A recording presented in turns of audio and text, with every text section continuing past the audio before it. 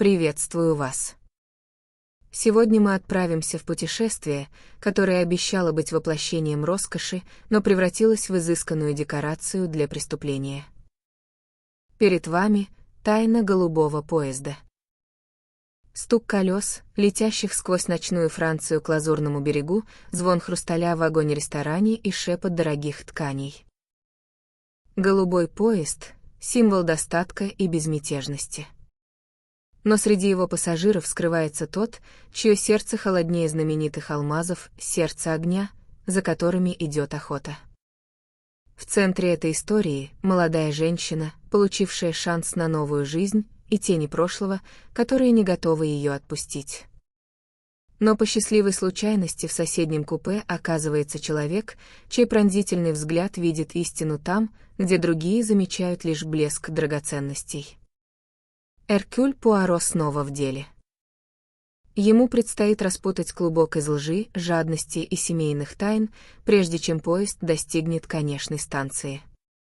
Устраивайтесь поудобнее. Наше путешествие начинается. Глава 1. Человек с белыми волосами. Полночь была уже близка, когда некий человек пересек площадь Согласия.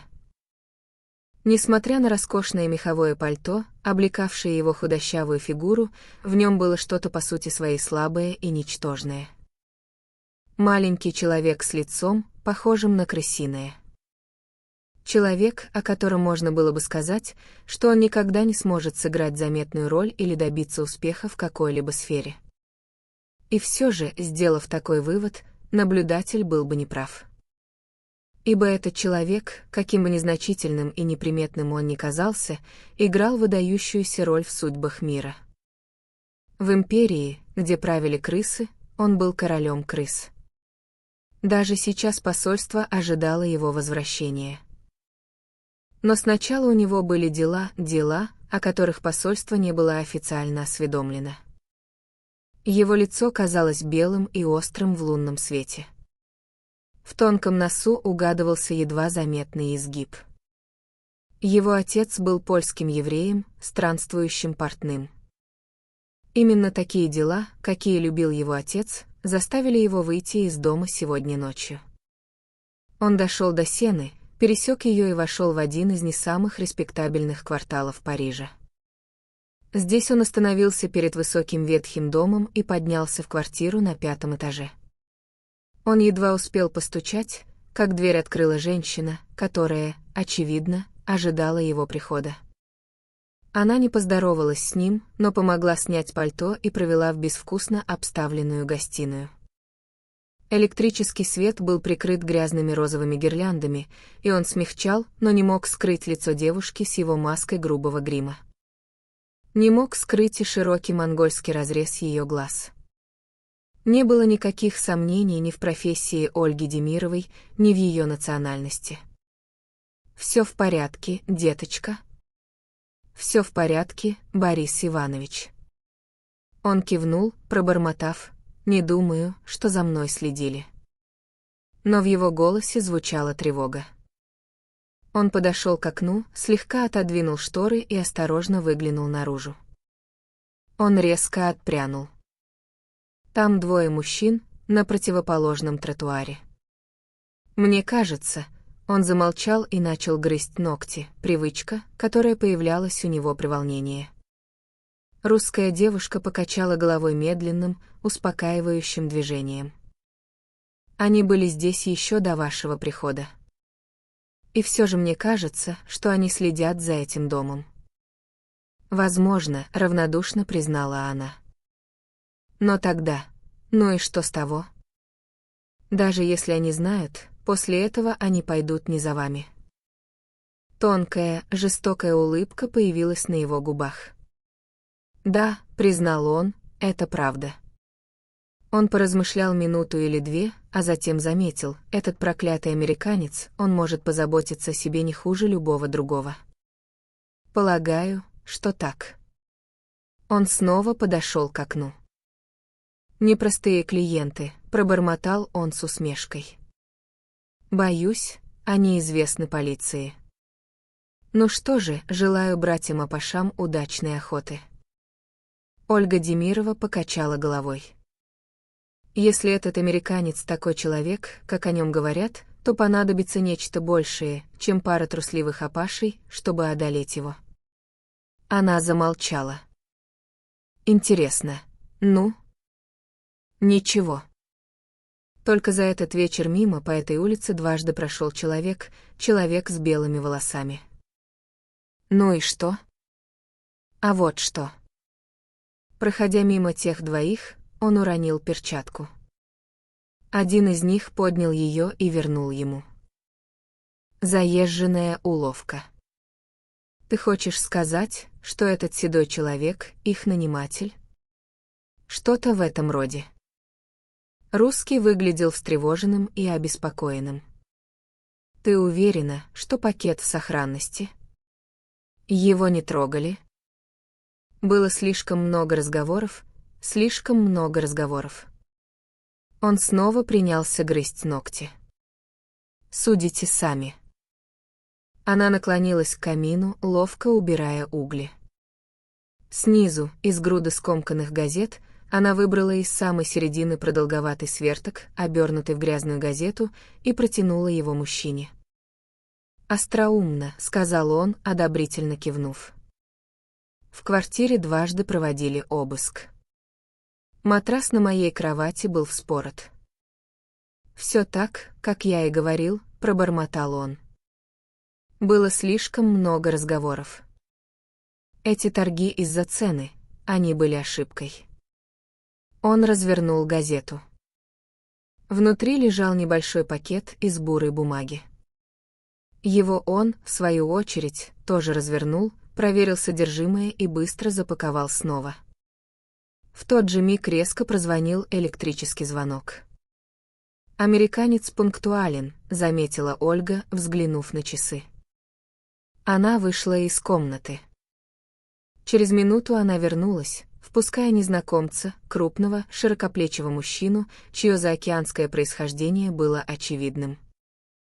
Его проницательный взгляд переходил с одного на другого. «Господин Краснин?» Вежливо осведомился он. «Это я», — ответил Борис. «Я должен извиниться за необычность этого места встречи. Но секретность крайне важна. Я не могу позволить себе быть как-либо связанным с этим делом». «Вот как?» Вежливо отозвался американец. «С вас взято слово, не так ли, что никакие детали этой сделки не будут преданы огласке? Это одно из условий продажи». Американец кивнул. «Это уже было согласовано», — безразлично сказал он. «Теперь, возможно, вы предъявите товар. У вас есть деньги, банкнотами?» «Да», — ответил гость.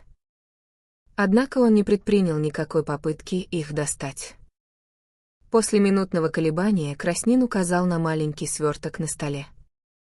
Американец взял его и развернул оберточную бумагу. Содержимое он поднес к небольшой электрической лампе и подверг самому тщательному осмотру. Оставшись довольным, он извлек из кармана толстый кожаный бумажник и достал из него пачку банкнот. Он передал их русскому, который старательно их пересчитал. «Все в порядке?» «Благодарю вас, месье». «Все верно». Произнес американец. Он небрежно сунул пакет в бурой бумаге в карман. Он поклонился Ольге. «Добрый вечер, мадмуазель». «Добрый вечер, господин Краснин». Он вышел, закрыв за собой дверь. Глаза двоих, оставшихся в комнате, встретились. Мужчина провел языком по сухим губам. «Интересно, доберется ли он когда-нибудь до своего отеля?» Пробормотал он. По негласному согласию они оба повернулись к окну. Они как раз успели увидеть, как американец показался на улице внизу.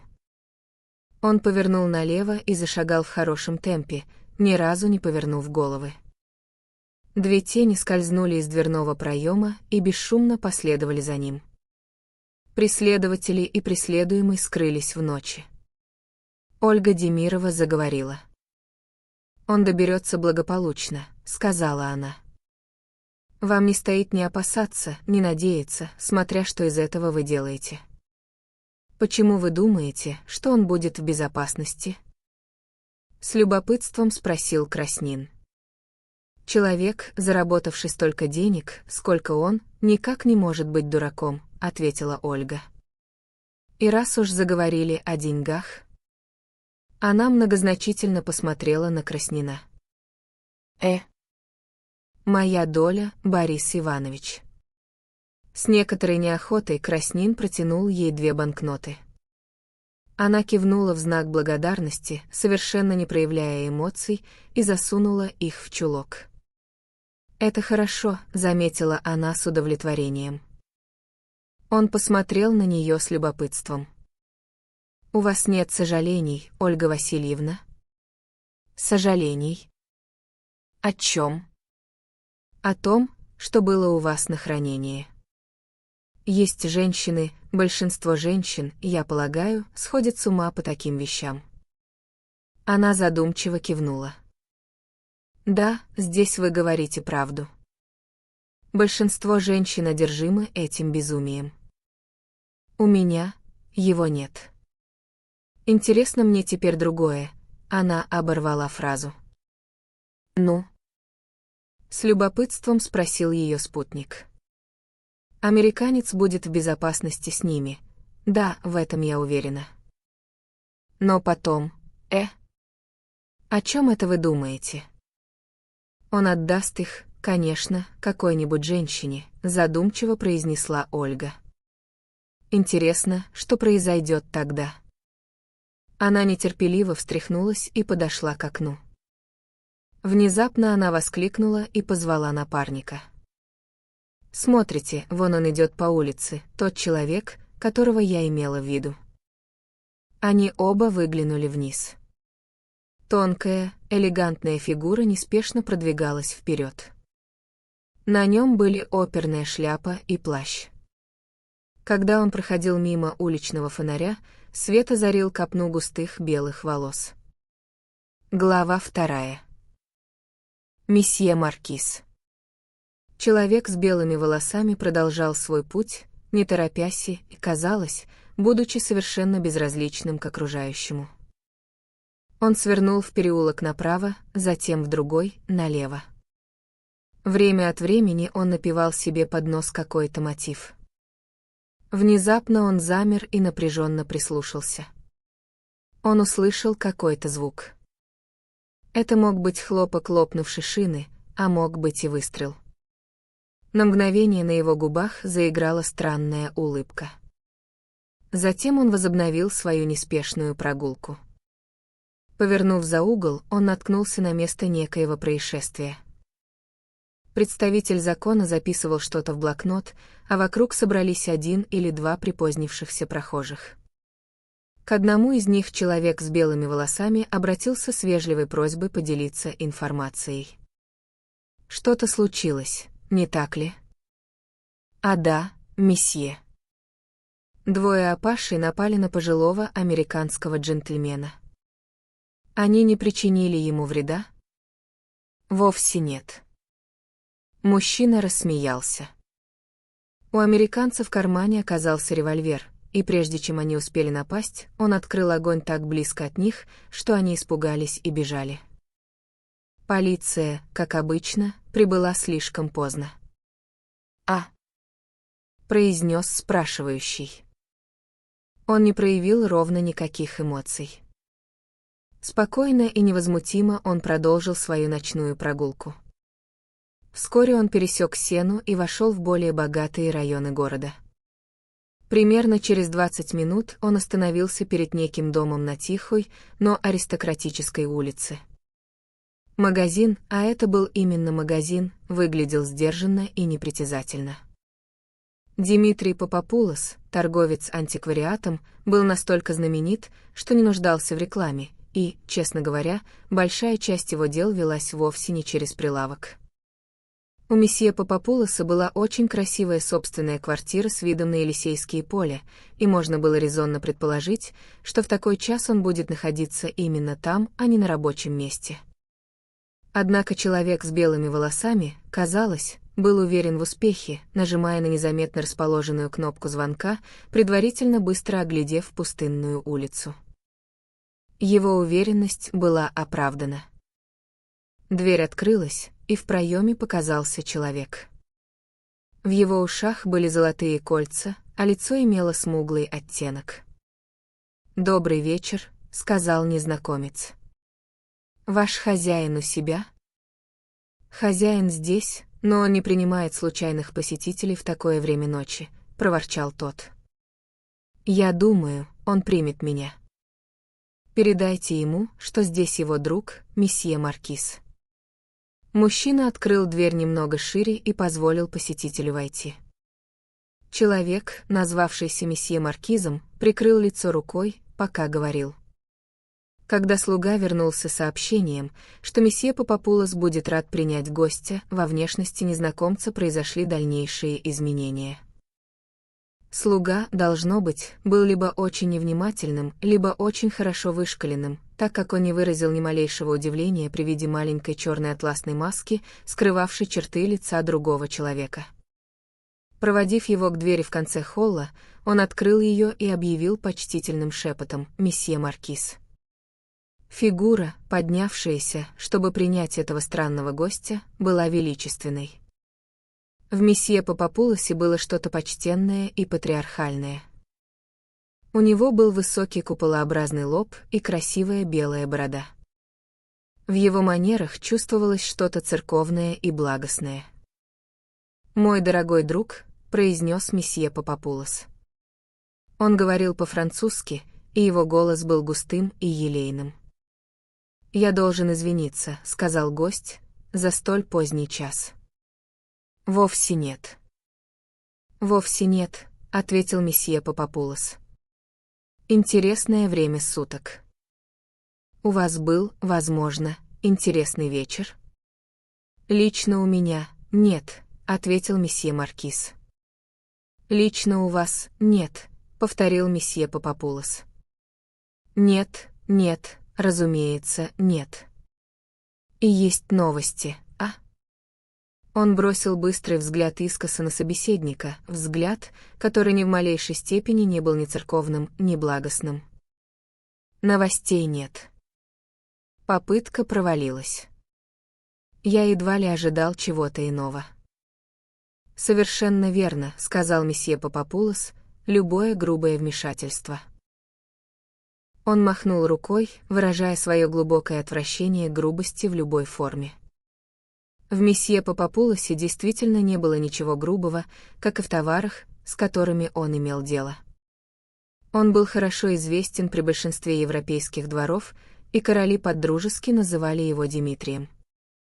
Он обладал репутацией человека изысканнейшей осмотрительности. Это, вкупе с благородством его облика, помогло ему благополучно пережить несколько весьма сомнительных сделок. «Прямая атака», — произнес месье Папапулос. Он покачал головой. «Иногда это срабатывает, но очень редко». Собеседник пожал плечами. «Это экономит время», — заметил он, — «а неудачи не стоит ничего или почти ничего.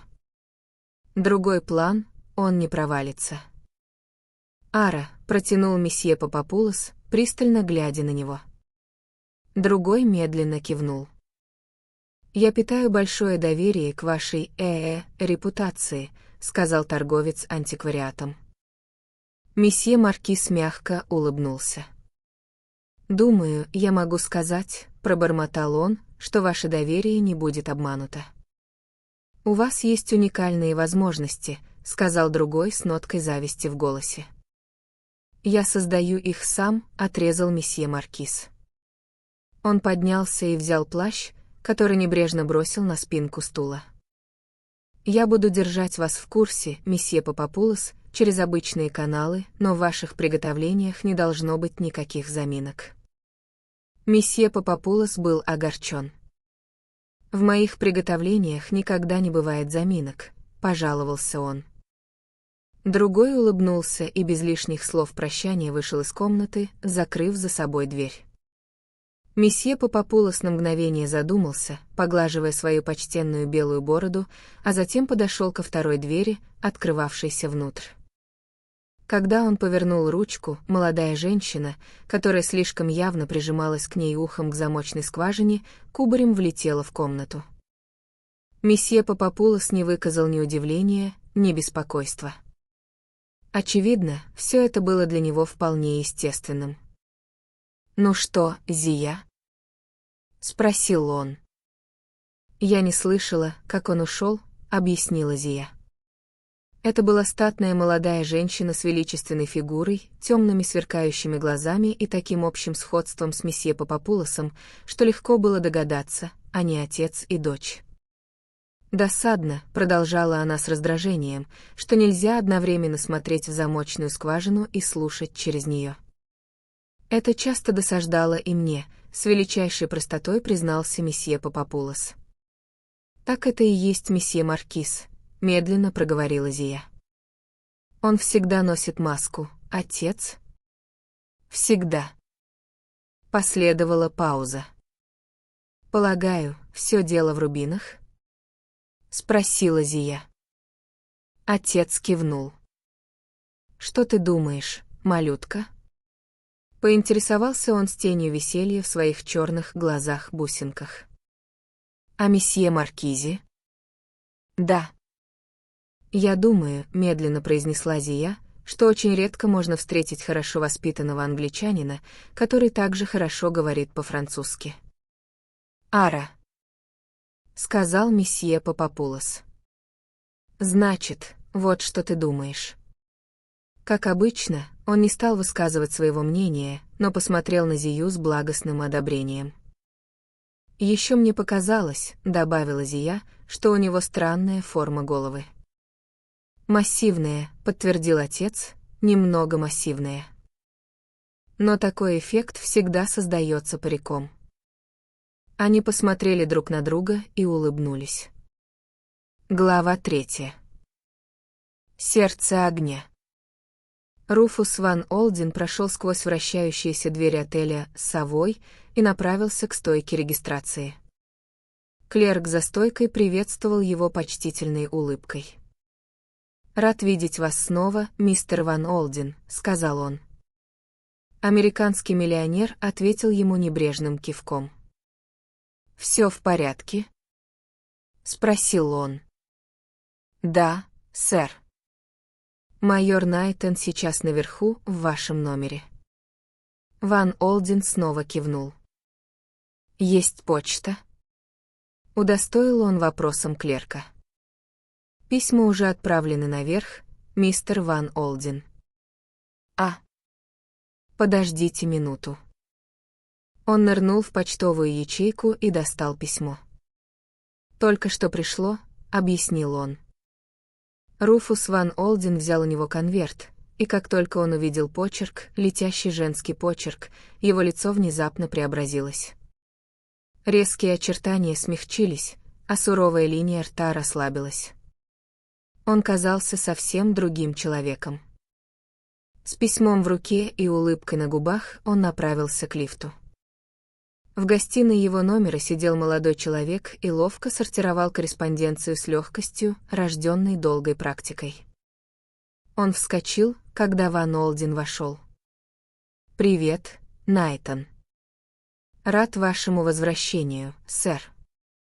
Хорошо провели время?»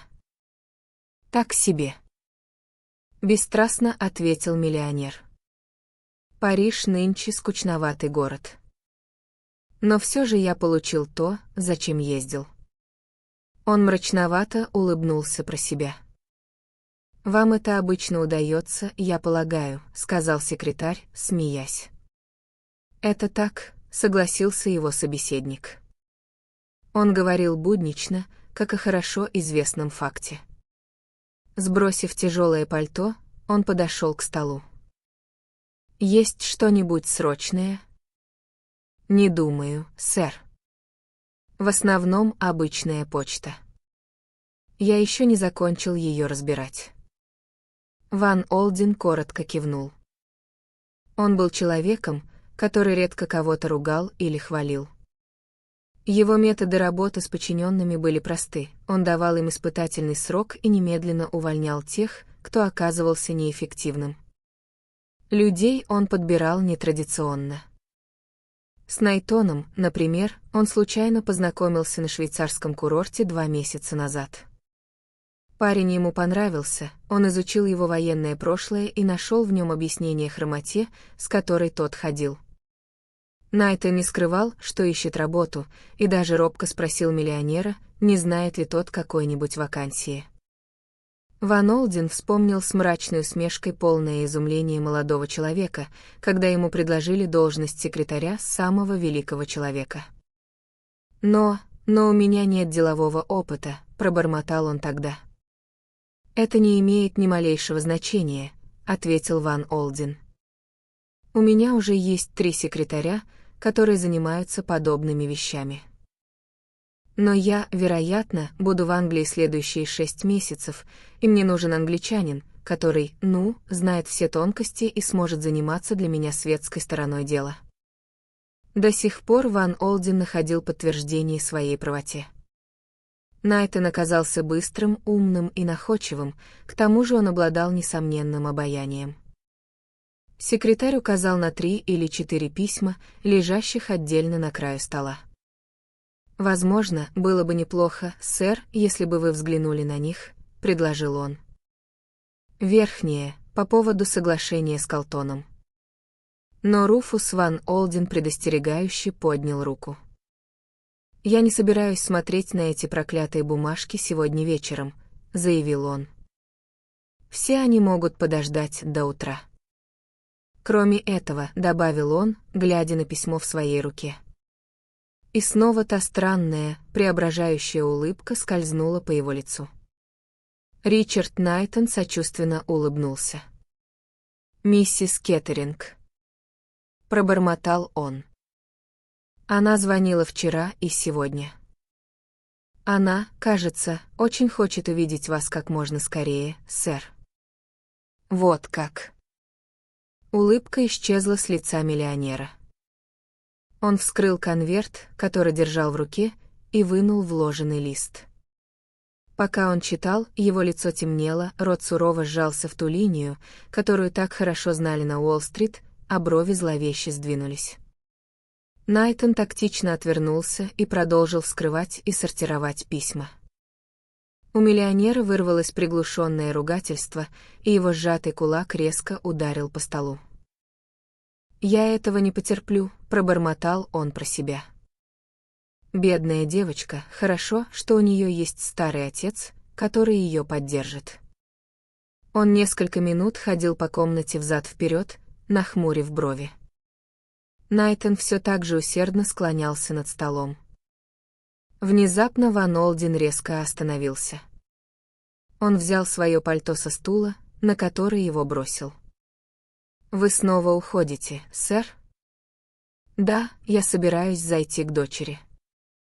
«Если люди Колтона позвонят, пошли их к черту», — бросил Ван Олден. «Слушаюсь», — бесстрастно ответил секретарь. Ван Олден уже надел пальто. Нахлобучив шляпу на голову, он направился к двери. У самой двери он помедлил, положив руку на ручку.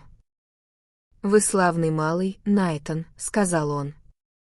«Вы не докучаете мне, когда я не в духе». Найтон слегка улыбнулся, но ничего не ответил.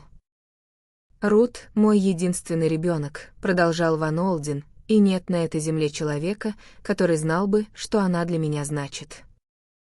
Слабая улыбка озарила его лицо. Он сунул руку в карман. «Хотите на кое-что взглянуть, Найтон?» Он вернулся к секретарю. Из кармана он достал сверток, небрежно обернутый в бурую бумагу. Он сбросил обертку, и перед глазами предстал большой, потертый красный бархатный футляр. В центре его красовались переплетенные инициалы под короной. Он защелкнул футляр, и у секретаря перехватило дыхание. На фоне слегка потускневшего белого атласа камни пылали, словно кровь. «Боже мой, сэр!» — воскликнул Найтон. Они настоящие». Ван Олден тихонько хмыкнул от удовольствия. «Неудивительно, что вы об этом спрашиваете. Среди этих рубинов 3 самых крупных в мире. Их носила Екатерина Русская, Найтон. Тот, что в центре, известен как «Сердце огня». Он идеален, ни единого изъяна. Но, пробормотал секретарь, они же должны стоить целое состояние. 400 или 500 тысяч долларов, небрежно заметил Ван Олден, и это не считая исторической ценности. И вы носите их вот так, просто в кармане? Ван Олден весело рассмеялся. Пожалуй, что так. Видите ли, это мой подарок для Рути. Секретарь, понимающе улыбнулся. Теперь я понимаю беспокойство миссис Кеттеринг по телефону, пробормотал он. Но Ван Олден покачал головой. Суровое выражение вернулось на его лицо. «Здесь вы ошибаетесь», — сказал он. «Она о них не знает, это мой сюрприз для нее». Он закрыл футляр и начал медленно заворачивать его обратно. «Трудно это, Найтон», — проговорил он, — «как мало можно сделать для тех, кого любишь. Я мог бы купить для Рут добрую часть земного шара, если бы в этом был толк, но его нет. Я могу повесить эти побрякушки ей на шею и доставить ей минуту-другую радости, возможно, но...» Он покачал головой. «Когда женщина несчастлива в своем доме». Он не закончил фразу. Секретарь тактично кивнул. Он, как никто другой, знал репутацию достопочтенного Дерека Кеттеринга. Ван Олден вздохнул. Сунув сверток обратно в карман пальто, он кивнул Найтону и вышел из комнаты. Глава 4. На Керзон-стрит. Достопочтенная миссис Дерек Кеттеринг жила на Керзон-стрит. Дворецкий, открывший дверь, сразу узнал Руфуса Ван Олдена и позволил себе сдержанную приветственную улыбку. Он проводил гостя на 2-й этаж, в большую двойную гостиную.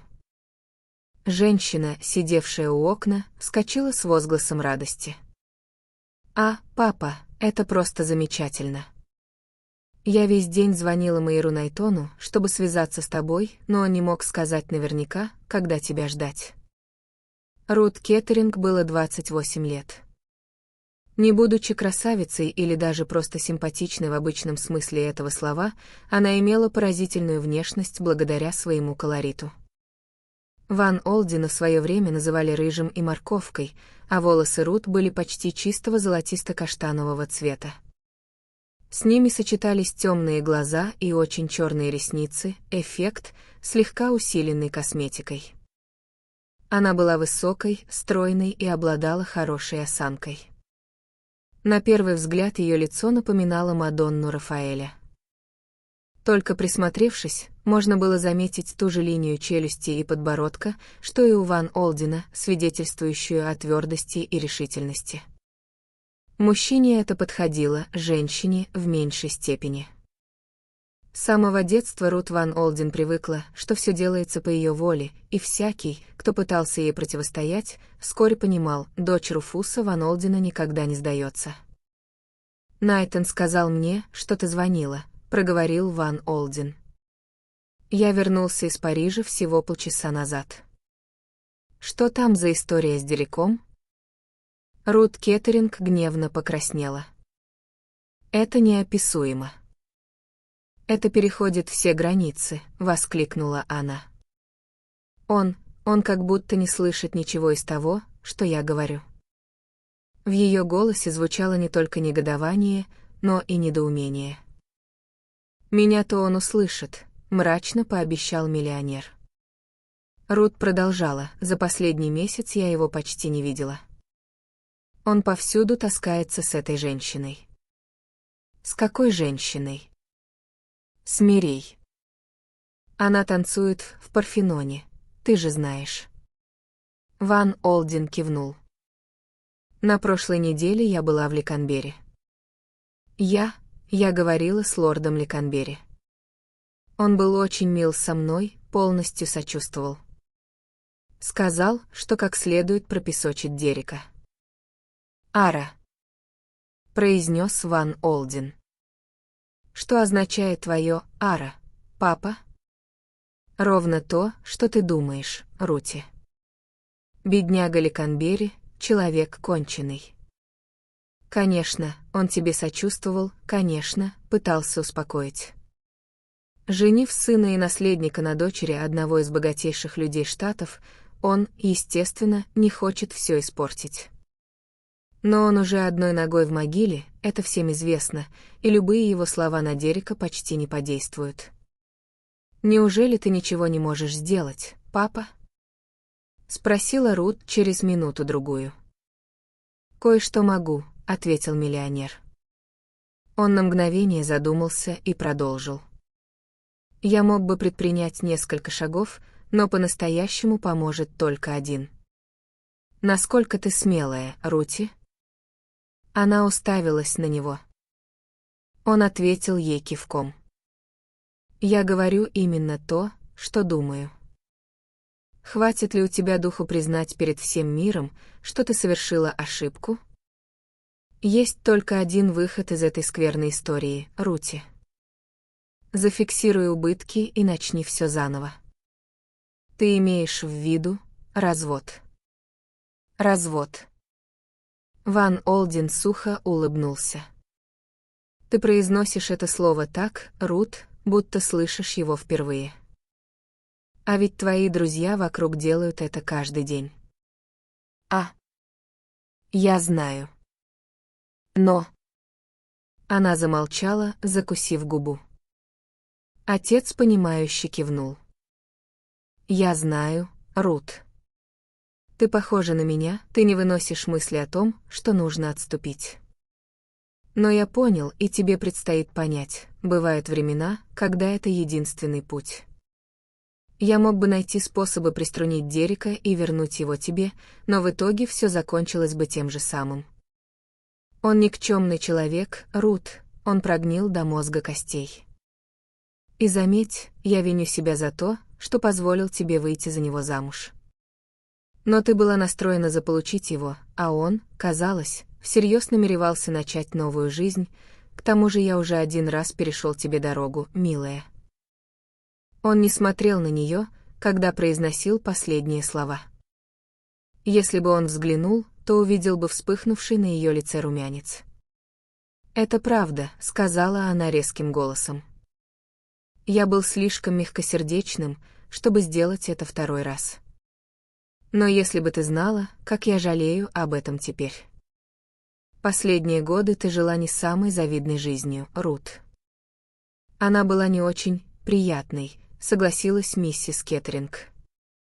«Вот почему я говорю тебе, этому должен прийти конец». Он с силой ударил ладонью по столу. «Может, ты все еще привязана к этому малому. Вырви это из сердца. Взгляни фактам в лицо. Дерек Кеттеринг женился на тебе из-за твоих денег. Вот и все. Избавься от него, Рут».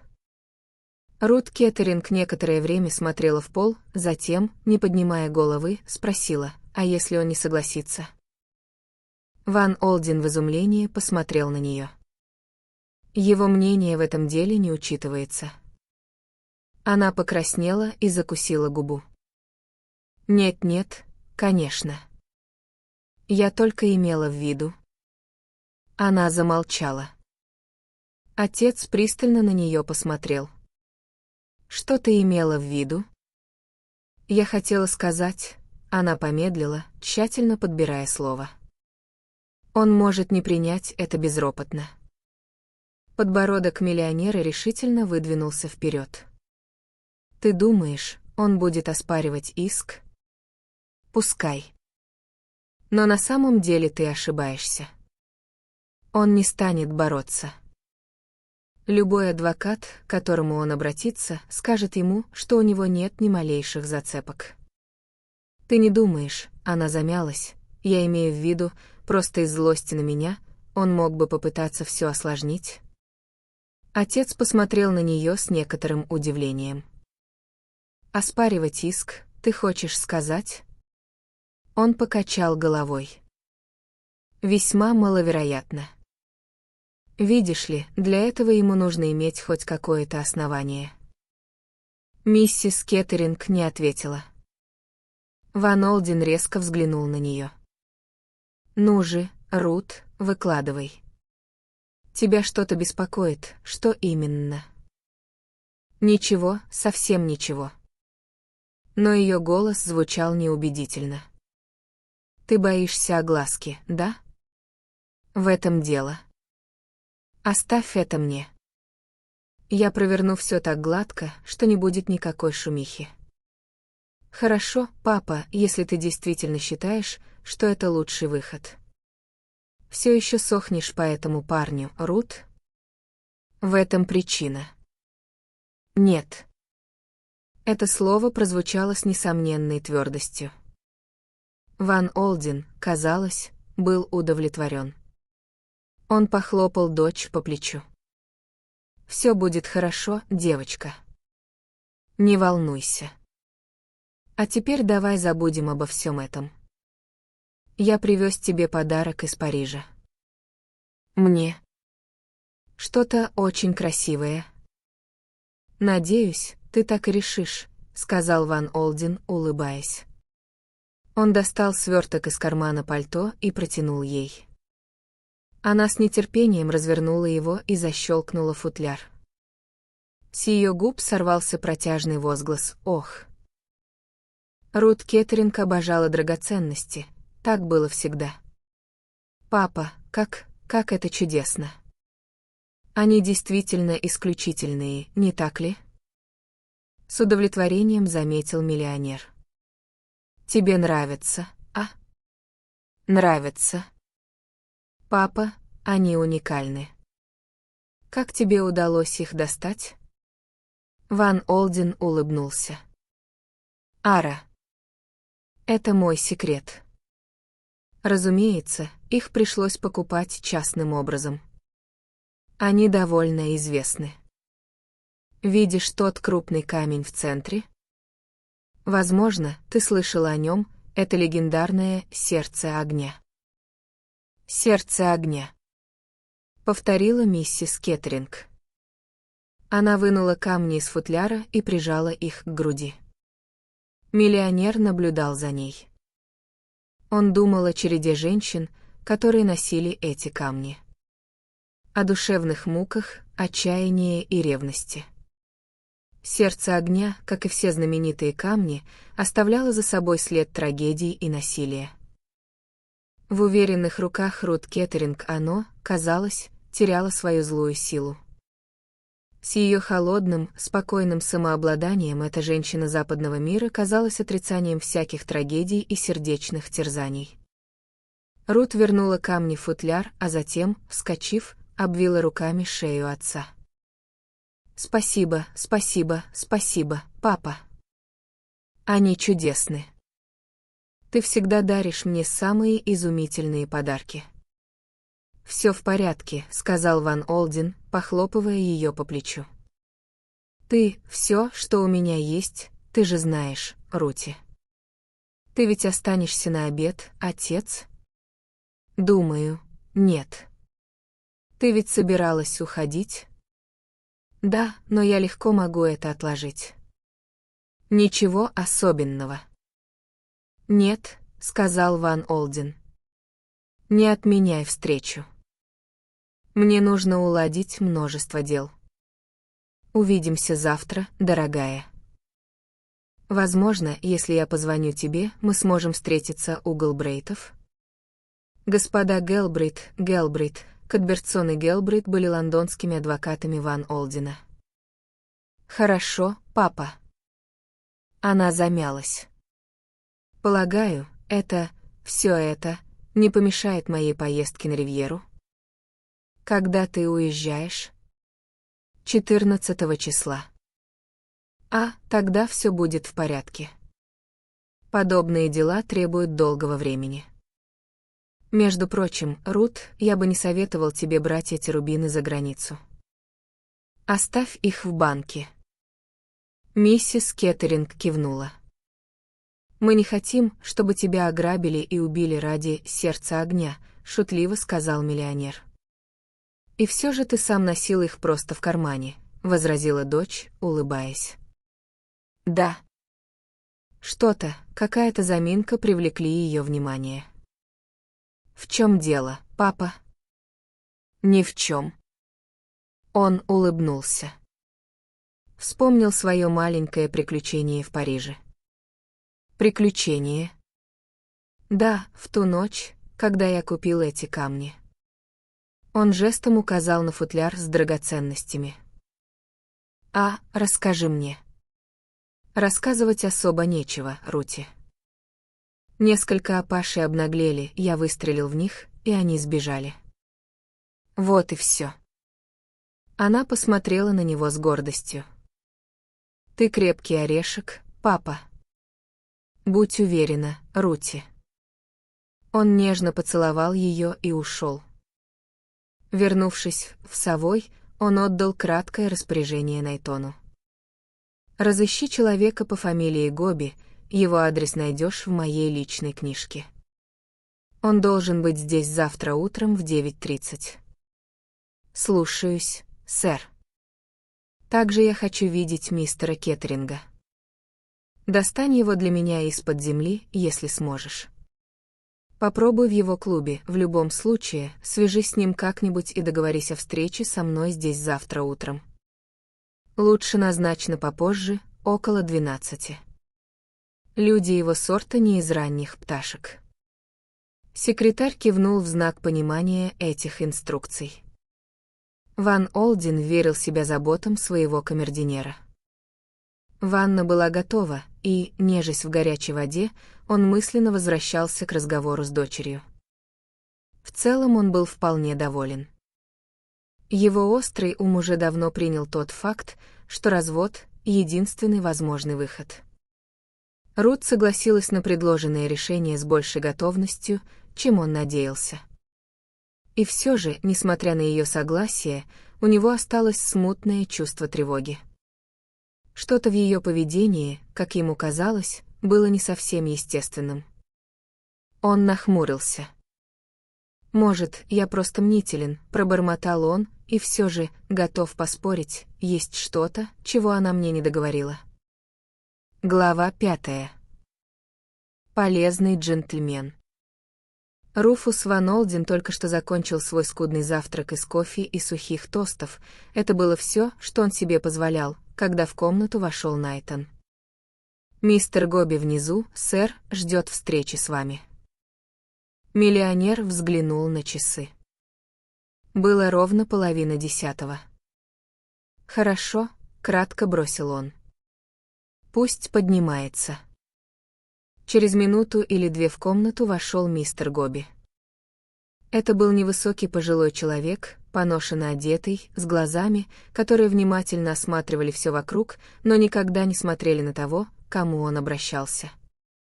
«Доброе утро, Гоби», — сказал миллионер. «Садитесь». «Благодарю вас, мистер Ван Олден». Мистер Гоби сел, положив руки на колени, и пристально уставился на радиатор отопления. «У меня есть для вас дело». «Да, мистер Ван Олден. Моя дочь замужем за достопочтенным Дереком Кеттерингом, как вы, возможно, знаете». Мистер Гоби перевел взгляд с радиатора на левый ящик стола, и на его лице промелькнула извиняющаяся улыбка. Мистер Гоби знал очень многое, но всегда ненавидел признавать этот факт. По моему совету она собирается подать прошение о разводе. Это, разумеется, дело адвоката. Но по личным причинам мне нужна самая полная и исчерпывающая информация. Мистер Гоби посмотрел на карниз и пробормотал: «О мистере Кеттеринге?» «О мистере Кеттеринге». «Очень хорошо, сэр. Мистер Гоби поднялся на ноги. Когда сведения будут готовы? Вы торопитесь, сэр? Я всегда тороплюсь, отрезал миллионер. Мистер Гоби, понимающе улыбнулся каминной решетке. «Скажем, в 2 часа дня, сэр?» — спросил он. «Превосходно», — одобрил его собеседник. «Доброе утро, Гоби». «Доброе утро, мистер Ван Олден». «Это очень полезный человек», — сказал миллионер, когда Гоби вышел, а в комнату вошел секретарь. «В своей области он специалист».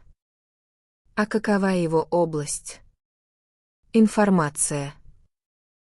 Дайте ему 24 часа, и он выложит вам всю подноготную частной жизни архиепископа Кентерберийского. Полезный малый, с улыбкой заметил Найтон.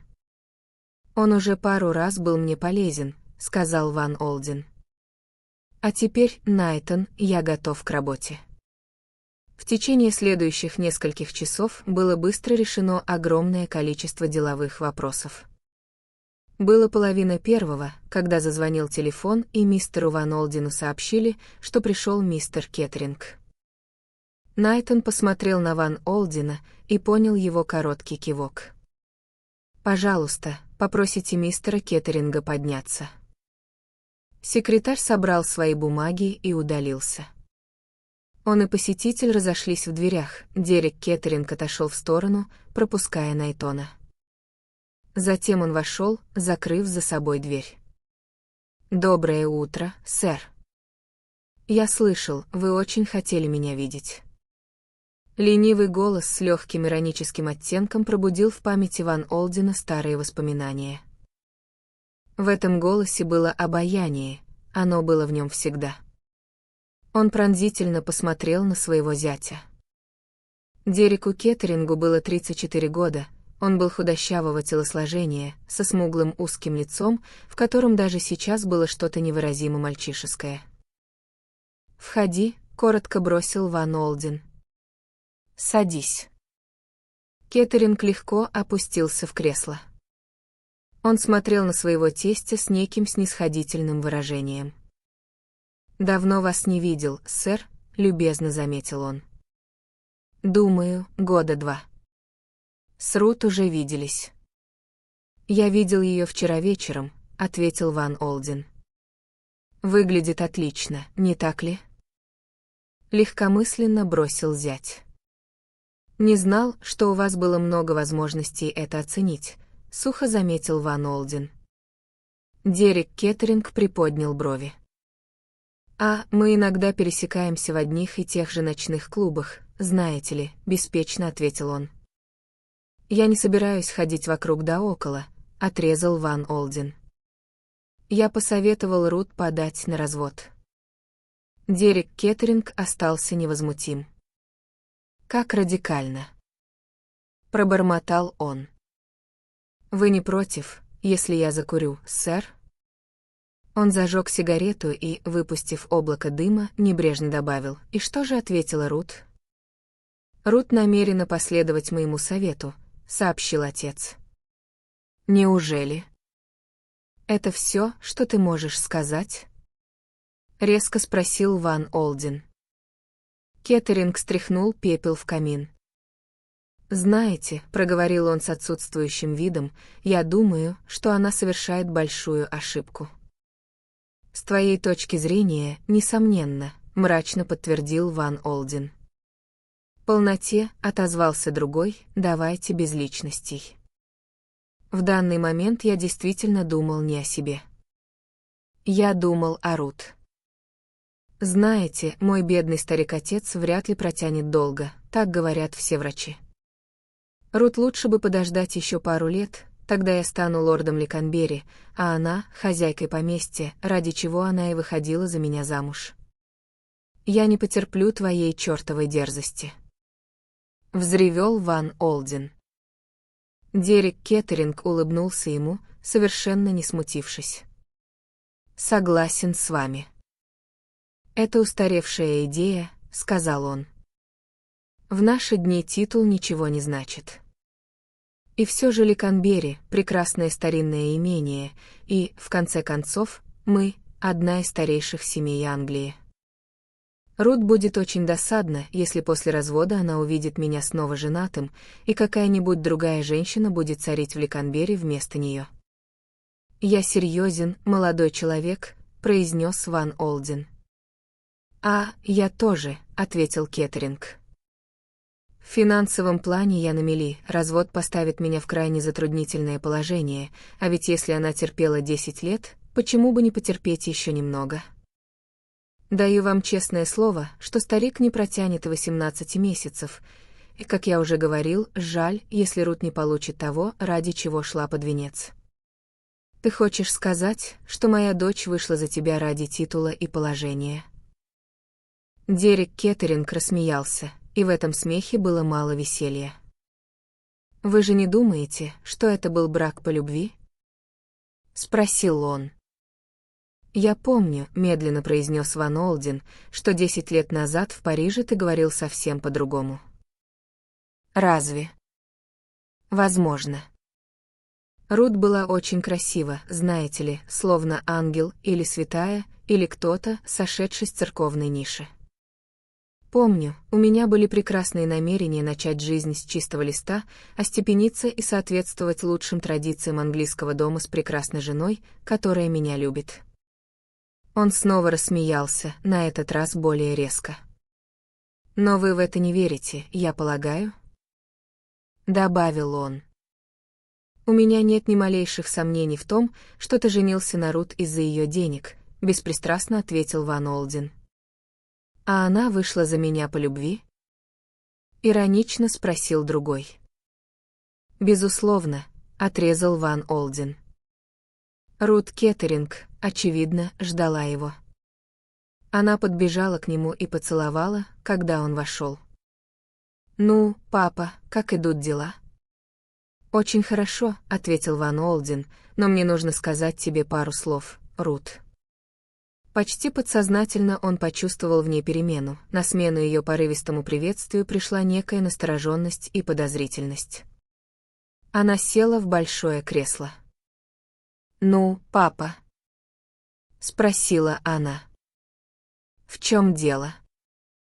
«Я видел твоего мужа сегодня утром», — сказал Ван Олден. «Ты видел Дерека?» «Да». Он наговорил кучу всего, и по большей части это была чертовская дерзость. Уже уходя, он бросил фразу, которую я не понял.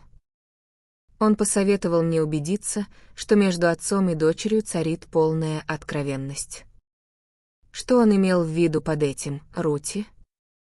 Миссис Кеттеринг слегка пошевелилась в кресле. Я не знаю, папа». «Откуда мне знать?» «Конечно, ты знаешь», — отрезал Ван Олден. Он сказал еще кое-что о том, что у него свои друзья и он не вмешивается в дела твоих. Что он имел в виду? «Не знаю», — снова повторила Рут Кеттеринг. Ван Олден сел. Его рот сжался в суровую линию. «Послушай, Рут. Я не собираюсь лезть в это дело с закрытыми глазами. Я вовсе не уверен, что этот твой муж не замышляет какую-нибудь пакость. Сейчас он ничего не может сделать, я в этом уверен. У меня есть средства заставить его замолчать, заткнуть ему рот раз и навсегда, но мне нужно знать, есть ли вообще необходимость эти средства использовать». Что он имел в виду, говоря, что у тебя свои друзья? Рут Кеттеринг пожала плечами. «У меня много друзей», — неуверенно проговорила она. «Я правда не знаю, что он имел в виду». «Ты знаешь», — настаивал Ван Олден. Теперь он говорил так, как мог бы говорить с деловым противником. «Скажу прямее. Кто этот человек?» «Какой человек?» «Тот самый. Тот, на что намекал Дерек. Какой-то особый человек, который является твоим приятелем. Тебе не о чем беспокоиться, милая, я знаю, что в этом нет ничего такого, но мы должны смотреть на все так, как это может предстать перед судом. Знаешь ли, там могут все переиначить. Я хочу знать, кто этот человек и насколько близки ваши отношения». Рут не отвечала.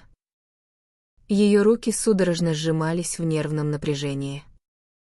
«Ну же, милая», — смягчился Ван Олден. «Не бойся своего старика-отца. Я ведь не был слишком суров, даже тогда в Париже». Боже правый. Он замолчал, пораженный внезапной догадкой. «Так вот кто это был», — пробормотал он про себя. «Я-то думал, что лицо мне знакомо». «О чем ты говоришь, папа?» «Я не понимаю». Миллионер подошел к ней и крепко взял ее за запястье. «Послушай, Рут, ты что, снова видишься с этим типом?» «С каким типом?» «С тем самым, из-за которого у нас было столько хлопот несколько лет назад. Ты прекрасно знаешь, кого я имею в виду». «Ты имеешь в виду...» Она запнулась. «Ты имеешь в виду графа де Луроша?» «Граф де Лурош», — фыркнул Ван Олден. «Я еще тогда говорил тебе, что он обыкновенный проходимец. Ты тогда зашла с ним очень далеко, но я вырвал тебя из его лап». «Да, вырвал», — горько сказала Рут. «И я вышла замуж за Дерека Кеттеринга». «Ты сама этого хотела», — резко возразил миллионер. Она пожала плечами. «А теперь», — медленно проговорил Ван Олден, — «ты снова с ним встречаешься, после всего, что я тебе говорил. Он был в этом доме сегодня. Я встретил его на улице, но не сразу узнал». Рут Кеттеринг обрела былую уверенность. «Я хочу сказать тебе одно, папа, ты ошибаешься насчет Армана, я имею в виду графа де Луроша. Я знаю, в его юности было несколько досадных инцидентов, он сам мне о них рассказывал, но, он всегда любил меня. Его сердце было разбито, когда ты разлучил нас в Париже, и теперь...» Ее прервал возмущенный возглас отца. «Так ты повелась на всю эту чепуху? Ты — моя дочь. Боже мой!» Он всплеснул руками. «И какими же дурами могут быть женщины?» Глава 6. Мирель. Дерек Кеттеринг вышел из апартаментов Ван Олдена так стремительно, что столкнулся с леди, проходившей по коридору. Он извинился, и она приняла его извинения с улыбкой, оставив о себе приятное впечатление спокойного человека с прекрасными серыми глазами. Несмотря на всю его напускную беспечность, разговор с Ван Олденом потряс его сильнее, чем он хотел показать. Он пообедал в одиночестве и после этого, слегка нахмурившись, отправился в роскошную квартиру, где жила дама, известная как Мирель. Опрятная француженка встретила его с улыбкой. «Входите же, месье. Мадам отдыхает». Его провели в длинную комнату с восточным убранством, которую он хорошо знал. Мирель лежала на диване, подпертая невероятным количеством подушек всех оттенков янтарного, гармонировавших с желтой охрой ее лица. Танцовщица была прекрасно сложена, и если ее лицо под маской грима и казалось несколько изможденным, в нем был свой причудливый шарм. Ее оранжевые губы призывно улыбнулись Дереку Кеттерингу. Он поцеловал ее и бросился в кресло. «Чем ты занималась?» «Только что встала, я полагаю?» Оранжевый рот расплылся в долгой улыбке. «Нет», — сказала танцовщица. «Я работала». Она протянула длинную бледную руку в сторону пианино, заваленного неопрятными нотными партитурами. Здесь был Эмброуз. Он играл мне новую оперу. Кеттеринг кивнул, не обращая особого внимания. Его совершенно не интересовал Клод Эмброуз и его оперная постановка «Пера Гюнта» Ибсена. Как и Мирель, впрочем, которая видела в этом лишь уникальную возможность для своего выступления в роли Анитры. «Это чудесный танец», — пробормотала она. Я вложу в него всю страсть пустыни.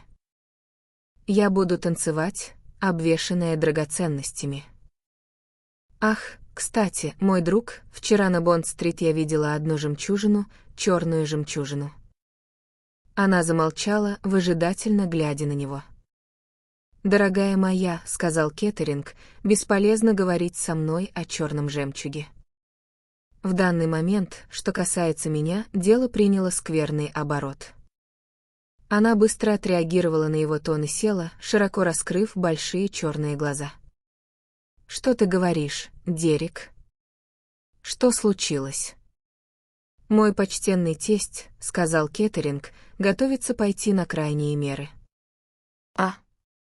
Иными словами, он хочет, чтобы Рут со мной развелась. «Как глупо», — сказала Мирель. «С чего бы ей хотеть с тобой разводиться?» Дерек Кеттеринг усмехнулся. «В основном из-за тебя, дорогая», — сказал он. Мирель пожала плечами.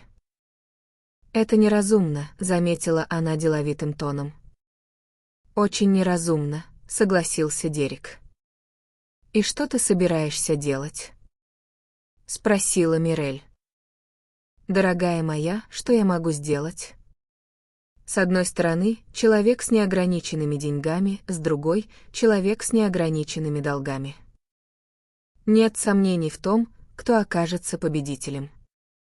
«Эти американцы просто необыкновенные», — прокомментировала Мирель. «Ведь твоя жена тебя даже не любит». «Ну», — сказал Дерек, — «что мы будем с этим делать?» Она вопросительно посмотрела на него. Он подошел и взял обе ее руки в свои. «Ты останешься со мной?» «Что ты имеешь в виду?» «После». «Да», — сказал Кеттеринг. «После, когда кредиторы набросятся на меня как волки. Я чертовски люблю тебя, Мирель. Ты меня не бросишь». Она вырвала свои руки. «Ты же знаешь, я обожаю тебя, Дерек». Он уловил в ее голосе нотку уклончивости. «Так вот оно что?» Крысы покидают тонущий корабль. «Ах, Дерек!» «Говори прямо», — резко сказал он. «Ты меня бросишь, так?» Она пожала плечами. «Ты мне важен, мой друг, правда важен. Ты очень обаятельный, красивый парень, но это непрактично. Ты — роскошь для богатого мужчины, да? Так получается. Если тебе угодно так выразиться». Она откинулась на подушки, запрокинув голову. «И все же ты мне важен, Дерек». Он подошел к окну и некоторое время стоял там, глядя на улицу спиной к ней. Вскоре танцовщица приподнялась на локти и с любопытством уставилась на него. «О чем ты думаешь, мой друг?» Он усмехнулся ей через плечо, странной усмешкой, от которой ей стало не по себе. «Как раз в этот момент я думал о женщине, дорогая». «О женщине, вот как?» Мирель ухватилась за то, что могла понять. «Ты думаешь о какой-то другой женщине, так?» Тебе не стоит беспокоиться, это чисто воображаемый портрет. Портрет леди с серыми глазами». Мирель резко спросила. «Когда ты ее встретил?» Дерек Кеттеринг рассмеялся, и его смех прозвучал насмешливо и иронично. «Я столкнулся с этой леди в коридоре отеля «Совой». «Ну и что?» «Что она сказала?» Насколько я помню, я сказал «прошу прощения», а она ответила «ничего страшного» или что-то в этом роде. «А потом?» Настаивала танцовщица. Кеттеринг пожал плечами. «А потом ничего». На этом инцидент был исчерпан. «Я не понимаю ни единого твоего слова», — заявила танцовщица. «Портрет леди с серыми глазами», — задумчиво пробормотал Дерек. «Тем лучше, что я вряд ли когда-нибудь встречу ее снова». «Почему?» Она может принести мне несчастье. Женщины всегда его приносят. Мирель быстро соскользнула с дивана, подошла к нему и обвила его шею длинной, гибкой, как змея, рукой. «Ты глупенький, Дерек», — прошептала она. «Ты очень глупенький. Ты красивый парень, и я обожаю тебя, но я не создана для бедности, нет, решительно не создана для бедности. Теперь послушай меня, все очень просто. Ты должен помириться с женой». «Боюсь, это не входит в сферу реальных возможностей», — сухо заметил Дерек.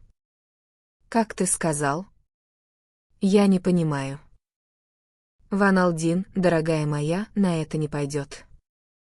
Он из тех людей, которые принимают решения и стоят на своем». «Я слышала о нем», — кивнула танцовщица. «Он очень богат, не так ли?» «Пожалуй, самый богатый человек в Америке. Несколько дней назад в Париже он купил самый чудесный рубин в мире, он называется «Огненное сердце». Кеттеринг не ответил. Танцовщица задумчиво продолжала. «Это чудесный камень, который должен принадлежать такой женщине, как я. Я люблю драгоценности, Дерек, они говорят со мной. Ах! Носить такой рубин, как огненное сердце». Она тихо вздохнула, а затем снова стала деловитой. «Ты не понимаешь таких вещей, Дерек, ты всего лишь мужчина. Ван Алдин отдаст эти рубины своей дочери, я полагаю. Она его единственный ребенок?» «Да». «Значит, когда он умрет, она унаследует все его деньги. Она будет богатой женщиной». «Она и так богатая женщина», — сухо сказал Кеттеринг. При замужестве он выделил ей пару миллионов. Пару миллионов. Но это же огромные деньги. А если бы она внезапно умерла, а? Это все перешло бы к тебе? При нынешнем положении дел, медленно произнес Кеттеринг, да. Насколько я знаю, она не составляла завещания. «Боже мой!» — воскликнула танцовщица. Если бы она умерла, какое бы это было решение? Наступила пауза, а затем Дерек Кеттеринг откровенно расхохотался. «Мне нравится твой простой, практичный ум, Мирель, но боюсь, что твое желание не сбудется. Моя жена — чрезвычайно здоровый человек». «Ну что ж», — сказала Мирель. «Бывают же несчастные случаи». Он резко взглянул на нее, но не ответил. Она продолжала. «Но ты прав, мой друг, мы не должны зацикливаться на возможностях. Послушай, мой маленький Дерек, больше никаких разговоров об этом разводе. Твоя жена должна отказаться от этой идеи. А если она не захочет?» Глаза танцовщицы сузились в щелочки. «Я думаю, она захочет, мой друг. Она из тех, кто не любит публичности. Есть пара миленьких историй, которые она не захотела бы увидеть в газетах на глазах у своих друзей». «Что ты имеешь в виду?» — резко спросил Кеттеринг. Мирель рассмеялась, запрокинув голову. «Право слово. Я имею в виду джентльмена, который называет себя графом де Лурош. Я знаю о нем все. Я парижанка, не забывай. Он был ее любовником еще до того, как она вышла за тебя замуж, не так ли?» Кеттеринг резко схватил ее за плечи. «Это наглая ложь», — сказал он, «и, пожалуйста, помни, что ты говоришь о моей жене». Мирель немного присмирела. «Вы необыкновенные, вы, англичане», — пожаловалась она. «Тем не менее, допускаю, что ты можешь быть прав. Американцы такие холодные, не правда ли? Но позволь мне сказать, мой друг, что она была влюблена в него до того, как вышла за тебя замуж, и ее отец вмешался и прогнал графа. и маленькая мадмуазель пролила немало слез. Но она подчинилась. И все же ты должен знать не хуже меня, Дерек, что теперь это совсем другая история. Она видит его почти каждый день, а 14 числа она едет в Париж, чтобы встретиться с ним. «Откуда ты все это знаешь?» — потребовал Кеттеринг. «Я? У меня есть друзья в Париже, мой дорогой Дерек, которые близко знают графа. Все уже устроено. Она едет на Ривьеру, так она говорит, но на самом деле граф встретит ее в Париже, и кто знает. Да, можешь поверить мне на слово, все уже устроено». Дерек Кеттеринг стоял неподвижно. «Видишь ли», — промурлыкала танцовщица, «если ты будешь умным, она окажется у тебя в руках. Ты можешь устроить ей очень крупные неприятности. А, ради всего святого, замолчи», — вскричал Кеттеринг. «Закрой свой проклятый рот». Мирель со смехом снова бросилась на диван. Кеттеринг схватил шляпу и пальто и вышел из квартиры, с силой захлопнув дверь. А танцовщица все так же сидела на диване и тихонько смеялась про себя. Она была довольна своей работой. Глава 7. Письма. Миссис Сэмюэл Харфилд засвидетельствовала свое почтение мисс Кэтрин Грей и желает заметить, что при данных обстоятельствах мисс Грей может не осознавать. Миссис Харфилд, бойко написав начало, внезапно остановилась, столкнувшись с неодолимой для многих трудностью, а именно, с трудностью беглого изложения мыслей в третьем лице. После минуты-другой колебаний миссис Харфилд разорвала лист почтовой бумаги и начала заново. «Дорогая мисс Грей, вполне оценивая то, как подобающим образом вы исполняли свои обязанности по отношению к моей кузине Эммы, чья недавняя смерть стала, поистине, тяжелым ударом для всех нас, я не могу не чувствовать». И снова миссис Харфилд остановилась. Письмо еще раз отправилось в корзину для бумаг. Только после 4 неудачных попыток миссис Харфилд, наконец, составила послание, которое ее удовлетворило. Оно было должным образом запечатано, на него наклеили марку и написали адрес: мисс Кэтрин Грей, Литл Крэмптон, Сент-Мэри-Мид, графство Кент. На следующее утро оно лежало рядом с тарелкой Кэтрин вместе с более внушительным на вид письмом в длинном синем конверте. Кэтрин Грей открыла письмо миссис Харфилд первым. Окончательный вариант гласил: «Дорогая мисс Грей, мы с мужем хотим выразить вам благодарность за ваши услуги моей бедной кузине Эммы. Ее смерть стала для нас большим ударом, хотя мы, конечно, знали, что ее рассудок в последнее время слабел. Я так понимаю, что ее последние распоряжения по завещанию носят весьма своеобразный характер и, разумеется, не будут иметь законной силы ни в одном суде. Я не сомневаюсь, что, при вашем обычном здравом смысле, вы уже осознали этот факт. Мой муж говорит, что всегда гораздо лучше, если такие вопросы решаются в частном порядке. Мы будем рады дать вам самые высокие рекомендации для аналогичной работы и надеемся, что вы также примете от нас небольшой подарок. Искренне ваша, Мэри Энн Харфилд».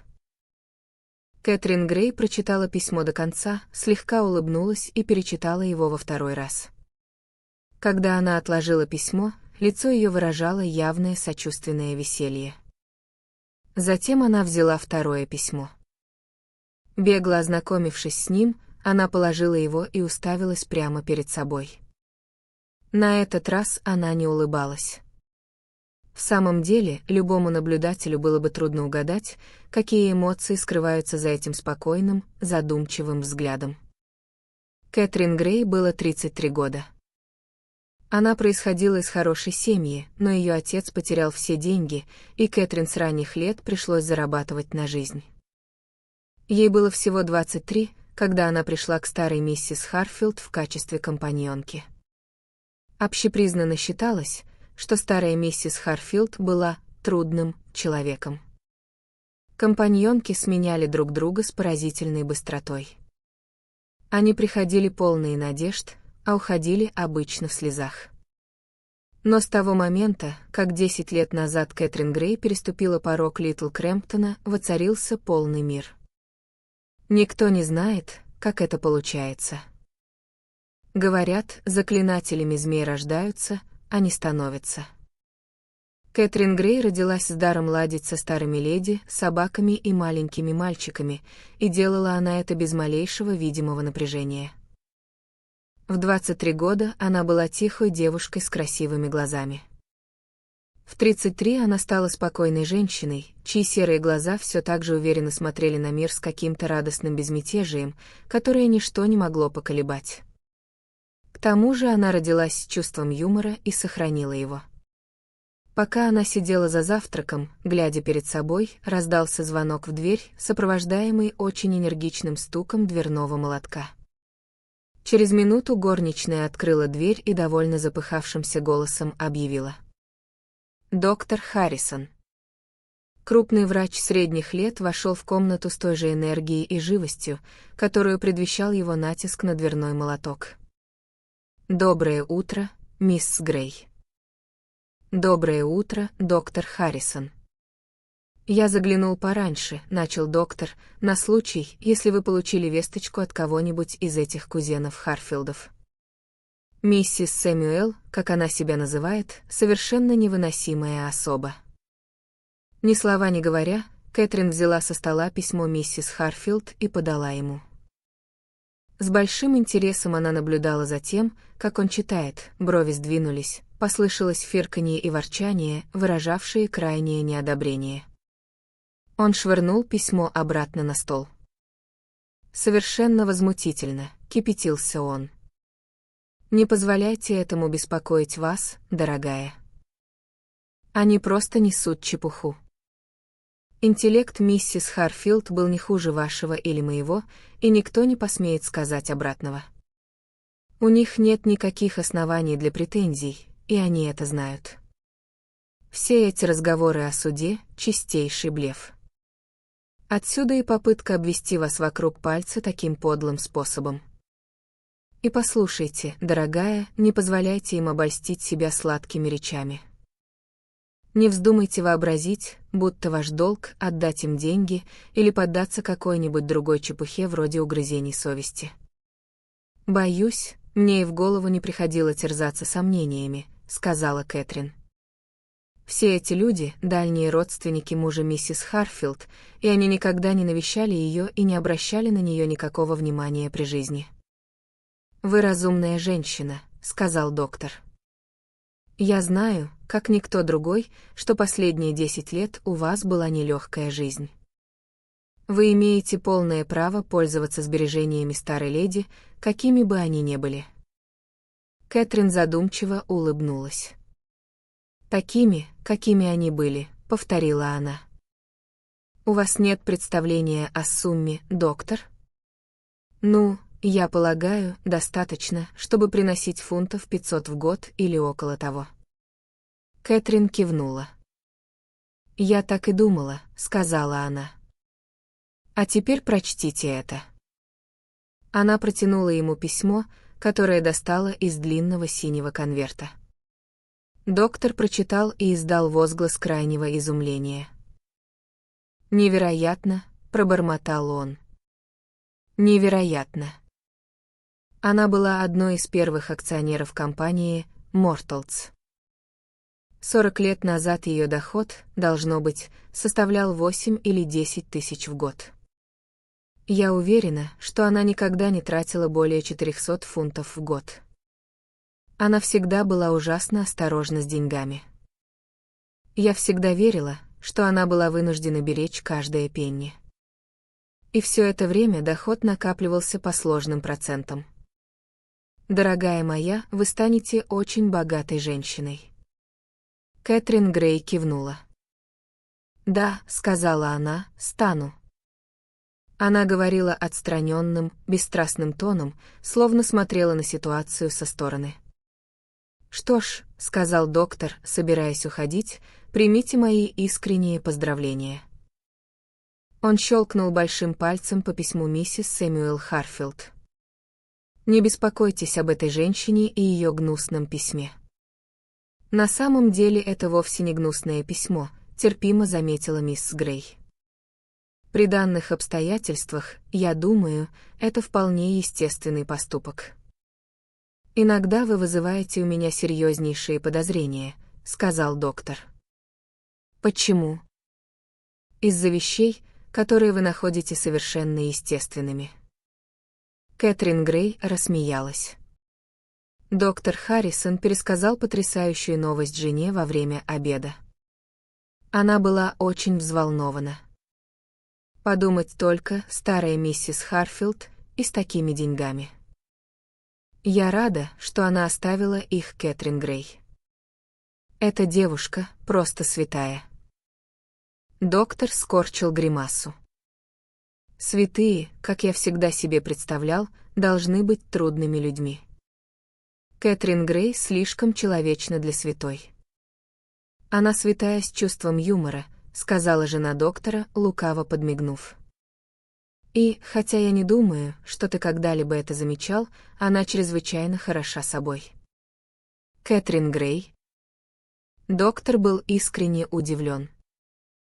У нее очень милые глаза, я знаю. Ох уж эти мужчины! Воскликнула его жена.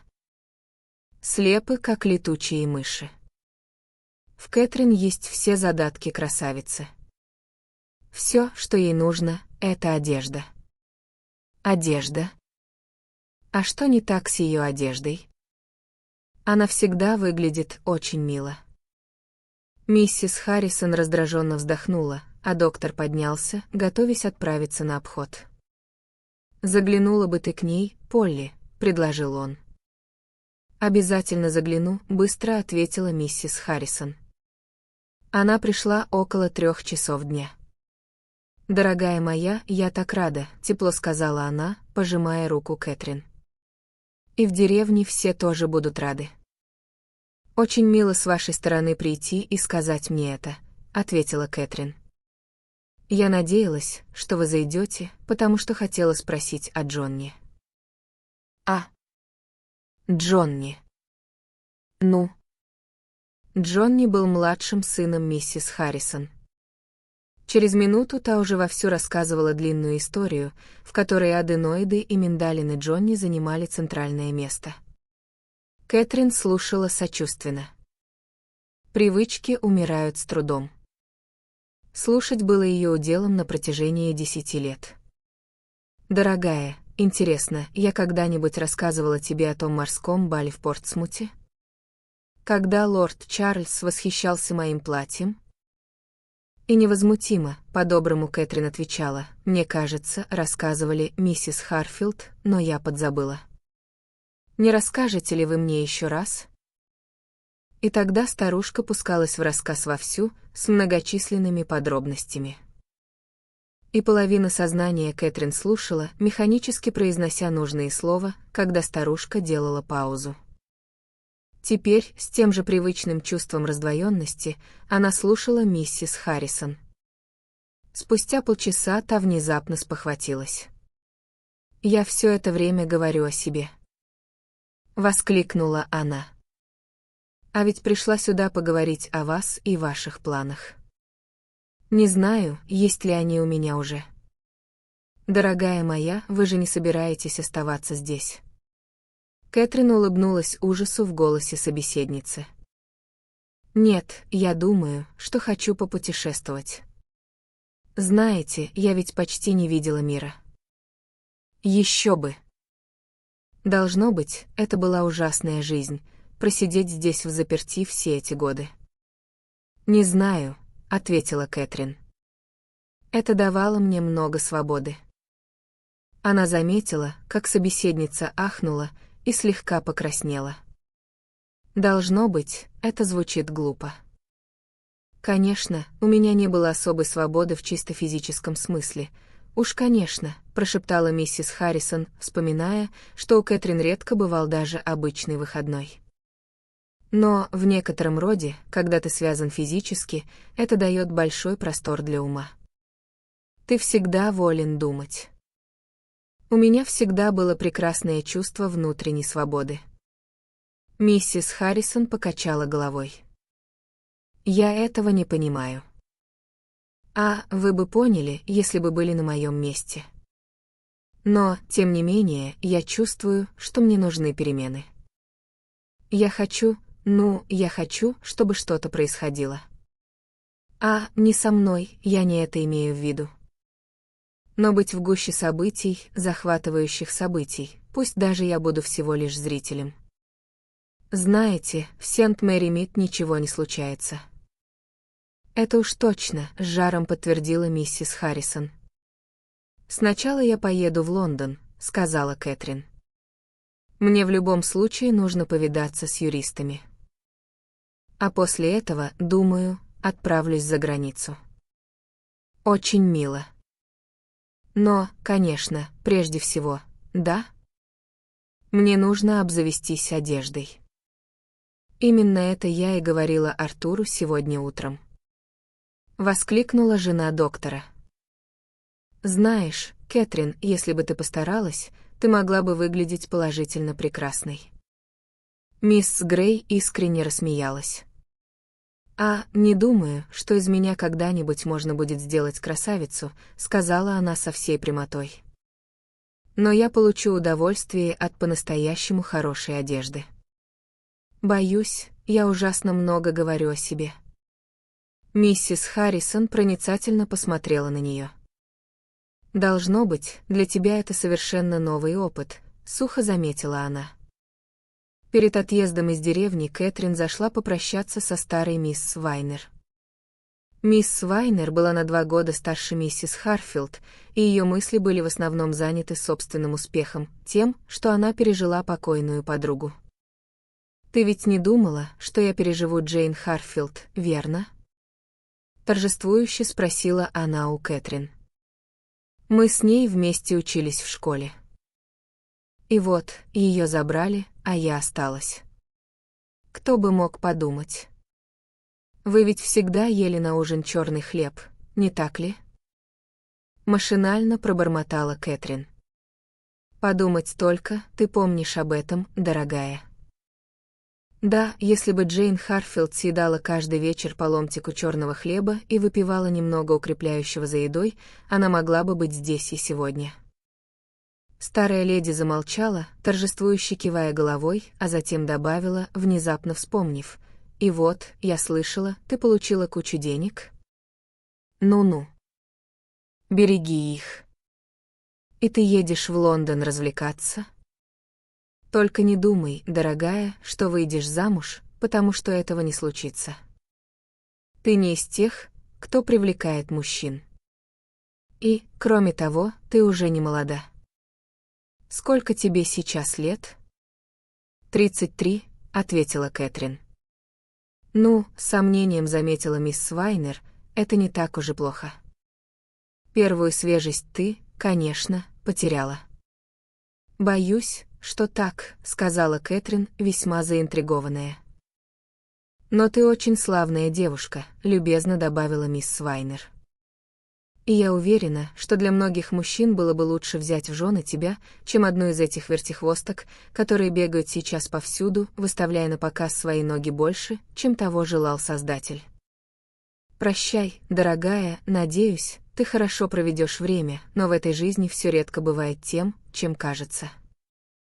Приободренная этими пророчествами, Кэтрин отправилась в путь. Половина деревни пришла проводить ее на станцию, включая маленькую служанку Элис, которая принесла тугой накрахмаленный букет и открыто плакала. «Таких, как она, немного», — всхлипывала Элис, когда поезд наконец скрылся из виду. «Уж на что мой Чарли променял меня на ту девчонку с фермы, так никто не был ко мне добрее, чем мисс Грей». И хоть она была придирчива к чистке меди и пыли, она всегда замечала, когда вещь лишний раз протрешь. Я бы за нее хоть сейчас на куски себя порезала. Настоящая леди, вот как я ее называю. Так состоялся отъезд Кэтрин из Сент-Мэри-Мид. Глава 8. Леди Темплин пишет письмо. «Ну что ж», — сказала леди Темплин, — «ну что ж». Она отложила газету «Континенталь Дейли Мэйл» и засмотрелась на синие воды Средиземного моря. Ветвь золотистой мимозы, нависшая прямо над ее головой, служила эффектной рамой для весьма очаровательной картины. Златовласая голубоглазая дама в очень идущем ей неглиже. То, что золотистый цвет волос был обязан искусству, равно как и розово-белый цвет лица, было неоспоримо, но синева глаз была даром природы, и в 44 года леди Темплин все еще могла считаться красавицей. Как ни очаровательно она выглядела, леди Темплин на сей раз думала не о себе. То есть она не думала о своей внешности. Она была поглощена более серьезными делами. Леди Темплин была известной фигурой на Ривьере, и ее приемы на вилле «Маргарита» пользовались заслуженной славой. Она была женщиной с немалым опытом и сменила 4 мужей. Первый был всего лишь безрассудством, и леди редко о нем упоминала. У него хватило такта умереть с похвальной быстротой, и вдова тут же вышла замуж за богатого производителя пуговиц. Он тоже отправился в иной мир после 3 лет супружеской жизни, поговаривали, после веселого вечера в компании закадычных друзей. После него появился виконт Темплин, который прочно утвердил Розали на тех высотах, по которым она желала ступать. Она сохранила свой титул, когда вышла замуж в 4-й раз. Эта 4-я авантюра была предпринята исключительно ради удовольствия. Мистер Чарльз Эванс, крайне симпатичный молодой человек 27 лет, с изысканными манерами, страстной любовью к спорту и умением ценить земные блага, не имел за душой ни гроша. Леди Темплин была очень довольна и удовлетворена жизнью в целом, но изредка у нее возникали легкие беспокойства по поводу денег.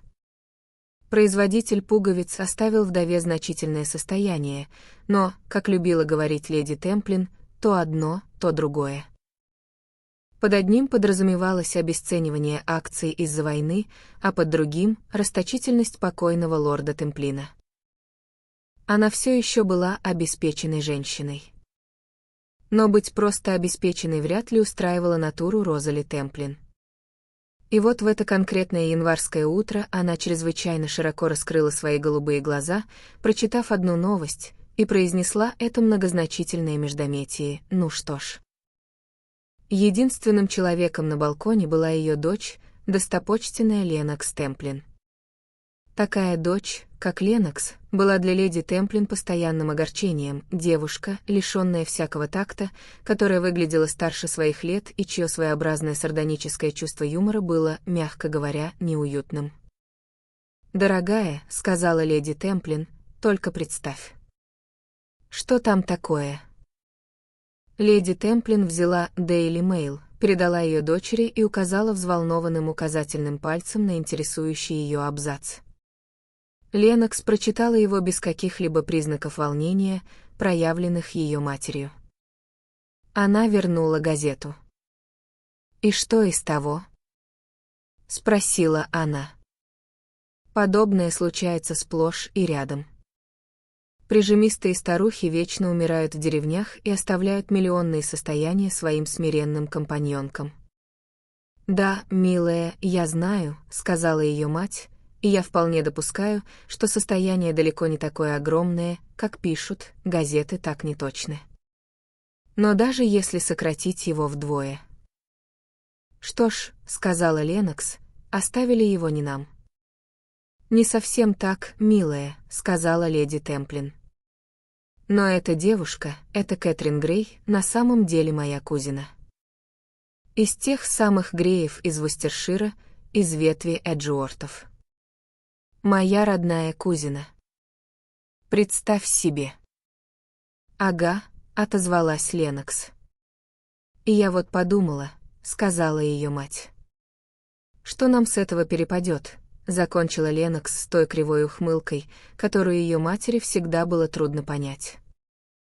«А, дорогая», — сказала леди Темплин с легкой ноткой упрека.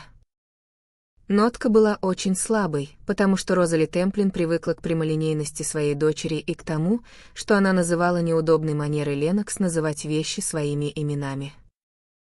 «Я вот подумала», — сказала леди Темплин, снова сдвинув свои искусно подведенные брови, «не стоит ли, доброе утро». «Чабби, дорогой, ты идешь играть в теннис». «Как мило». Чабби, к которому она обратилась, любезно улыбнулся ей, дежурно заметил, как потрясающе ты выглядишь в этом персиковом наряде, и проплыл мимо них вниз по ступеням. «Душка», — сказала леди Темплин, нежно глядя вслед мужу. «Погоди, на чем я остановилась?» «Ах, да». Она снова переключила мысли на дело. «Я вот подумала». «Ради бога, продолжай же. Ты говоришь это уже в 3-й раз». «Так вот, милая», — сказала леди Темплин, «я подумала, что было бы очень любезно, если бы я написала дорогой Кэтрин и предложила ей нанести нам небольшой визит сюда». Естественно, она совершенно оторвана от общества. Было бы лучше для нее выйти в свет под покровительством кого-то из своих близких. Выгода и для нее, и для нас. И насколько, по-твоему, тебе удастся ее раскошелить? Спросила Ленокс. Мать посмотрела на нее с упреком и пробормотала. Нам, конечно, придется прийти к какому-то финансовому соглашению. С учетом того, что то одно, то другое, война, твой бедный отец. А теперь Чабби, сказала Ленокс. Уж он то дорогостоящая роскошь, если тебе угодно. Помнится, она была милой девушкой, пробормотала леди Темплин, продолжая следовать своей нити рассуждений. Тихая, никогда не лезла вперед, не красавица и никогда не охотилась за мужчинами. «Значит, Чабби она оставит в покое?»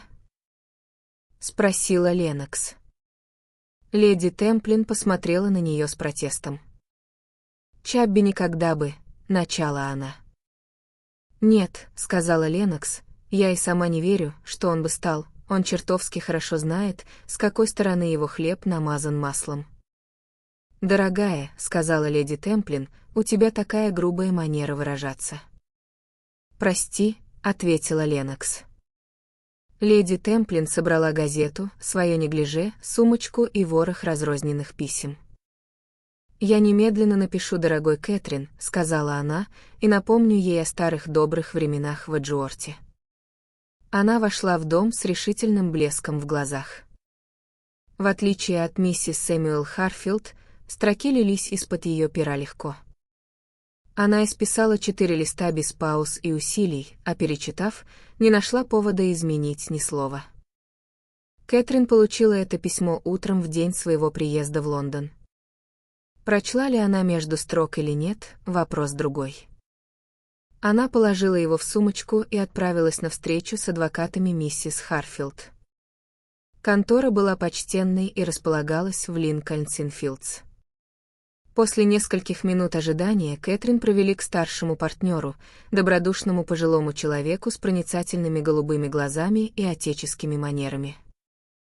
Некоторое время они обсуждали завещание миссис Харфилд и различные юридические вопросы, затем Кэтрин протянула юристу письмо миссис Сэмюэл.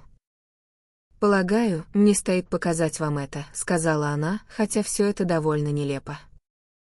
Он прочитал письмо с легкой улыбкой. «Довольно грубая попытка, мисс Грей. Мне вряд ли нужно говорить вам, что эти люди не имеют никаких прав на наследство, и если они попытаются оспорить завещание, ни один суд их не поддержит». Я так и думала. Человеческая природа не всегда благоразумна. На месте миссис Сэмюэл Харфилд я был бы более склонен взывать к вашему великодушию. Это как раз то, о чем я хотела с вами поговорить.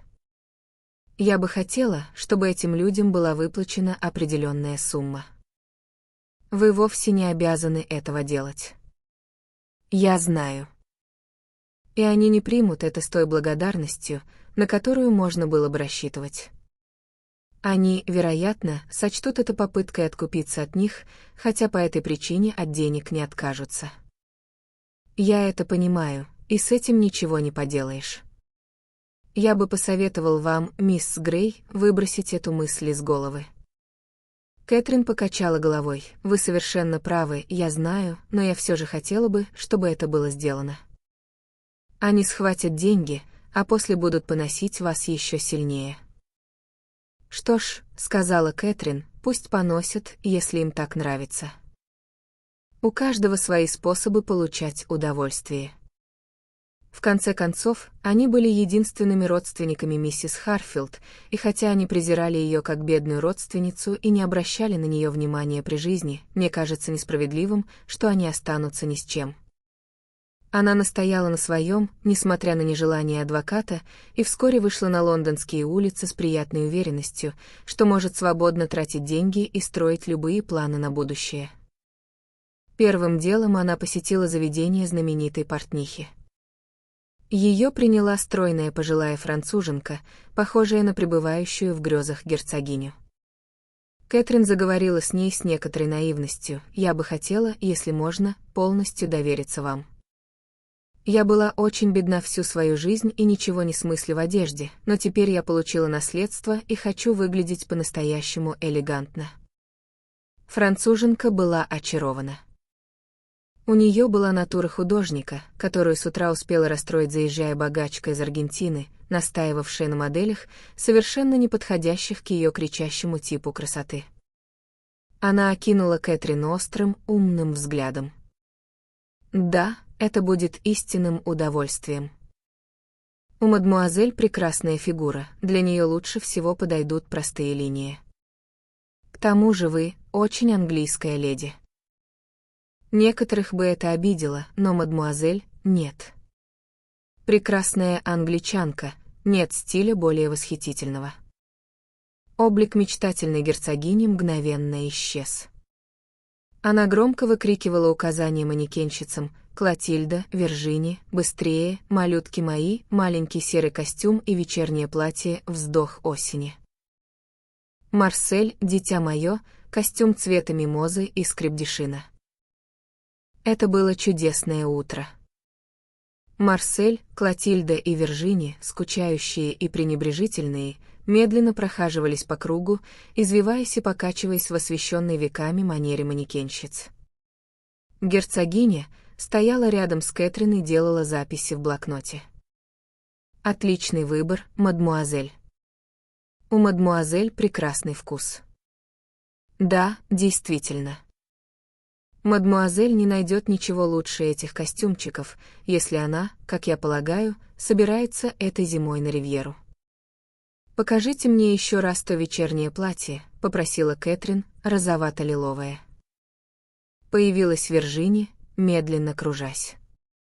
«Оно самое красивое из всех», — сказала Кэтрин, разглядывая изысканные драпировки лилового, серого и синего цветов. «Как вы его называете?» «Вздох осени». «Да, это поистине платье, мадмуазель». Что-то в этих словах заставило Кэтрин почувствовать легкую грусть, когда она покинула ателье. «Вздох осени — это поистине платье, мадмуазель». Осень, да, для нее настала осень.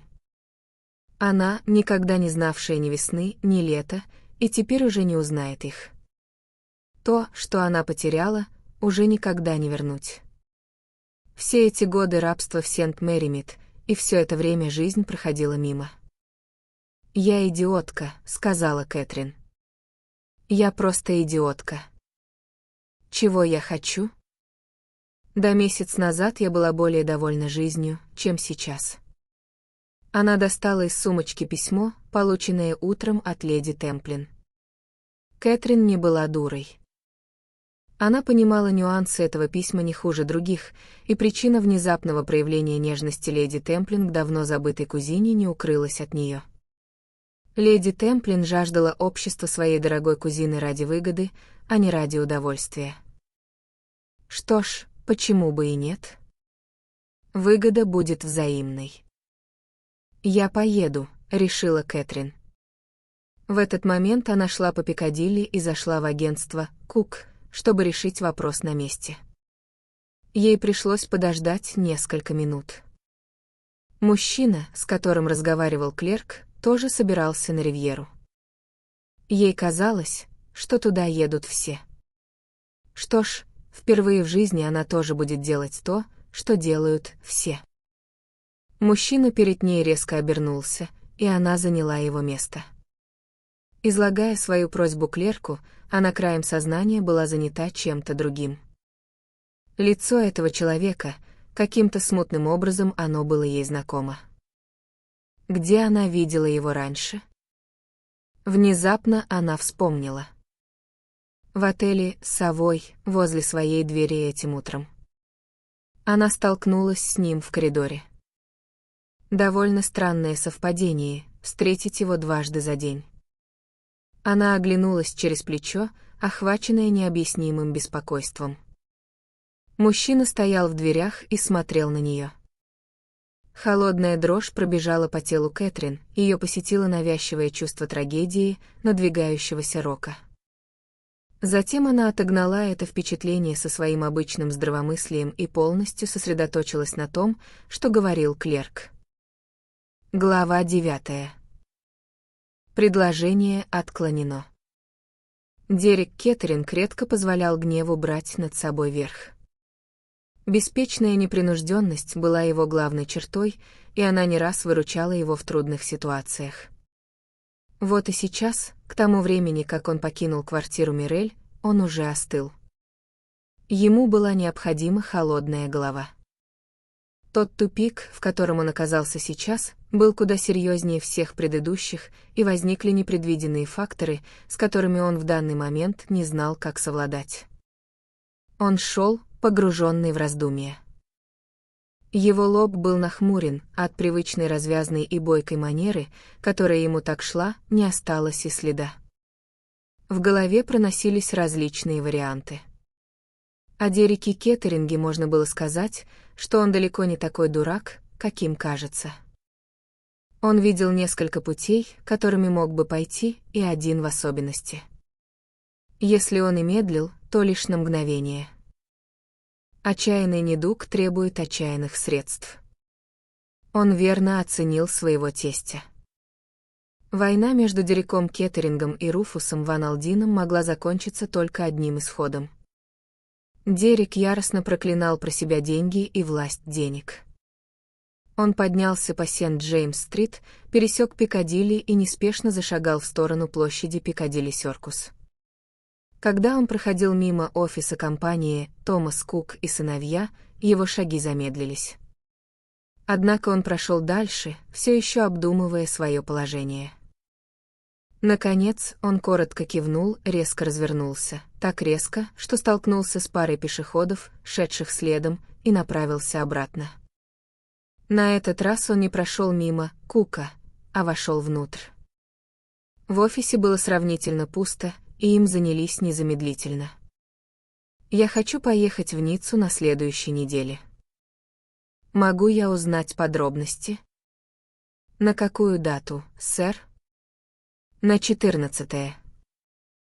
Какой поезд самый лучший?»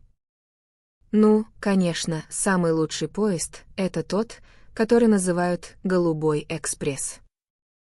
Вы избежите утомительной таможенной процедуры в Кале». Дерек кивнул. Он знал это лучше кого бы то ни было.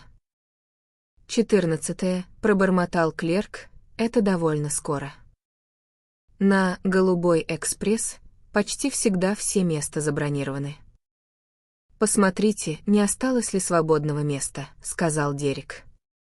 Если нет, он не закончил фразу, и на его лице появилась странная улыбка. Клерк исчез на несколько минут и вскоре вернулся. «Все в порядке, сэр, осталось еще 3 места. Я забронирую вам одно из них». «На чье имя?» «Повет», — ответил Дерек. Он продиктовал адрес своего жилья на Джермин-стрит. Клерк кивнул, закончил записывать, вежливо пожелал Дереку доброго утра и переключил внимание на следующего клиента. «Я хочу поехать в Ниццу 14 числа. Кажется, есть такой поезд, «Голубой экспресс». Дерек резко обернулся. Совпадение, странное совпадение. Он вспомнил свои собственные шутливые слова, сказанные Мирель, портрет леди с серыми глазами. «Не думаю, что когда-нибудь увижу ее снова».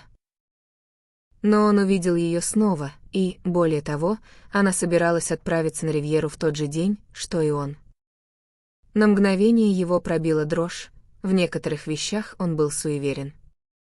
Он полушутя говорил, что эта женщина может принести ему неудачу. А вдруг это окажется правдой? Из дверного проема он оглянулся на нее, когда она стояла и говорила с клерком. На этот раз память его не подвела. Леди в полном смысле этого слова. Не слишком молода, не ослепительно красива. Но в ней что-то было, эти серые глаза, которые, возможно, видели слишком много. Выходя за дверь, он понял, что в какой-то степени боится этой женщины.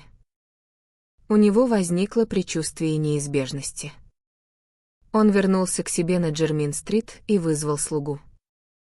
«Возьми этот чек, Павет, обналичь его завтра первым же делом и зайди к Куку на Пикадилли.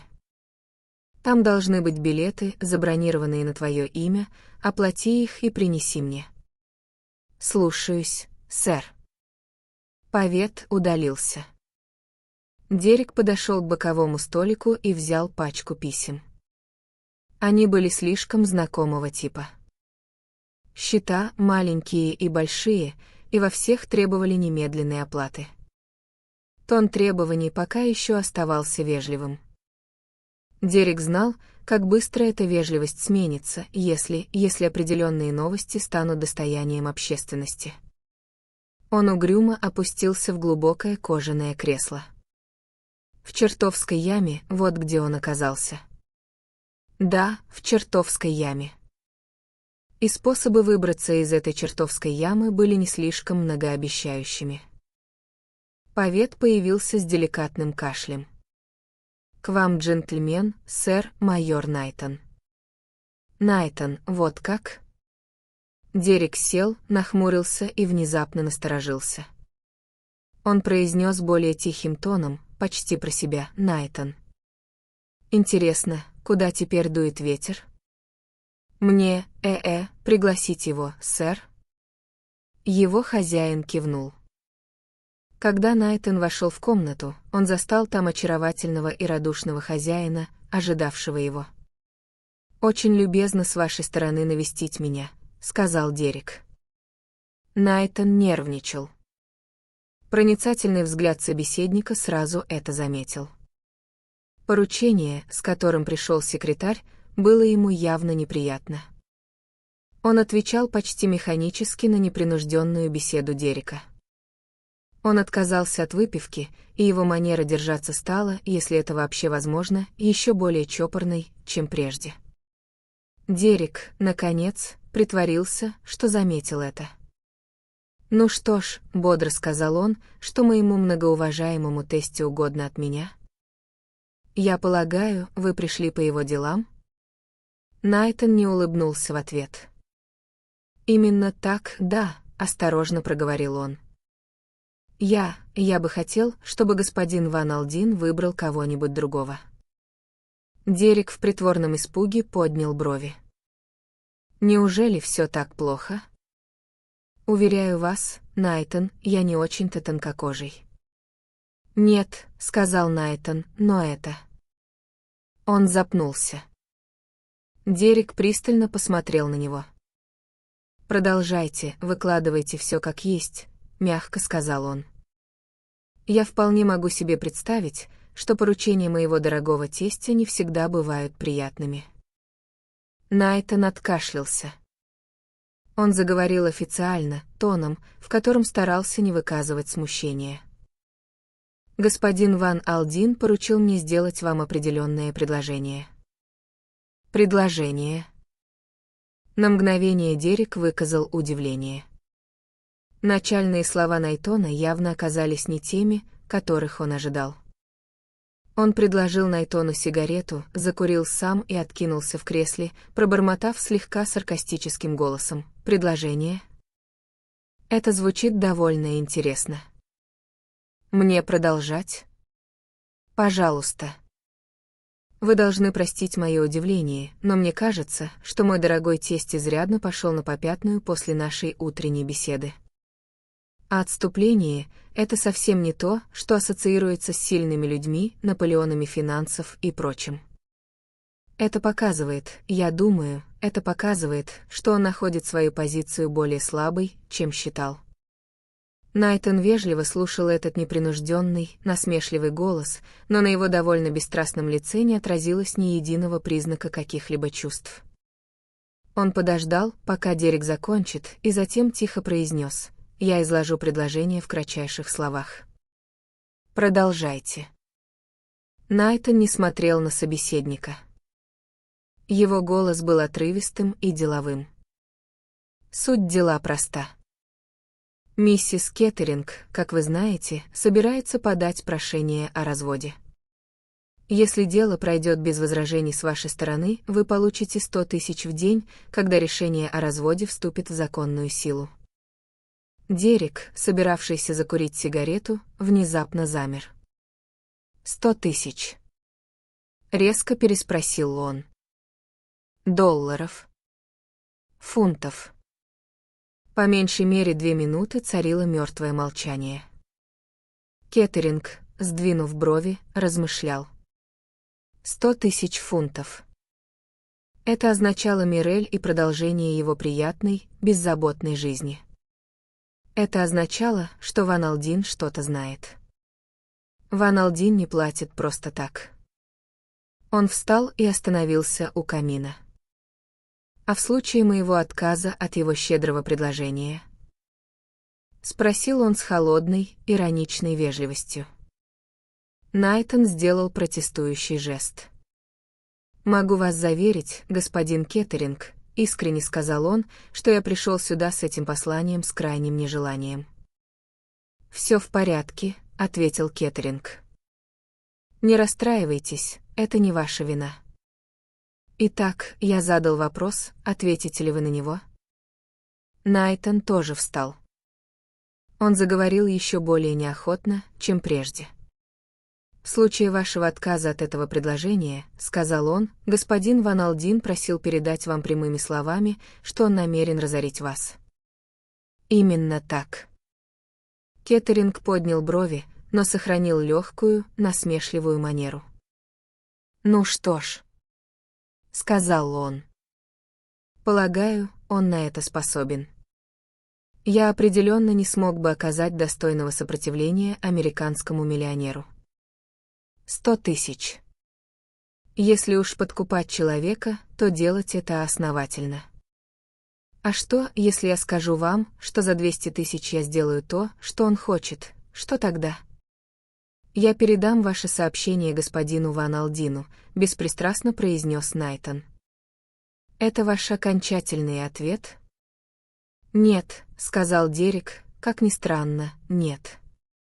Можете вернуться к моему тестю и передать ему, чтобы он убирался к черту вместе со своими взятками». «Это ясно?» «Вполне», — ответил Найтон. Он встал, замялся и внезапно покраснел. Позвольте мне сказать, господин Кеттеринг, что я рад вашему ответу». Дерек ничего не ответил. Когда гость покинул комнату, он еще минуту или две оставался погруженным в свои мысли. На его губах появилась странная улыбка. «Вот и все», — тихо произнес он. Глава 10. В голубом экспрессе. «Папа». Миссис Кеттеринг сильно вздрогнула. Этим утром ее нервы были не совсем в порядке. Безупречно одетая в длинное норковое манто и маленькую шляпку цвета китайского красного лака, она шла по переполненной платформе вокзала Виктория, погруженная в свои мысли, и внезапное появление отца вместе с его бодрым приветствием произвели на нее неожиданное впечатление. «А, Рут, как же ты подпрыгнула!» «Наверное, я не ожидала тебя увидеть, папа. Ты попрощался со мной вчера вечером и сказал, что утром у тебя совещание». «Так и есть», — сказал Ван Алдин, «но ты для меня важнее любого количества этих чертовых совещаний. Я пришел взглянуть на тебя в последний раз, так как не увижу тебя какое-то время. Это очень мило с твоей стороны, папа. Жаль, что ты не едешь со мной. А что бы ты сказала, если бы я поехал?» Это было лишь шутливое замечание. Он был удивлен, увидев, как на щеках Рут быстро вспыхнул румянец. На мгновение ему даже показалось, что в ее глазах промелькнуло смятение. Она неуверенно и нервно рассмеялась. «На секунду я действительно подумала, что ты это серьезно», — сказала она. «Ты была бы рада?» «Конечно». Она произнесла это с преувеличенным воодушевлением. «Ну что ж», — сказал Ван Алдин, — «это хорошо». «Ведь это совсем ненадолго, папа», — продолжала Рут, — «ты же знаешь, что приедешь в следующем месяце». «Ох», — беспристрастно произнес Ван Алдин. «Иногда мне кажется, что я пойду к одному из этих важных парней на Харли-стрит, и он скажет мне, что мне прямо сейчас необходимо солнце и смена обстановки». «Не будь таким ленивым», — воскликнула Рут, — «в следующем месяце там гораздо приятнее, чем сейчас.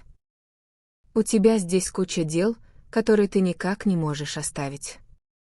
«Ну, пожалуй, это так», — со вздохом сказал Ван Алдин.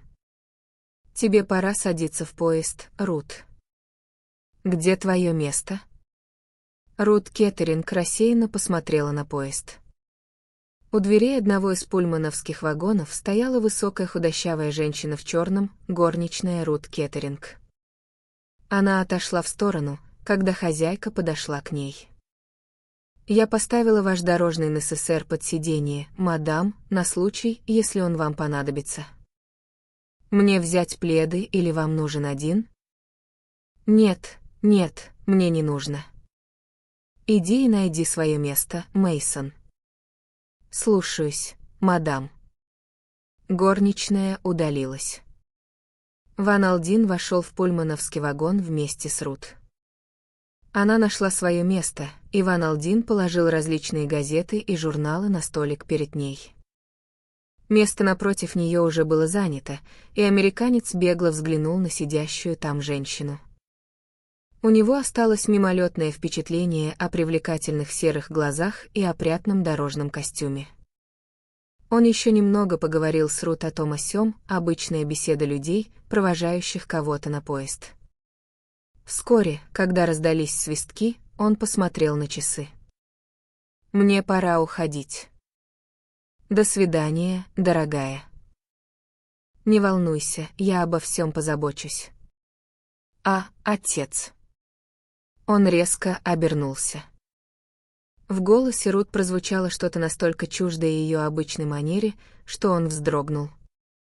Это был почти крик отчаяния. Она сделала импульсивное движение к нему, но уже через минуту снова овладела собой. «До следующего месяца», — бодро сказала она. Через 2 минуты поезд тронулся.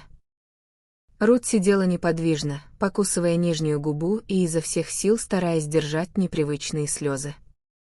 Она внезапно ощутила жуткое чувство одиночества. У нее появилось дикое желание выпрыгнуть из поезда и вернуться, пока не стало слишком поздно. Она, всегда такая спокойная и уверенная в себе, впервые в жизни чувствовала себя словно лист, гонимый ветром. Если бы ее отец узнал, что бы он сказал? Безумие. Да, именно так, безумие. Впервые в жизни она была во власти эмоций, которые толкнули ее на поступок, даже по ее собственному мнению невероятно глупый и безрассудный. В ней было достаточно от дочери Ван Алдина, чтобы осознавать собственную глупость, и достаточно здравомыслия, чтобы осуждать свои действия. Но она была его дочерью и в другом смысле. У нее была та же железная решимость во что бы то ни стало получить желаемое, и, если уже она что-то задумала, ее было не остановить. С самой колыбели она была своевольной, сами обстоятельства ее жизни развили в ней это своеволие. Теперь оно неумолимо гнало ее вперед. Что ж, жребий брошен. Теперь она должна идти до конца. Она подняла глаза и встретилась взглядом с женщиной, сидящей напротив. Ей вдруг померещилось, что та каким-то образом прочитала ее мысли. В этих серых глазах она увидела понимание, да, сострадание. Это было лишь мимолетное впечатление. Лица обеих женщин вновь приняли выражение светского бесстрастия. Миссис Кеттеринг взяла журнал, а Кэтрин Грей посмотрела в окно на бесконечную череду унылых улиц и пригородных домов. Рут обнаруживала, что ей все труднее сосредоточиться на печатной странице перед глазами. Помимо воли, тысячи опасений терзали ее ум. Каким же глупцом она была? Каким же глупцом она остается? Как и все хладнокровные и самодостаточные люди, потеряв самообладание, она теряла его окончательно. Было слишком поздно.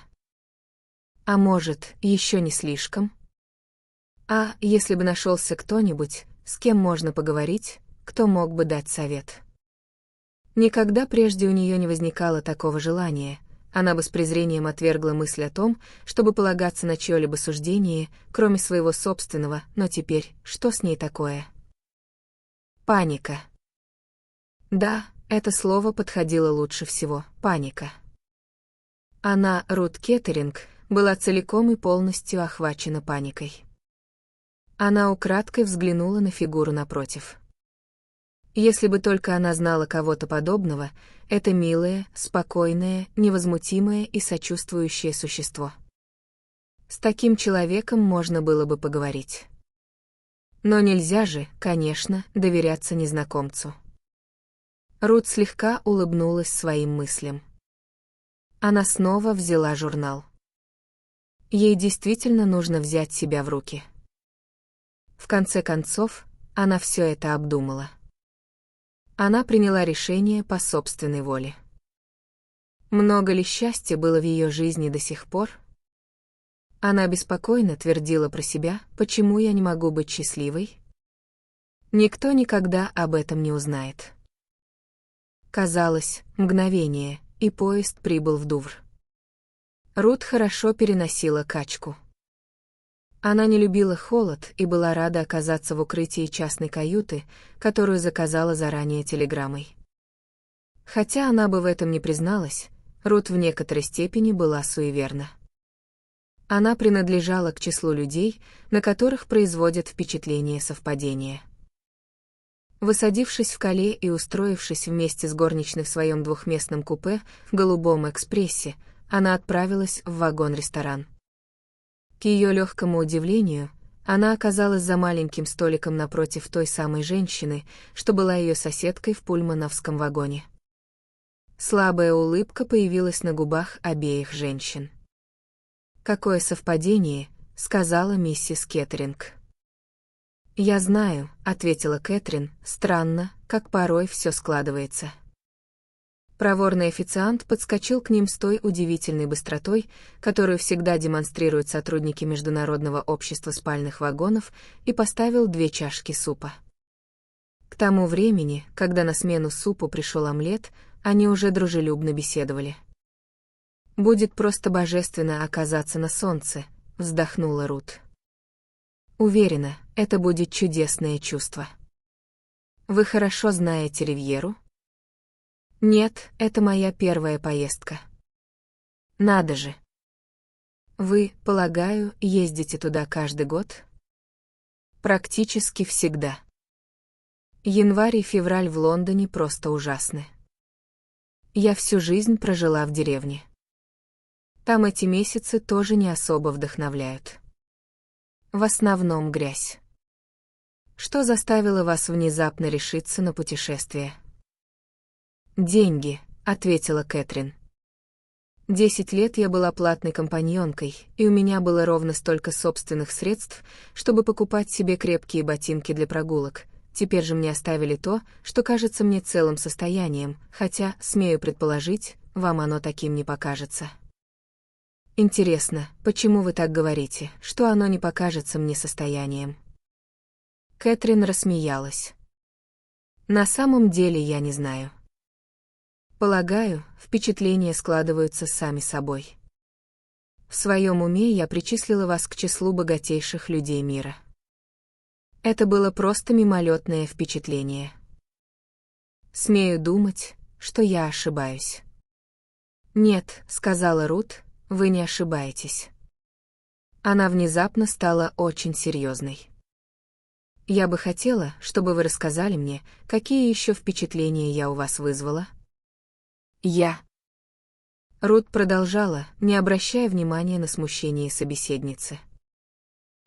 Пожалуйста, отбросьте условности. Я хочу знать.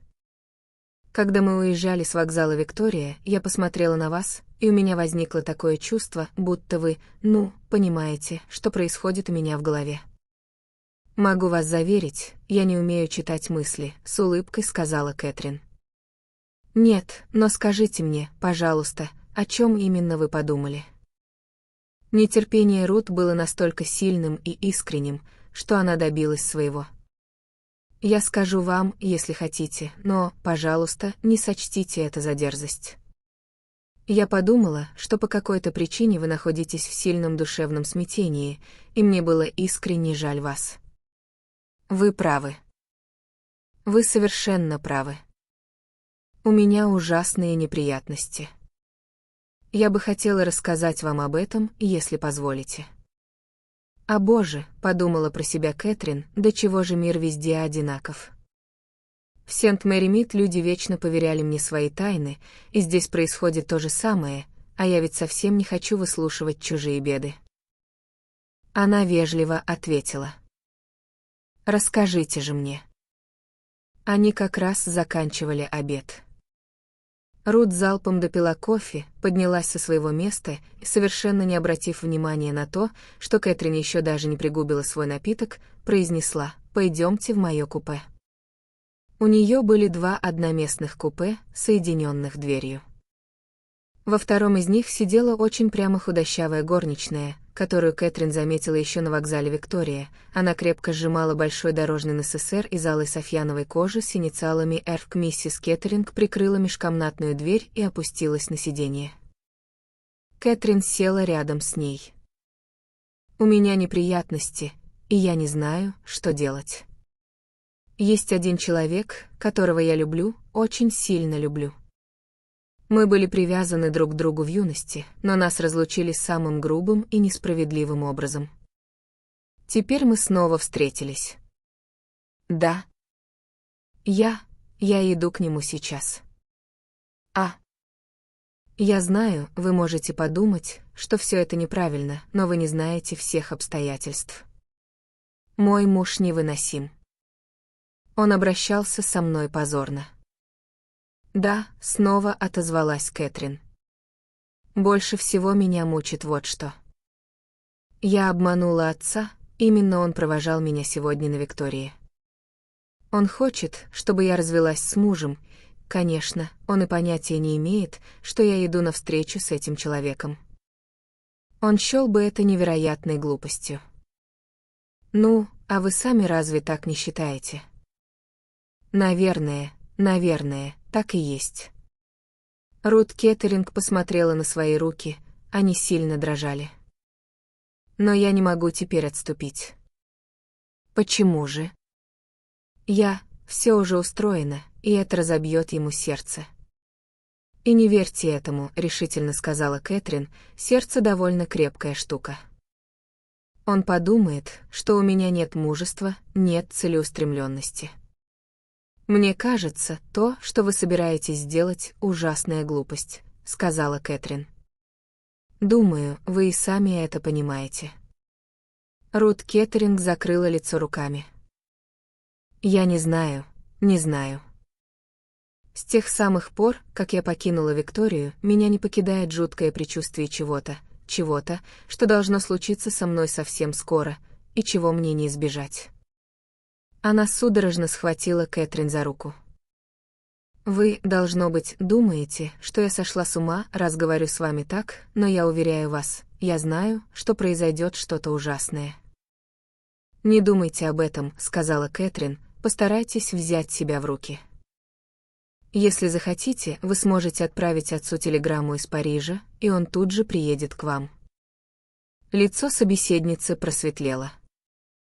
«Да, я могла бы так поступить. Странно, но я только сегодня поняла, как ужасно я его люблю». Она выпрямилась и вытерла глаза платком.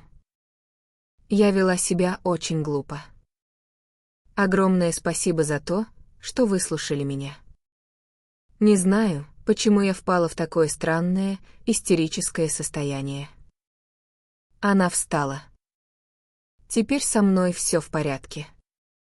Наверное, мне просто нужно было выговориться. Ума не приложу, почему я вела себя как полная дура». Кэтрин тоже поднялась. «Я так рада, что вам стало легче», — сказала она, стараясь придать голосу как можно более официальный тон. Она прекрасно знала, что за откровенностью часто следует неловкость. И тактично добавила: «Мне пора возвращаться в свое купе». Она вышла в коридор в тот самый момент, когда горничная тоже выходила из соседней двери. Последняя посмотрела через плечо Кэтрин, и на ее лице отразилось крайнее удивление. Кэтрин тоже обернулась, но к тому времени тот, кто вызвал интерес горничной, уже скрылся в своем купе, и коридор был пуст. Кэтрин пошла дальше к своему месту, которое находилось в следующем вагоне. Когда она проходила мимо крайнего купе, дверь приоткрылась, на мгновение выглянуло женское лицо и тут же резко скрылось. Это было лицо, которое не так-то легко забыть, как поняла Кэтрин, когда увидела его снова. Красивое, овальное и смуглое лицо с очень густым и причудливым макияжем. У Кэтрин возникло чувство, что она уже где-то его видела. Кэтрин без происшествий вернулась в свое купе и некоторое время размышляла о доверенной ей тайне. Она гадала, кем была женщина в норковом манто, и надеялась, что больше не встретит ее, так как после подобных откровений люди часто испытывают неловкость. По прибытии на Лионский вокзал Кэтрин заметила, что ее попутчица решила проблему возможной неловкости за ужином, заказав еду прямо в купе через окно. Во время ужина в вагоне-ресторане Кэтрин познакомилась с новым соседом, иностранцем с вощеными усами и яйцевидной головой. Между ними завязался примечательный разговор. О детективных романах. Маленький человек заметил у Кэтрин книгу и спросил, почему люди любят такие истории. Кэтрин предположила, что они создают иллюзию захватывающей жизни, на что иностранец возразил, что подобные вещи случаются и в реальности. О желаниях и судьбе он заметил, что Кэтрин жаждет интересных событий, и добавил, что человек всегда получает то, чего хочет, но иногда это может быть больше, чем он ожидал. Странное предсказание. Когда Кэтрин спросила, пророчество ли это, он помпезно ответил, что никогда не пророчествует, но имеет привычку всегда быть правым. Вернувшись к себе, Кэтрин увидела, что проводник готовит постель в купе ее знакомой. Вторая часть купе была пуста, горничной там не было. Кэтрин легла спать около 9:30, но вскоре проснулась от чувства сильной тревоги. Выйдя в коридор, чтобы узнать время у проводника, она увидела в соседнем вагоне мужчину, который стоял у двери купе дамы в норковом манто. Кэтрин с чувством фатализма узнала в нем человека, которого уже дважды видела ранее, в отеле «Совой» и в офисе Томаса Кука. Мужчина вошел в купе, и Кэтрин подумала, не тот ли это человек, ради которого ее попутчица затеяла это безрассудное путешествие. Через 5 минут поезд начал замедлять ход и остановился в Лионе. Глава 11. Убийство. Кэтрин проснулась на следующее утро от яркого солнечного света. Она рано отправилась на завтрак, но не встретила никого из вчерашних знакомых. Когда она вернулась в свое купе, проводник, смуглый человек с поникшими усами и меланхоличным лицом, как раз придал ему дневной вид.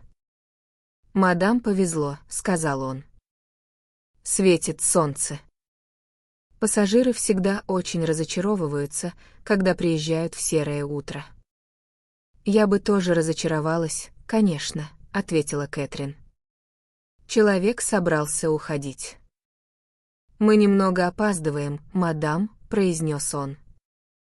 «Я сообщу вам перед самым прибытием в Ниццу». Кэтрин кивнула. Она сидела у окна, завороженная залитой солнцем панорамой. Пальмы, глубокое синева моря, ярко-желтая мимоза — все это обладало очарованием новизны для женщины, которая в течение 14 лет знала только унылые английские зимы. Когда они прибыли в Канны, Кэтрин вышла и прошлась по платформе. Ей было любопытно взглянуть на даму в норковом манто, и она посмотрела на окна ее купе. Шторы были все еще опущены, единственные во всем поезде. Кэтрин немного удивилась, и, когда вернулась в поезд, она прошла по коридору и заметила, что эти два купе все еще заперты и закрыты ставнями. Дама в норковом манто явно не была ранней птичкой. Вскоре пришел проводник и сообщил ей, что через несколько минут поезд прибудет в Ниццу. Кэтрин протянула ему чаевые, человек поблагодарил ее, но медлил. В нем было что-то странное. Кэтрин, которая сначала гадала, не слишком ли малы чаевые, теперь убедилась, что случилось что-то гораздо более серьезное. Его лицо было болезненно бледным, он весь дрожал и выглядел так, будто его напугали до смерти. Он как-то странно поглядывал на нее. Внезапно он спросил: «Мадам, извините меня, но вы ожидаете, что друзья встретят вас в Ницце?» «Вероятно», — ответила Кэтрин. «А что?»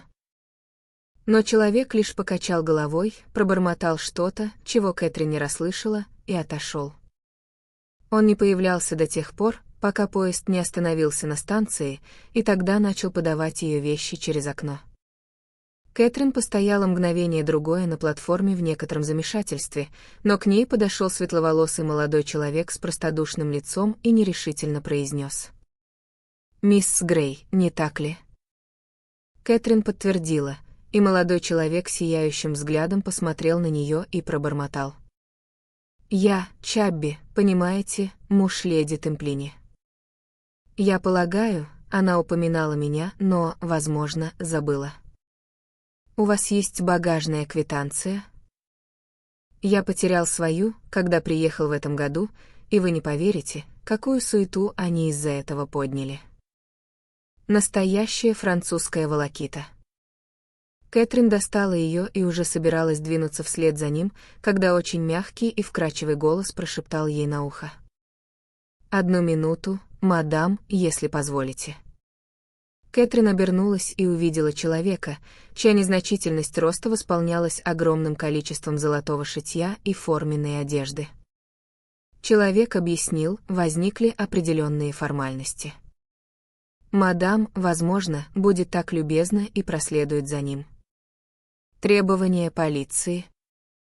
Он всплеснул руками. «Бессмысленно, несомненно, но ничего не поделаешь». Господин Чабби Эванс слушал с весьма смутным пониманием, так как его французский был весьма ограниченным. «Так по-французски», — пробормотал господин Эванс.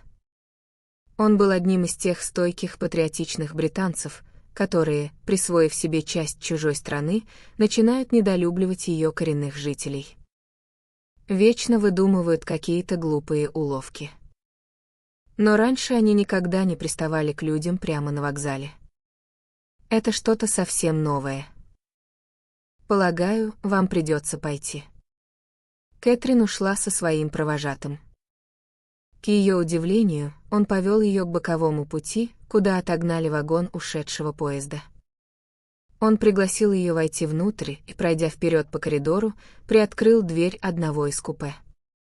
Там находился важный чиновник, а с ним ничем не примечательный субъект, судя по всему, клерк.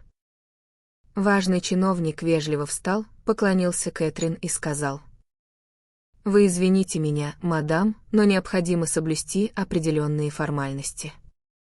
Мадам говорит по-французски, я надеюсь. «Достаточно, я полагаю, месье», — ответила Кэтрин на этом языке. «Это хорошо. Прошу садиться, мадам. Я господин К., комиссар полиции».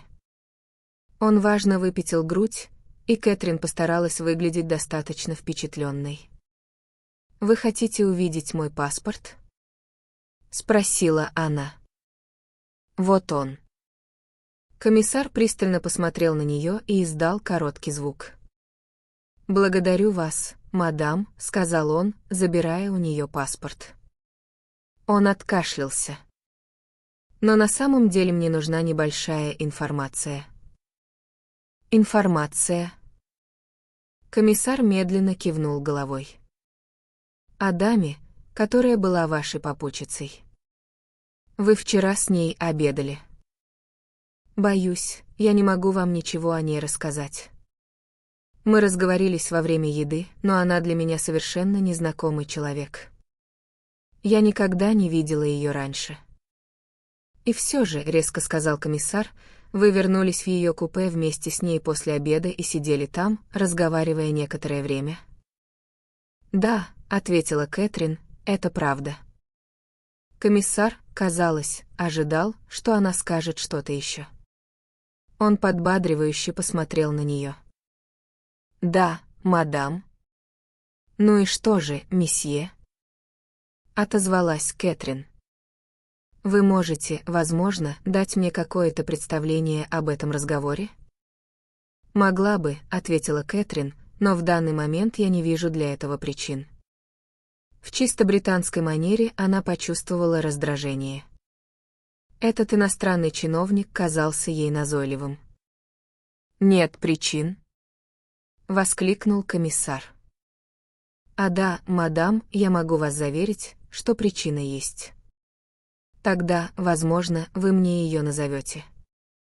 Комиссар задумчиво потер подбородок в течение минуты или двух, не говоря ни слова. «Мадам», — сказал он наконец, — «причина очень проста. Дама, о которой идет речь, была найдена мертвой в своем купе сегодня утром». «Мертвой», — ахнула Кэтрин. «Что это было, сердечный приступ?» «Нет», — произнес комиссар задумчивым, мечтательным голосом. «Нет, она была убита». «Убита», — вскричала Кэтрин. «Так что вы понимаете, мадам, почему мы жаждем получить любую информацию, какую только возможно. Но наверняка ее горничная». Горничная исчезла. «А». Кэтрин замолчала, чтобы собраться с мыслями. Поскольку проводник видел, как вы разговаривали с ней в ее купе, он вполне естественно сообщил об этом факте полиции, и именно поэтому, мадам, мы задержали вас в надежде получить какие-то сведения. «Мне очень жаль», — сказала Кэтрин, — «я даже не знаю ее имени». Ее фамилия — Кеттеринг. Это мы знаем из ее паспорта и по ярлыкам на ее багаже. Если мы... В дверь купе постучали. Господин К нахмурился. Он приоткрыл дверь сантиметров на 15. «В чем дело?» — спросил он властно. «Меня нельзя беспокоить». Яйцеобразная голова вчерашнего знакомого Кэтрин по обеду показалась в проеме. На его лице сияла лучезарная улыбка. «Мое имя», — произнес он, — «Эркюль Пуаро». «Неужели?» — пробормотал комиссар, — «тот самый Эркюль Пуаро?» «Он самый», — подтвердил господин Пуаро. «Я помню, как однажды встречал вас, господин К., в Сюрте в Париже, хотя вы, несомненно, забыли меня». «Вовсе нет, месье, вовсе нет», — сердечно заявил комиссар. «Но входите же, прошу вас. Вы знаете об этом». «Да, я знаю», — сказал Эркюль Пуаро. «Я пришел узнать, не могу ли я быть чем-нибудь полезен?» «Мы были бы польщены», — быстро ответил комиссар. «Позвольте представить вам, господин Пуаро», — он заглянул в паспорт, который все еще держал в руке, «мадам мадмуазель Грей». Пуаро улыбнулся Кэтрин. «Странно, не правда ли?» — пробормотал он, что мои слова сбылись так быстро. «Мадмуазель, увы, может рассказать нам очень мало», — произнес комиссар. «Я уже объяснила», — сказала Кэтрин, что эта бедная леди была мне совершенно незнакома. Пуаро кивнул. «Но она говорила с вами, не так ли?» Мягко спросил он. «У вас сложилось впечатление, разве не так?» «Да», — задумчиво ответила Кэтрин. «Полагаю, что так». И это впечатление было. «Да, мадмуазель», — комиссар подался вперед, «давайте же непременно выслушаем ваше впечатление». Кэтрин сидела, обдумывая все это. В каком-то смысле ей казалось, будто она выдает чужую тайну, но, когда в ушах звенело это страшное слово «убийство», она не смела ничего скрывать. От этого могло зависеть слишком многое. Поэтому, насколько это было возможно, она слово в слово повторила разговор, который состоялся у нее с покойной женщиной. «Это интересно», — сказал комиссар, взглянув на другого. «А, господин Пуаро, это ведь интересно. Имеет ли это какое-либо отношение к преступлению?» Он оставил фразу неоконченной. «Я полагаю, это не могло быть самоубийством?» Спросила Кэтрин довольно неуверенно. «Нет», — отрезал комиссар, — «это не могло быть самоубийством». Она была задушена куском черного шнура. «А?» Кэтрин вздрогнула. Господинка извиняюще развел руками. «Это неприятно, нет. Я думаю, что наши поездные грабители более жестоки, чем в вашей стране. Это ужасно». «Да, да», — он говорил успокаивающе и извиняющимся тоном, «но у вас большое мужество, мадмуазель. Сразу же, как только я увидел вас, я сказал себе, у мадмуазель большое мужество. Вот почему я собираюсь попросить вас сделать еще кое-что, нечто тягостное, но, уверяю вас, крайне необходимое». Кэтрин посмотрела на него с опаской. Он виновато развел руками. «Я попрошу вас, мадмуазель, быть так любезной и краткой и пройти со мной в соседнее купе». «Это обязательно?» — тихо спросила Кэтрин. «Кто-то должен ее опознать», — сказал комиссар, а так как горничная исчезла, он значительно кашлянул. «Вы, судя по всему, тот человек, который видел ее чаще других с тех пор, как она села в поезд». «Хорошо», — спокойно ответила Кэтрин, — «если это необходимо». Она встала. Пуаро едва заметно кивнул ей в знак одобрения. «Мадмуазель рассудительно», — произнес он. «Могу ли я сопровождать вас, господинка?» «Буду очарован, мой дорогой господин Пуаро». Они вышли в коридор, и господинка отпер дверь купе убитой женщины. Шторы на противоположной стороне были подняты наполовину, чтобы впустить свет. Убитая лежала на полке слева в настолько естественной позе, что ее можно было принять за спящую. Постельные принадлежности были натянуты поверх нее, а голова повернута к стене, так что видны были только рыжевато-каштановые кудри. Очень осторожно господинка положил руку ей на плечо и перевернул тело так, чтобы стало видно лицо. Кэтрин слегка вздрогнула и вонзила ногти в ладони. Тяжелый удар обезобразил черты лица почти до неузнаваемости. Пуаро издал резкое восклицание. «Интересно, когда это было сделано?» — спросил он. «До смерти или после?» «Доктор говорит, что после», — ответил господин К. «Странно», — проговорил Пуаро, сдвинув брови. Он повернулся к Кэтрин. «Будьте смелее, мадмуазель, посмотрите на нее внимательно. Вы уверены, что это та самая женщина, с которой вы вчера разговаривали в поезде?» У Кэтрин были хорошие нервы. Она заставила себя долго и пристально смотреть на неподвижную фигуру. Затем она наклонилась вперед и взяла руку покойной. «Я совершенно уверена», — ответила она наконец. Лицо слишком обезображено, чтобы его узнать, но телосложение, осанка и волосы в точности совпадают. Кроме того, я заметила вот это. Она указала на крошечную родинку на запястье убитой, пока говорила с ней. «Хорошо», — одобрил Пуаро. «Вы отличный свидетель, мадмуазель. Значит, вопрос об установлении личности не стоит, но все же это странно». Он в недоумении нахмурился, глядя на покойную. Господинка пожал плечами. Убийца был во власти ярости, несомненно, предположил он. Если бы ее сбили с ног ударом, это было бы понятно, размышлял Пуаро, но человек, который ее задушил, подкрался сзади и застиг ее врасплох. Короткий вздох, бульканье — это все, что было бы слышно, а затем, после всего, этот сокрушительный удар по лицу. Но зачем? Надеялся ли он, что, если лицо станет неузнаваемым, ее не смогут опознать? Или он так сильно ее ненавидел, что не удержался от удара, даже когда она была уже мертва? Кэтрин содрогнулась, и он тут же любезно повернулся к ней. «Вы не должны позволять мне расстраивать вас, мадмуазель», — сказал он. «Для вас все это очень ново и ужасно. Для меня же, увы, это старая история. Одну минуту, я прошу вас обоих». Они стояли у двери, наблюдая за тем, как он быстро обходит купе.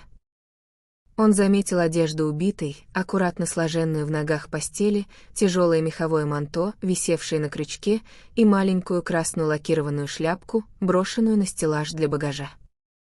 Затем он прошел в примыкающее купе, то самое, где Кэтрин видела сидящую горничную. Здесь постель не была застелена.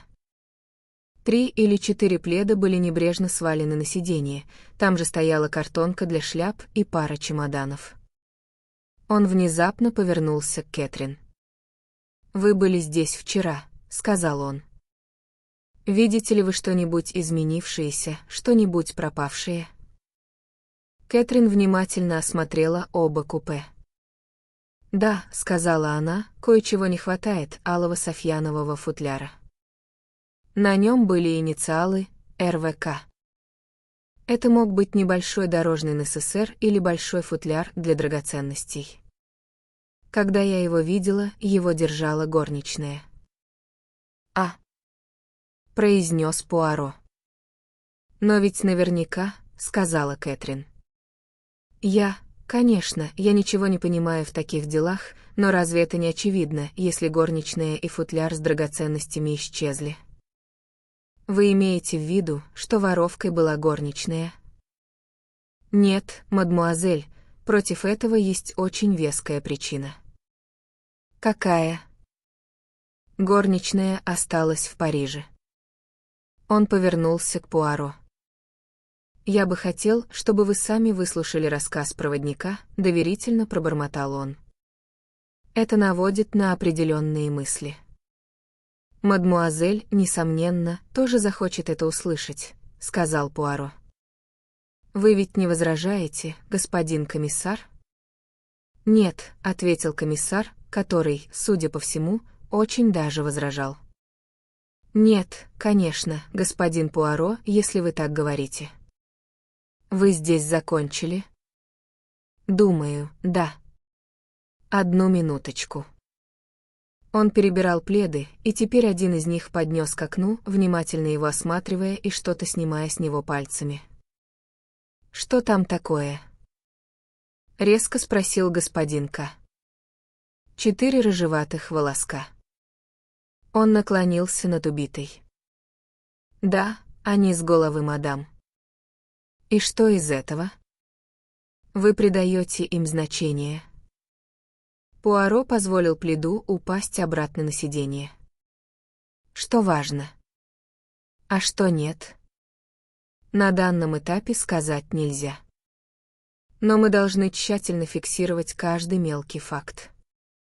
Они вернулись в первое купе, и через минуту-другую пришел проводник вагона для допроса. «Ваше имя Пьер Мишель?» — спросил комиссар. «Да, господин комиссар. Я бы хотел, чтобы вы повторили этому джентльмену», — он указал на Пуаро, «историю, которую вы рассказали мне о том, что произошло в Париже». «Слушаюсь, господин комиссар». После того, как мы покинули Лионский вокзал, я пришел застелить постели, думая, что мадам на обеде, но у нее в купе была корзина с едой. Она сказала мне, что была вынуждена оставить свою горничную в Париже, поэтому мне нужно застелить только одну полку. Она перенесла свою корзину в соседнее купе и сидела там, пока я готовил постель. Затем она сказала мне, что не хочет, чтобы ее будили рано утром, так как она любит поспать подольше. Я ответил, что все понял, и она пожелала мне спокойной ночи. «Вы сами не заходили в соседнее купе?» «Нет, месье». «Значит, вы случайно не заметили, был ли среди багажа Аллы Софьяновой футляр?» «Нет, месье, не заметил». «Мог ли мужчина прятаться в соседнем купе?» Проводник задумался. «Дверь была полуоткрыта», — сказал он. «Если бы человек стоял за этой дверью, я бы не смог его увидеть, но он, конечно, был бы прекрасно виден мадам, когда она туда входила». «Совершенно верно», — сказал Пуаро. «Есть ли что-нибудь еще, что вы можете нам сообщить?» «Думаю, это все, месье. Больше ничего не могу вспомнить». «А теперь о сегодняшнем утре?» — подсказал Пуаро. Как мадам и приказывала, я не беспокоил ее. Только перед самым Канном я осмелился постучать в дверь. Не получив ответа, я открыл ее. Дама, казалось, спала в своей постели. Я взял ее за плечо, чтобы разбудить, и тогда... «И тогда вы увидели, что произошло», — закончил за него Пуаро. «Очень хорошо.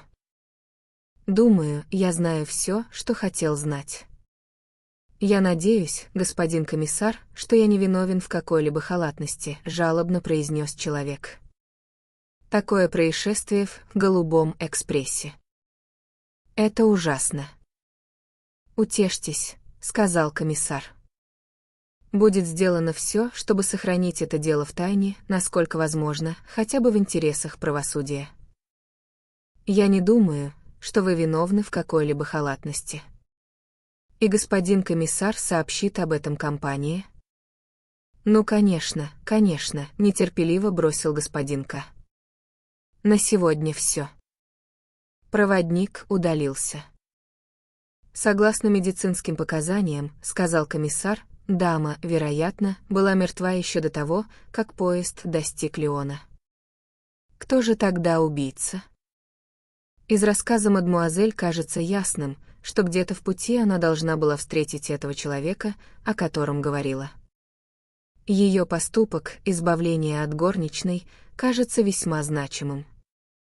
Сел ли этот человек в поезд в Париже и спрятала ли она его в соседнем купе? Если так, они могли поссориться, и он мог убить ее в порыве ярости.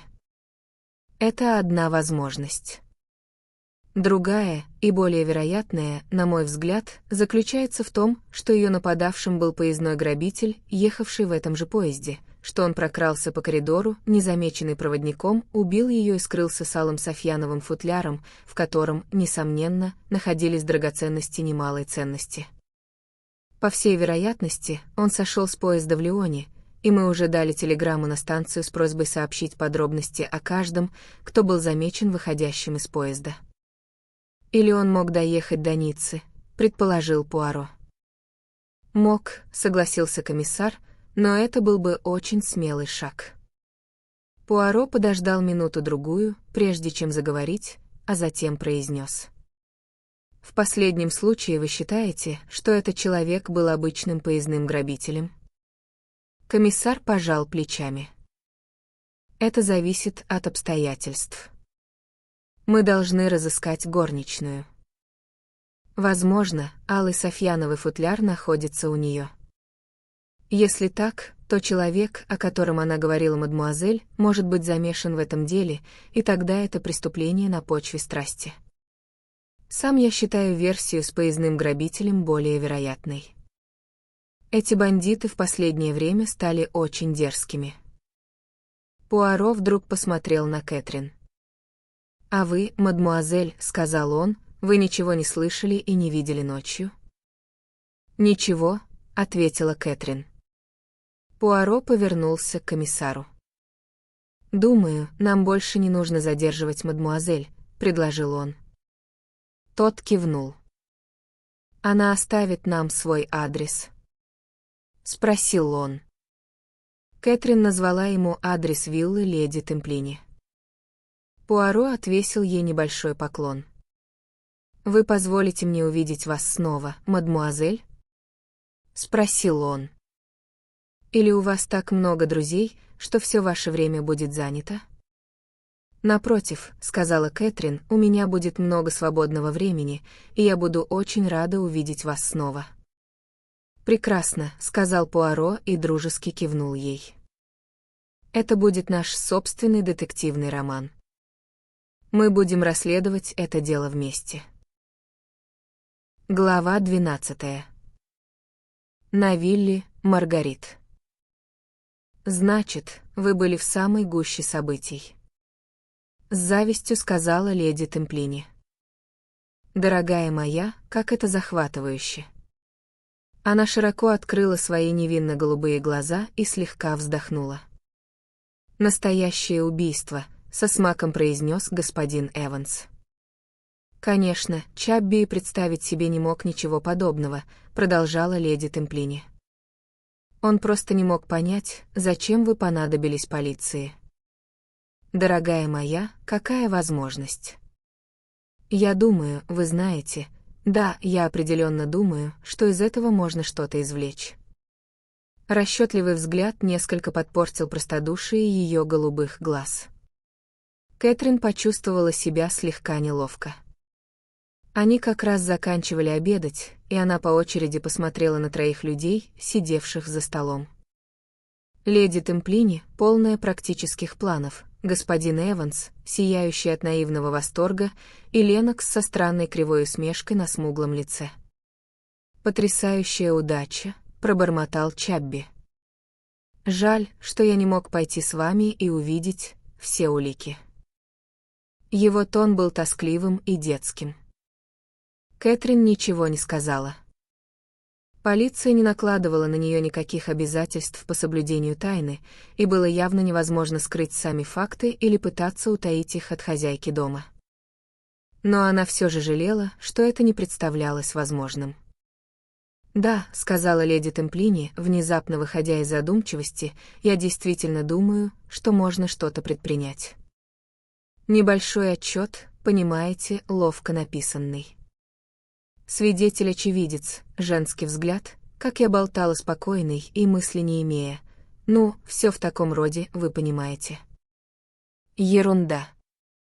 Бросила Ленокс. «Вы даже не представляете», — произнесла леди Темплини мягким, тоскливым голосом, «сколько газеты заплатят за такую лакомую подробность». Написанную, конечно же, кем-то с действительно безупречным общественным положением. Вам самой, полагаю, не захочется этим заниматься, дорогая Кэтрин, но просто набросайте мне основу, и я все устрою за вас. Господин де Хевиленд — мой близкий друг. У нас с ним есть небольшое соглашение. Очаровательнейший человек, совсем не похож на репортера. Как вам такая идея, Кэтрин?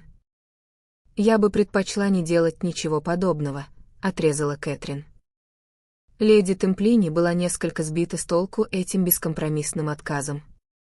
Она вздохнула и перешла к выяснению дальнейших деталей. «Вы сказали, женщина была очень эффектной внешности. Интересно, кем же она могла быть? Вы не слышали ее фамилии?» «Она упоминалась», — признала Кэтрин, — «но я ее не помню». «Понимаете, я была слишком расстроена». «Еще бы», — вставил господин Эванс, — «должно быть, это был жуткий шок». Сомнительно, что Кэтрин признала бы этот факт, даже если бы вспомнила фамилию. Безжалостный перекрестный допрос леди Темплини заставлял ее сопротивляться. Ленокс, по-своему наблюдательная, заметила это и предложила проводить Кэтрин наверх, чтобы показать ее комнату. Она оставила ее там, заметив перед уходом: «Не обращайте внимания на маму, она бы извлекла выгоду из собственной умирающей бабушки, если бы смогла». Ленокс спустилась вниз и застала мать и отчима за обсуждением новоприбывшей. «Вполне приличная», — сказала леди Темплини, — «вполне приличная. Одежда у нее в порядке. То серое платье, та же модель, что была на Глэдис Купер в спектакле «Пальмы в Египте». А вы заметили ее глаза, а?» Вмешался господин Эванс. «Не обращай внимания на ее глаза, Чабби», — резко оборвала его леди Темплини, — «мы обсуждаем вещи, которые действительно важны». «А, конечно», — буркнул господин Эванс и умолк. «Она не кажется мне слишком податливой», — произнесла леди Темплини, с некоторым сомнением подбирая нужное слово. «У нее все инстинкты леди, как пишут в книгах», — с усмешкой заметила Ленокс. «Ограниченная», — пробормотала леди Темплини. «Полагаю, в данных обстоятельствах это неизбежно. Я ожидаю, что ты сделаешь все возможное, чтобы расширить ее кругозор», — ухмыльнулась Ленокс, — «но тебе придется попотеть. Ты же заметила, только что она уперлась, прижала уши и отказалась сдвинуться с места». «Во всяком случае», — с надеждой сказала леди Темплини, — «она не кажется мне жадной. Некоторые люди, когда получают деньги, придают им слишком большое значение». «А, ты легко раскрутишь ее на то, что тебе нужно», — сказала Ленокс.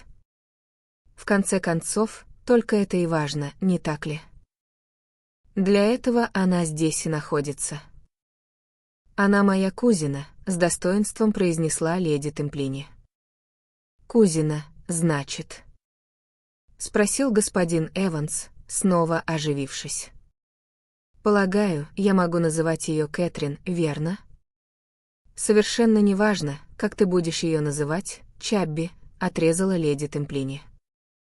«Хорошо», — сказал господин Эванс, — «тогда я так и буду делать». «Как вы думаете, она играет в теннис?» С надеждой добавил он. «Конечно, нет», — отрезала леди Темплини. «Я же говорю тебе, она была компаньонкой. Компаньонки не играют в теннис или гольф. Они могли бы, в крайнем случае, сыграть в гольф-крокет, но, насколько я всегда понимала, они большую часть дня мотают шерсть и моют собак». «Боже мой!» — воскликнул господин Эванс. «Неужели это правда?» Ленокс снова поднялась наверх, в комнату Кэтрин. «Тебе помочь?» — спросила она довольно формально. Услышав отказ Кэтрин, Ленокс присела на край кровати и задумчиво уставилась на гостью. «Почему вы приехали?» — спросила она наконец. «Я имею в виду, к нам. Мы не вашего поля ягода. А, я очень хочу попасть в высшее общество». «Не будьте дурой», — быстро ответила Ленокс, заметив тень улыбки. «Вы прекрасно понимаете, что я имею в виду. Вы совсем не такая, какой я вас себе представляла. Послушайте, а у вас есть приличные вещи?» Она вздохнула. «Одежда мне не идет. Я родилась неуклюжей. Жаль, потому что я ее обожаю». «Я тоже ее обожаю», — сказала Кэтрин, но до сих пор от этой любви было мало толку. «Как вы думаете, это красиво?» Она и Ленокс с художественным пылом обсудили несколько моделей.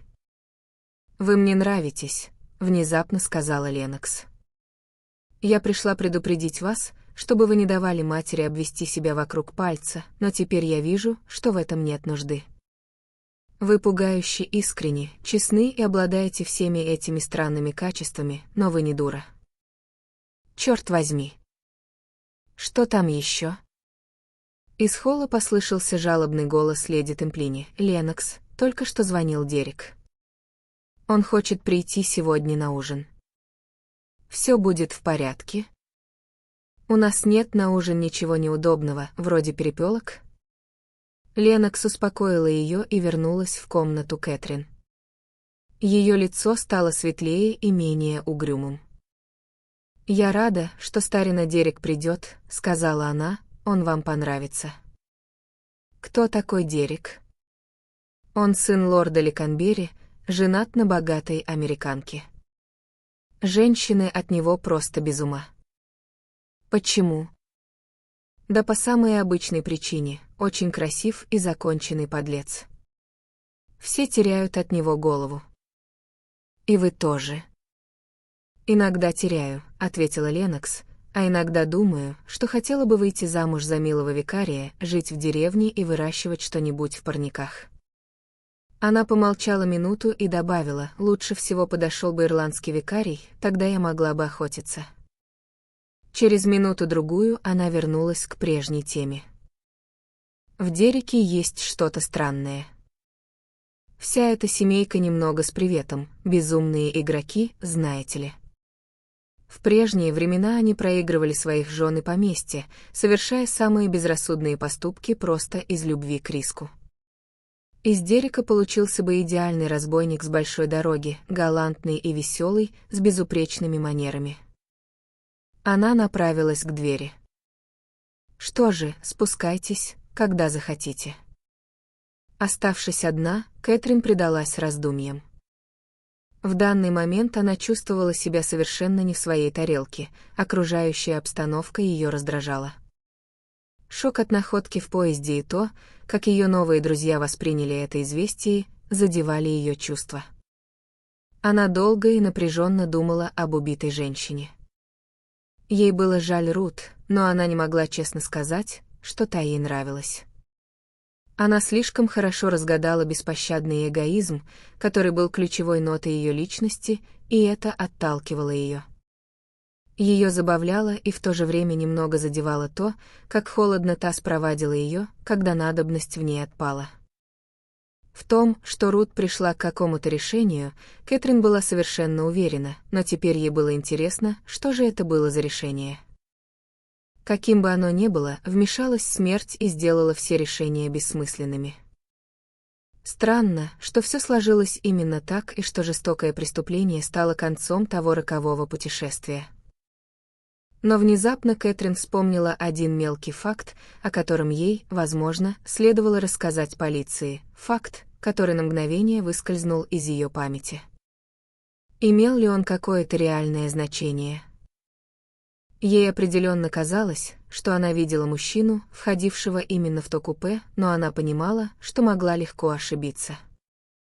Это могло быть соседнее купе, и уж точно этот человек не мог быть поездным грабителем.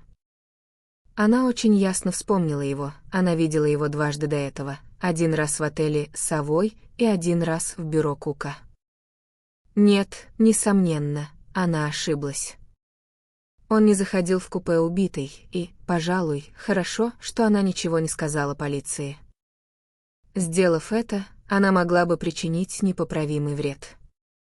Она спустилась к остальным на террасу. Сквозь ветви мимоза она смотрела на синеву Средиземного моря, слушая вполухо болтовню леди Темплини, радовалась, что приехала. Это было лучше, чем Сент-Мэри-Мид. В тот вечер она надела розовато-лиловое платье, носившее название «Осенний вздох», и, улыбнувшись своему отражению в зеркале, спустилась вниз, впервые в жизни испытывая легкое чувство робости. Большинство гостей леди Темплини уже прибыли. Так как шум был обязательной составляющей ее приемов, гам стоял ужасающий. Чабби подбежал к Кэтрин, всучил ей коктейль и взял под свою опеку. А вот и ты, Дерек!» — воскликнула леди Темплини, когда дверь открылась, пропуская последнего гостя. «Теперь мы, наконец, можем поесть. Я умираю от голода». Кэтрин посмотрела через всю комнату. Она была поражена. Значит, это и есть Дерек, и она поймала себя на мысли, что ничуть не удивлена. Она всегда знала, что когда-нибудь встретит человека, которого видела трижды благодаря такой странной цепи совпадений. Ей показалось, что он тоже узнал ее. Он резко замолчал на полуслове, обращаясь к леди Темплини, и продолжил лишь через силу. Все отправились обедать, и Кэтрин обнаружила, что он сидит рядом с ней. Он тут же повернулся к ней с яркой улыбкой. «Я знал, что скоро встречу вас», — заметил он, но и в мыслях не имел, что это произойдет здесь. Так должно было случиться, понимаете. Один раз в Савое, один раз у Кука, не бывает двух раз без третьего. Не говорите, что не помните меня или не заметили. Я настаиваю, чтобы вы хотя бы притворились, будто заметили. Я заметила», — ответила Кэтрин, — «но это не третий раз. Это четвертый. Я видела вас в голубом экспрессе». «Голубом экспрессе». В его манере появилось что-то неопределимое, она не смогла бы точно сказать, что именно. Как будто он получил внезапный отпор или помеху. Затем он небрежно произнес: «А что за суматоха была утром?» «Кто-то умер, верно?» «Да», — медленно проговорила Кэтрин, — «кто-то умер». «Не надо умирать в поезде», — легкомысленно заметил Дерек. «Полагаю, это вызывает массу юридических и международных осложнений, а поезду дает лишний повод опоздать еще сильнее, чем обычно». «Господин Кеттеринг». Дородная американка, сидевшая напротив, наклонилась вперед и обратилась к нему с размеренной интонацией, свойственной ее нации. «Господин Кеттеринг, мне кажется, вы меня забыли, а я считала вас совершенно очаровательным мужчиной». Дерек наклонился вперед, отвечая ей, а Кэтрин сидела почти в оцепенении. «Кеттеринг». Вот она, эта фамилия. Теперь она вспомнила. Но какая странная, ироничная ситуация. Перед ней сидел человек, которого она видела входящим в купе его жены прошлым вечером. Он оставил ее живой и здоровой, а теперь ужинал, совершенно не подозревая о постигшей ее участи. В этом не было сомнений. Он не знал. Слуга наклонился над Дереком, передавая ему записку и что-то шепча на ухо. Извинившись перед леди Темплини, он вскрыл ее, и по мере чтения на его лице появилось выражение крайнего изумления, затем он посмотрел на хозяйку дома. «Это крайне необычно. Послушай, Розали, боюсь, мне придется тебя покинуть. Префект полиции хочет видеть меня немедленно». «Понятия не имею, зачем». «Твои грехи тебя настигли», — заметила Ленокс. «Должно быть, так», — отозвался Дерек. «Вероятно, какая-то идиотская чепуха, но, полагаю, мне придется ехать в префектуру». Как старик посмел вытащить меня прямо с ужина? Для этого должно быть что-то чертовски серьезное, и он рассмеялся, отодвигая стул и вставая из-за стола. Глава 13. Ван Алдин получает телеграмму. Днем 15 февраля на Лондон опустился густой желтый туман. Руфус Ван Алдин находился в своем номере в отеле «Совой» и извлекал максимум пользы из погодных условий, работая вдвое больше обычного. Найтон был вне себя от радости. В последнее время ему было трудно заставить своего нанимателя сосредоточиться на текущих делах. Когда он осмеливался настаивать на определенных действиях, Ван Алдин отмахивался от него резким словом. Но теперь Ван Алдин, казалось, бросился в работу с удвоенной энергией, и секретарь не упускал своих возможностей. Всегда тактичный, он подгонял шефа настолько незаметно, что Ван Алдин ни о чем не подозревал. И все же, посреди этой поглощенности делами, одна маленькая деталь не давала Ван Алдину покоя. Ее вызвала случайная фраза Найтона, произнесенная секретарем совершенно бессознательно. Теперь она незримо изводила его, постепенно все глубже проникая в сознание Ван Алдина, пока, наконец, вопреки самому себе, он не был вынужден уступить ее настойчивости. Он слушал то, что говорил Найтон, со своим обычным видом глубокого внимания, но на самом деле ни одно слово не доходило до его сознания. Тем не менее, он машинально кивал, и секретарь переходил к другому документу. Пока тот разбирал их, наниматель заговорил. «Найтон, вы не могли бы повторить это еще раз?» На мгновение Найтон пришел в замешательство. «Вы имеете в виду это, сэр?» Он поднял мелко исписанный отчет компании. «Нет, нет», — сказал Ван Алдин. «То, что вы рассказали мне о встрече с горничной Рут в Париже вчера вечером. Я никак не могу этого понять. Должно быть, вы ошиблись». «Я не мог ошибиться, сэр, я действительно разговаривал с ней». «Ну, расскажите мне все заново». Найтон повиновался. «Я уладил сделку с Бартхаймерами», — объяснил он, и вернулся в отель «Риц», чтобы забрать свои вещи перед обедом и успеть на 9-часовый поезд с Северного вокзала. У стойки регистрации я увидел женщину, в которой был совершенно уверен, что это горничная миссис Кеттеринг. Я подошел к ней и спросил, не остановилась ли там миссис Кеттеринг. «Да, да», — сказал Ван Алдин. «Конечно. Естественно.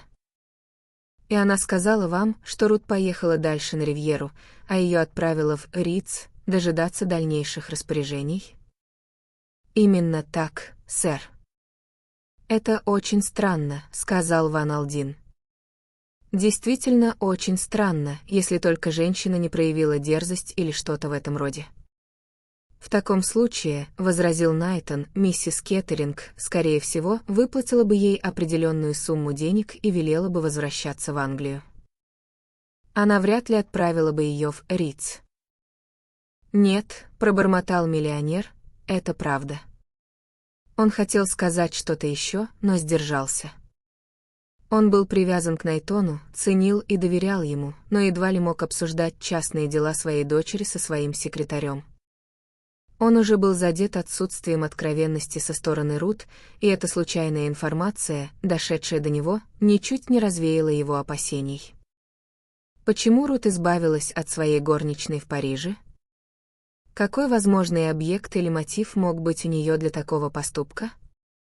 Минуту или две он размышлял об этом любопытном стечении обстоятельств. Каким образом Рут могло прийти в голову, если не считать это дичайшим совпадением, что первым человеком, на которого горничная наткнется в Париже, окажется секретарь ее отца? Ах, но именно так все и случается. Именно так все и обнаруживается.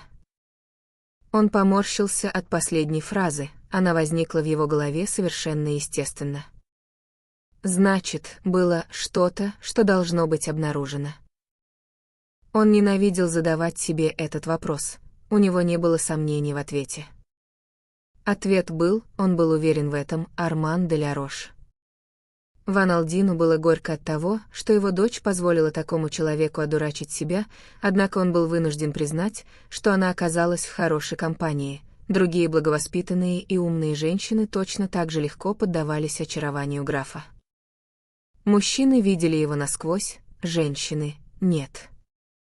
Теперь он искал фразу, которая развеяла бы любые подозрения, которые мог почувствовать его секретарь. «Рут вечно меняет свои решения в последнюю минуту», заметил он и добавил якобы небрежным тоном, горничная не сообщила никакой причины этой перемены планов. Найтон постарался, чтобы его голос звучал как можно более естественно, когда он ответил. Она сказала, сэр, что миссис Кеттеринг неожиданно встретила друга. Вот как? Натренированное ухо секретаря уловило нотку напряжения, скрытую за якобы небрежным тоном. Понятно. Мужчину или женщину? Кажется, она сказала, что мужчину, сэр. Ван Алдин кивнул. Его худшие опасения подтверждались. Он встал со стула и начал мерить комнату шагами, его привычка, когда он был взволнован. Не в силах больше сдерживать чувства, он взорвался. Есть одна вещь, которую не под силу сделать ни одному мужчине, заставить женщину прислушаться к голосу разума.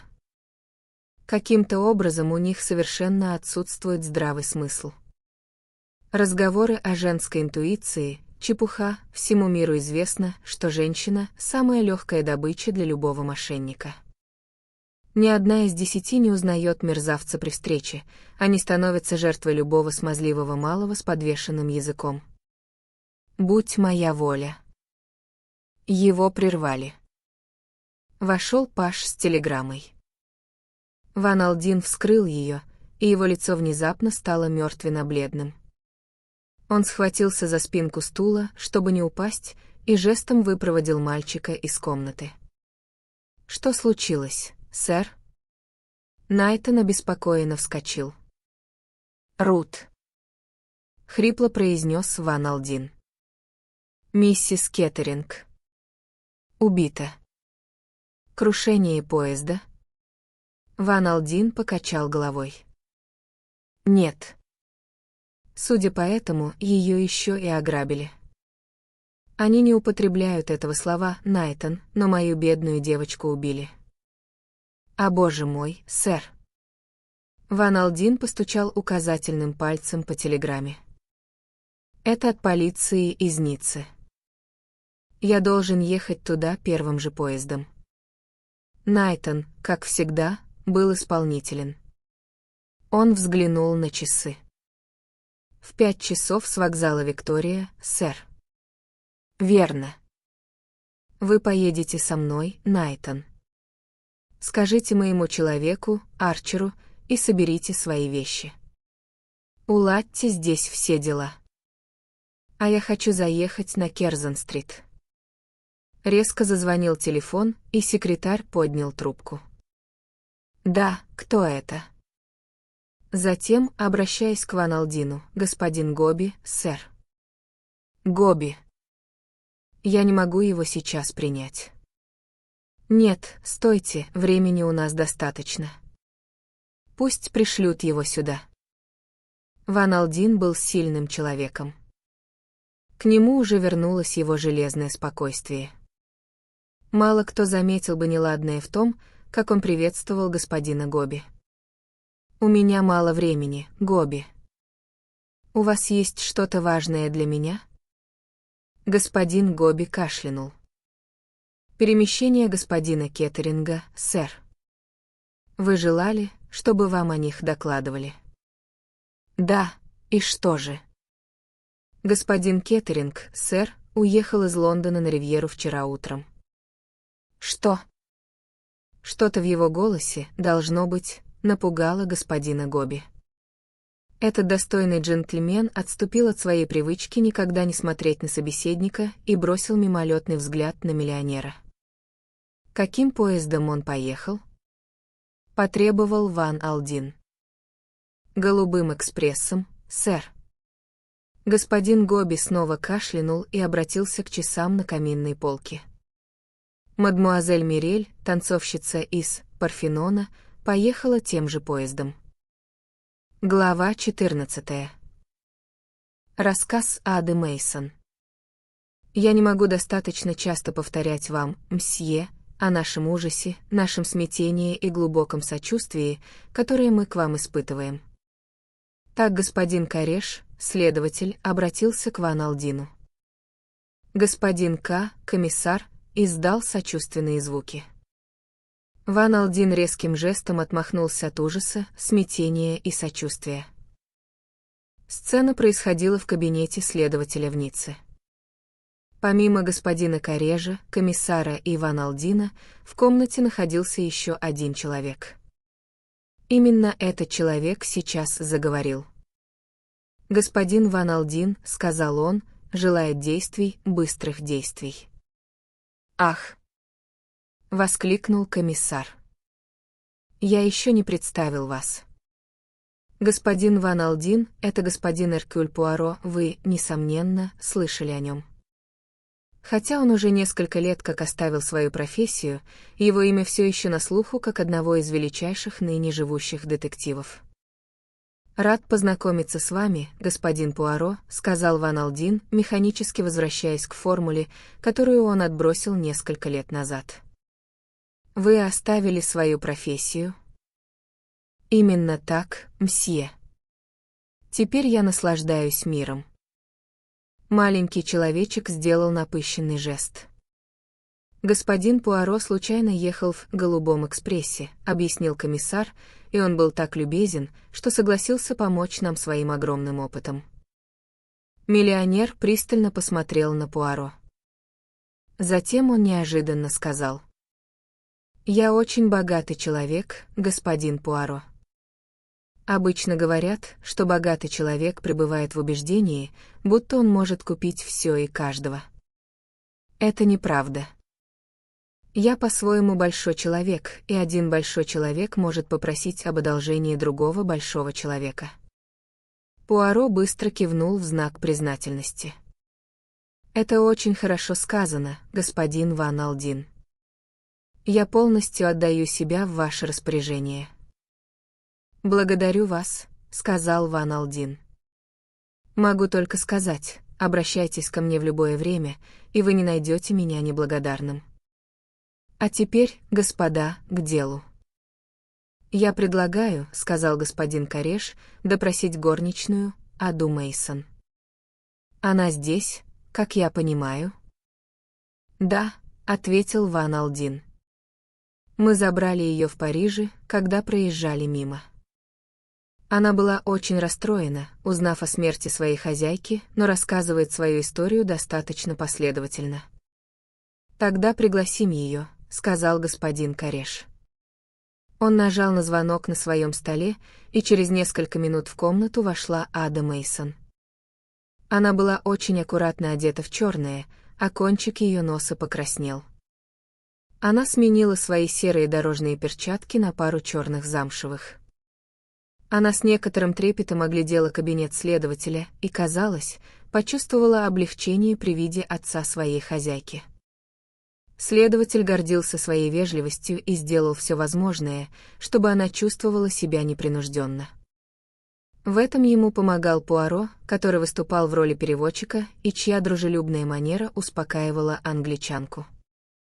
«Ваше имя Ада Мейсон, это верно?» «Ада Беатриса, так меня крестили, сэр», — чопорно ответила Мейсон. «Именно так. И мы понимаем, Мейсон, что все это было очень мучительно». Конечно, сэр. Я служила у многих дам и, надеюсь, всегда была на хорошем счету, и я никогда не помышляла, что нечто подобное может случиться там, где я работаю». «Нет, нет», — сказал господин Кареш. «Конечно, я читала о таких вещах в воскресных газетах. И я всегда понимала, что эти иностранные поезда...» Она внезапно прервала свою речь, вспомнив, что джентльмены, которые с ней разговаривают, той же национальности, что и поезда. «Теперь давайте обсудим это дело», — сказал господин Кареш. «Насколько я понимаю, о том, чтобы остаться в Париже, не было и речи, когда вы выезжали из Лондона». «Нет, сэр. Мы должны были ехать прямиком в Ниццу». «Вы когда-нибудь раньше ездили за границу со своей хозяйкой?» «Нет, сэр. Видите ли, я проработала у нее всего 2 месяца». Казалась ли она такой же, как обычно, когда отправлялась в это путешествие? Она была как будто чем-то обеспокоена и немного расстроена, и она была довольно раздражительна, ей было трудно угодить. Господин Кареш кивнул. «Теперь скажите, Мейсон, когда вы впервые услышали о том, что остановитесь в Париже?» «Это было на месте, которое называют Лионским вокзалом, сэр». Хозяйка подумывала выйти и немного погулять по платформе. Она как раз собиралась выйти в коридор, когда вдруг вскрикнула и вернулась в купе с каким-то джентльменом. Она закрыла дверь между ее вагоном и моим, так что я ничего не видела и не слышала, пока она вдруг снова не открыла ее и не сказала, что изменила свои планы. Она дала мне денег и велела выйти и ехать в Риц. «Там ее хорошо знают», — сказала она, — «и мне дадут номер». Я должна была ждать там, пока не получу от нее известий, она должна была телеграфировать мне, что делать дальше. У меня едва хватило времени, чтобы собрать вещи и выскочить из поезда до того, как он тронулся. Это была настоящая спешка. Пока миссис Кеттерин говорила вам это, где был тот джентльмен? Он стоял в другом купе, сэр, и смотрел в окно. Вы можете его описать? Ну, понимаете, сэр, я его почти не видела. Он большую часть времени стоял ко мне спиной. Это был высокий темноволосый джентльмен, это все, что я могу сказать. Он был одет, как любой другой джентльмен, в темно-синем пальто и серой шляпе. Был ли он одним из пассажиров поезда? Не думаю, сэр, я так поняла, что он пришел на вокзал повидаться с миссис Кеттеринг проездом. Конечно, он мог быть и одним из пассажиров, я об этом как-то не подумала. Мейсон казалась немного взволнованной этим предположением. Ах! Господин Кореш легко перешел к другой теме. Ваша хозяйка позже попросила проводника не будить ее рано утром. Как вы думаете, это было в ее духе? А да, сэр. Хозяйка никогда не завтракала и плохо спала по ночам, поэтому любила поспать подольше утром. Господин Кореш снова сменил тему. Среди багажа был ярко-красный софьяновый футляр, не так ли? Спросил он. Ювелирный футляр вашей хозяйки? Да, сэр. Вы взяли этот футляр с собой в Риц? Я? Взять ювелирный футляр хозяйки в Риц? А нет, что вы, сэр. В голосе Мейсон прозвучал ужас. Вы оставили его в вагоне?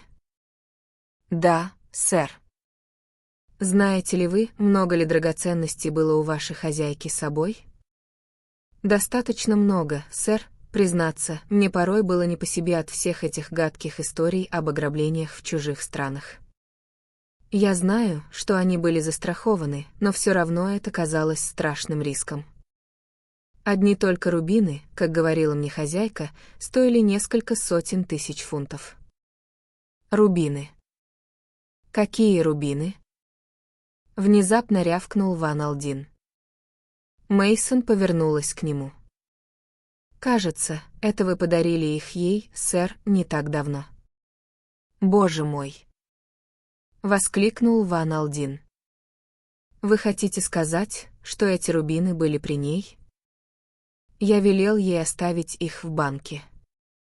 Мейсон снова издала тот сдержанный смешок, который, видимо, был частью ее профессионального арсенала горничной знатной дамы. На этот раз он выражал многое. Он выражал гораздо яснее слов, что хозяйка Мейсон была из тех дам, которые всегда поступают по-своему. Рут, должно быть, сошла с ума, пробормотал Ван Алдин. Что, черт возьми, на нее нашло? Господин Кореш, в свою очередь, издал многозначительный смешок, который приковал к нему внимание Ван Алдина. «На данный момент, — сказал господин Кореш, обращаясь к Мейсон, — я думаю, это все. Если вы пройдете в соседнюю комнату, мадмуазель, вам прочитают вопросы и ответы, и вы подпишете их соответствующим образом». Мейсон вышла в сопровождении клерка, и Ван Алдин немедленно спросил следователя. «Ну?» Господин Кореш открыл ящик стола, достал письмо и передал его Ван Алдину. Это было найдено в сумочке мадам. «Дорогая подруга», — гласило письмо, — «я буду повиноваться тебе, я буду осторожным, осмотрительным, буду обладать всеми теми качествами, которые любовник ненавидит больше всего. Париж был бы, пожалуй, неблагоразумным шагом, но Золотые острова далеко от мира, и ты можешь быть уверена, что ничто не просочится наружу. Это так похоже на тебя и твое божественное сочувствие, так интересоваться работой о знаменитых драгоценностях, которую я пишу. Это действительно будет необычайной честью, на самом деле увидеть эти исторические рубины и подержать их в руках. Я посвящаю отдельный пассаж пылающему сердцу. Моя чудесная. Скоро я восполню тебе все эти печальные годы разлуки и пустоты. Твой вечно обожающий. Глава 15. Граф де ля Рош. Ван Алдин молча прочитал письмо до конца. Его лицо залил густой гневный румянец. Люди, наблюдавшие за ним, увидели, как на его лбу вздулись вены, а большие руки непроизвольно сжались в кулаки. Он вернул письмо, не произнеся ни слова. Господин Кареш с пристальным вниманием смотрел на свой стол, глаза господина К были устремлены в потолок, а господин Эркюль Пуаро нежно смахивал пылинку с рукава своего пиджака. Из чувства так-то никто из них не смотрел на Вана Алдина. Именно господин Кареш, помня о своем статусе и обязанностях, затронул эту неприятную тему. «Возможно, мсье», — пробормотал он, — «вам известно, кем было написано это письмо?» «Да, я знаю», — тяжело ответил Ван Алдин. «Ах!» — вопросительно произнес следователь. «Негодяем, который называет себя графом де ля Рошем». Последовала пауза, затем господин Пуаро подался вперед, поправил линейку на столе судьи и обратился непосредственно к миллионеру.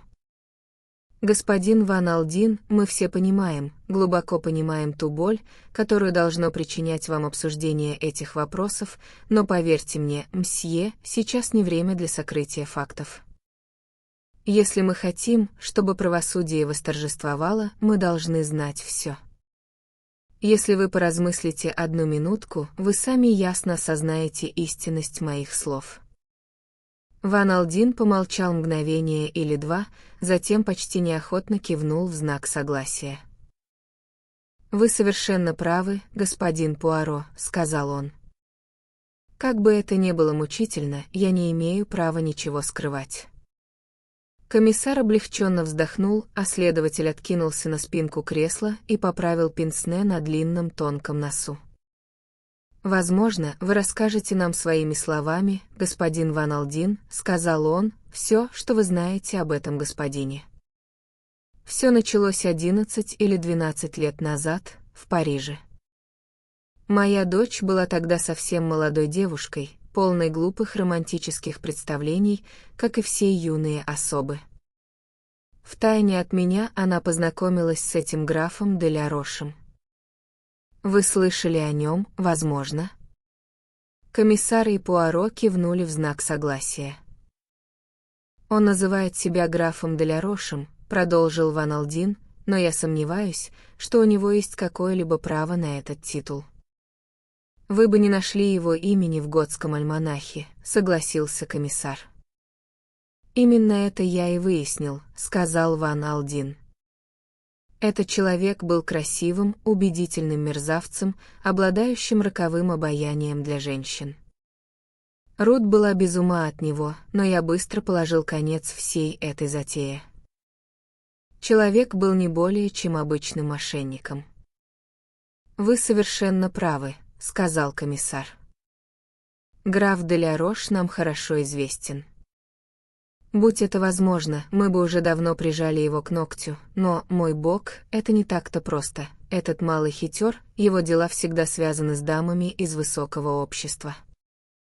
Если он получает от них деньги путем обмана или шантажа, что ж, естественно, они не подают на него в суд. Выглядеть глупо в глазах общества, а нет, на это они никогда не пойдут, а он обладает необычайной властью над женщинами». «Это так», — тяжело промолвил миллионер. «Ну, как я уже сказал, я довольно резко прекратил их отношения. Я объяснил Рут, кто он такой на самом деле, и ей волей-неволей пришлось мне поверить. Примерно через год она встретила своего нынешнего мужа и вышла за него. Насколько я знал, на этом дело и закончилось, но всего неделю назад я к своему изумлению обнаружил, что моя дочь возобновила знакомство с графом де ля Рошем. Она часто встречалась с ним в Лондоне и Париже.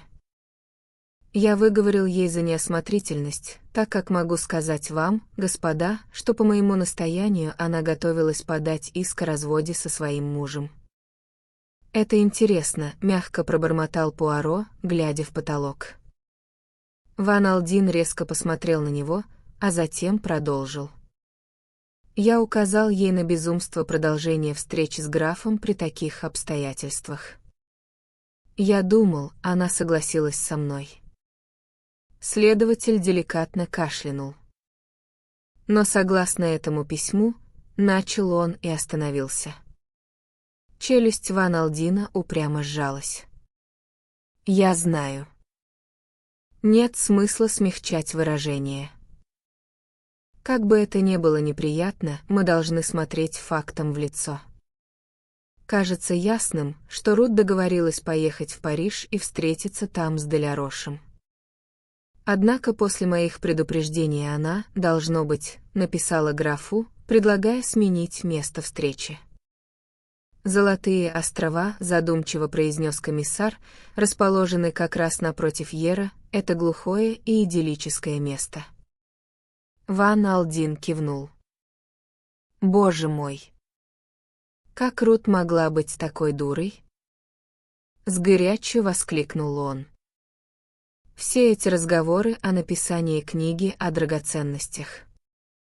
Да он, должно быть, охотился за рубинами с самого начала. «Существует несколько очень знаменитых рубинов», — сказал Пуаро, изначально входивших в состав коронных драгоценностей России. Они уникальны по своему характеру, а их стоимость почти сказочна. Ходили слухи, что недавно они перешли в собственность американца. Правы ли мы в своем предположении, мсье, что покупателем были вы? Да, ответил Ван Алдин. Они попали ко мне в Париже около 10 дней назад. Простите, мсье, но вы вели переговоры об их покупке уже некоторое время. Чуть больше 2 месяцев. А что? Такие вещи становятся известны, сказал Пуаро. За подобными драгоценностями всегда охотится весьма внушительная толпа. Лицо миллионера исказило судорога. «Я помню», — прерывистым голосом произнес он, как пошутил, когда отдавал их Рут. «Я сказал ей не брать их с собой на Ривьеру, так как не могу позволить, чтобы ее ограбили и убили из-за этих камней. Боже мой! Какие вещи мы порой говорим, даже не подозревая, что они сбудутся». Воцарилось сочувственное молчание, а затем Пуаро заговорил отстраненным тоном. «Давайте изложим факты в строгом порядке и с точностью. Согласно нашей нынешней теории, все происходило так. Граф де ля Рош знает о покупке вами этих камней. С помощью нехитрой уловки он убеждает мадам Кеттеринг взять их с собой. Значит, именно его Мейсон видела в поезде в Париже. Остальные 3 кивнули в знак согласия. Мадам удивлена его появлением, но быстро ориентируется в ситуации. Мейсон отсылают, заказывают корзину с ужином. От проводника мы знаем, что он приготовил постель в первом купе, но не заходил во второе, и что человек вполне мог там спрятаться. До этого момента граф мог скрываться просто чудесно. О его присутствии в поезде не знает никто, кроме мадам, он позаботился о том, чтобы горничная не увидела его лица. Все, что она смогла сказать, это то, что он был высоким и темноволосым. Поразительная и очень удобная неопределенность. Они одни, и поезд мчится сквозь ночь. Не было ни крика, ни борьбы, так как человек, по ее мнению, был ее любовником. Он мягко повернулся к Ван Алдину. «Смерть, мсье, должна была быть почти мгновенной. Мы быстро пройдем этот момент». Граф забирает ювелирный футляр, который лежит у него под рукой. Вскоре после этого поезд прибывает в Лион. Господин Кареш кивнул в знак одобрения. Именно. Проводник выходит на платформу. Нашему человеку было бы легко покинуть поезд незамеченным, легко сесть на обратный поезд до Парижа или куда ему будет угодно. И преступление было бы сочтено обычным ограблением в поезде. Если бы не письмо, найденное в сумочке мадам, имя графа даже не было бы упомянуто.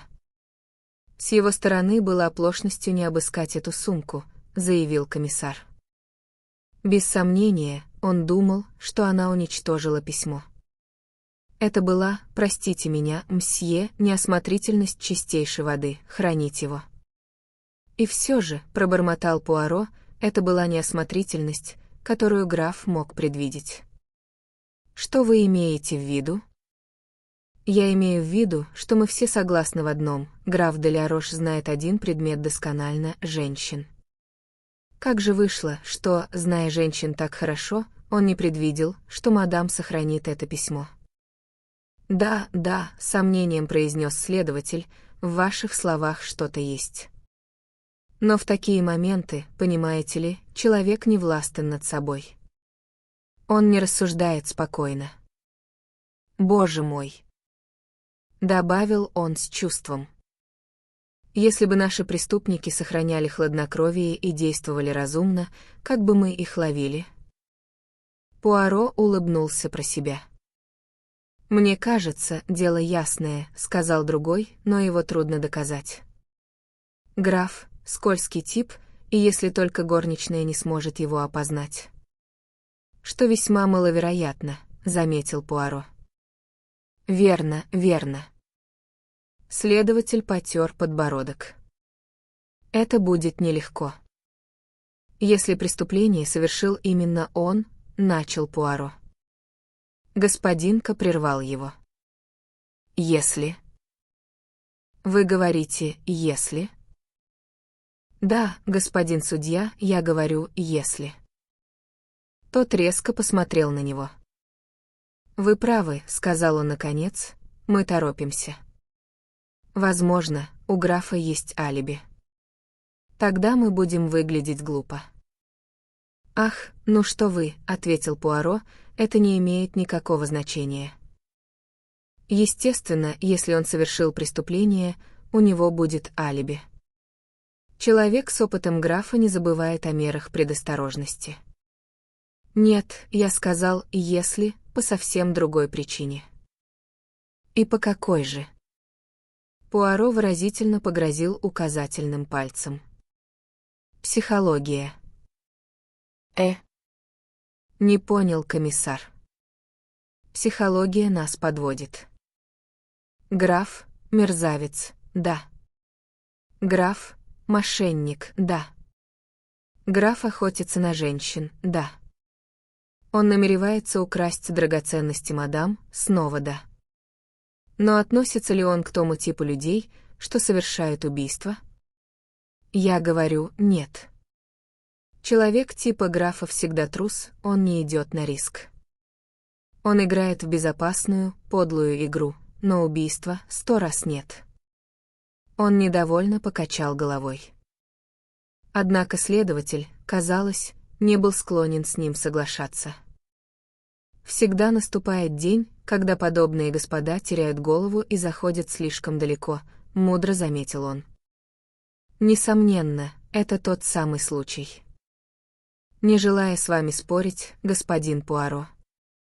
Это было всего лишь мнение, поспешил объяснить Пуаро. Дело, разумеется, в ваших руках, и вы поступите так, как сочтете нужным. Я для себя решил, что граф де ля Рош — это тот человек, которого нам нужно схватить, сказал господин Кареш. Вы согласны со мной, господин комиссар? Совершенно. А вы, господин Ван Алдин? Да, ответил миллионер. Да, этот человек — законченный злодей, в этом нет сомнений. Боюсь, наложить на него руки будет непросто, сказал следователь, но мы сделаем все возможное. Телеграфные распоряжения будут разосланы немедленно. Позвольте мне помочь вам, сказал Пуаро. В этом нет нужды. Остальные уставились на него. Маленький человечек в ответ лучезарно улыбнулся. «Знать вещи — это моя работа», — объяснил он. Граф — человек не глупый. В настоящее время он находится на вилле, которую арендовал, вилла Марина в Антибе. Глава 16. Пуаро обсуждает дело. Все почтительно посмотрели на Пуаро. Несомненно, маленький человечек одержал внушительную победу. Комиссар рассмеялся, довольно натянуто. «Вы всех нас учите нашему делу», — воскликнул он. «Господин Пуаро знает больше, чем полиция». Пуаро самодовольно уставился в потолок, приняв вид ложной скромности. «Что поделаешь, это мое маленькое хобби», — пробормотал он, — «все знать». Естественно, у меня есть время потакать ему. Я не перегружен делами. «Ах!» — произнес комиссар, многозначительно покачав головой. «Что касается меня...» Он сделал преувеличенный жест, изображая заботы, лежащие на его плечах. Пуаро внезапно повернулся к Ван Алдину. «Вы согласны, мсье, с этой точкой зрения? Вы уверены, что убийца — граф де ля Рош?» «Что ж, похоже на то, да, безусловно». Что-то настороженное в ответе заставило следователя с любопытством посмотреть на американца. Ван Алдин, казалось, заметил этот пристальный взгляд и сделал усилие, словно пытаясь стряхнуть какую-то озабоченность. «А что насчет моего зятя?» — спросил он. «Вы сообщили ему новости?» «Он в Ницце, как я понимаю». «Безусловно, мсье». Комиссар заколебался, а затем пробормотал очень осторожно. «Вы, несомненно, знаете, господин Ван Алдин, что господин Кеттеринг также был одним из пассажиров «Голубого экспресса» в ту ночь?» Миллионер кивнул. «Узнал об этом незадолго до отъезда из Лондона», — лаконично подтвердил он. «Он говорит нам», — продолжил комиссар, что понятия не имел, что его жена едет в этом поезде. «Бьюсь об заклад, что так и было», — мрачно сказал Ван Алдин. Для него было бы довольно неприятным шоком, если бы он столкнулся с ней там. Трое мужчин вопросительно посмотрели на него. «Я не собираюсь смягчать выражение», — яростно сказал Ван Алдин. «Никто не знает, что пришлось терпеть моей бедной девочке. Дерек Кеттеринг был не один. С ним была дама. Ах! Мирель, танцовщица». Господин Кареш и комиссар переглянулись и кивнули, словно подтверждая какой-то предыдущий разговор. Господин Кареш откинулся в кресле, сложил руки и устремил взгляд в потолок. «Ах!» — снова пробормотал он. «Мы так и думали». Он кашлянул. Ходили слухи. «Эта дама, — сказал господин К, — весьма печально известна. А также, — мягко пробормотал Пуаро, — обходится очень дорого». Лицо Ван Алдина сильно покраснело. Он подался вперед и с силой ударил кулаком по столу. «Послушайте», — вскричал он, — «мой зять, проклятый мерзавец». Он свирепо посмотрел на них, переводя взгляд с одного лица на другое. «А, я знаю», — продолжал он.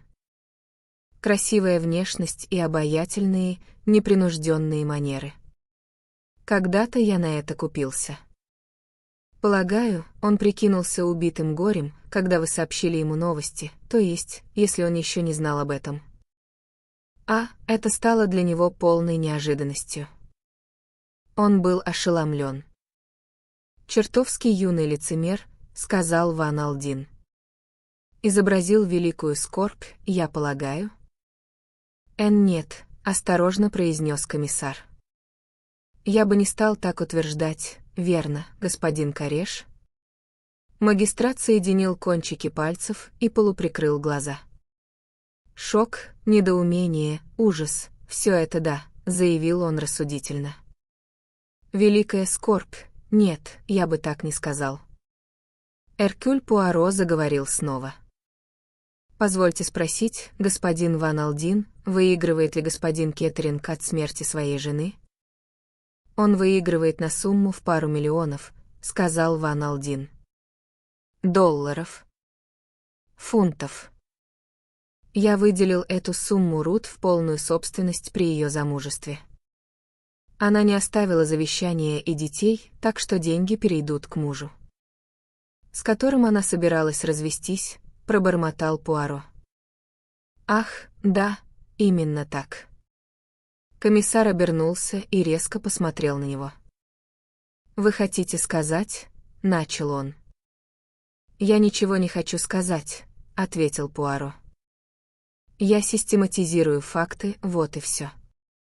Ван Алдин уставился на него с пробуждающимся интересом. Маленький человечек поднялся на ноги. «Не думаю, что смогу быть вам еще чем-то полезен, господин судья», — вежливо сказал он, кланяясь господину Крижу. «Вы будете держать меня в курсе событий? Это было бы любезно с вашей стороны». «Но, конечно, безусловно». Ван Алдин тоже поднялся. «Вы больше не нуждаетесь во мне в данный момент?» «Нет, мсье, на текущую минуту у нас есть вся необходимая информация». «Тогда я пройдусь немного с господином Пуаро».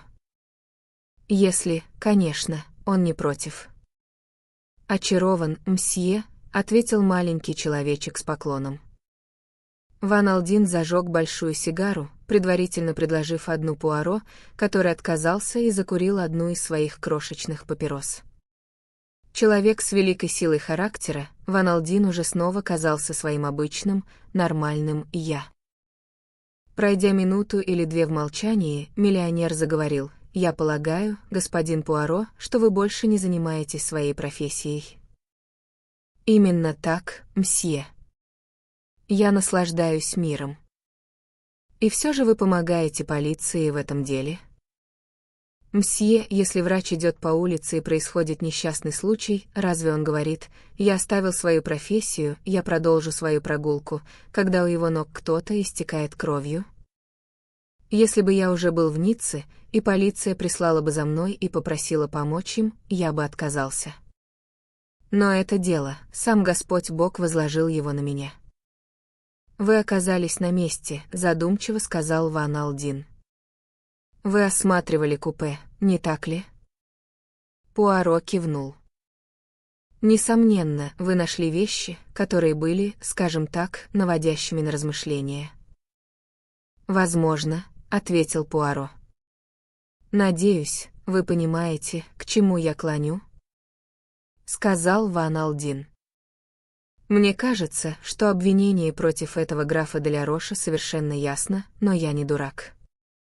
Я наблюдал за вами последний час или около того и понял, что по какой-то вашей причине вы не согласны с этой теорией». Пуаро пожал плечами.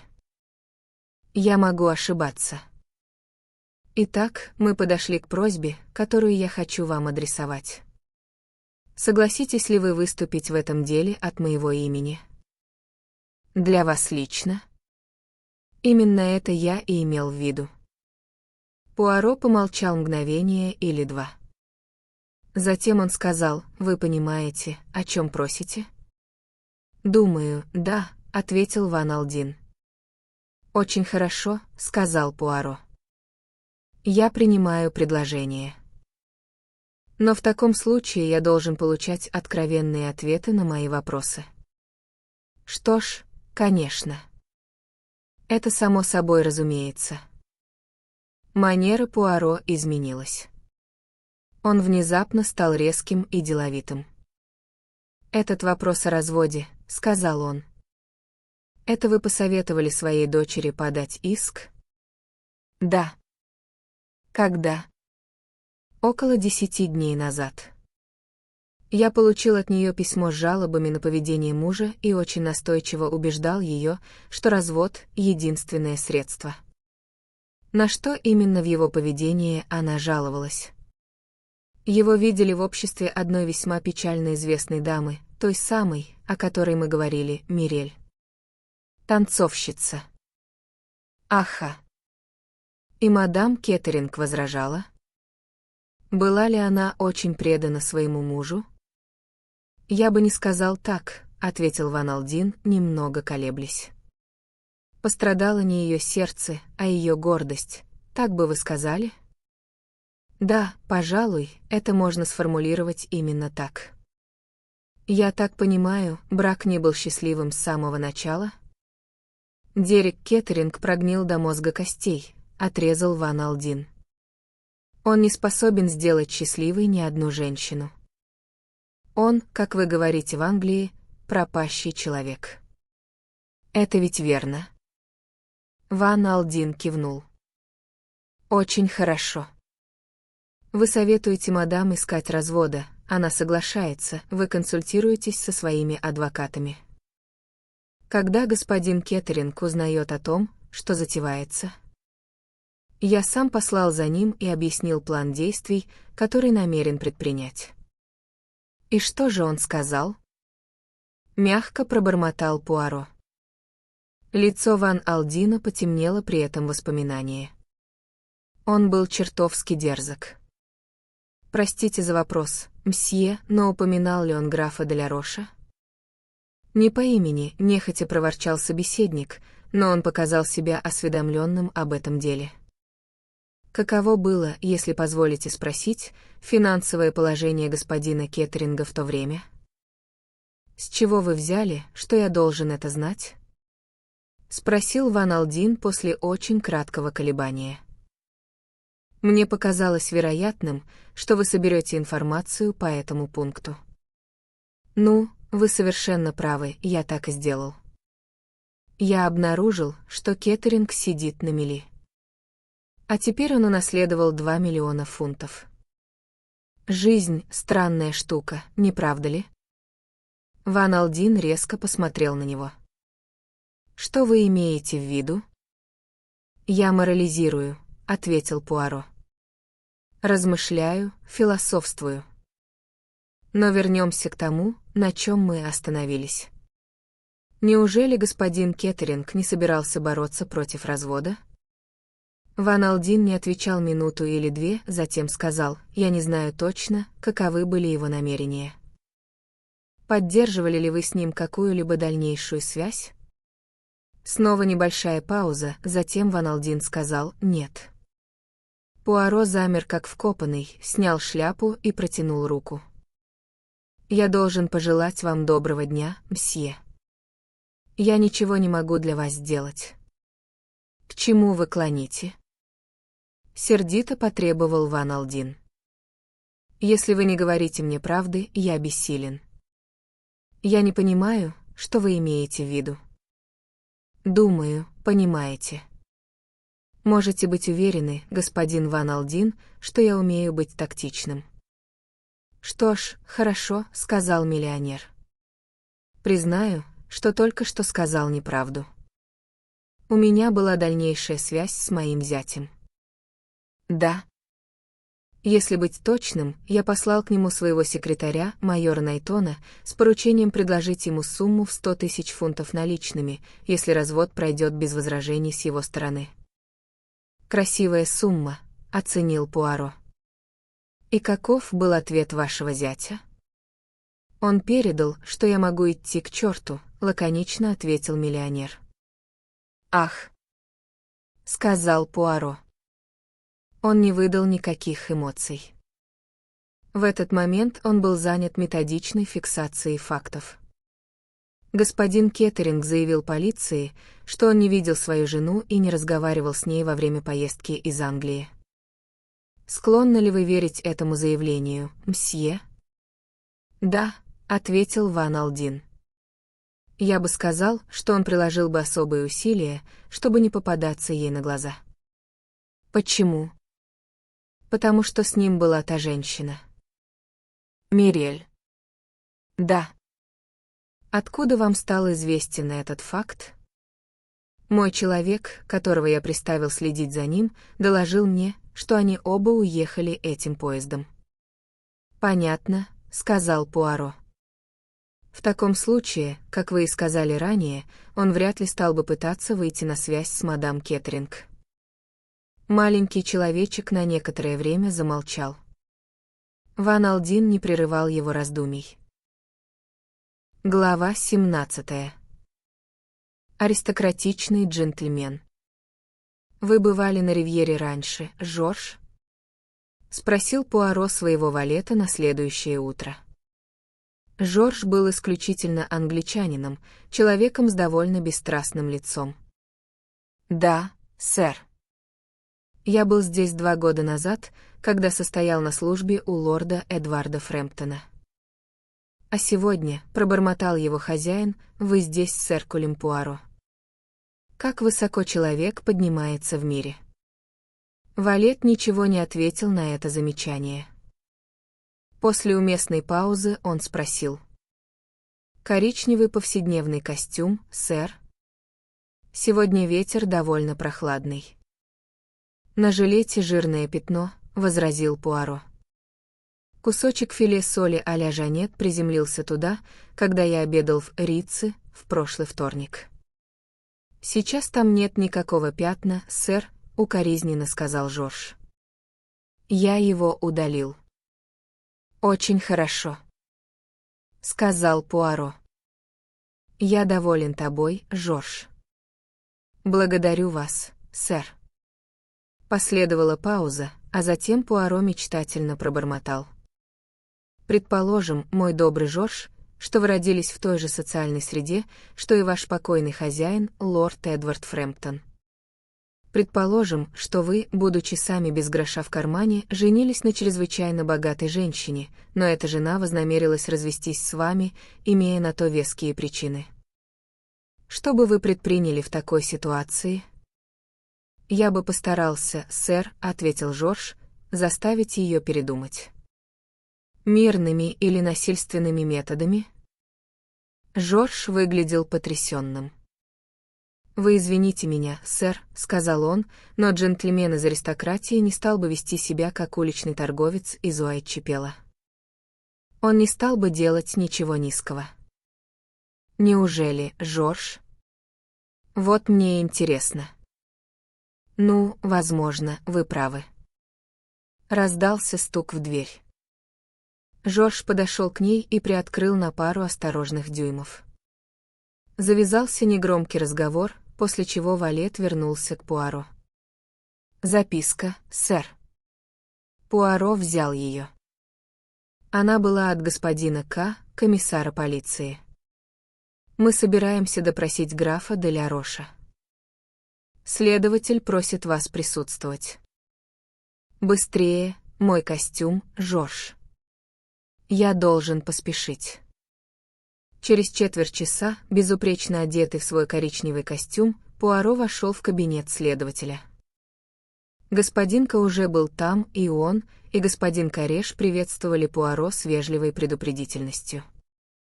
«Дело несколько обескураживающее», — пробормотал господин К. «Оказывается, граф прибыл в Ниццу за день до убийства». «Если это правда, это прекрасно разрешит ваше дело», — отозвался Пуаро. Господин Кареш откашлялся. «Мы не должны принимать это алиби без очень тщательного расследования», — заявил он. Он ударил рукой по колокольчику на столе. Через минуту в комнату вошел высокий темноволосый мужчина, изысканно одетый, с несколько высокомерным выражением лица. Граф выглядел настолько аристократично, что было бы сущим кощунством даже шепнуть, что его отец был безвестным торговцем зерном в Нанте, что, на самом деле, было правдой. Глядя на него, можно было поклясться, что бесчисленные его предки погибли на гильотине во время французской революции. «Я здесь, господа», — высокомерно сказал граф. «Могу я спросить, почему вы желали меня видеть?»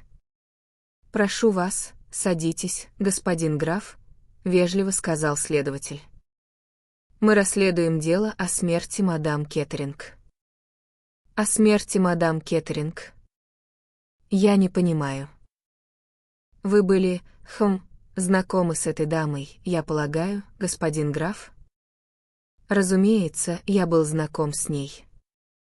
Какое это имеет отношение к делу?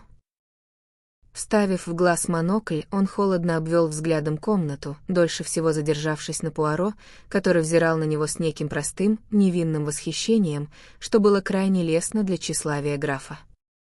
Господин Кареш откинулся в кресле и откашлялся.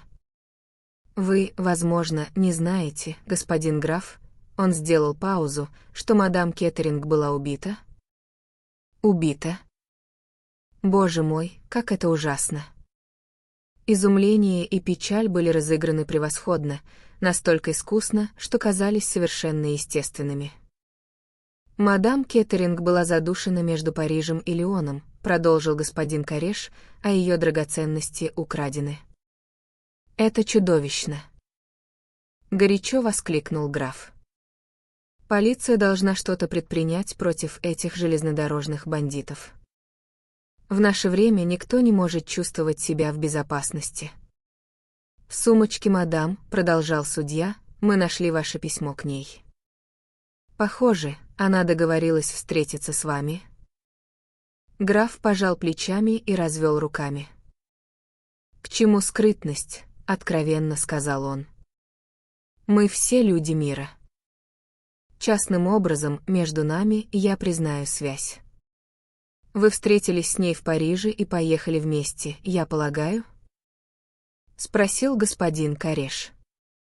Таков был первоначальный уговор, но по желанию мадам он был изменен. Я должен был встретить ее в Йере. Вы не встречались с ней в поезде на Лионском вокзале вечером 14 числа? Напротив, я прибыл в Ниццу утром того дня, так что ваше предположение невозможно. Совершенно верно, сказал господин Кареш. Формальности ради, не могли бы вы предоставить отчет о ваших передвижениях в вечер и ночь 14 числа? Граф на минуту задумался. Я обедал в Монте-Карло, в кафе де Пари. После этого зашел в клуб «Спортинг». Я выиграл несколько тысяч франков, он пожал плечами. Вернулся домой, пожалуй, в час ночи. Простите, мсье, но как вы возвращались домой? В своем собственном двухместном автомобиле. С вами никого не было? Никого. Вы могли бы представить свидетелей в подтверждение этого заявления? Несомненно, многие из моих друзей видели меня там в тот вечер. Обедал я в одиночестве. Слуга впустил вас по возвращении на виллу? Я открыл дверь своим собственным ключом. Ах! Пробормотал магистрат. Он снова ударил рукой по колокольчику на столе. Дверь открылась, и появился посыльный. «Приведите горничную, Мейсон», — распорядился господин Кареш. «Слушаюсь, господин судья». Ввели Аду Мейсон. «Будьте добры, мадмуазель, посмотрите на этого джентльмена». «Насколько вы можете судить, это он заходил в купе вашей хозяйки в Париже?» Женщина долго и пристально смотрела на графа, который, как показалось Пуаро, чувствовал себя довольно неловко под этим взглядом. «Я не могу сказать точно, сэр, право», — произнесла Мейсон наконец. «Это мог быть он, а мог и не он. Учитывая, что я видела только его спину, сказать трудно. Мне скорее кажется, что это был тот джентльмен». «Но вы не уверены?» «Нет», — нехотя ответила Мейсон. «Нет, я не уверена». «Вы видели этого джентльмена раньше на Керзон-стрит?» Мейсон покачала головой. «Вряд ли я видела кого-то из посетителей, приходящих на Керзон-стрит», — пояснила она, «если только они не оставались в доме». «Хорошо, этого достаточно», — резко прервал следователь. Очевидно, он был разочарован. «Один момент», — сказал Пуаро. «Есть вопрос, который я хотел бы задать мадмуазель, если позволите». «Конечно, господин Пуаро, конечно, во что бы то ни стало». Пуаро обратился к горничной. «Что случилось с билетами?» «С билетами, сэр?» «Да, билеты из Лондона в Ниццу». «У вас или у вашей хозяйки они находились?» «У хозяйки был ее собственный билет в пульмановский вагон, сэр, остальные были на моем попечении». «Что с ними стало?» «Я отдала их проводнику во французском поезде, сэр, он сказал, что так принято». «Надеюсь, я правильно поступила, сэр?» Совершенно верно, совершенно верно. Простая формальность». И господин К, и следователь с любопытством посмотрели на него. Мейсон простояла в нерешительности минуту или две, затем судья коротким кивком отпустил ее, и она вышла. Пуаро быстро набросал что-то на клочке бумаги и передал господину Корежу. Тот прочел, и лицо его прояснилось. «Что ж, господа», — высокомерно спросил граф, — «я должен и дальше оставаться здесь?» «Разумеется, нет, — поспешил ответить господин Кореш с величайшей любезностью. «В том, что касается вашего положения в этом деле, все теперь прояснилось. Естественно, учитывая письмо мадам, мы были обязаны расспросить вас». Граф поднялся, взял из угла свою элегантную трость и с довольно сухим поклоном вышел из комнаты. «Вот и все», — сказал господин Кореш. «Вы были совершенно правы, господин Пуаро, гораздо лучше дать ему почувствовать, что он вне подозрений. Двое моих людей будут следить за ним днем и ночью, и в то же время мы займемся вопросом алиби. Мне оно кажется довольно, зыбким». «Возможно», — задумчиво согласился Пуаро. «Я просил господина Кеттеринга зайти сюда этим утром», — продолжал следователь, «хотя, право, сомневаюсь, что нам есть о чем его спрашивать, но есть одно или два подозрительных обстоятельства». Он замолчал, потирая нос. «Каких именно?» — спросил Пуаро. «Ну», — следователь кашлянул, — «эта дама, с которой он, как говорят, путешествует, мадмуазель Мирель. Она остановилась в одном отеле, а он в другом. Это кажется мне, довольно странным». «Похоже», — заметил господин К, — «что они ведут себя осторожно». «Вот именно», — торжествующе воскликнул господин Кореш. «А с чего бы им быть такими осторожными?» «Излишняя осторожность подозрительна, не так ли?» — произнес Пуаро. «Совершенно верно». «Думаю, мы могли бы», — пробормотал Пуаро, — «задать господину Кеттерингу один или два вопроса». Магистрат отдал распоряжение. Через мгновение в комнату вошел Дерек Кеттеринг, как всегда беспечный. «Доброе утро, мсье», — вежливо сказал судья. «Доброе утро», — сухо ответил Дерек Кеттеринг. «Вы посылали за мной. Появилось что-нибудь новенькое?» «Прошу вас, садитесь, мсье». Дерек сел и бросил шляпу и трость на стол. «Ну?» — нетерпеливо спросил он. «Пока что у нас нет новых данных», — осторожно сказал господин Кореш. «Весьма интересно», — сухо заметил Дерек. «Вы пригласили меня сюда только для того, чтобы сообщить об этом?» «Мы резонно полагали, мсье, что вы захотите быть в курсе хода дела», — строго сказал следователь. «Даже если этот ход равен нулю. Мы также хотели задать вам несколько вопросов». «Спрашивайте». «Вы совершенно уверены, что не видели свою жену в поезде и не разговаривали с ней?» «Я уже отвечал на это». «Нет». «У вас, несомненно, были свои причины». Дерек подозрительно уставился на него.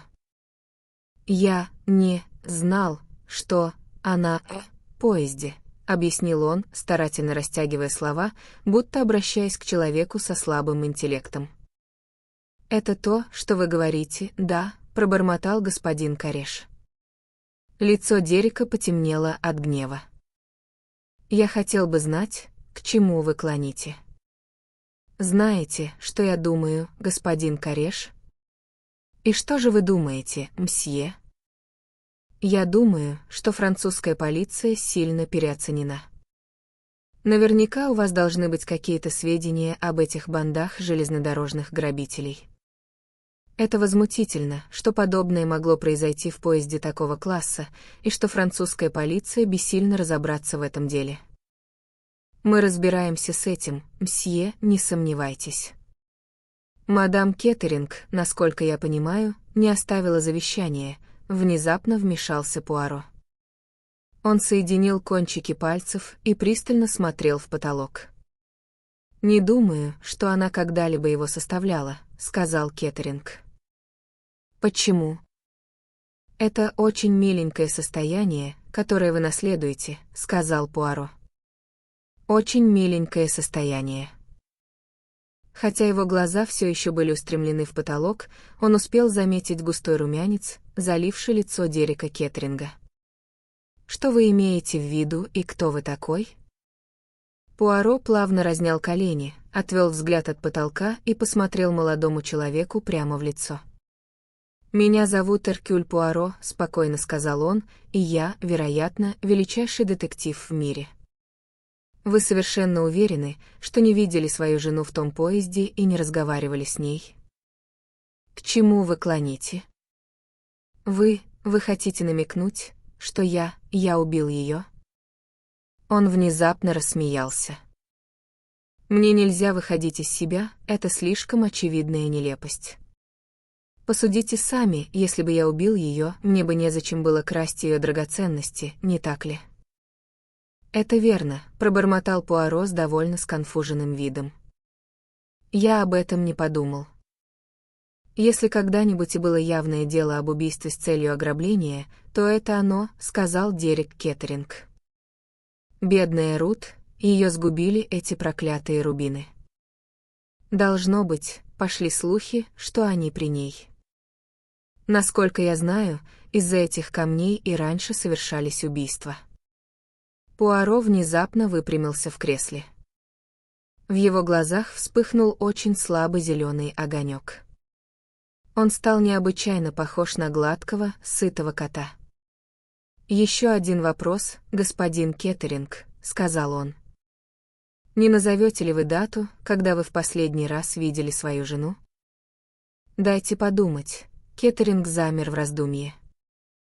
«Должно быть, это было, да, более 3 недель назад. Боюсь, я не смогу назвать вам точную дату».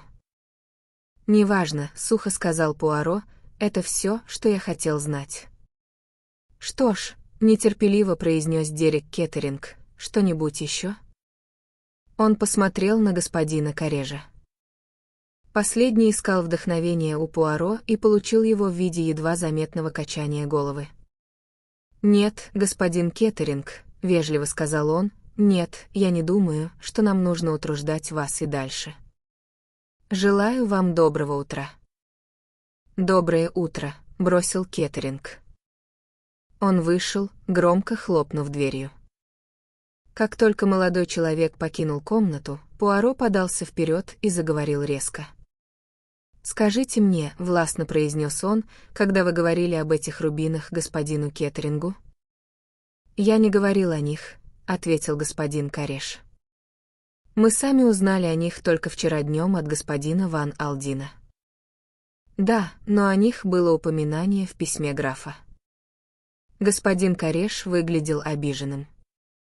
«Естественно, я не говорил об этом письме господину Кеттерингу», — сказал он потрясенным голосом. «В настоящий момент это было бы крайне неосмотрительно». Пуаро наклонился и постучал по столу. «Тогда откуда он о них узнал?» — тихо спросил он. Мадам не могла ему сказать, так как он не видел ее 3 недели. Маловероятно, чтобы господин Ван Алдин или его секретарь упомянули о них. Их беседы с ним велись в совсем ином русле, а в газетах не было ни малейшего намека или упоминания о камнях. Он встал и взял шляпу и трость. И все же, пробормотал он про себя, наш джентльмен знает о них все. Интересно, да, очень интересно. Глава 18. Дерек обедает. Дерек Кеттеринг отправился прямо в Негреско, где заказал пару коктейлей и быстро с ними расправился. Затем он угрюмо уставился на ослепительно-синее море. Он механически отмечал прохожих, чертовски скучная толпа, плохо одетые и мучительно неинтересные люди. В наши дни вряд ли можно увидеть хоть что-то стоящее. Затем он быстро исправил это последнее впечатление, когда женщина села за столик неподалеку от него. На ней был изумительный наряд оранжевого с черным цвета и маленькая шляпка, затенявшая лицо. Он заказал третий коктейль, снова посмотрел на море и вдруг вздрогнул. Знакомый аромат коснулся его ноздрей, и он поднял глаза, увидев рядом с собой даму в оранжевом с черным. Теперь он разглядел ее лицо и узнал ее. Это была Мирель. Она улыбалась той дерзкой, соблазнительной улыбкой, которую он так хорошо знал. «Дириеек», — промурлыкала она. «Ты ведь рад меня видеть, нет?» Она опустилась на стул с другой стороны стола. «Ну же, поприветствуй меня, глупый», — насмешливо бросила она. «Это неожиданное удовольствие», — сказал Дерек. «Когда вы покинули Лондон?» Она пожала плечами. «День или два назад». «А как же Парфенон?» «Я их, как это у вас говорят?» «Бросила». «Неужели?» «Ты не очень любезен, Дерек».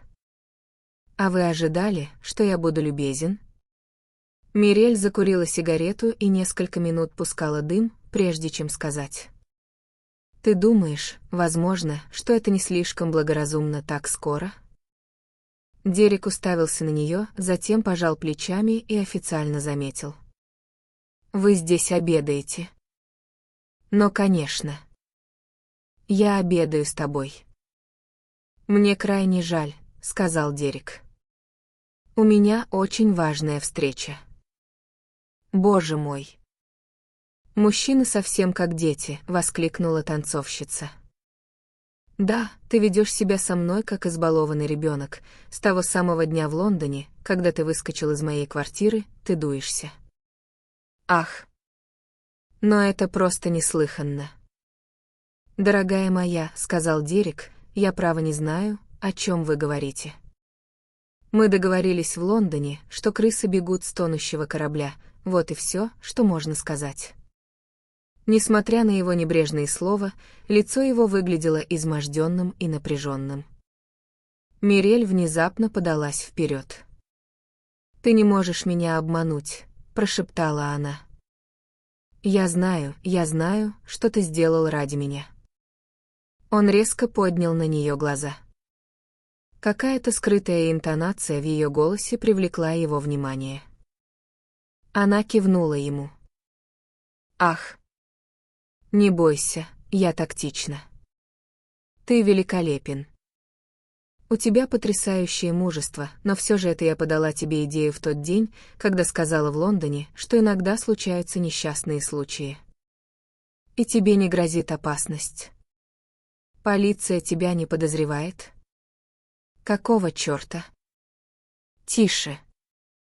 Она подняла тонкую оливковую руку с огромным изумрудом на мизинце. «Ты прав, мне не следовало говорить об этом в общественном месте.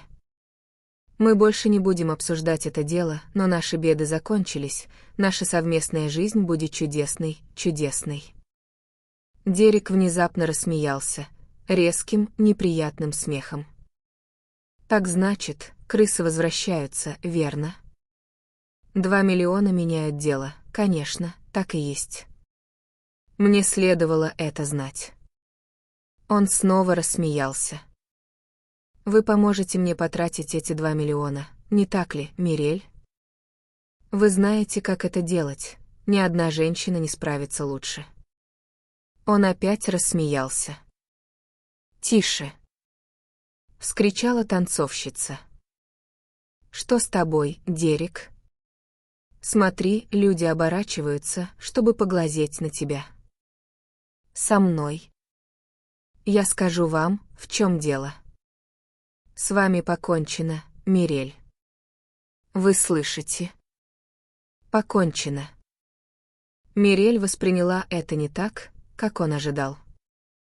Она смотрела на него минуту или две, а затем мягко улыбнулась. Но какой ребенок? Ты злишься, тебе больно, и все потому, что я практична. Разве я не говорила тебе всегда, что обожаю тебя? Она наклонилась вперед. Но я знаю тебя, Дерек. Посмотри на меня, видишь, это Мирель говорит с тобой. Ты не можешь жить без нее, ты это знаешь. Я любила тебя раньше, теперь я буду любить тебя в 100 раз сильнее. Я сделаю жизнь чудесной для тебя, просто чудесной. Нет никого, подобного Мирель. Ее глаза впились в его глаза. Она видела, как он побледнел и перехватил дыхание, и довольно улыбнулась про себя.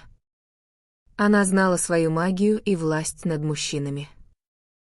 «Это решено», — тихо сказала она и слегка рассмеялась. «А теперь, Дерек, ты накормишь меня обедом?» «Нет». Он резко перехватил дыхание и поднялся на ноги. «Мне жаль, но я же сказал вам, у меня назначена встреча». «Ты обедаешь с кем-то другим?» «Ба». «Я в это не верю. Я обедаю вон с той леди». Он резко направился к даме в белом, которая только что поднялась по ступеням. Он обратился к ней, слегка запыхавшись. «Мисс Грей, не согласитесь ли вы пообедать со мной? Вы встречали меня у леди Темлин, если помните». Кэтрин смотрела на него минуту или две теми задумчивыми серыми глазами, которые говорили о многом. «Благодарю вас», — сказала она после небольшой паузы, — «я бы с большим удовольствием». Глава 19. Неожиданный посетитель. Граф де ля Рош только что закончил дижони, состоявший из омлета с мелкими травами, антрикота по-биарнски и саварина с ромом. Деликатно вытерев свои холеные черные усы обеденной салфеткой, граф поднялся из-за стола. Он прошел через салон виллы, с одобрением отмечая несколько предметов искусства, небрежно расставленных повсюду. Табакерка времен Людовика XV, атласная туфелька, которую носила Мария Антуанетта, и другие исторические мелочи были частью мизансцены графа. Он объяснял своим прекрасным посетительницам, что это фамильные реликвии. Выйдя на террасу, граф безучастным взглядом посмотрел на Средиземное море. Он был не в том настроении, чтобы ценить красоты пейзажа. Полностью созревший план был грубо сведен на нет, и его замыслы пришлось перестраивать заново. Растянувшись в плетеном кресле сигаретой в белых пальцах, граф глубоко задумался. Вскоре Ипполит, его слуга, принес кофе и выбор ликеров. Граф выбрал немного очень старого превосходного бренди. Когда слуга собрался уходить, граф остановил его легким жестом. Ипполит почтительно вытянулся по стойке смирно. Его лицо вряд ли можно было назвать привлекательным, но безупречность манер во многом сглаживала этот факт. Сейчас он был само воплощение почтительного внимания. «Возможно, — сказал граф, — что в течение следующих нескольких дней в доме могут появиться разные незнакомцы. Они постараются завязать знакомство с вами и с Мари. Вероятно, они будут задавать вам различные вопросы обо мне». «Да, господин граф». «Возможно, это уже произошло?» «Нет, господин граф». «Поблизости не было незнакомцев?» «Вы уверены?» «Никого не было, господин граф». «Это хорошо», — сухо сказал граф. «Тем не менее, они придут, я в этом уверен. Они будут задавать вопросы». Ипполит посмотрел на хозяина с понимающим предвкушением. Граф заговорил медленно, не глядя на Ипполита. Как вы знаете, я прибыл сюда в прошлый вторник утром. Если полиция или любой другой осведомитель будет расспрашивать вас, не забудьте этот факт. Я прибыл во вторник, 14 числа, не в среду, 15-го. Вы понимаете? Совершенно верно, господин граф. В делах, где замешана дама, всегда необходимо быть тактичным. Я уверен, Ипполит, что вы умеете быть тактичным. Я умею быть тактичным, господин. А Мари? Мари тоже. Я за нее ручаюсь. Что ж, тогда хорошо, пробормотал граф. Когда Ипполит удалился, граф с задумчивым видом отхлебнул черный кофе. Время от времени он хмурился, один раз слегка покачал головой, дважды кивнул. В разгар этих раздумий снова появился Ипполит. «Дама, господин». «Дама». Граф был удивлен. Не то чтобы визит дамы был необычным делом на вилле Марина, но в этот конкретный момент граф не мог предположить, кем могла быть эта леди. «Я думаю, эта дама незнакома господину», — услужливо пробормотал валет. Граф был заинтригован все больше и больше. «Проводи ее сюда, Ипполит», — скомандовал он. Мгновение спустя на террасу вышла чудесная фигура в оранжевом с черным, в сопровождении сильного аромата экзотических цветов. «Граф де ля Рош?» «К вашим услугам, мадмуазель», — сказал граф, кланяясь. «Меня зовут Мирель. Возможно, вы слышали обо мне». «Ах, в самом деле, мадмуазель, но кто же не был очарован танцем мадмуазель Мирель?» «Изысканно». Танцовщица ответила на этот комплимент короткой механической улыбкой. «Мое появление у вас бесцеремонно», — начала она. «Но присаживайтесь, я прошу вас, мадмуазель», — воскликнул граф, пододвигая стул. За галантностью манер он пристально наблюдал за ней. Было очень мало вещей, которых граф не знал бы о женщинах. Правда, его опыт не слишком касался дам круга Мирель, которые и сами были хищницами. Он и танцовщица были, в некотором смысле, птицами одного полета. Свои уловки, как знал граф, на Мирель будут потрачены впустую. Она была парижанкой, причем проницательной. Тем не менее, была одна вещь, которую граф безошибочно узнавал, когда видел. Он сразу понял, что находится в присутствии очень разгневанной женщины, а разгневанная женщина, как хорошо знал граф, всегда говорит больше, чем благоразумно, и иногда является источником прибыли для рассудительного джентльмена, сохраняющего спокойствие. «Чрезвычайно любезно с вашей стороны, мадмуазель, так почтить мою скромную обитель. У нас есть общие друзья в Париже», — сказала Мирель. «Я слышала о вас от них, но сегодня я пришла к вам по другой причине. Я слышала о вас с тех пор, как приехала в Ниццу, в ином смысле, вы понимаете». «Ах!» — мягко произнес граф. «Я буду резка», — продолжала танцовщица, «тем не менее, поверьте, что я забочусь о вашем благополучии. В Ницце говорят, господин граф, что вы убийца английской леди, мадам Кеттеринг». «Я». «Убийца мадам Кеттеринг». «Ба». Но это же абсурд. Он говорил скорее томно, чем возмущенно, зная, что это разодорит ее еще больше. «Но да», — настаивала она, — «все именно так, как я вам говорю». «Людям забавно болтать», — безразлично пробормотал граф. «Было бы ниже моего достоинства принимать такие дикие обвинения всерьез. Вы не понимаете».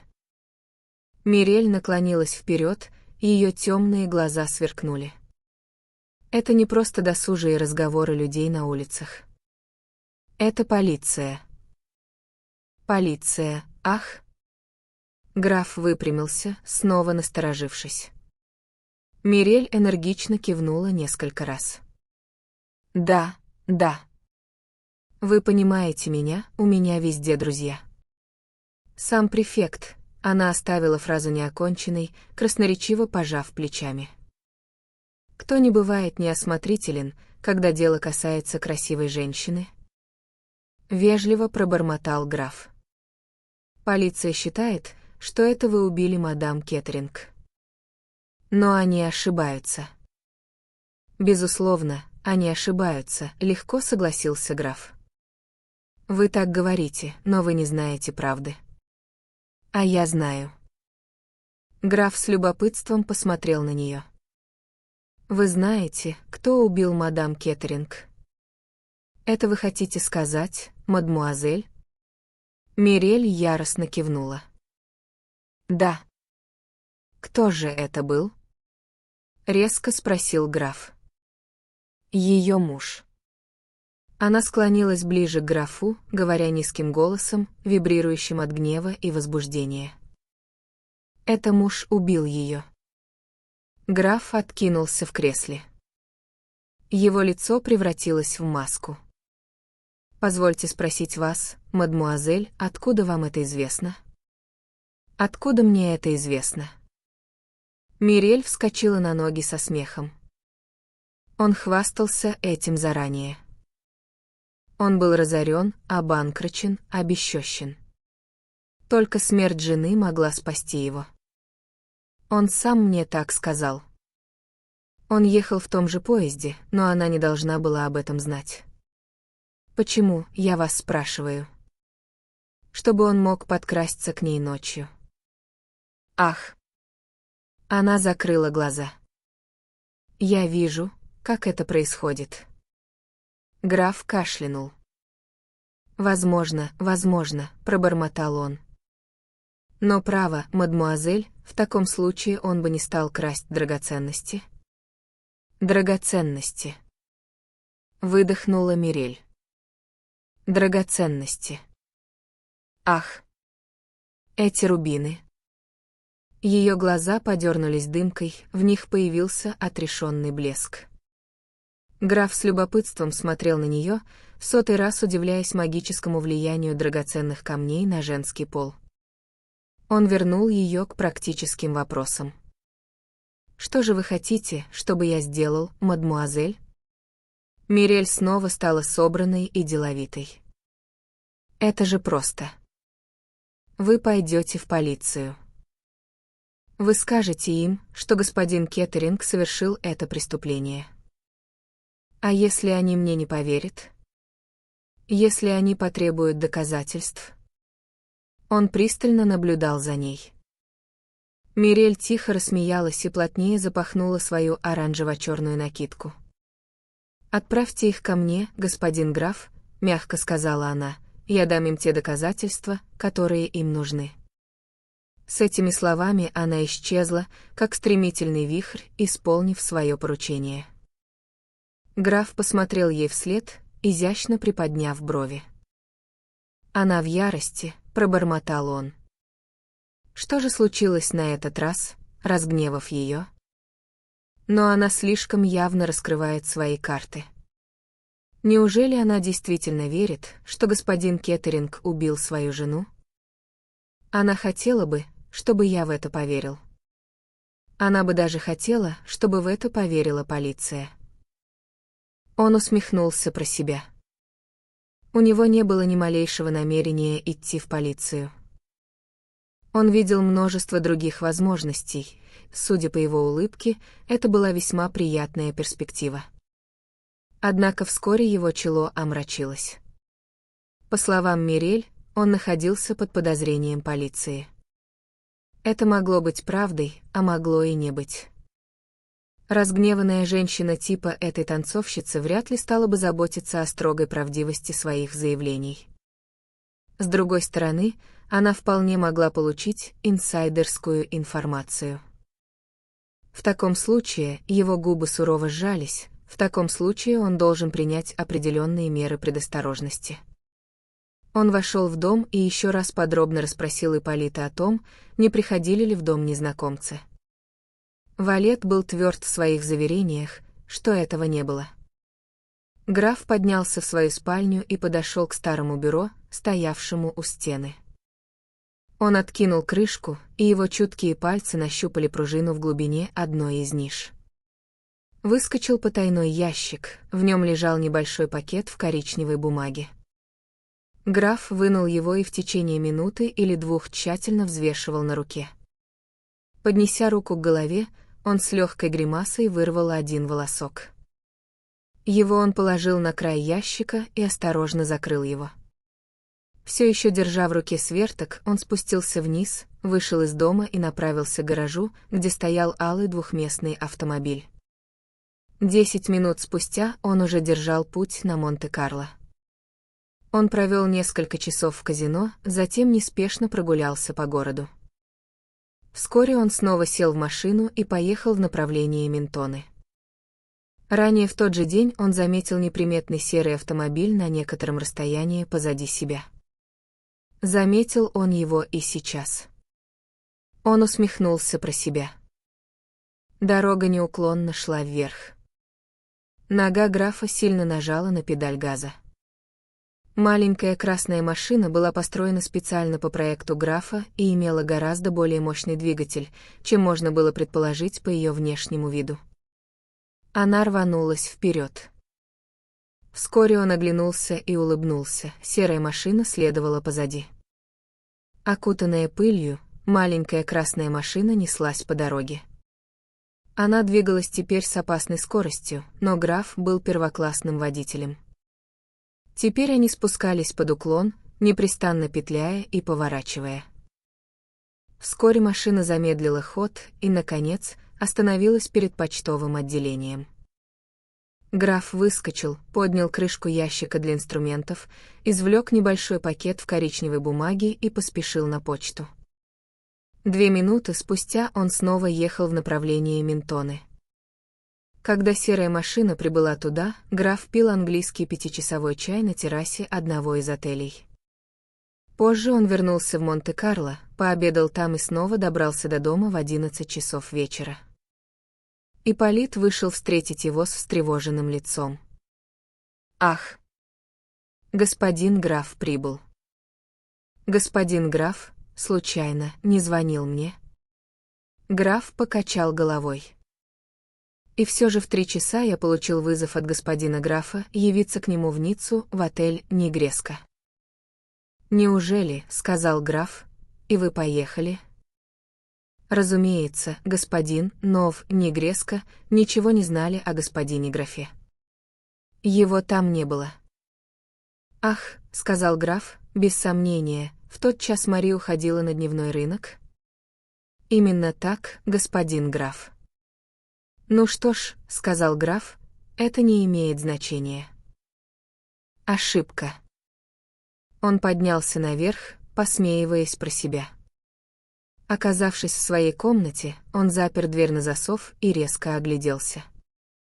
Все казалось обычным. Он открыл различные ящики и шкафы. Затем он кивнул самому себе.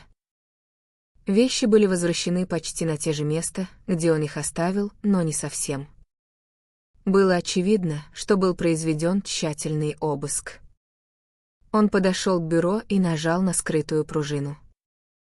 Ящик распахнулся, но волоска на месте не было. Он несколько раз кивнул головой. «Наша французская полиция великолепна», — пробормотал он про себя, — «великолепно». Ничто не ускользает от их внимания. Глава 20. Кэтрин заводит друга. На следующее утро Кэтрин и Ленокс сидели на террасе виллы «Маргарита». Между ними, несмотря на разницу в возрасте, зарождалось нечто вроде дружбы. Если бы не Ленокс, Кэтрин нашла бы жизнь на вилле «Маргарита» совершенно невыносимой. Дело Кеттеринг было темой дня. Леди Темлин откровенно использовала знакомство своей гости с этим делом вовсю. Самые настойчивые отпоры, которые могла дать Кэтрин, совершенно не пробивали самолюбие леди Темлин. Ленокс держалась отстраненно, казалось, ее забавляли маневры матери, и все же она с сочувствием понимала чувства Кэтрин. Ситуацию не спасал и Чабби, чье наивный восторг был неисчерпаем и который представлял Кэтрин всем и каждому.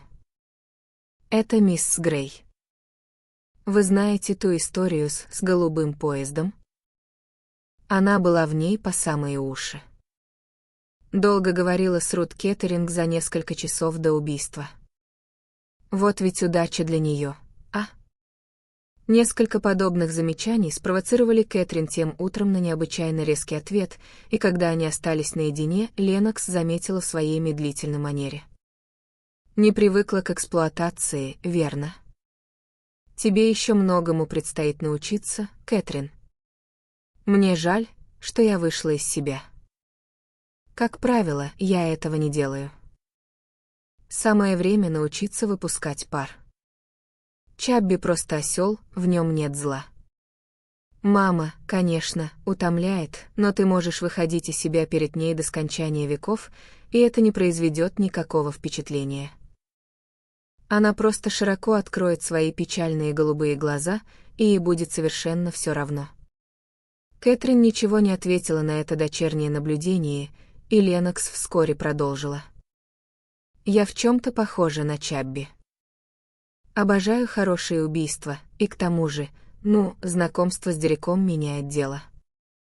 Кэтрин кивнула. «Значит, ты обедала с ним вчера», — задумчиво продолжала Ленокс. «Он тебе нравится, Кэтрин?»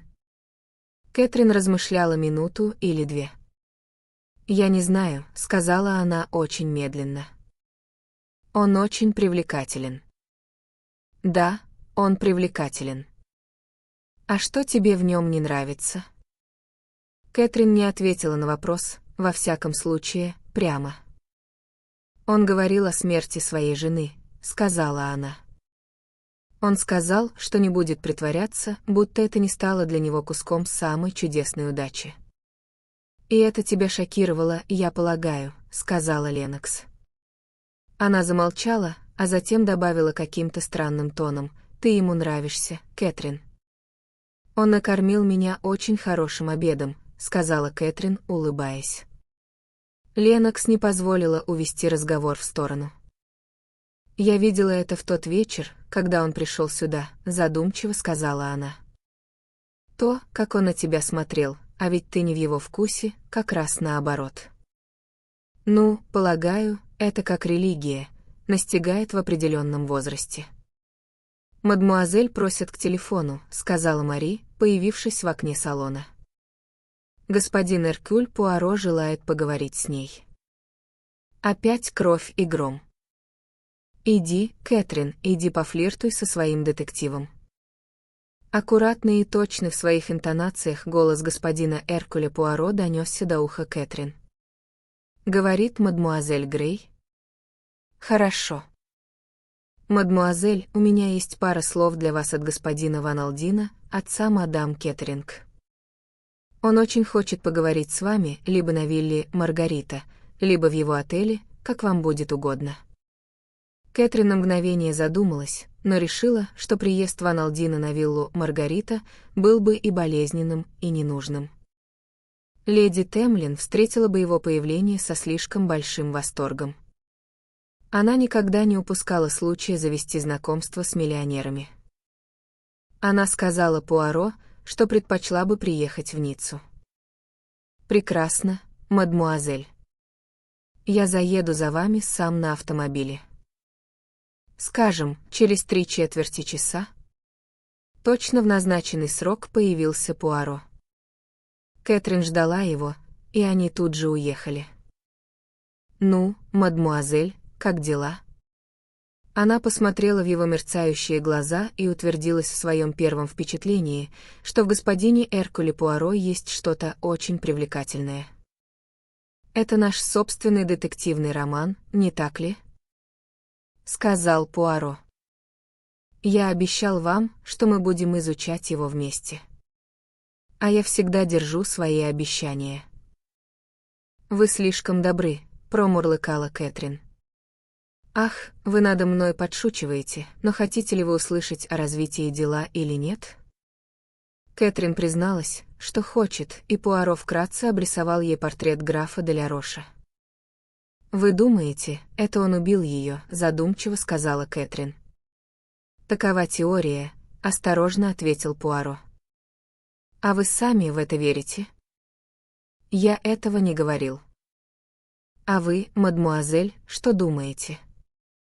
Кэтрин покачала головой. «Откуда мне знать?»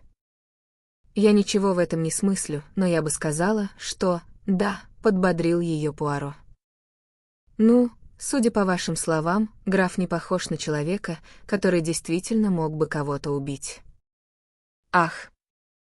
«Очень хорошо», — воскликнул Пуаро, «вы согласны со мной, это именно то, что я говорил». Он резко взглянул на нее. «Но скажите мне, вы встречались с господином Дереком Кеттерингом?» «Я встретила его у леди Темлин и обедала с ним вчера». «Дурной субъект», — сказал Пуаро, качая головой, «но женщинам им такие нравятся, а?» Он подмигнул Кэтрин, и она рассмеялась. «Он из тех людей, которых заметишь где угодно», — продолжал Пуаро. «Без сомнения, вы видели его в голубом поезде?» «Да, я его заметила». «В вагоне-ресторане?» «Нет». «Во время еды я его совсем не видела». «Я видела его только один раз, когда он заходил в купе своей жены». Пуаро кивнул. «Странное дело», — пробормотал он. «Кажется, вы говорили, мадмуазель, что проснулись и выглянули в окно в Лионе. Вы не видели, чтобы высокий темноволосый человек, похожий на графа де ля Роша, покидал поезд?» Кэтрин покачала головой. «Не думаю, что я вообще кого-то видела», — сказала она. «Был какой-то молодой парень в кепке и пальто, который вышел, но я не думаю, что он покидал поезд, просто прохаживался по платформе. Был еще толстый француз с бородой, в пижаме и пальто, который хотел чашечку кофе. В остальном, кажется, были только проводники». Пуаро несколько раз кивнул. «Видите ли, дело в том, — доверительно сообщил он, — что у графа де ля Роша есть алиби. Алиби — вещь весьма досадная и всегда вызывающая серьезнейшие подозрения. Но вот мы и на месте». Они направились прямиком в номер Ван Алдина, где застали Найтона. Пуаро представил его Кэтрин. После обмена несколькими банальностями Найтон сказал: «Я сообщу господину Ван Алдину, что мисс Грей здесь». Он прошел во вторую дверь в соседнюю комнату. Раздался тихий ропот голосов, а затем в комнату вошел Ван Алдин и направился к Кэтрин с протянутой рукой, бросив на нее проницательный и испытующий взгляд. «Я рад познакомиться с вами, мисс Грей», — просто сказал он. «Мне очень хотелось услышать то, что вы можете рассказать мне о Рут». Спокойная простота манер миллионера произвела на Кэтрин сильное впечатление. Она чувствовала, что находится в присутствии подлинного горя, которое было тем реальнее, чем меньше проявлялось внешне. Он пододвинул стул. «Садитесь здесь и просто расскажите мне все об этом». Пуаро и Найтон тактично удалились в другую комнату, оставив Кэтрин и Ван Алдина наедине. Задача оказалась нетрудной. Совершенно просто и естественно она пересказала свой разговор с Рут Кеттеринг, почти слово в слово. Он слушал молча, откинувшись в кресле и прикрыв глаза рукой. Когда она закончила, он тихо произнес: «Спасибо тебе, дорогая».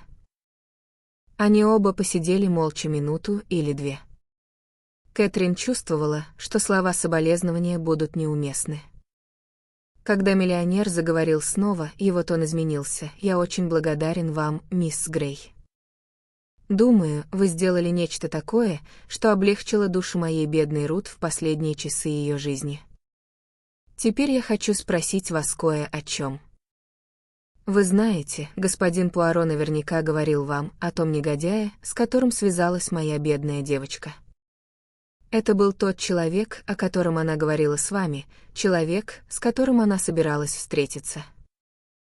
По вашему мнению, могла ли она изменить свое решение после разговора с вами?» Как вы думаете, намеревалась ли она отказаться от своего слова? Честно сказать, я не знаю. Она определенно пришла к какому-то решению и в результате выглядела более веселой. Она не дала вам понять, где намеревалась встретиться с этим подлецом, в Париже или в Йере? Кэтрин покачала головой. Она ничего об этом не говорила. Ах! Задумчиво произнес Ван Алдин, а это важный момент. Что ж, время покажет. Он встал и открыл дверь в соседнюю комнату. Пуаро и Найтон вернулись. Кэтрин отклонила приглашение миллионера пообедать, и Найтон спустился с ней вниз, чтобы проводить до ожидавшей машины. Вернувшись, он застал Пуаро и Ван Алдина за оживленной беседой. «Если бы мы только знали», — задумчиво сказал миллионер, — «к какому решению пришла Рут. Это могло быть любое из полудюжины. Она могла намереваться сойти с поезда в Париже и послать мне телеграмму. Она могла планировать поехать на юг Франции и объясниться с графом там. Мы в неведении, в абсолютном неведении. Но, по словам горничной, она была и напугана, и встревожена появлением графа на вокзале в Париже. Это явно не входило в заранее намеченный план. «Вы согласны со мной, Найтон?» Секретарь вздрогнул. «Прошу прощения, господин Ван Алдин. Я не слушал». «Витаете в облаках, а?» — сказал Ван Алдин. «Это на вас не похоже. Кажется, эта девушка вскружила вам голову». Найтон покраснел. «Она замечательная девушка», — задумчиво сказал Ван Алдин, — «очень милая». «Вы случайно не заметили ее глаз?» «Любой мужчина», — ответил Найтон, — «не мог бы не заметить ее глаз». Глава 21. На теннисном корте. Прошло несколько дней. Кэтрин вернулась с утренней прогулки и увидела Ленокс, которая выжидательно улыбалась ей. «Твой молодой человек звонил тебе, Кэтрин. Кого это ты называешь моим молодым человеком?» «Нового, секретаря Руфуса Ван Алдина. Похоже, ты произвела там сильное впечатление. Ты становишься настоящей разбивательницей сердец, Кэтрин. Сначала Дерек Кеттеринг, а теперь этот юный Найтон. Самое забавное, что я его довольно хорошо помню. Он лежал в мамином военном госпитале, который она здесь открыла. Мне тогда было всего около 8 лет. Он был тяжело ранен. Пуля в ногу, если я правильно помню, довольно неприятная штука. Думаю, врачи там немного напортачили. Они говорили, что он не будет хромать, но, когда он уезжал отсюда, он все еще шел очень неровно. Вышла леди Темплин и присоединилась к ним. «Ты уже рассказала, Кэтрин, о майоре Найтоне?» — спросила она. «Такой милый малый». Сначала я его не вспомнила, их было так много, но теперь все восстановилось в памяти. Раньше он был слишком незначительным, чтобы его помнить, заметила Ленокс. Теперь, когда он секретарь американского миллионера, это совсем другое дело. «Дорогая», — произнесла леди Темплин своим неопределенно укоризненным тоном. «О чем звонил майор Найтон?» — поинтересовалась Кэтрин. Он спросил, не хочешь ли ты пойти на теннис сегодня днем. Если да, он заедет за тобой на машине. Мы с мамой приняли приглашение за тебя с большим воодушевлением. Пока ты воркуешь с секретарем миллионера, ты могла бы дать мне шанс с самим миллионером, Кэтрин. Ему, я полагаю, около 60, так что он будет искать какую-нибудь милую и юную особу вроде меня. Я бы очень хотела познакомиться с господином Ван Алдином, серьезно сказала леди Темплин. О нем столько слышно. Эти прекрасные суровые фигуры западного мира, она осеклась и пробормотала, такие очаровательные. Майор Найтон особо подчеркнул, что это приглашение господина Ван Алдина, сказала Ленокс. Он повторял это так часто, что я почуяла неладное. Вы с Найтоном составили бы очень милую пару, Кэтрин. Благословляю вас, дети мои. Кэтрин рассмеялась и поднялась наверх, чтобы переодеться. Найтон приехал вскоре после ленча и мужественно выдержал восторги узнавания леди Темплин. Когда они ехали вместе в сторону Кан, он заметил Кэтрин, леди Темплин удивительно мало изменилась. В манерах или внешне? И в том, и в другом. Ей, я полагаю, уже хорошо за 40, но она все еще замечательно красивая женщина. Это так, согласилась Кэтрин. «Я очень рад, что вы смогли приехать сегодня», — продолжал Найтон. «Месье Пуаро тоже там будет. Какой необычный этот человечек. Вы хорошо его знаете, мисс Грей?» Кэтрин покачала головой. «Я встретила его в поезде по дороге сюда. Я читала детективный роман и случайно сказала что-то о том, что в реальной жизни такого не случается. Конечно, я понятия не имела, кто он такой. Он очень выдающийся человек, медленно произнес Найтон, и совершил несколько весьма примечательных дел. У него есть своего рода гений проникать в самую суть вопроса, и до самого конца никто не имеет представления о том, что он думает на самом деле. Помню, я гостил в одном доме в Йоркшире, и у леди Клинревон украли драгоценности. Сначала это казалось простым ограблением, но местная полиция зашла в тупик. Я хотел, чтобы они вызвали Эркюля Пуаро, и говорил, что он единственный, кто может им помочь, но они доверились Скотланд-Ярду. И что же произошло? С любопытством спросила Кэтрин. Драгоценности так и не нашли, сухо ответил Найтон. Вы действительно в него верите? А да, безусловно. Граф де Лурош — довольно хитрый субъект. Ему удавалось выпутаться из большинства переделок. Но я думаю, что он встретил достойного противника в лице Эркюля Пуаро. Граф де Лурош, задумчиво произнесла Кэтрин. Значит, вы действительно думаете, что это сделал он? Конечно. Найтон с удивлением посмотрел на нее. «А вы разве нет?»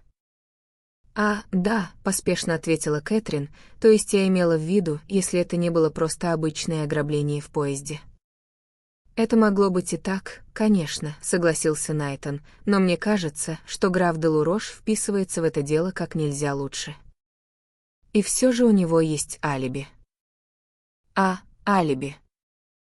Найтон рассмеялся, его лицо озарилось привлекательной юношеской улыбкой. «Вы сами признались, что читаете детективные истории, мисс Грей. Вы должны знать, что любой, у кого безупречное алиби, всегда под подозрением. Вы думаете, реальная жизнь на это похожа?» Улыбнулась Кэтрин. «Почему бы и нет? Вымысел основан на фактах. Но он несколько выше их», — предположила Кэтрин. «Возможно. В любом случае, будь я преступником, я бы не хотел, чтобы Эркюль Пуаро шел по моему следу». «Я тоже», — сказала Кэтрин и засмеялась. По прибытии их встретил Пуаро. Поскольку день был теплым, он был одет в белый костюм из чесучи с белой камелией в петлице. «Бонжур, мадмуазель», — сказал Пуаро. «Я выгляжу очень по-английски, не так ли?» «Вы выглядите чудесно», — тактично ответила Кэтрин. «Вы надо мной подтруниваете», — добродушно заметил Пуаро, но это не важно. Папаша Пуаро всегда смеется последним. «Где господин Ван Алдин?» — спросил Найтон. «Он встретит нас на местах. По правде говоря, мой друг, он не слишком-то мной доволен. Эти американцы, покой, самообладание, они этого не знают. Господин Ван Алдин хотел бы, чтобы я носился в погоне за преступниками по всем закоулкам Ниццы. Я и сам полагал, что это был бы неплохой план, заметил Найтон. Вы ошибаетесь, сказал Пуаро. В таких делах нужна не энергия, а тонкий расчет. На теннисе можно встретить всех. Это так важно. А, вот и господин Кеттеринг. Дерек резко подошел к ним. Он выглядел безрассудным и злым, словно что-то его расстроило. Он и Найтон поприветствовали друг друга с некоторой холодностью. Один лишь Пуаро, казалось, не замечал никакого напряжения и приятно болтал в похвальной попытке заставить всех чувствовать себя непринужденно. Он расточал мелкие комплименты. «Поразительно, господин Кеттеринг, как хорошо вы говорите по-французски», — заметил он. «Так хорошо, что при желании вас можно было бы принять за француза. Среди англичан это очень редкое достижение». «Хотела бы и я так уметь», — сказала Кэтрин. «Я слишком хорошо сознаю, что мой французский мучительно британского толка». Они дошли до своих мест и сели, и почти сразу Найтон заметил, что его наниматель подает ему знаки с другого конца корта и отправился поговорить с ним. «Что касается меня, я одобряю этого молодого человека», — сказал Пуаро, посылая сияющую улыбку вслед уходящему секретарю. «А вы, мадмуазель? Он мне очень нравится». «А вам, господин Кеттеринг?» Какое-то резкое возражение уже готово было сорваться с губ Дерека, но он сдержался, словно что-то в лукавых глазах маленького бельгийца заставило его внезапно насторожиться. Он заговорил осторожно, подбирая слова. «Найтон — отличный малый». На мгновение Кэтрин показалось, что Пуаро выглядит разочарованным. «Он ваш большой поклонник, господин Пуаро», — сказала она и пересказала кое-что из того, что говорил Найтон. Ей было забавно видеть, как человечек заважничал, словно птица, выпитив грудь и приняв вид притворной скромности, который никого бы не обманул. «Это напоминает мне, мадмуазель», — внезапно сказал он, — «у меня есть к вам небольшое дело. Когда вы сидели и разговаривали с той бедной дамой в поезде, вы, должно быть, выронили портсигар». Кэтрин выглядела весьма удивленной. «Не думаю», — сказала она. Пуаро вынул из кармана портсигар из мягкой синей кожи с золотым инициалом «К». «Нет, это не мой», — сказала Кэтрин. «Ах, 1000 извинений». Несомненно, он принадлежал самой мадам. Буква «К», конечно же, означает Кеттеринг. Мы сомневались, потому что у нее в сумке был другой портсигар, и казалось странным, что их два. Он внезапно повернулся к Дереку. «Вы случайно не знаете, был ли это портсигар вашей жены?» Дерек, казалось, на мгновение оторопел. Он слегка запнулся, отвечая: «Я не знаю». «Полагаю, что так». «Он не ваш, случайно?» «Конечно, нет. Будь он моим, вряд ли бы он находился во владении моей жены». Пуаро выглядел более простодушным и по-детски наивным, чем когда-либо. «Я подумал, может быть, вы выронили его, когда были в купе своей жены», — вкратчиво пояснил он. «Я никогда там не был. Я уже говорил об этом полиции раз 10. 1000 извинений», — сказал Пуаро с самым виноватым видом. «Эта мадмуазель упомянула, что видела, как вы туда входили». Он замолчал с видом смущения. Кэтрин посмотрела на Дерека. Его лицо сильно побледнело, но, возможно, это ей только показалось. Его смех, когда он последовал, прозвучал вполне естественно. «Вы ошиблись, мисс Грей», — непринужденно сказал он. «Из того, что сообщила мне полиция, я понял, что мое собственное купе было всего в 1-2 дверях от купе моей жены, хотя в то время я об этом и не подозревал. Должно быть, вы видели, как я входил в свое собственное купе». Он быстро встал, увидев приближающихся Ван Алдина и Найтона. «Я покину вас», — объявил он. «Терпеть не могу своего тестя ни под каким видом». Ван Алдин поприветствовал Кэтрин очень учтиво, но был явно в дурном расположении духа. «Похоже, вы любите смотреть теннис, господин Пуаро», — проворчал он. «Для меня это удовольствие, да», — безмятежно воскликнул Пуаро. «Хорошо, что вы во Франции», — сказал Ван Алдин. «В Штатах мы сделаны из более сурового теста. Там дела идут прежде удовольствий».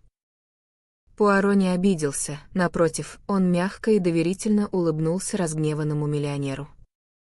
«Умоляю вас, не сердитесь. У каждого свои методы.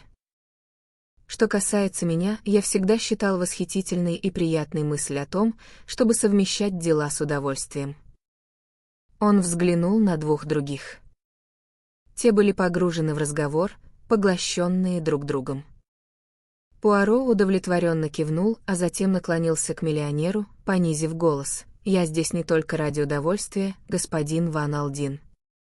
Посмотрите прямо напротив нас, на того высокого старика с желтоватым лицом и почтенной бородой. Ну и что в нем такого?» «Это», — произнес Пуаро, — «господин Папапулос». «Грек, верно. Как вы и сказали, грек. Он торговец антиквариатом с мировым именем. У него есть небольшая лавочка в Париже, и полиция подозревает, что он не просто торговец. А кто же? Скупщик краденого, особенно драгоценностей. Нет ничего такого в переогранке и переделке оправ камней, чего бы он не знал. Он имеет дело как с высшим обществом Европы, так и с самыми низами преступного мира». Ван Алдин посмотрел на Пуаро с внезапно пробудившимся вниманием. «И что дальше?» Потребовал он, и в его голосе зазвучали новые нотки. «Я спрашиваю себя», — сказал Пуаро, — «я, Эркюль Пуаро», он драматично ударил себя в грудь, спрашивая себя, почему господин Папапулос внезапно приехал в Ниццу? Ван Алдин был впечатлен. На мгновение он усомнился в Пуаро, заподозрив, что этот человечек уже не годен для дела и лишь позерствует. Но теперь он мгновенно вернулся к своему первоначальному мнению. Он посмотрел прямо на маленького детектива. «Я должен извиниться перед вами, господин Пуаро». Пуаро отмахнулся от извинений напыщенным жестом. «Ба!» — воскликнул он. «Все это не имеет значения. Теперь слушайте, господин Ван Алдин, у меня есть для вас новости». Миллионер резко взглянул на него, весь обратившись во внимание. Пуаро кивнул.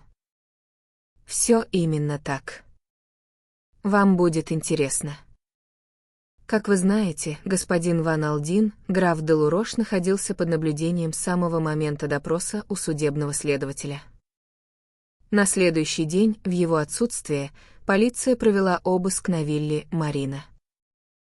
«Ну и что?» — спросил Ван Алдин. «Нашли они что-нибудь?» «Готов поспорить, что нет».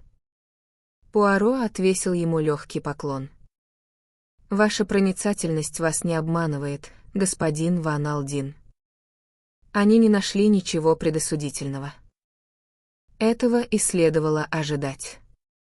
Граф де Лурош, как гласит ваше выразительное идиоматическое выражение, не вчера родился.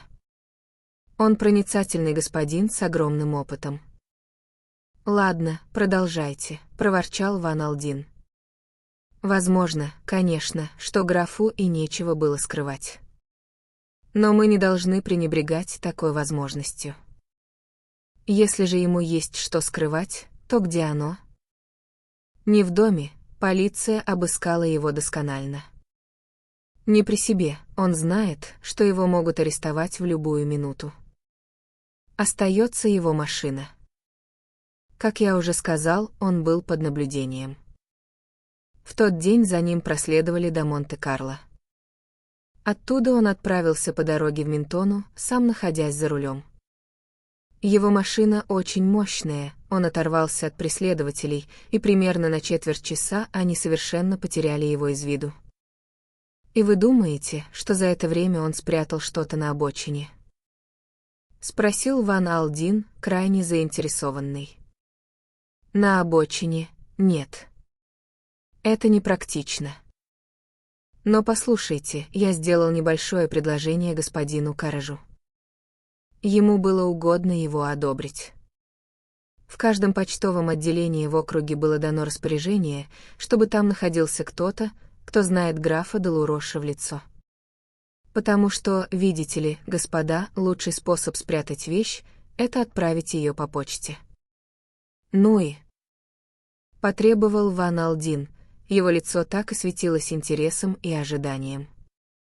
Ну и... вуаля. Драматическим жестом Пуаро извлек из кармана небрежно завернутый в коричневую бумагу пакет, с которого уже была снята бечевка. В течение того 15-минутного интервала наш почтенный господин отправил это по почте. «Адрес?» — резко спросил другой. Пуаро кивнул. Он мог бы нам что-то сказать, но, к сожалению, не говорит. Пакет был адресован в одну из тех газетных лавочек в Париже, где письма и посылки хранятся до востребования за небольшое комиссионное вознаграждение. Да, но что внутри? Нетерпеливо потребовал Ван Алдин.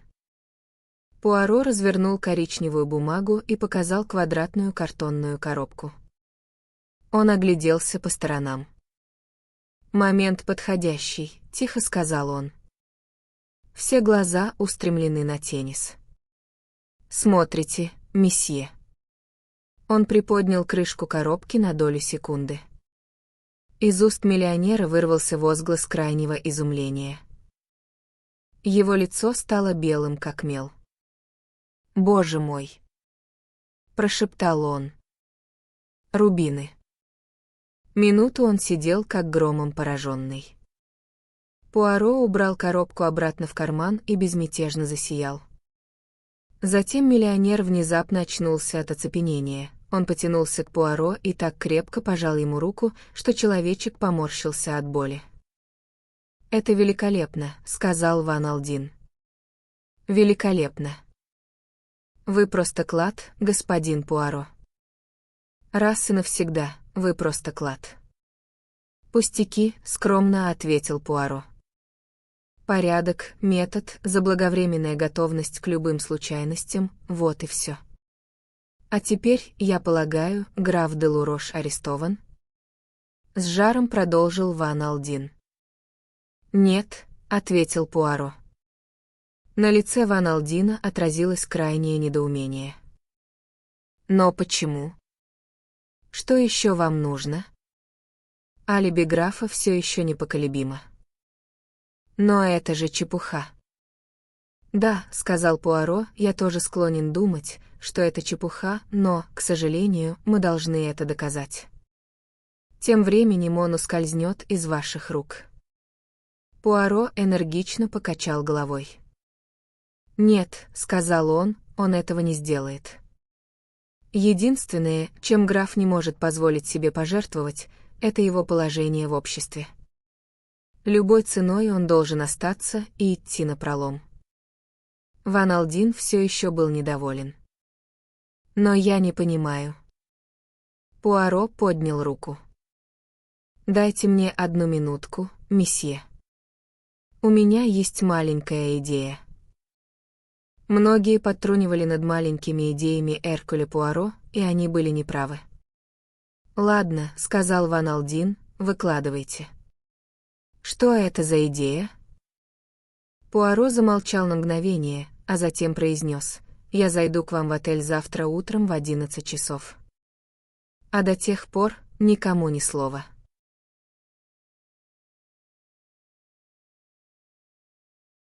Глава 22. Месье Папаполос завтракает. Месье Папаполос был за завтраком. Напротив него сидела его дочь, Зия. Раздался стук в дверь гостиной, и вошел рассыльный с карточкой, которую он протянул господину Папаполосу. Последний внимательно изучил ее, поднял брови и передал своей дочери. «Да», — произнес месье Папаполос, задумчиво почесав левое ухо. «Эркюль Пуаро». «Интересно». Отец и дочь посмотрели друг на друга. «Я видел его вчера на теннисе», — сказал месье Папаполос. «Зия, мне это не очень нравится». «Когда-то он был вам очень полезен», — напомнила ему дочь. «Это правда», — признал месье Папаполос. «К тому же, как я слышал, он отошел от активных дел». Этот обмен репликами между отцом и дочерью происходил на их родном языке. Теперь месье Папаполос повернулся к рассыльному и сказал по-французски: «Попросите этого господина подняться». Через несколько минут Эркюль Пуаро, изысканно одетый и непринужденно помахивающий тростью, вошел в комнату. «Мой дорогой месье Папаполос. Мой дорогой месье Пуаро. И мадмуазель Зия». Пуаро отвесил ей низкий поклон. «Вы извините, что мы продолжаем завтрак», — сказал месье Папаполос, наливая себе еще чашку кофе. «Ваш визит немного ранний». «Это возмутительно», — сказал Пуаро, «но, понимаете ли, я тороплюсь». «Да», — пробормотал месье Папаполос. «Значит, вы по делу?» «По очень серьезному делу», — сказал Пуаро, «смерть мадам Кеттеринг». «Дайте подумать», — месье Папаполос невинно посмотрел на потолок, «это та дама, которая умерла в голубом поезде, не так ли?» Я видел упоминание об этом в газетах, но там не было и намека на убийство. «В интересах правосудия», — сказал Пуаро, «этот факт сочли за лучшее скрыть». Наступила пауза. «И чем же я могу вам помочь, месье Пуаро?»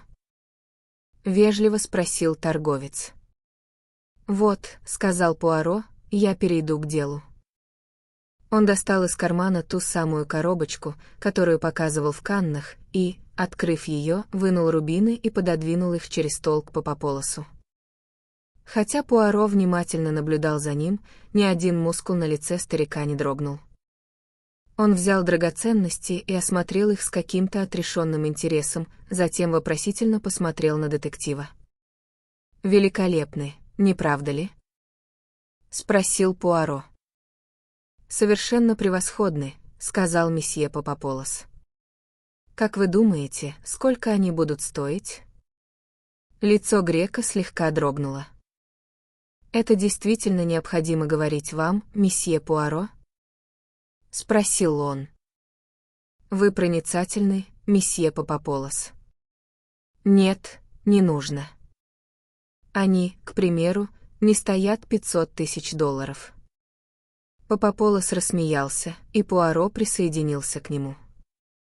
«Как имитация», — сказал Папаполос, возвращая их Пуаро, «они, как я уже сказал, совершенно превосходны. Не будет ли нескромным спросить, месье Пуаро, где вы на них наткнулись?» «Ничуть», — сказал Пуаро, «я не против рассказать такому старому другу, как вы». Они были во владении графа де Лурош. Брови месье Папаполоса красноречиво приподнялись. «Вот как?» — пробормотал он. Пуаро наклонился вперед и принял свой самый невинный и подкупающий вид. «Месье Папаполос», — сказал он, — «я собираюсь выложить свои карты на стол. Оригинал этих драгоценностей был украден у мадам Кеттеринг в голубом поезде. Теперь я скажу вам вот что: меня не интересует возвращение этих драгоценностей. Это дело полиции. Я работаю не на полицию, а на месье Ван Алдина. Я хочу поймать человека, который убил мадам Кеттеринг. Драгоценности интересуют меня лишь постольку, поскольку они могут привести меня к этому человеку. Вы понимаете?» Последние слова были произнесены с большим значением. Месье Папаполос, чье лицо оставалось совершенно неподвижным, спокойно сказал: Продолжайте. Мне кажется вероятным, месье, что драгоценности сменят владельца в Ницце, или, возможно, уже сменили. Да, сказал месье Папаполос. Он задумчиво отхлебнул кофе и выглядел еще немного более благородным и патриархальным, чем обычно. «Я говорю себе», — с воодушевлением продолжил Пуаро, — «какая удача! Мой старый друг, месье Папаполос, находится в Ницце. Он мне поможет. И как же, по-вашему, я могу вам помочь?» Холодно осведомился месье Папаполос. Я сказал себе, без сомнения, месье Папаполос находится в Ницце по делам. «Вовсе нет», — сказал месье Папаполос, — «я здесь ради своего здоровья, по предписанию врача». Он глухо покашлял. «Я огорчен слышать это», — ответил Пуаро с некоторой неискренней симпатией. «Но продолжим. Когда русский великий князь, австрийская эрцгерцогиня или итальянский принц хотят избавиться от своих семейных драгоценностей, к кому они обращаются? К месье Папаполосу, не так ли? К человеку, который знаменит на весь мир той деликатностью, с которой он улаживает подобные дела». Собеседник поклонился. «Вы мне льстите.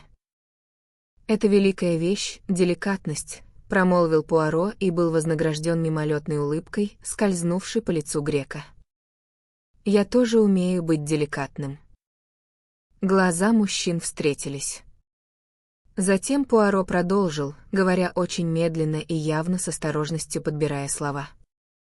«Я говорю себе вот что, если эти драгоценности сменили владельца в Ницце, месье Папаполос обязательно услышал бы об этом. Он знает обо всем, что происходит в мире драгоценностей». «Ара», — произнес месье Папаполос и потянулся за круассаном. «Полиция, понимаете ли», — сказал месье Пуаро, — «в это дело не вмешивается. Это личный вопрос».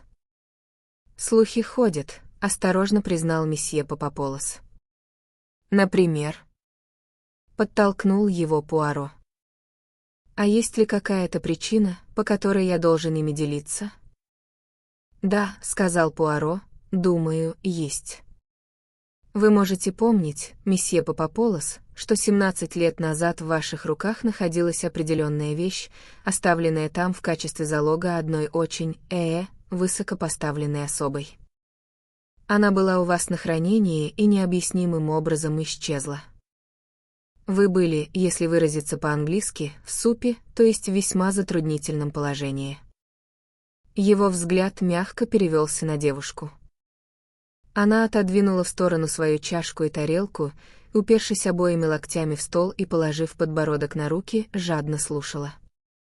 Продолжая краем глаза наблюдать за ней, он повел речь дальше. «В то время я находился в Париже. Вы посылаете за мной. Вы вверяете себя в мои руки. Если я верну вам эту вещь, вы говорите, что заслужите мою вечную благодарность. Ну что же? Я вернул ее вам». Глубокий вздох вырвался у месье Папаполоса. «Это был самый неприятный момент в моей карьере», — пробормотал он. 17 лет — долгий срок», — задумчиво произнес Пуаро, «но я полагаю, что буду прав, если скажу, месье, что ваш народ ничего не забывает». «Греки», — пробормотал Папаполос с иронической улыбкой.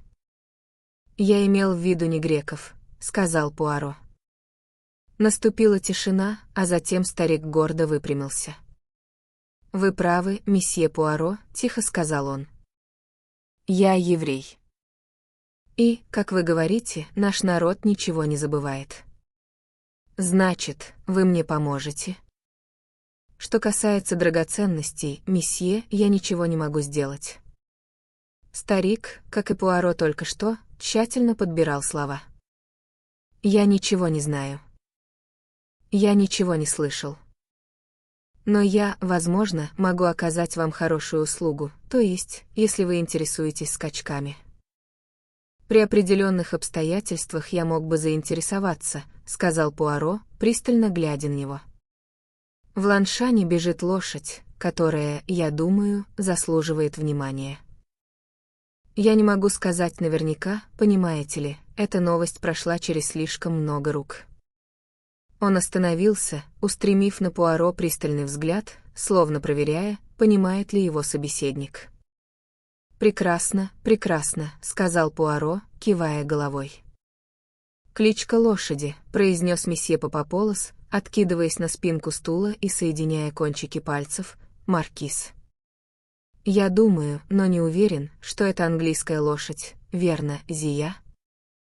«Я тоже так думаю», — сказала девушка. Пуаро живо поднялся со своего места. «Благодарю вас, месье», — сказал он. «Это великое дело — получить то, что англичане называют подсказкой из первых рук. До свидания, месье, и большое спасибо». Он повернулся к девушке. «До свидания, мадмуазель Зия. Мне кажется, будто я только вчера видел вас в Париже. Можно подумать, что прошло от силы года 2. Есть разница между 16 и 33 годами, с грустью заметила Зия. Только не в вашем случае, галантно заявил Пуаро. Вы и ваш отец, возможно, как-нибудь отуживаете со мной. Мы будем рады, ответила Зия. Тогда мы все устроим, заявил Пуаро, а теперь я побежал. Пуаро шел по улице, напевая себе под нос какой-то мотивчик. Он с бесшабашным видом покручивал свою трость, 1 или 2 раза тихонько улыбнувшись про себя. Он зашел в первое попавшееся почтовое отделение и отправил телеграмму. Ему потребовалось некоторое время, чтобы сформулировать ее, так как она была зашифрована, и ему пришлось покопаться в памяти. В ней якобы шла речь о пропавшей булавке для галстука, и адресована она была инспектору Джеппу в Скотленд-Ярд. В расшифрованном виде она была короткой и по делу: «Сообщите телеграфом все, что известно о человеке по прозвищу Маркиз». Глава 23. Новая теория. Было ровно 11 часов, когда Пуаро явился в отель господина Ван Алдина. Он застал миллионера одного. «Вы пунктуальны, месье Пуаро», — сказал тот с улыбкой, поднимаясь навстречу детективу. «Я всегда пунктуален», — ответил Пуаро. «Точность, я всегда ее соблюдаю». Без порядка и метода он осекся. «Ах, но возможно, что я уже говорил вам все это раньше. Давайте сразу перейдем к цели моего визита». «К вашей маленькой идее?» «Да, к моей маленькой идее». Пуаро улыбнулся. «Прежде всего, месье, я хотел бы еще раз расспросить горничную, Аду Мейсон. Она здесь?» «Да, она здесь». «Ара». Ван Алдин посмотрел на него с любопытством. Он позвонил в колокольчик, и за Мейсон отправили посыльного. Пуаро поприветствовал ее со своей обычной вежливостью, которая никогда не оставалась без ответа со стороны людей этого круга. «Добрый день, мадмуазель», — бодро сказал он. «Присаживайтесь, пожалуйста, если месье позволит». «Да, да, садись, моя милая», — сказал Ван Алдин. «Спасибо, сэр», — чопорно ответила Мейсон и села на самый край стула. Она выглядела еще более костлявой и ёдкой, чем обычно. «Я пришел, чтобы задать вам еще несколько вопросов», — сказал Пуаро. «Мы должны докопаться до сути этого дела. Я всегда возвращаюсь к вопросу о человеке в поезде. Вам показывали графа де Лурош. Вы говорите, что это, возможно, был он, но вы не уверены. Как я уже говорила вам, сэр, я так и не увидела лица этого джентльмена. Вот что делает это таким трудным». Пуаро просиял и закивал головой. «Именно, совершенно точно. Я прекрасно понимаю эту трудность. Теперь, мадмуазель, вы сказали, что находитесь на службе у мадам Кеттеринг 2 месяца. За это время как часто вы видели своего хозяина? Мейсон размышляла минуту или две, а затем произнесла: «Только дважды, сэр». «И это было близко или издалека?» «Ну, один раз, сэр, он приезжал на Керзон-стрит. Я была наверху, посмотрела через перила и увидела его внизу в холле. Мне было немного любопытно, сами понимаете, зная, как обстоят дела, между ними». Мейсон закончила фразу своим деликатным покашливанием. «А в другой раз?» «Я была в парке, сэр, с Энни, одной из горничных, сэр, и она показала мне хозяина, который гулял с какой-то иностранной дамой». Пуаро снова кивнул. «Теперь послушайте, Мейсон. Это человек, которого вы видели в вагоне, разговаривающим с вашей хозяйкой на Лионском вокзале, откуда вы знаете, что это был не ваш хозяин?» «Хозяин, сэр». Я не думаю, что это мог быть он». «Но вы не уверены», — настаивал Пуаро. «Ну, я никогда об этом не думала, сэр». Мейсон была явно расстроена этой мыслью. «Вы же слышали, что ваш хозяин тоже был в поезде. Что может быть естественнее того, что именно он прошел по коридору? Но джентльмен, который разговаривал с хозяйкой, должно быть, пришел снаружи, сэр. Он был одет для улицы. В пальто и мягкой шляпе». «Именно так, мадмуазель, но поразмыслите минуту. Поезд только что прибыл на Лионский вокзал. Многие пассажиры прогуливаются по платформе. Ваша хозяйка собиралась сделать то же самое и для этой цели, без сомнения, надела свое меховое манто, верно?» «Да, сэр», — согласилась Мейсон. «Ваш хозяин, следовательно, делает то же самое. В поезде тепло, но снаружи на вокзале холодно. Он надевает пальто и шляпу, идет вдоль поезда и, глядя на освещенные окна, вдруг видит мадам Кеттеринг. До этого момента он и понятия не имел, что она в этом поезде. Естественно, он поднимается в вагон и направляется к ее купе. Она восклицает от удивления при виде его и быстро закрывает дверь между двумя отделениями купе, так как их разговор вполне может носить личный характер. Он откинулся на спинку стула и наблюдал, как это предположение медленно производит свой эффект. Никто не знал лучше Эркюля Пуаро, что людей такого типа, как Мейсон, нельзя торопить. Он должен дать ей время избавиться от своих собственных предвзятых идей. Через 3 минуты она заговорила. «Ну, конечно, сэр, это могло быть и так. Я никогда не думала об этом с такой стороны. Хозяин высокий, темноволосый и как раз такого телосложения. Именно из-за шляпы и пальто я решила, что это был джентльмен снаружи. Да, это вполне мог быть хозяин. Теперь я уж точно не осмелюсь утверждать ни того, ни другого. Большое спасибо, мадмуазель. Вы мне больше не понадобитесь. Ах, еще одна маленькая деталь». Он достал из кармана портсигар, который уже показывал Кэтрин. «Это портсигар вашей хозяйки?» — спросил он у Мейсон. «Нет, сэр, это не хозяйский, по крайней мере». Она вдруг испуганно замерла. Какая-то мысль явно пробивалась на передний план ее сознания. «Да», — подбодрил ее Пуаро. «Мне кажется, сэр, я не уверена, но мне кажется, это портсигар, который хозяйка купила, чтобы подарить хозяину». «Да», — неопределенно произнес Пуаро. «Но подарила ли она его ему в итоге или нет, я, конечно, сказать не могу». «Именно так», — сказал Пуаро, — «именно так». «Это все, пожалуй, мадмуазель. Желаю вам доброго дня». Ада Мейсон деликатно удалилась, бесшумно прикрыв за собой дверь. Пуаро посмотрел на Ван Алдина с легкой улыбкой на лице. Миллионер выглядел совершенно ошеломленным. Вы думаете, это был Дерек?» — спросил он. Но все указывает на обратное.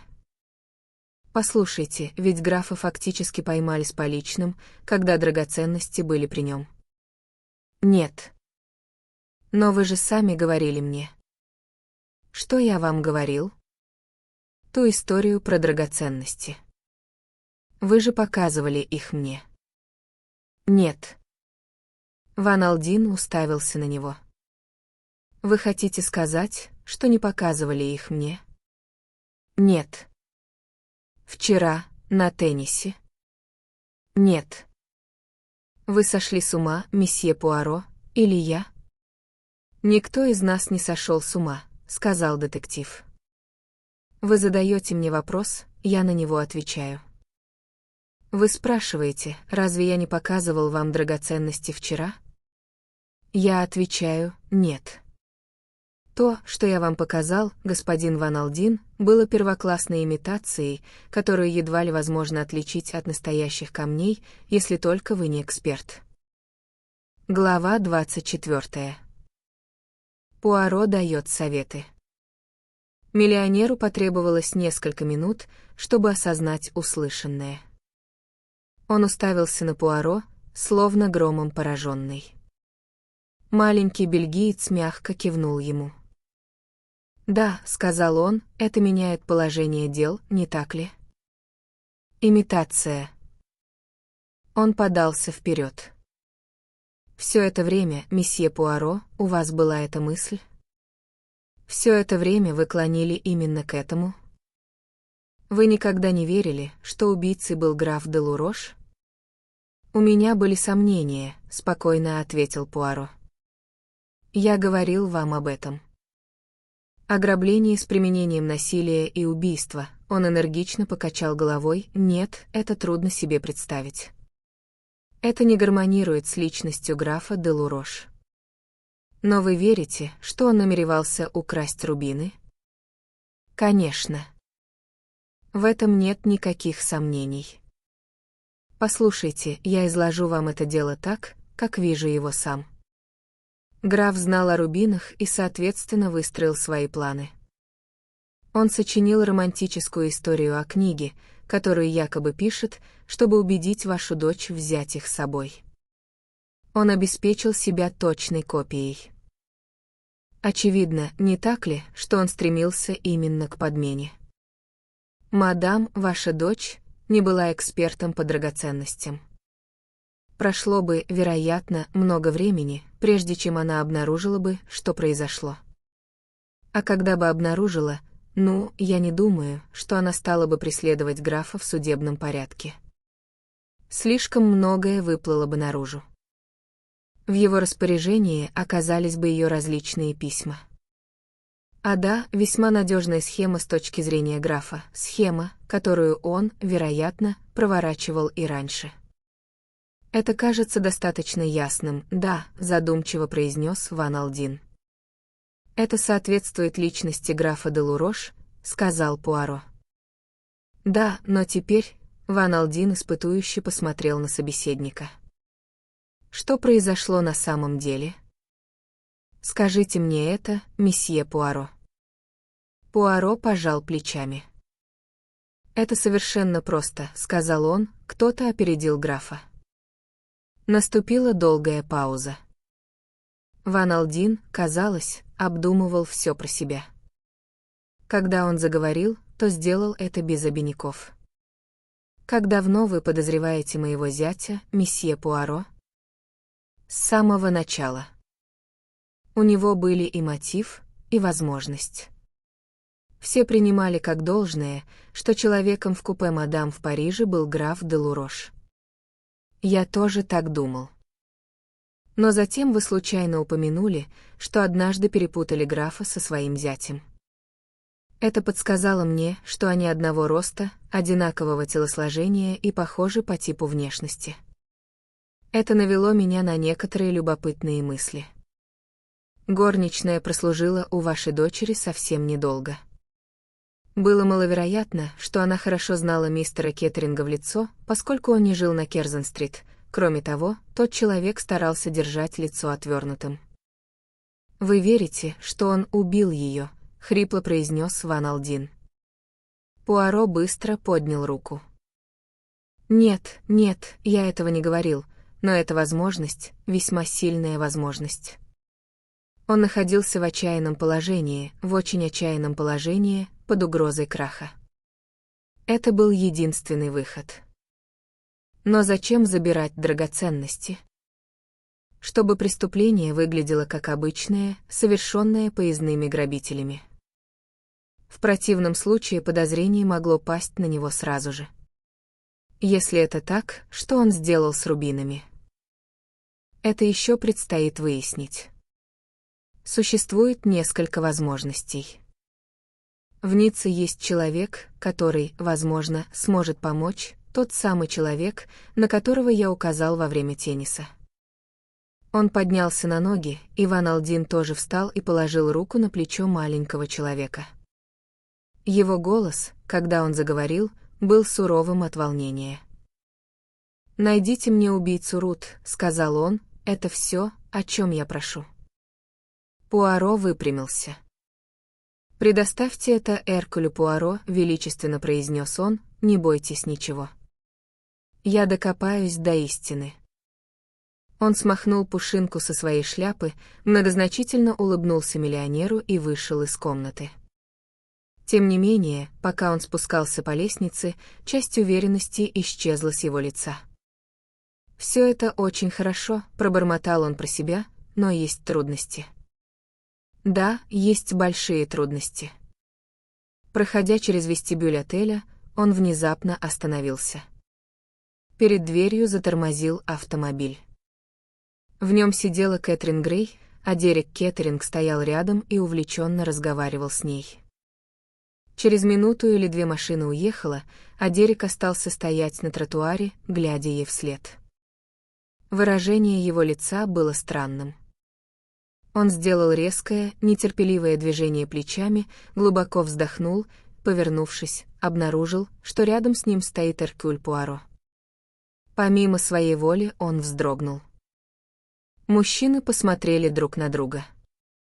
Пуаро пристально и непоколебимо, а Дерек с каким-то беззаботным вызовом. За непринужденной насмешливости его тона крылась издевка, когда он заговорил, слегка приподняв при этом брови. «Она ведь прелесть, не правда ли?» Непринужденно спросил он. Его манера держаться была совершенно естественной. «Да», — задумчиво произнес Пуаро, — «это слово очень хорошо описывает мадмуазель Кэтрин. Это чисто английское выражение, а мадмуазель Кэтрин, она тоже очень англичанка». Дерек стоял совершенно неподвижно, ничего не отвечая. И все же она вызывает симпатию, не так ли? «Да», — сказал Дерек, — «таких, как она, немного». Он говорил тихо, почти как бы про себя.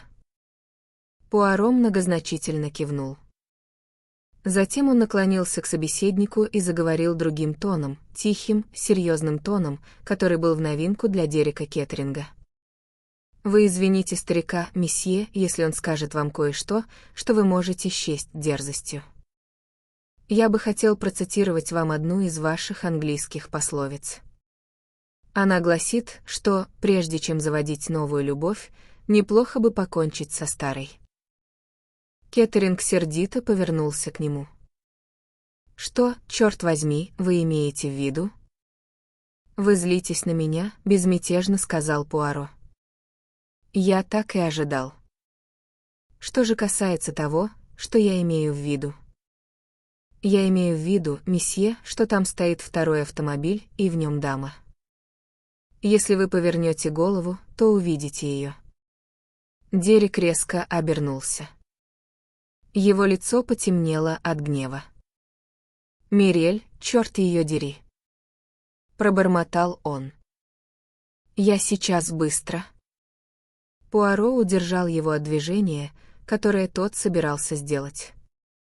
«Разумно ли то, что вы собираетесь сейчас сделать?» предостерегающе спросил он. Его глаза мягко заблестели зеленым огоньком. Но Дерек был не в том состоянии, чтобы замечать предупреждающие знаки. В своем гневе он совершенно потерял бдительность. Я порвал с ней окончательно, и она это знает. Сердито крикнул Дерек. Вы порвали с ней, это да, но порвала ли она с вами? Дерек вдруг резко и сухо рассмеялся. Она не упустит 2 миллиона фунтов, если сможет этого избежать, цинично пробормотал он. Уж в чем, а в этом на Мирель можно положиться. Пуаро приподнял брови. «У вас весьма циничный взгляд на вещи», — промолвил он. «Да неужели?»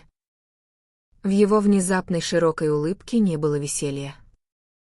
«Я прожил в этом мире достаточно долго, месье Пуаро, чтобы знать, что все женщины примерно одинаковы».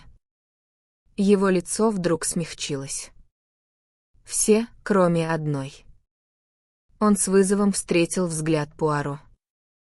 В его глазах промелькнуло выражение настороженности, а затем снова исчезло.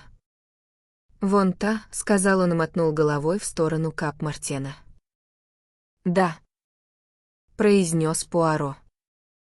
Это спокойствие было отлично рассчитано на то, чтобы разодорить импульсивный темперамент собеседника. «Я знаю, что вы собираетесь сказать», — быстро заговорил Дерек, «о том, какую жизнь я вел, о том, что я ее недостоин.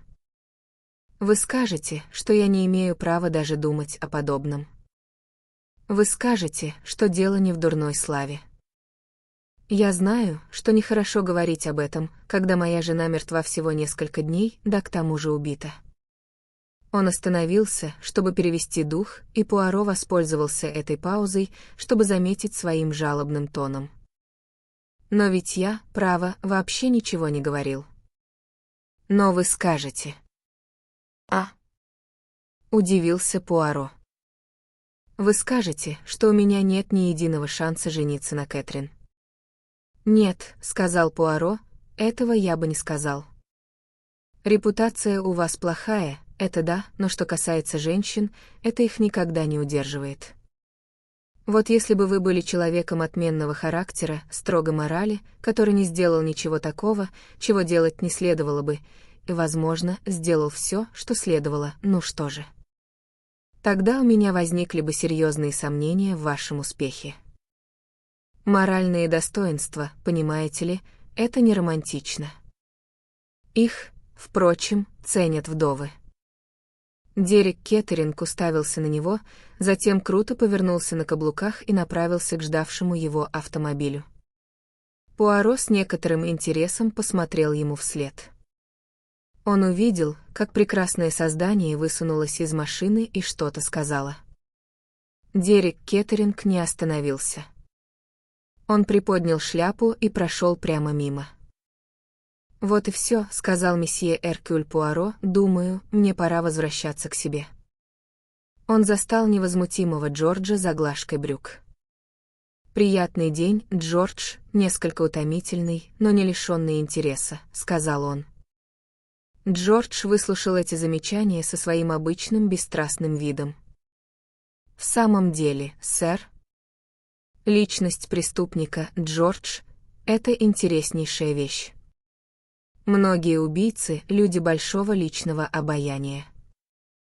Я всегда слышал, сэр, что доктор Крипин был весьма приятным в общении джентльменом. И тем не менее он искромсал свою жену, словно фарш. Твои примеры всегда к месту, Джордж». Лакей ничего не ответил, и в этот момент зазвонил телефон. Пуаро снял трубку. «Алло, алло». «Да, да», — говорит Эркюль Пуаро. «Это Найтон». «Не вешайте трубку, месье Пуаро. Господин Ван Алдин хотел бы поговорить с вами». Наступила короткая пауза, а затем послышался голос миллионера. «Это вы, месье Пуаро?» «Я просто хотел сказать вам, что Мейсон только что пришла ко мне сама. Она все обдумала и говорит, что почти уверена в том, что тем человеком в Париже был Дерек Кеттеринг. По ее словам, в нем еще тогда было что-то знакомое, но в тот момент она не могла понять, что именно. Сейчас она кажется совершенно уверенной. «Да», — произнес Пуаро, — «спасибо, господин Ван Алдин. Это продвигает нас вперед». Он положил трубку и постоял минуту или две с весьма любопытной улыбкой на лице. Джорджу пришлось обратиться к нему дважды, прежде чем он получил ответ. «А?» — спросил Пуаро. «Что это ты мне говоришь? Вы будете обедать здесь, сэр, или уходите?» «Ни то, ни другое», — сказал Пуаро, — «я лягу в постели и выпью травяного отвару». Ожидаемое случилось, а когда случается ожидаемое, это всегда вызывает у меня волнение. Глава 25. Вызов. Когда Дерек Кеттеринг проходил мимо автомобиля, Мирель высунулась наружу. «Дерек, мне нужно поговорить с тобой на минуту». Но, приподняв шляпу, Дерек прошел прямо мимо, не останавливаясь. Когда он вернулся в свой отель, портье вышел из своей деревянной будки и обратился к нему.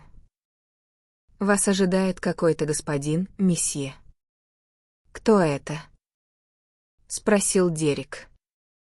Он не назвал своего имени, месье, но сказал, что его дело к вам очень важное и что он подождет. «Где он?» «В маленьком салоне, месье». Он сказал, что предпочитает его общему холлу, так как там более уединенно. Дерек кивнул и направился туда. Маленький салон был пуст, если не считать посетителя, который поднялся и поклонился с непринужденным иностранным изяществом, когда Дерек вошел. Так случилось, что Дерек видел графа де Лурош всего один раз, но без труда узнал этого аристократичного дворянина и сердито нахмурился. Какая несказанная дерзость! «Граф де Лурош, не так ли?» — сказал он. «Боюсь, вы только зря потратили время, придя сюда». «Надеюсь, что нет», — приятно ответил граф. Его белые зубы блеснули. Обаяние манер графа обычно не действовало на представителей его собственного пола. Все мужчины без исключения его откровенно недолюбливали. Дерек Кеттеринг уже сейчас испытывал отчетливое желание пинками выставить графа вон из комнаты. Его удерживало лишь понимание того, что скандал в настоящее время был бы весьма некстати. Он снова подивился тому, что Рут могла увлечься этим типом, а ведь она совершенно точно им увлекалась. Выскочка, и даже хуже, чем выскочка. Он с отвращением посмотрел на безупречно ухоженные руки графа. «Я зашел», — сказал граф, — «по одному небольшому делу. Я думаю, вам было бы целесообразно выслушать меня». Дерек снова почувствовал сильное искушение вышвырнуть его, но опять сдержался. Намек на угрозу не укрылся от его внимания, но он истолковал ее по-своему. Существовали различные причины, по которым было бы лучше выслушать то, что собирался сказать граф. Он сел и нетерпеливо забарабанил пальцами по столу. «Ну», — резко бросил он, — «в чем дело?» Граф не привык сразу раскрывать свои карты. «Позвольте мне, месье, выразить вам свои соболезнования в связи с вашей недавней утратой. Если я услышу от вас хоть какую-то дерзость», — спокойно сказал Дерек, — «вы вылетите вот в это окно». Он кивнул головой в сторону окна, находившегося рядом с графом, и тот неловко зашевелился. «Я пришлю к вам своих друзей, месье, если это то, чего вы желаете», — высокомерно произнес он. Дерек рассмеялся. «Дуэль, да? Мой дорогой граф, я не принимаю вас настолько всерьез. Но я бы с большим удовольствием спустил вас пинками по променад дес Англе». Граф вовсе не горел желанием обижаться. Он лишь приподнял брови и пробормотал: «Англичане — варвары».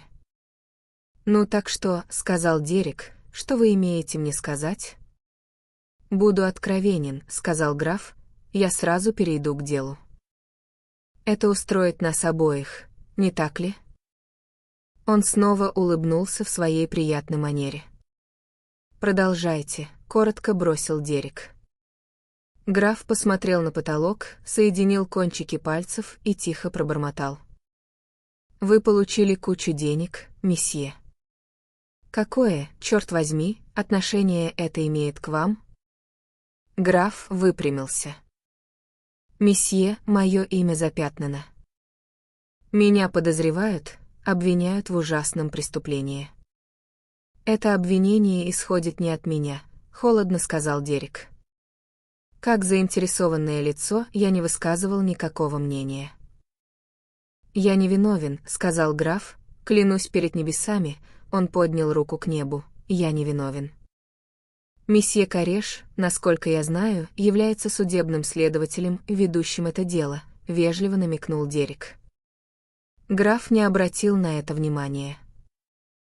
Мало того, что меня несправедливо подозревают в преступлении, которого я не совершал, я к тому же испытываю серьезную нужду в деньгах. Он тихо и многозначительно покашлял. Дерек поднялся на ноги. «Я так и знал, что дело дойдет до этого», — тихо сказал он. «Ах ты, шантажирующая скотина! Я не дам тебе ни цента. Моя жена мертва, и никакой скандал, который ты можешь устроить, ее теперь не коснется. Она писала тебе глупые письма, я полагаю. Если бы я прямо сейчас купил их у тебя за кругленькую сумму, я более чем уверен, что ты умудрился бы припрятать парочку. Я скажу тебе вот что, месье де Лурош, шантаж — скверное слово как в Англии, так и во Франции. Вот мой тебе ответ. Всего хорошего.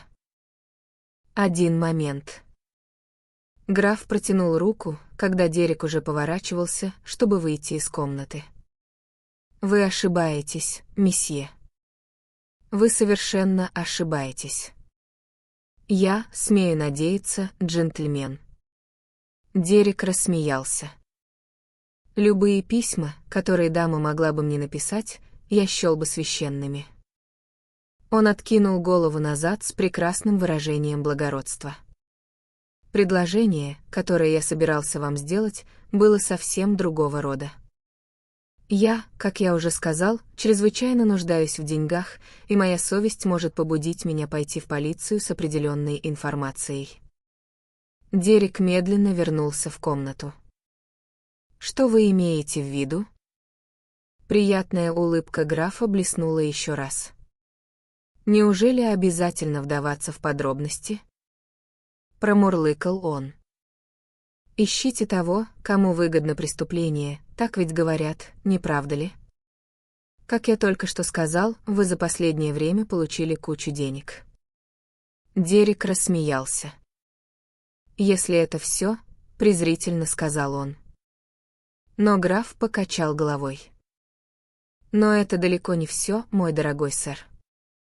Я бы не пришел к вам, если бы не располагал гораздо более точной и подробной информацией. Это очень неприятно, месье, быть арестованным и судимым за убийство». Дерек подошел к нему вплотную.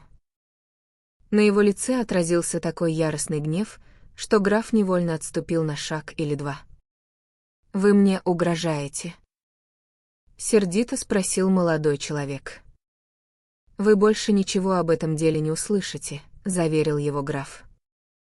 «Из всех колоссальных блефов, с которыми я когда-либо сталкивался».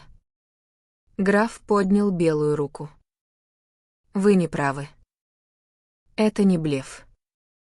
Чтобы убедить вас, я скажу следующее. Моя информация была получена от одной дамы. Именно она владеет неопровержимыми доказательствами того, что вы совершили убийство. Она. Кто? Мадмуазель Мирель». Дерек отпрянул, словно от удара.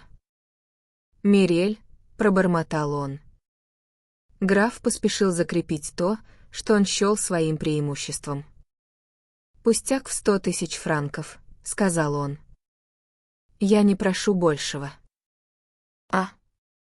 Рассеянно произнес Дерек.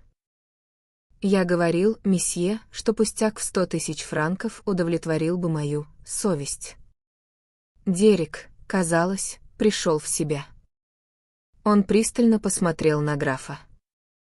Вы хотите получить мой ответ прямо сейчас? Если вам угодно, месье. Тогда вот он. Можете катиться к черту. Понятно. Оставив графа в слишком большом изумлении, чтобы тот мог вымолвить хоть слово, Дерек повернулся на каблуках и стремительно вышел из комнаты. Выйдя из отеля, он поймал такси и поехал в гостиницу «Мирель». Наведя справки, он узнал, что танцовщица только что вернулась. Дерек передал портье свою карточку. «Отнесите это мадмуазель и спросите, примет ли она меня». Прошло совсем немного времени, и Дереку велели следовать за рассыльным. Волна экзотических духов ударила Дереку в ноздри, как только он переступил порог апартаментов танцовщицы. Комната была заставлена гвоздиками, орхидеями и мимозой. Мирель стояла у окна в пеньюаре из пенистых кружев. Она пошла ему навстречу, протягивая руки. «Дерек, ты пришел ко мне. Я знала, что ты придешь». Он отстранил цепляющиеся за него руки и строго посмотрел на нее сверху вниз. «Зачем ты подослала ко мне графа де Лурош?» Она посмотрела на него с изумлением, которое он счел искренним. «Я подослала к тебе графа де Лурош? Но зачем?» «Судя по всему, для шантажа», — мрачно сказал Дерек. Она снова уставилась на него. Затем вдруг улыбнулась и закивала головой. «Ну, конечно.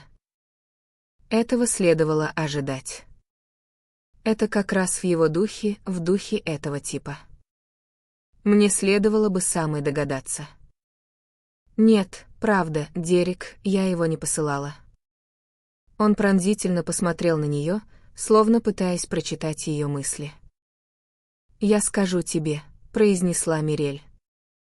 «Мне стыдно, но я скажу тебе. На днях, понимаешь ли, я была вне себя от ярости, совершенно безумно», — она сделала красноречивый жест. «Мой темперамент, он не из терпеливых.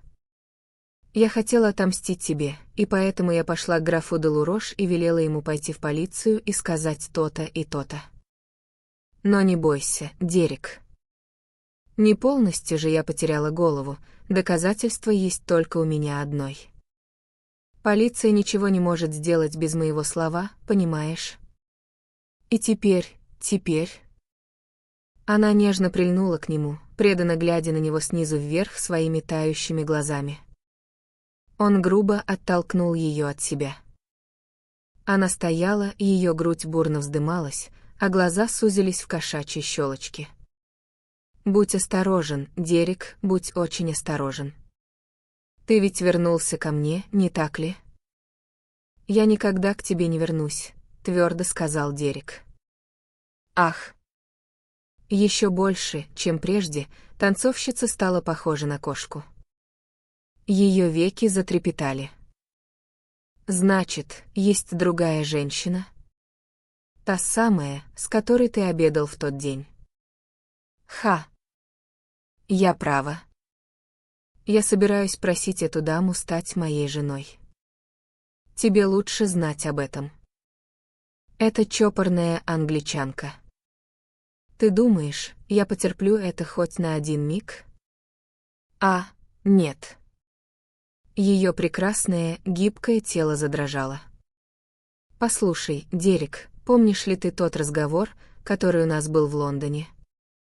Ты сказал, что единственное, что могло бы тебя спасти, это смерть твоей жены. Ты сокрушался, что она так здорова. Тогда в твою голову пришла мысль о несчастном случае. И даже больше, чем о несчастном случае. «Я полагаю», — презрительно сказал Дерек, «именно этот разговор ты и пересказала графу де Лурош». Мирель рассмеялась. «Разве я дура? Разве полиция смогла бы что-то сделать с такой туманной историей? Послушай, я дам тебе последний шанс.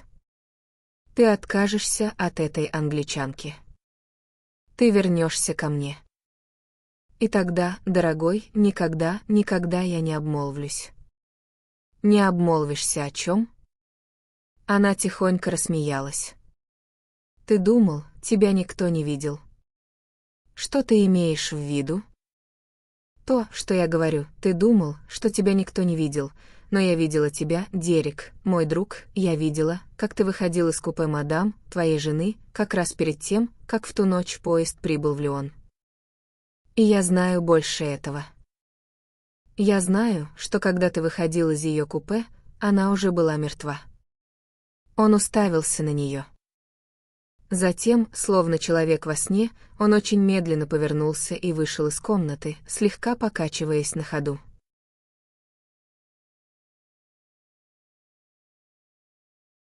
Глава 26. Предостережение. «Вот так и получается», — сказал Пуаро, «что мы с вами хорошие друзья, и у нас нет секретов друг от друга». Кэтрин повернула голову и посмотрела на него. В его голосе звучало что-то новое, какой-то скрытый оттенок серьезности, которого она не слышала прежде. Они сидели в садах Монте-Карло. Кэтрин приехала туда со своими друзьями, и они почти сразу по прибытии столкнулись с Найтоном и Пуаро. Леди Темплин тут же вцепилась в Найтона и засыпала его воспоминаниями, большинство из которых, как смутно подозревала Кэтрин, были чистой выдумкой. Они пошли дальше вместе, леди Темплин держала молодого человека под руку. Найтон пару раз оглянулся через плечо, а глаза Пуаро слегка заблестели, когда он это заметил. «Конечно, мы друзья», — сказала Кэтрин. «С самого начала мы прониклись друг к другу симпатией», — задумчиво произнес Пуаро. «С тех самых пор, как вы сказали мне, что детективный роман случается и в реальной жизни. И я был прав, не так ли?» Укоризненно поднял он указательный палец. «И вот мы с вами погружены в самую гущу одного из них. Для меня это естественно, это моя профессия, но для вас все иначе». «Да», — добавил он размышляющим тоном, — «для вас все иначе». Она резко посмотрела на него. Казалось, он ее предостерегал, указывая на какую-то угрозу, которую она сама не замечала. «Почему вы говорите, что я нахожусь в самой гуще событий?»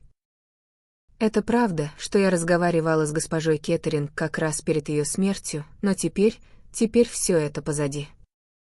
Я больше не имею отношения к этому делу». «Ах, мадмуазель, разве можем мы когда-либо сказать, я покончила с тем-то или с тем-то?» Кэтрин с вызовом повернулась к нему лицом. «В чем дело?» — спросила она.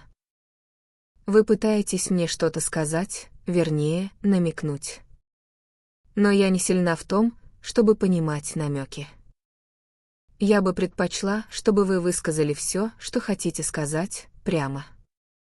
Пуаро грустно посмотрел на нее.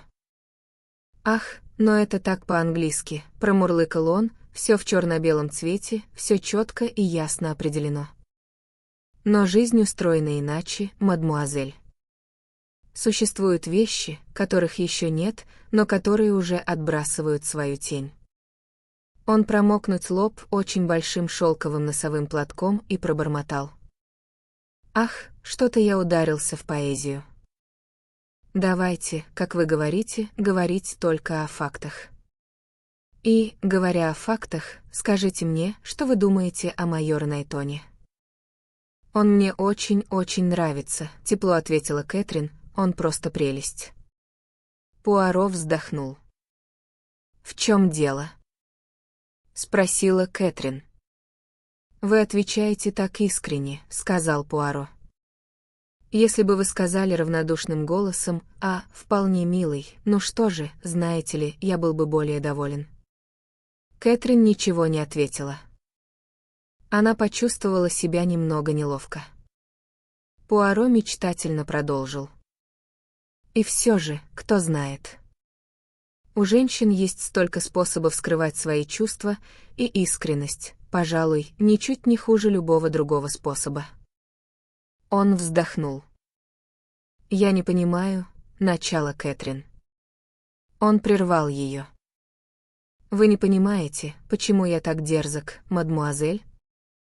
Я старый человек, и время от времени, не очень часто, я встречаю кого-то, чье благополучие мне дорого. Мы друзья, мадмуазель. Вы сами так сказали. И дело именно в этом, я хотел бы видеть вас счастливой». Кэтрин смотрела прямо перед собой. У нее с собой был критоновый зонтик от солнца, и его кончиком она выводила узоры на гравии у своих ног. «Я задал вам вопрос о майоре Найтоне, теперь задам другой. Нравится ли вам господин Дерек Кеттеринг?» «Я едва знаю его», — сказала Кэтрин. «Это не ответ». «По-моему, ответ». Он посмотрел на нее, пораженный чем-то в ее тоне. Затем он серьезно и медленно закивал головой. «Возможно, вы правы, мадмуазель. Видите ли, я, тот, кто говорит с вами, много повидал на своем веку и знаю, что есть две вещи, которые истинны. Хороший человек может быть погублен своей любовью к плохой женщине, но верно и обратное.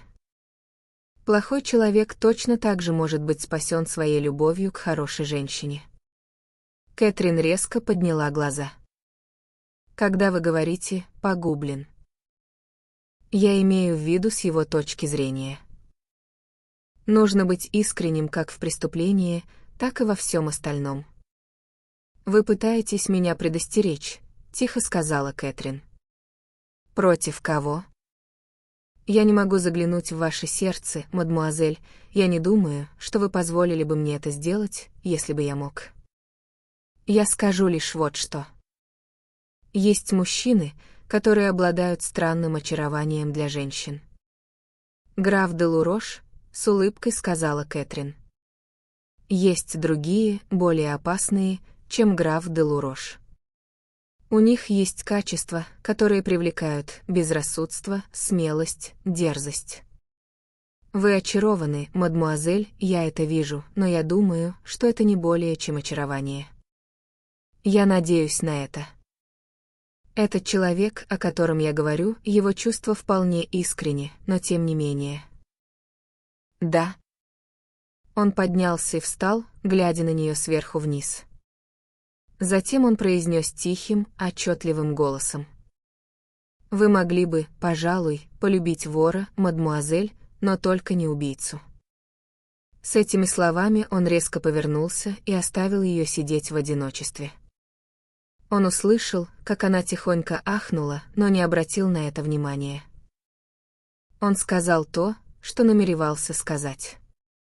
Он оставил ее там, чтобы она переварила эту последнюю, совершенно недвусмысленную фразу. Дерек Кеттеринг, выйдя из казино на залитую солнцем улицу, увидел ее одну на скамейке и присоединился к ней. «Я играл», — сказал он с легким смешком, — «и играл неудачно. Я проиграл все, во всяком случае, что было у меня с собой». Кэтрин посмотрела на него с тревожным выражением лица. Она сразу заметила что-то новое в его манере держаться, какое-то скрытое возбуждение, которое выдавало себя в сотни мелких, едва уловимых признаков. «Мне кажется, вы всегда были игроком. Сам дух игры привлекает вас. Каждый день и во всех отношениях игрок? Вы совершенно правы. Разве вы не находите в этом что-то бодрящее? Рискнуть всем ради одного броска, с этим ничто не сравнится». Какой бы спокойной и невозмутимой Кэтрин себя не считала, она почувствовала слабый ответный трепет. «Я хочу поговорить с вами», — продолжил Дерек, «и кто знает, когда мне представится другая возможность. Тут ходит мысль, будто я убил свою жену. Нет, пожалуйста, не перебивайте меня. Это, конечно, нелепо». Он помолчал минуту или две, а затем продолжил говорить более размеренно. В отношениях с местной полицией и властями мне приходилось притворяться, соблюдать определенные приличия. С вами я притворяться не хочу. Я намеревался жениться на деньгах. Я искал деньги, когда впервые встретил Рут Ван Алдин. Она была похожа на тоненькую Мадонну, и я строил всякие благие намерения и горько разочаровался. Моя жена была влюблена в другого человека, когда выходила за меня замуж. Она никогда нисколько не заботилась обо мне. Я не жалуюсь, это была вполне респектабельная сделка. Ей нужен был титул Ликанбери, а мне нужны были деньги. Проблема возникла просто из-за американской крови Рут. Ни капли не заботясь обо мне, она хотела, чтобы я постоянно крутился возле нее. Раз за разом она прямо-таки заявляла мне, что купила меня и что я принадлежал ей. В результате я вел себя с ней отвратительно. Мой тесть скажет вам то же самое, и он совершенно прав. В момент смерти Рут я столкнулся с полным крахом. Он вдруг рассмеялся. Сталкиваешься с полным крахом, когда имеешь дело с таким человеком, как Руфус Ван Алдин. «И что потом?» — тихо спросила Кэтрин. А потом Дерек пожал плечами, Рут была убита, весьма своевременно. Он рассмеялся, и звук его смеха ранил Кэтрин. Она поморщилась. «Да», — сказал Дерек, — «это было не в очень хорошем вкусе. Но это чистая правда. Теперь я скажу вам кое-что еще. С самого первого момента, как я увидел вас, я понял, что вы единственная женщина в мире для меня. Я боялся вас. Я думал, что вы можете принести мне несчастье». «Несчастье?» — резко переспросила Кэтрин. Он уставился на нее. «Почему вы так повторяете это? Что у вас на уме?» Я думала о вещах, которые мне говорили люди. Дерек вдруг ухмыльнулся. «Они наговорят вам обо мне много чего, дорогая, и большая часть из этого будет правдой.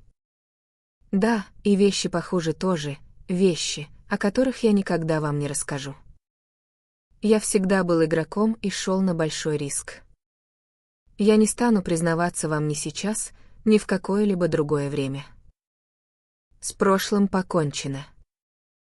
Есть только одно, во что я действительно хочу, чтобы вы поверили. Я торжественно клянусь вам, что не убивал свою жену». Он произнес эти слова достаточно искренне, но в них все же чувствовалось что-то театральное. Он встретил ее тревожный взгляд и продолжил. «Я знаю. На днях я солгал. Я заходил именно в купе моей жены».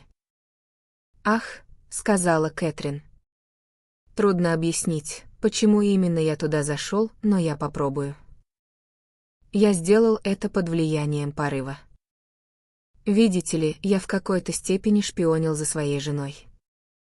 В поезде я держался в тени. Мириэль говорила мне, что моя жена встречается с графом де Лурош в Париже. Насколько я видел, это было не так.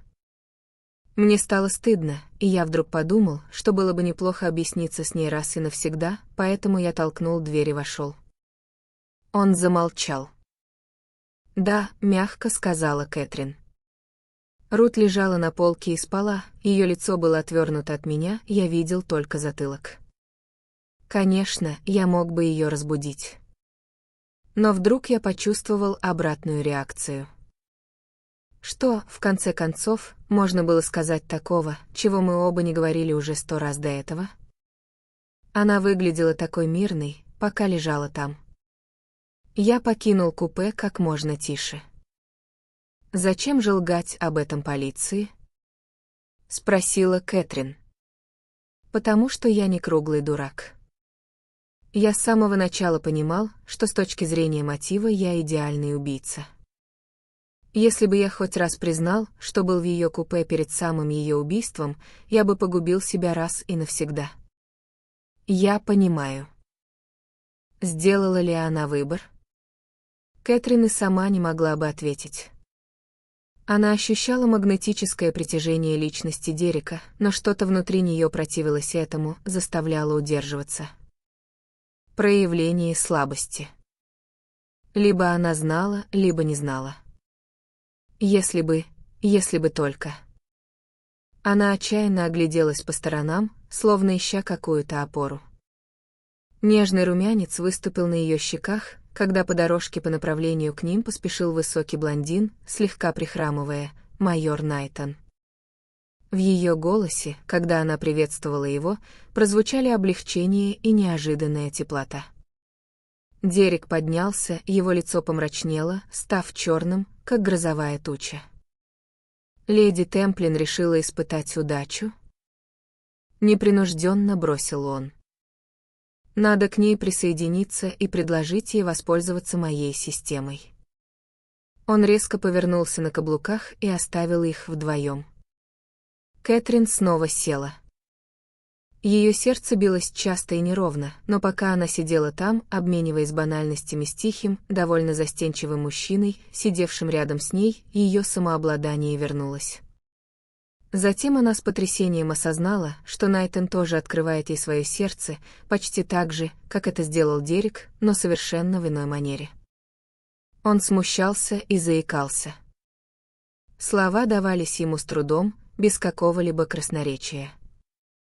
С самого первого мгновения, как я увидел вас, я не должен был говорить так скоро, но господин Ван Алдин может уехать отсюда в любой день, и у меня могло не оказаться другого шанса.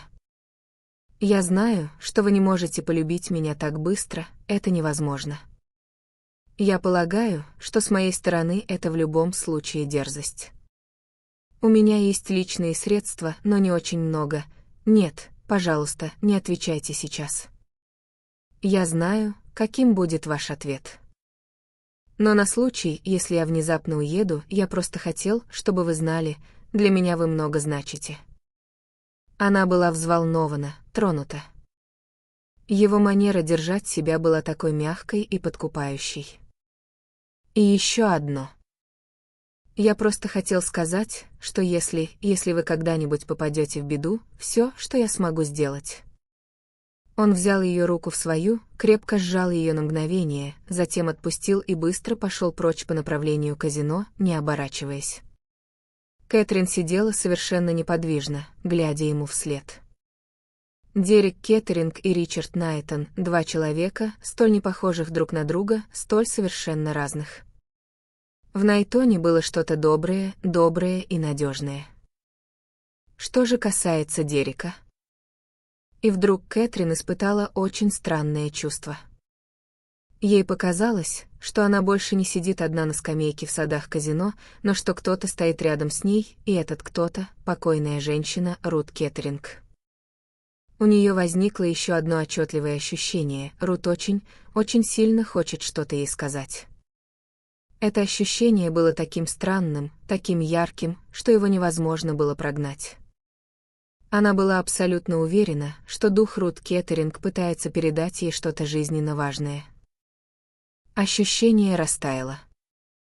Кэтрин поднялась, слегка дрожа. Что же это было, что Рут Кеттеринг так сильно хотела сказать? Глава 27. Интервью с Мирель. Когда Найтон оставил Кэтрин, он отправился на поиски Эркюля Пуаро, которого нашел в игровых залах, когда тот беспечно ставил минимальную ставку на четные номера. Как раз в тот момент, когда Найтон подошел к нему, выпал номер 33, и ставка Пуаро была слизана почистую. «Какая неудача!» — сказал Найтон. «Собираетесь ставить снова?» Пуаро покачал головой. «Не сейчас. Вы чувствуете очарование азартных игр?» С любопытством спросил Найтон. «Не на рулетке». Найтон бросил на него быстрый взгляд. Его собственное лицо стало встревоженным. Он заговорил нерешительно, с оттенком почтения. «Я хотел спросить, месье Пуаро, вы не заняты?» «Есть кое-что, о чем я хотел бы у вас узнать. Я в вашем распоряжении. Не выйти ли нам на улицу? На солнышке очень приятно». Они вместе вышли на прогулку, и Найтан глубоко вздохнул. «Я обожаю Ривьеру. Впервые я приехал сюда 12 лет назад, во время войны, когда меня направили в госпиталь леди Темплин. Это было похоже на рай, приехать сюда после Фландрии».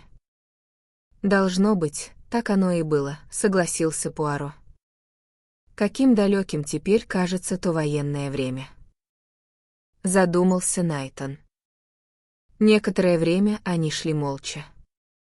«Вас что-то тревожит?» — спросил Пуаро. Найтан посмотрел на него с некоторым удивлением. «Вы совершенно правы», — признался он. «Правда, я не знаю, как вы об этом догадались». «Это проявилось слишком уж явно», — сухо заметил Пуаро. «Не думал, что я настолько прозрачен. Подмечать выражение лица — это моя работа», — с достоинством пояснил маленький человек. «Я все вам расскажу, месье Пуаро. Вы ведь слышали об этой танцовщице, Мириэль? О той, которая является близкой подругой месье Дерека Кеттеринга?» «Да, именно о ней. И зная это, вы поймете, что господин Ван Алдин, естественно, настроен против нее. Она написала ему письмо с просьбой о встрече. Он велел мне продиктовать сухой отказ, что я, разумеется, и сделал. Сегодня утром она пришла в отель и прислала свою визитную карточку, передав, что ей совершенно необходимо и жизненно важно немедленно увидеть господина Ван Алдина. «Вы меня интригуете», — произнес Пуаро. Господин Ван Алдин был в ярости. Он сказал мне, какой ответ ей передать. Я позволил себе с ним не согласиться. Мне показалось весьма вероятным и правдоподобным, что эта женщина, Мирель, может предоставить нам ценные сведения.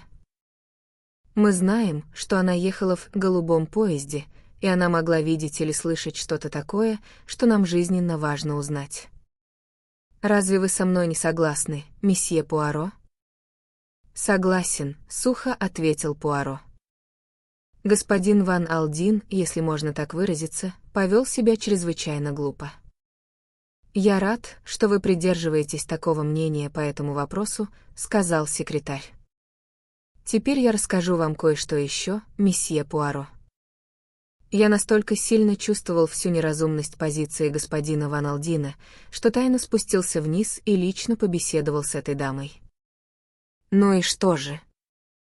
Трудность заключалась в том, что она настаивала на встрече именно с самим господином Ван Алдином. Я смягчил его ответ настолько, насколько это было возможно. На самом деле, если говорить откровенно, я передал его в совершенно иной форме. Я сказал, что господин Ван Алдин сейчас слишком занят, чтобы принять ее, но она может передать мне все, что пожелает. Однако она так и не решилась этого сделать и ушла, больше ничего не сказав. Но у меня есть стойкое ощущение, месье Пуаро, что эта женщина что-то знает. «Это серьезно», — тихо проговорил Пуаро. «Вы знаете, где она остановилась?» «Да». Найтан назвал отель. «Хорошо», — сказал Пуаро, — «мы отправимся туда немедленно». Секретарь посмотрел на него с сомнением. «А как же господин Ван Алдин?» С сомнением спросил он. «Месье Ван Алдин — упрямый человек», — сухо сказал Пуаро. «Я не спорю с упрямыми людьми. Я действую вопреки им. Мы немедленно отправимся к этой даме. Я скажу ей, что вы уполномочены месье Ван Алдином действовать от его имени, а вы хорошенько поберегитесь, чтобы не противоречить мне». Найтан все еще выглядел слегка сомневающимся, но Пуаро не обратил на его колебания никакого внимания. В отеле им сообщили, что мадмуазель у себя, и Пуаро передал наверх свою и Найтона визитные карточки, на которых карандашом было написано «От господина Ван Алдина». Снизу пришел ответ, что мадмуазель Мириэль примет их. Когда их провели в апартаменты танцовщицы, Пуаро сразу же взял инициативу в свои руки. «Мадмуазель», — промурлыкал он, очень низко кланяясь, — «мы здесь от имени месье Ван Алдина». «Ах! И почему же он не пришел сам?» «Он нездоров», — лживо произнес Пуаро, ривьерское воспаление горла, оно держит его в своих тисках, но я уполномочен действовать от его имени, как и майор Найтон, его секретарь. Если, конечно, мадмуазель не предпочтет подождать недели-две. Если в чем-то Пуаро и был совершенно уверен, так это в том, что для такого темперамента, как у Мириэль, само слово «подождать» было проклятием. «Ну что же, я скажу, месье?» — воскликнула она. Я была терпелива. Я сдерживала себя. И ради чего? Чтобы меня оскорбили. Да, оскорбили. Ха! Неужели он думает, что с Мириэль можно так обращаться? Выбросить ее, как старую перчатку. Я скажу вам, что еще ни один мужчина не уставал от меня. Всегда только я устаю от них.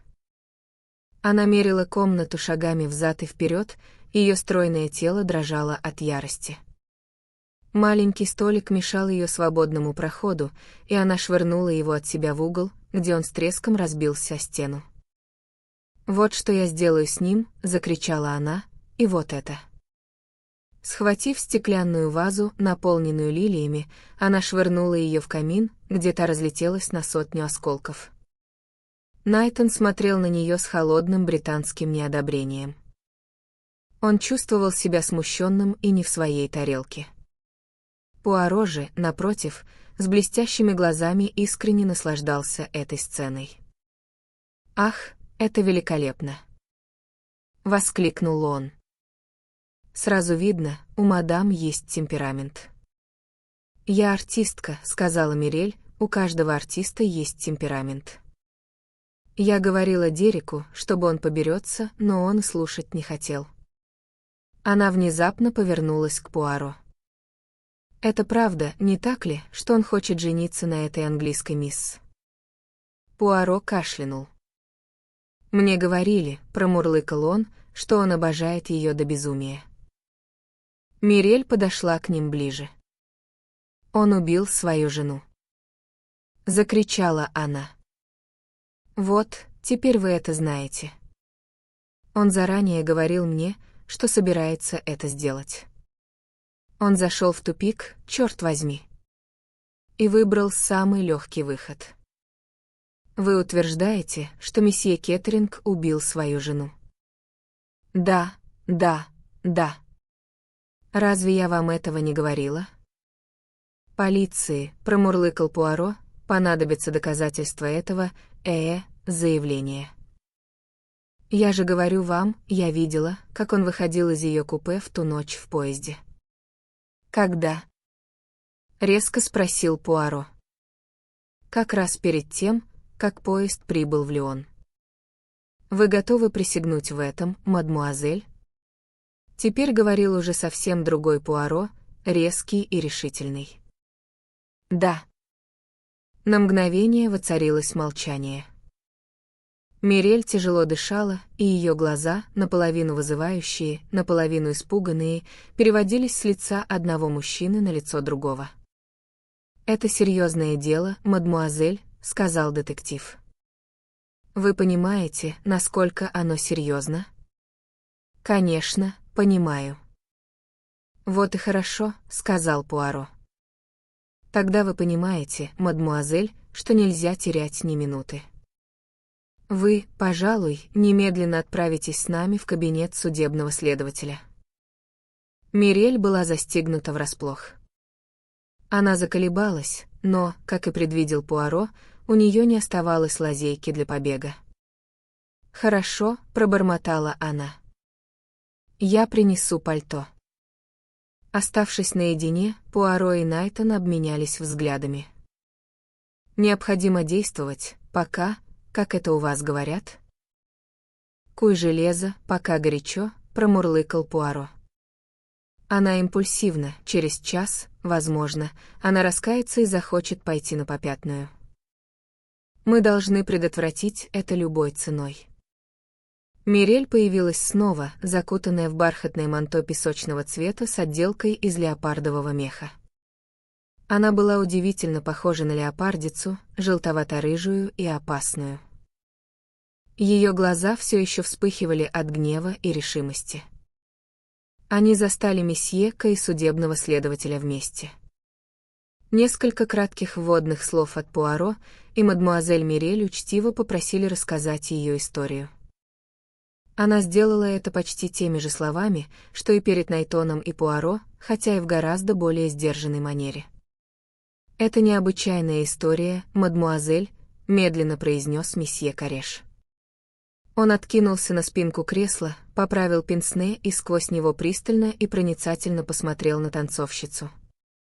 «Вы хотите, чтобы мы поверили, будто месье Кеттеринг действительно хвастался перед вами этим преступлением заранее?» «Да, да. Она слишком здорова», — говорил он.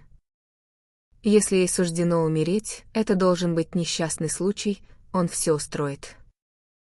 «Вы отдаете себе отчет, мадмуазель», — строго сказал месье Кареш, «что выставляете себя соучастницей, знавшей о готовящемся преступлении?»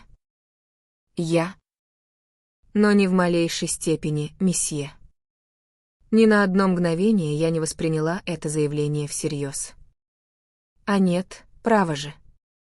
Я знаю мужчин, месье, они говорят много диких вещей. Было бы странно, если бы человек принимал все, что они говорят, буквально. Судебный следователь приподнял брови. «Значит, мы должны понимать так, что вы сочли угрозы месье Кеттеринга просто пустой болтовнёй? Могу я спросить, мадмуазель, что заставило вас бросить свои обязательства в Лондоне и приехать на Ривьеру?» Мирель посмотрела на него тающими черными глазами. «Я хотела быть человеком, которого люблю», — просто сказала она. «Разве это так неестественно?» Пуаро мягко вставил вопрос. «Значит, именно по желанию месье Кеттеринга вы сопровождали его в Ниццу?» Мирель, похоже, испытала некоторое затруднение с ответом. Прежде чем заговорить, она заметно поколебалась. Когда же она наконец заговорила, в ее манере сквозило высокомерное равнодушие. «В таких вопросах я поступаю так, как мне угодно, месье». То, что этот ответ вовсе не был ответом, заметили все трое мужчин. Они ничего не сказали. «Когда вы впервые убедились, что месье Кеттеринг убил свою жену?» «Как я уже говорила вам, месье, я видела, как месье Кеттеринг выходил из купе своей жены перед самым прибытием поезда в Лион. На его лице было выражение «Ах». В тот момент я не могла его понять, выражение затравленное и ужасное. Я никогда этого не забуду». Ее голос сорвался на крик, и она всплеснула руками в театральном жесте. «Вполне понятно», — сказал месье Кареш. «Впоследствии, когда я узнала, что мадам Кеттеринг была мертва, когда поезд отправлялся из Лиона, тогда я все поняла». «И тем не менее, вы не пошли в полицию, мадмуазель», — мягко заметил комиссар. Мирель бросила на него высокомерный взгляд. Было очевидно, что она искренне наслаждается ролью, которую играла. «Неужели я должна предать своего возлюбленного?» — спросила она. «Ах нет, не просите женщину о таком». «И все же теперь», — намекнул месье Ка. «Теперь все иначе. Он предал меня. Неужели я должна сносить это молча?» Судебный следователь остановил ее. вполне понятно», — успокаивающе промурлыкал он. «А теперь, мадмуазель, возможно, вы прочитаете протокол того, что вы нам рассказали, убедитесь, что все верно, и подпишите его». Мирель не стала тратить время на документ. «Да, да», — сказала она, — «все верно». Она поднялась на ноги. «Я вам больше не нужна, месье?» В настоящее время нет, мадмуазель. И Дерек будет арестован? Немедленно, мадмуазель. Мирель жестоко рассмеялась и плотнее запахнула свои меховые одежды. Ему следовало подумать об этом до того, как оскорблять меня, воскликнула она. Есть одно маленькое дело, Пуаро извиняющийся кашлянул, всего лишь деталь. Да. Что заставляет вас думать, будто мадам Кеттеринг была мертва, когда поезд отправлялся из Лиона? Мирель уставилась на него. Но ведь она была мертва. Неужели? Да, конечно. Я. Она резко осеклась. Пуаро пристально смотрел на нее, и он заметил настороженный взгляд, появившийся в ее глазах. Мне так сказали. Все так говорят. Произнес Пуаро, я не знал, что этот факт упоминался где-либо за пределами кабинета судебного следователя. Мирель выглядела несколько смущенной. «О таких вещах слышат», — уклончиво сказала она. «Они становятся известны». «Кто-то мне сказал». «Не могу вспомнить, кто». Она направилась к двери. Месьека поспешил вперед, чтобы открыть ее перед ней, и в этот момент голос Пуаро снова мягко прозвучал. «А драгоценности?» «Простите, мадмуазель. Вы можете что-нибудь сказать о них?» «Драгоценности». «Какие драгоценности?» «Рубины Екатерины Великой». «Раз уж вы так много слышите, то наверняка слышали и о них». «Я ничего не знаю ни о каких драгоценностях», — резко бросила Мирель. Она вышла, прихлопнув за собой дверь. Месьека вернулся к своему стулу, судебный следователь вздохнул. «Какая фурия!» — сказал он. «Но чертовски шикарно. Интересно, говорит ли она правду?» «Я думаю, да». «В ее истории, безусловно, есть доля правды», — сказал Пуаро. «У нас есть подтверждение этому от мисс Грей». Она смотрела в коридор незадолго до того, как поезд прибыл в Лион, и видела, как месье Кеттеринг входил в купе своей жены. «Дело против него кажется совершенно ясным», — вздохнул комиссар. «Какая жалость», — промурлыкал он. «Что вы имеете в виду?» — спросил Пуаро. Мечтой всей моей жизни было прижать к ногтю графа де Лурош. На этот раз, клянусь честью, я думал, что мы его поймали. Этот другой, это далеко не так приятно. Месье Кареш потер нос. «Если что-то пойдет не так», — осторожно заметил он, — «это будет крайне неловко. Месье Кеттеринг принадлежит к аристократии. Это попадет в газеты. Если мы совершили ошибку», — он предвещающе пожал плечами. «А драгоценности», — сказал комиссар, — «как вы думаете, что он с ними сделал?» «Он взял их для отвода глаз, конечно», — сказал месье Кареш. «Они, должно быть, доставили ему массу неудобств, и от них было очень трудно избавиться». Пуаро улыбнулся. «У меня есть собственное представление о драгоценностях. Скажите мне, господа, что вы знаете о человеке по прозвищу Маркиз?» Комиссар взволнованно подался вперед. «Маркиз?» — сказал он. «Маркиз? Вы думаете, он замешан в этом деле, месье Пуаро? Я спрашиваю, что вы о нем знаете?» Комиссар сделал выразительную гримасу. «Не так много, как хотелось бы», — с сожалением заметил он. «Он действует за кулисами, понимаете. У него есть подчиненные, которые делают за него всю грязную работу.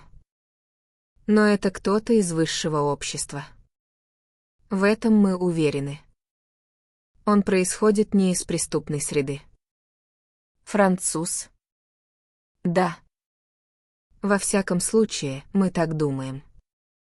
Но мы не уверены. Он работал во Франции, в Англии, в Америке. Прошлой осенью в Швейцарии произошла серия ограблений, которые приписывают ему.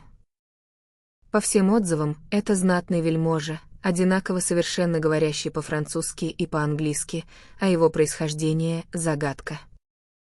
Пуаро кивнул и поднялся, чтобы уйти. «Неужели вы больше ничего не можете нам сказать, месье Пуаро?»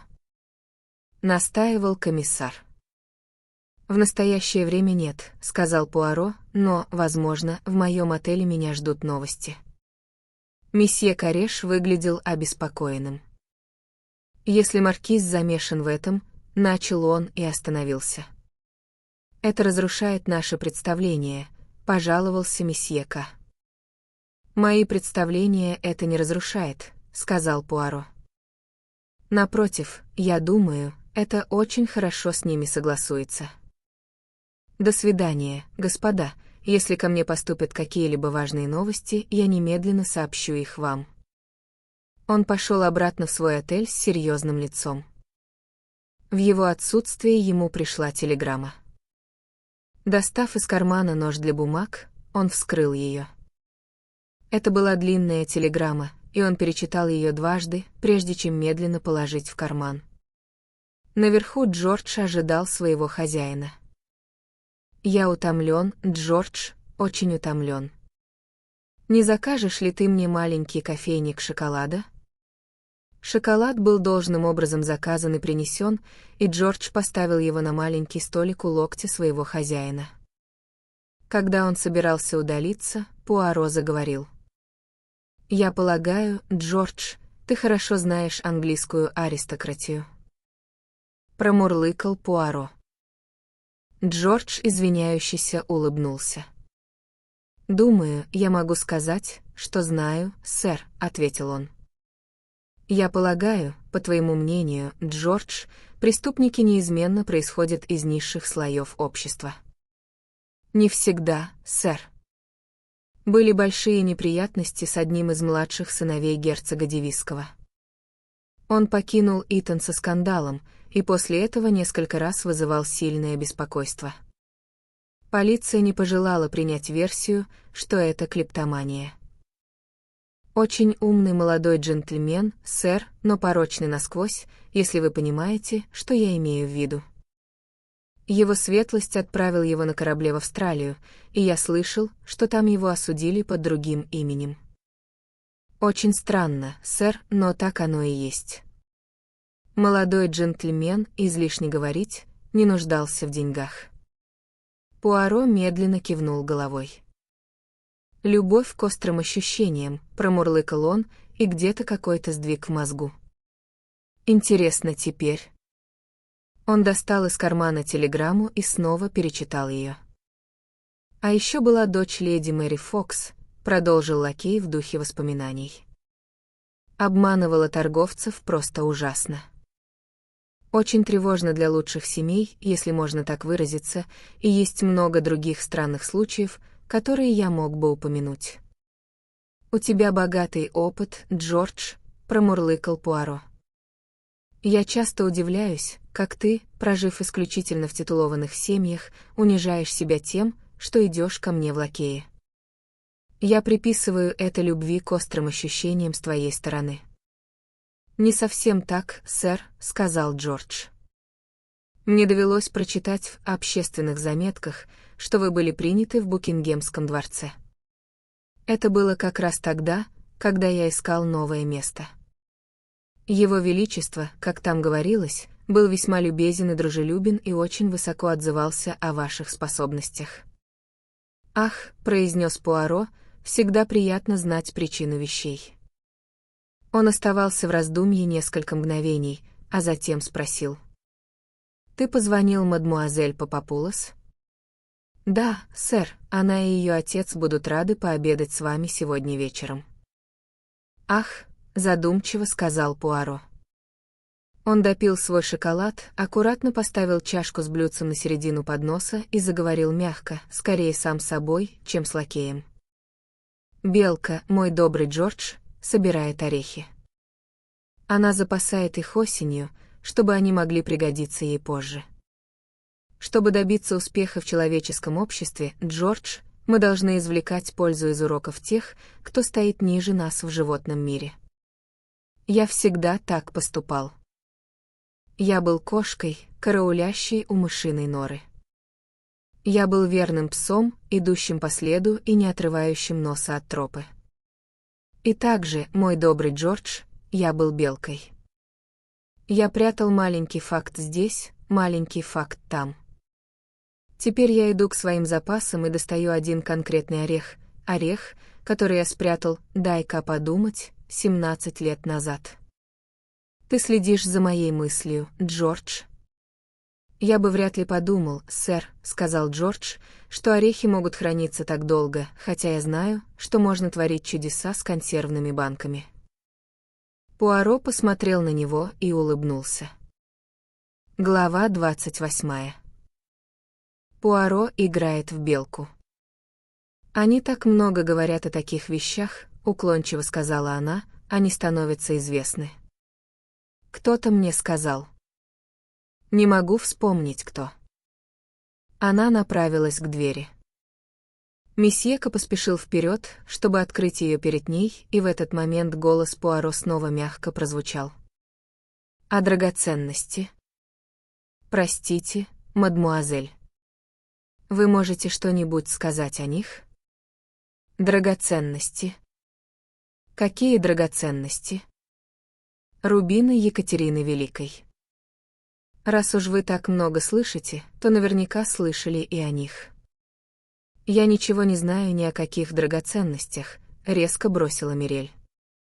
Она вышла, прихлопнув за собой дверь. Месьека вернулся к своему стулу, судебный следователь вздохнул. «Какая фурия!» — сказал он. «Но чертовски шикарно. Интересно, говорит ли она правду?» «Я думаю, да». «В ее истории, безусловно, есть доля правды», — сказал Пуаро. «У нас есть подтверждение этому от мисс Грей». Она смотрела в коридор незадолго до того, как поезд прибыл в Лион, и видела, как месье Кеттеринг входил в купе своей жены. «Дело против него кажется совершенно ясным», — вздохнул комиссар. «Какая жаль», — промурлыкал он. «Что вы имеете в виду?» — спросил Пуаро. Мечтой всей моей жизни было прижать к ногтю графа де Лурош. На этот раз, клянусь честью, я думал, что мы его поймали. Этот другой, это далеко не так приятно. Месье Кареш потер нос. «Если что-то пойдет не так», — осторожно заметил он, — «это будет крайне неловко. Месье Кеттеринг принадлежит к аристократии. Это попадет в газеты. Если мы совершили ошибку», — он предвещающе пожал плечами. «А драгоценности», — сказал комиссар, — «как вы думаете, что он с ними сделал?» «Он взял их для отвода глаз, конечно», — сказал месье Кареш. «Они, должно быть, доставили ему массу неудобств, и от них было очень трудно избавиться». Пуаро улыбнулся. «У меня есть собственное представление о драгоценностях. Скажите мне, господа, что вы знаете о человеке по прозвищу Маркиз?» Комиссар взволнованно подался вперед. «Маркиз», — сказал он. «Маркиз. Вы думаете, он замешан в этом деле, месье Пуаро? Я спрашиваю, что вы о нем знаете?» Комиссар сделал выразительную гримасу. «Не так много, как хотелось бы», — с сожалением заметил он. «Он действует за кулисами, понимаете. У него есть подчиненные, которые делают за него всю грязную работу. Но это кто-то из высшего общества. В этом мы уверены. Он происходит не из преступной среды. Француз? Да. Во всяком случае, мы так думаем. Но мы не уверены. Он работал во Франции, в Англии, в Америке. Прошлой осенью в Швейцарии произошла серия ограблений, которые приписывают ему. По всем отзывам, это знатный вельможа, одинаково совершенно говорящий по-французски и по-английски, а его происхождение — загадка. Пуаро кивнул и поднялся, чтобы уйти. «Неужели вы больше ничего не можете нам сказать, месье Пуаро?» — настаивал комиссар. «В настоящее время нет», — сказал Пуаро, «но, возможно, в моем отеле меня ждут новости». Месье Кареш выглядел обеспокоенным. «Если маркиз замешан в этом», — начал он и остановился. «Это разрушает наше представление», — пожаловался месье К. «Мои представления это не разрушает», — сказал Пуаро. «Напротив, я думаю, это очень хорошо с ними согласуется». «До свидания, господа. Если ко мне поступят какие-либо важные новости, я немедленно сообщу их вам». Он пошел обратно в свой отель с серьезным лицом. В его отсутствие ему пришла телеграмма. Достав из кармана нож для бумаг, он вскрыл ее. Это была длинная телеграмма, и он перечитал ее дважды, прежде чем медленно положить в карман. Наверху Джордж ожидал своего хозяина. «Я утомлен, Джордж, очень утомлен. Не закажешь ли ты мне маленький кофейник шоколада?» Шоколад был должным образом заказан и принесен, и Джордж поставил его на маленький столик у локтя своего хозяина. Когда он собирался удалиться, Пуаро заговорил. «Я полагаю, Джордж, ты хорошо знаешь английскую аристократию». Промурлыкал Пуаро. Джордж, извиняющийся, улыбнулся. «Думаю, я могу сказать, что знаю, сэр», — ответил он. «Я полагаю, по твоему мнению, Джордж, преступники неизменно происходят из низших слоев общества». «Не всегда, сэр. Были большие неприятности с одним из младших сыновей герцога Девисского. Он покинул Итон со скандалом, и после этого несколько раз вызывал сильное беспокойство. Полиция не пожелала принять версию, что это клептомания. Очень умный молодой джентльмен, сэр, но порочный насквозь, если вы понимаете, что я имею в виду. Его светлость отправил его на корабле в Австралию, и я слышал, что там его осудили под другим именем. Очень странно, сэр, но так оно и есть. Молодой джентльмен, излишне говорить, не нуждался в деньгах. Пуаро медленно кивнул головой. «Любовь к острым ощущениям», — промурлыкал он, и где-то какой-то сдвиг в мозгу. «Интересно теперь». Он достал из кармана телеграмму и снова перечитал ее. «А еще была дочь леди Мэри Фокс», — продолжил лакей в духе воспоминаний. «Обманывала торговцев просто ужасно. Очень тревожно для лучших семей, если можно так выразиться, и есть много других странных случаев, которые я мог бы упомянуть». «У тебя богатый опыт, Джордж», — промурлыкал Пуаро. «Я часто удивляюсь, как ты, прожив исключительно в титулованных семьях, унижаешь себя тем, что идешь ко мне в лакее. Я приписываю это любви к острым ощущениям с твоей стороны». «Не совсем так, сэр», — сказал Джордж. «Мне довелось прочитать в общественных заметках, что вы были приняты в Букингемском дворце. Это было как раз тогда, когда я искал новое место. Его Величество, как там говорилось, был весьма любезен и дружелюбен и очень высоко отзывался о ваших способностях». «Ах», — произнес Пуаро, — «всегда приятно знать причину вещей». Он оставался в раздумье несколько мгновений, а затем спросил. «Ты позвонил мадмуазель Папапулос?» «Да, сэр, она и ее отец будут рады пообедать с вами сегодня вечером». «Ах», — задумчиво сказал Пуаро. Он допил свой шоколад, аккуратно поставил чашку с блюдцем на середину подноса и заговорил мягко, скорее сам собой, чем с лакеем. «Белка, мой добрый Джордж, собирает орехи. Она запасает их осенью, чтобы они могли пригодиться ей позже. Чтобы добиться успеха в человеческом обществе, Джордж, мы должны извлекать пользу из уроков тех, кто стоит ниже нас в животном мире. Я всегда так поступал. Я был кошкой, караулящей у мышиной норы. Я был верным псом, идущим по следу и не отрывающим носа от тропы. И также, мой добрый Джордж, я был белкой. Я прятал маленький факт здесь, маленький факт там. Теперь я иду к своим запасам и достаю один конкретный орех, который я спрятал, дай-ка подумать, 17 лет назад. Ты следишь за моей мыслью, Джордж? Я бы вряд ли подумал, сэр, сказал Джордж, что орехи могут храниться так долго, хотя я знаю, что можно творить чудеса с консервными банками. Пуаро посмотрел на него и улыбнулся. Вы думаете, что ее должен был убить кто-то в поезде, но это вовсе не обязательно. Что мешает кому угодно запрыгнуть в поезд, когда он остановился в Лионе? Они могли пойти прямо в ее купе, задушить ее, забрать рубины и снова соскочить с поезда, и никто бы ничего не заметил. Возможно, ее убили именно в тот момент, когда поезд стоял на Лионском вокзале. Тогда она была бы еще жива, когда вошел Дерек, и мертва, когда ее нашел другой человек. Пуаро откинулся на спинку кресла. Он глубоко вздохнул. Он посмотрел на девушку, трижды кивнул головой, а затем тяжело вздохнул. «Мадмуазель», — сказал он, — «то, что вы сейчас сказали, очень справедливо, очень верно.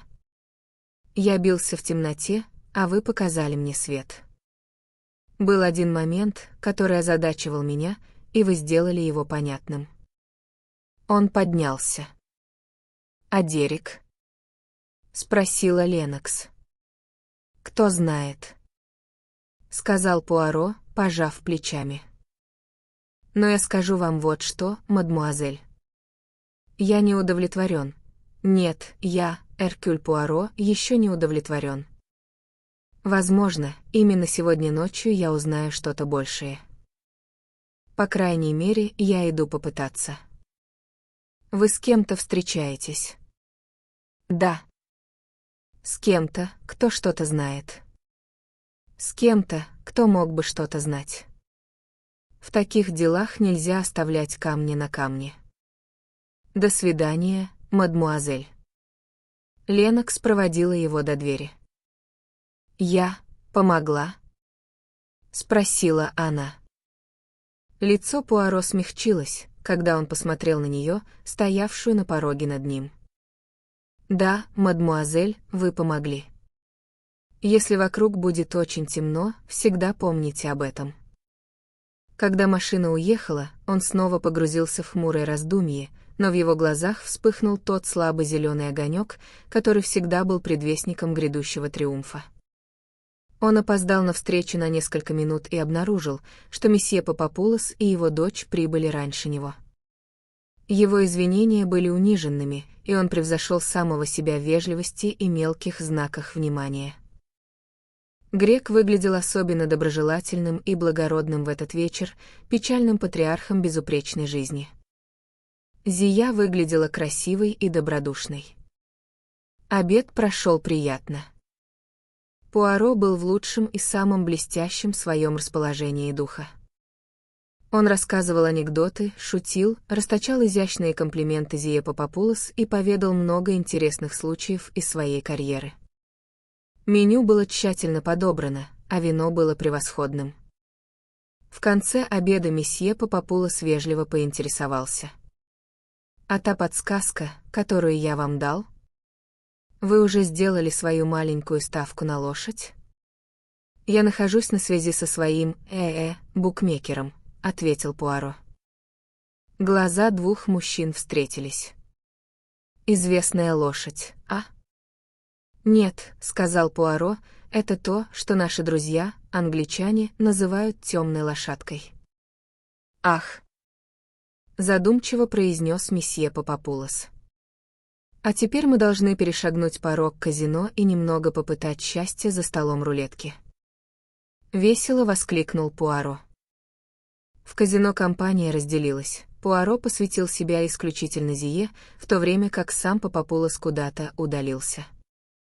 Пуаро не везло, но Зие улыбнулась удача, и вскоре она выиграла несколько тысяч франков. «Было бы неплохо», — сухо заметила она Пуаро, «если бы я сейчас остановилась». Глаза Пуаро блеснули. «Великолепно!» — воскликнул он. «Вы истинная дочь своего отца, мадмуазель Зия. Знать, когда остановиться. Ах! В этом и заключается искусство». Он оглядел зал. «Я нигде не вижу вашего отца», — небрежно заметил он. «Я принесу ваше манто, мадмуазель, и мы выйдем в сад». Однако он не пошел прямиком в гардероб. Его острые глаза заметили уход месье Папапулоса незадолго до этого. Ему очень хотелось узнать, что стало с хитрым греком. Он неожиданно настиг его в большом вестибюле. Тот стоял у одной из колонн и разговаривал с только что прибывшей дамой. Этой дамой была Мирель. Пуаро незаметно обошел зал сбоку. Он оказался с другой стороны колонны, оставшись незамеченным для двоих, которые увлеченно беседовали, вернее, говорила танцовщица, а Папапулос вставлял редкие односложные слова и делал много выразительных жестов. «Я говорю вам, мне нужно время», — говорила танцовщица. «Если вы дадите мне время, я достану деньги». Ждать, грек пожал плечами, это неудобно. «Всего лишь совсем немного», — умоляла другая. «Ах! Но вы должны. Неделя, 10 дней — это все, о чем я прошу. Вы можете быть уверены в своем деле. Деньги будут предоставлены». Папапулос слегка переступил с ноги на ногу и беспокойно огляделся по сторонам и обнаружил почти у самого своего локтя Пуаро с сияющим невинным лицом. «Ах! Вот вы где, месье Папапулос. Я как раз искал вас. Разрешено ли мне пригласить мадмуазель Зию на небольшую прогулку в сад?» «Добрый вечер, мадмуазель». Он очень низко поклонился Мирель. «Тысяча извинений, что я не заметил вас сразу». Танцовщица приняла его приветствие довольно нетерпеливо. Было совершенно очевидно, что ее раздражало вмешательство в их беседу с глазу на глаз. Пуаро быстро понял намек.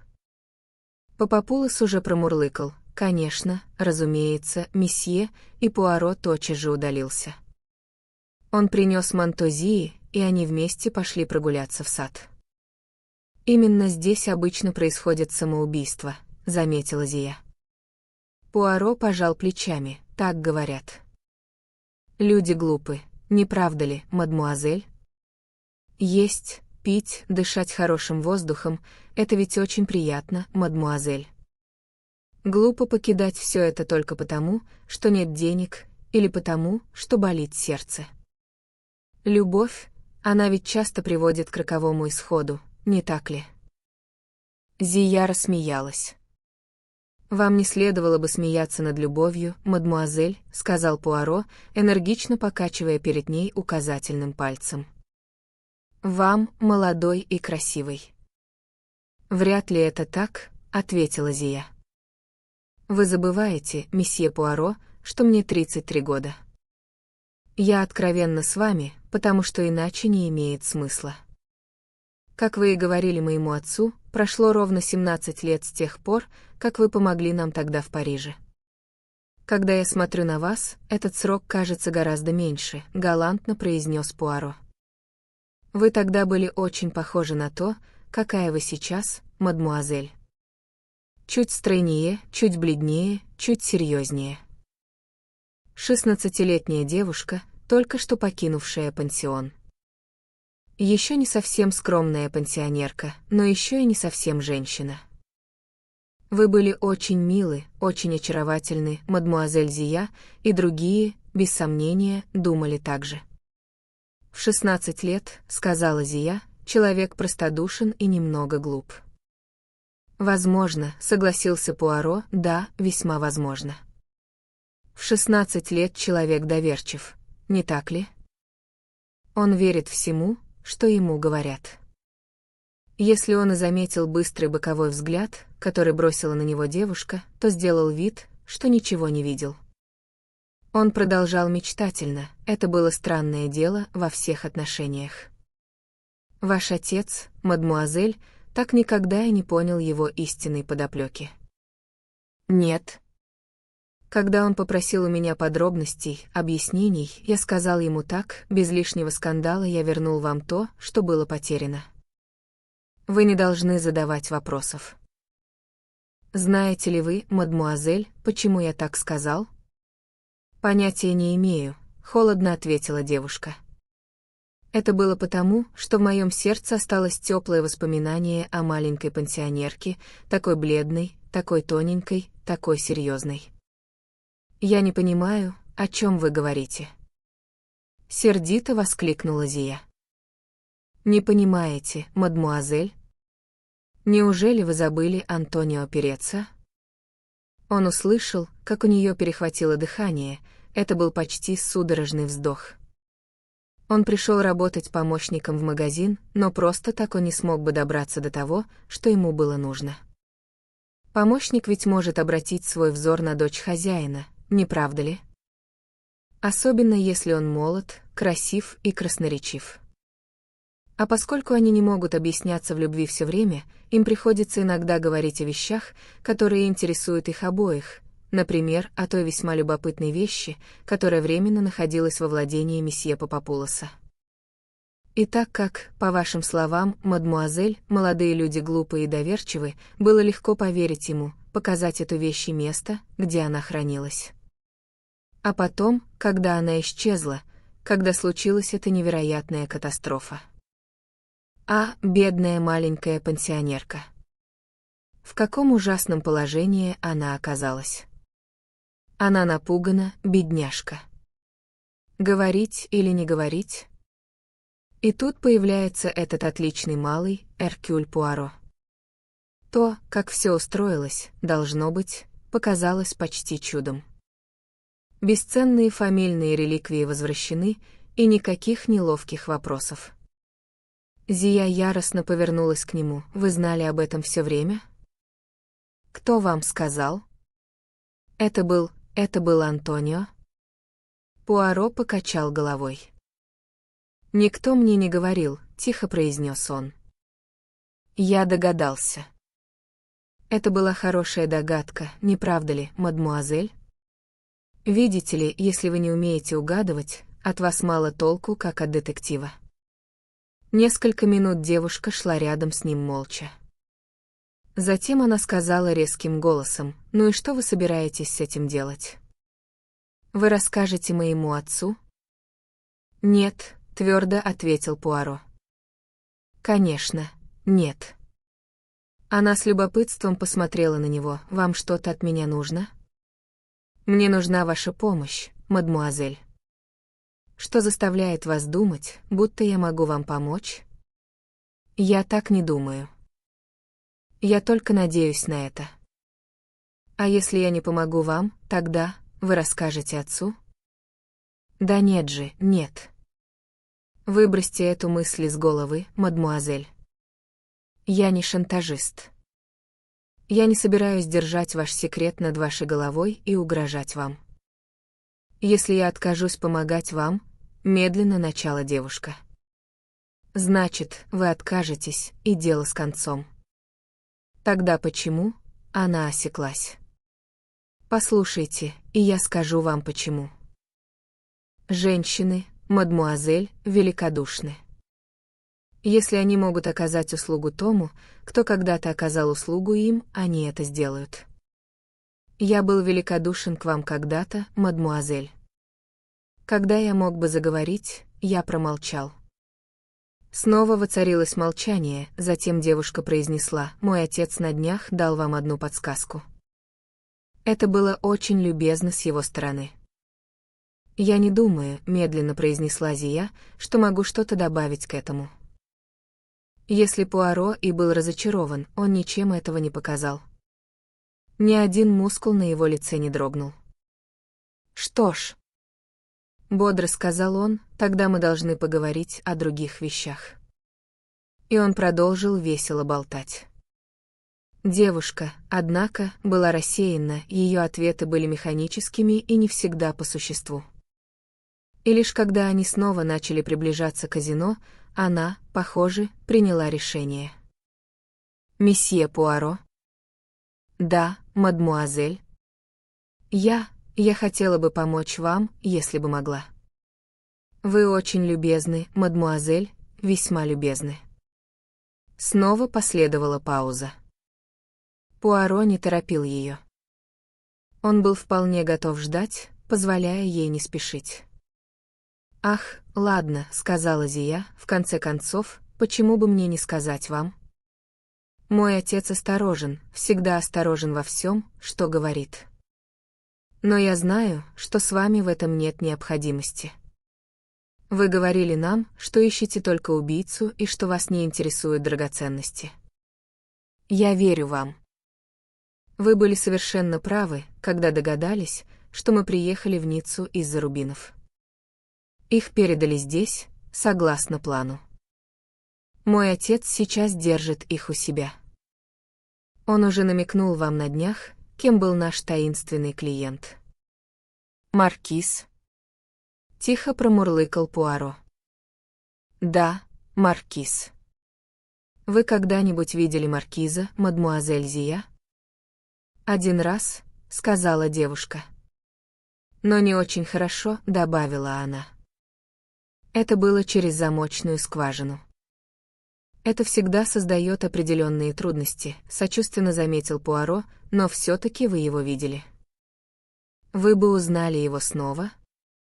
Зия покачала головой. Он был в маске, объяснила она. Молодой или старый? У него были белые волосы. Возможно, это был парик, а возможно, и нет. Он сидел очень хорошо. Но я не думаю, что он был стар. Его походка была молодой, как и его голос.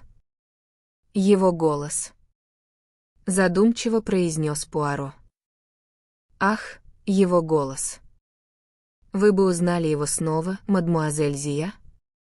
Возможно, сказала девушка. Он заинтересовал вас, а? Именно это привело вас к замочной скважине. Зия кивнула. Да, да. Мне было любопытно. О нем столько всего рассказывали, он ведь не обычный вор, он больше похож на персонажа из истории или романа. Да, задумчиво сказал Пуаро, да, пожалуй, так. Но я собиралась рассказать вам не об этом, сказала Зия. Был еще один маленький факт, который, как я подумала, мог бы быть, полезен для вас. Да. Подбодрил ее Пуаро. Рубины, как я уже сказала, были переданы моему отцу здесь, в Ницце. Я не видела человека, который их передавал, но... Да. Я знаю одно. Это была женщина. Глава 29. Письмо из дома. Дорогая Кэтрин. Живя сейчас среди знатных друзей, я не думаю, что тебе будут интересны наши новости. Но поскольку я всегда считала тебя разумной девушкой, возможно, у тебя чуть меньше закружилась голова от успехов, чем я предполагаю. У нас здесь все идет по-прежнему. Было много хлопот с новым помощником приходского священника, который возмутительно высокомерен. На мой взгляд, он самый настоящий католик. Все говорили об этом со священником, но ты же знаешь, каков наш священник, сплошное христианское милосердие и никакого твердого духа. У меня в последнее время было много проблем с горничными. Эта девчонка Энни никуда не годилась, юбки до колен и не желала носить приличные шерстяные чулки. Ни одна из них не выносит, когда ей делают замечания. У меня было много страданий из-за ревматизма, так или иначе, и доктор Харрис уговорил меня поехать на консультацию к лондонскому специалисту. Пустая трата 3 гиней и денег на железнодорожный билет, как я ему и сказала. Но, подождав до среды, мне удалось купить дешевый обратный билет. Лондонский доктор сделал серьезное лицо, говорил обиняками и никогда прямо, пока я не сказала ему: «Я простая женщина, доктор, и люблю, когда вещи называют своими именами. Это рак или нет?» И тогда, конечно, ему пришлось признать, что это так.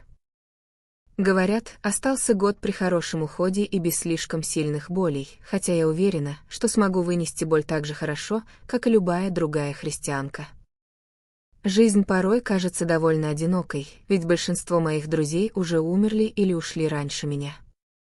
Мне бы хотелось, чтобы ты была в Сент-Мэри-Мид, моя дорогая, и это факт. Если бы ты не получила эти деньги и не уехала в высшее общество, я бы предложила тебе вдвое больше того жалования, что платила тебе бедная Джейн, чтобы ты приехала и присматривала за мной. Но что уж там, нет смысла желать того, чего мы не можем получить.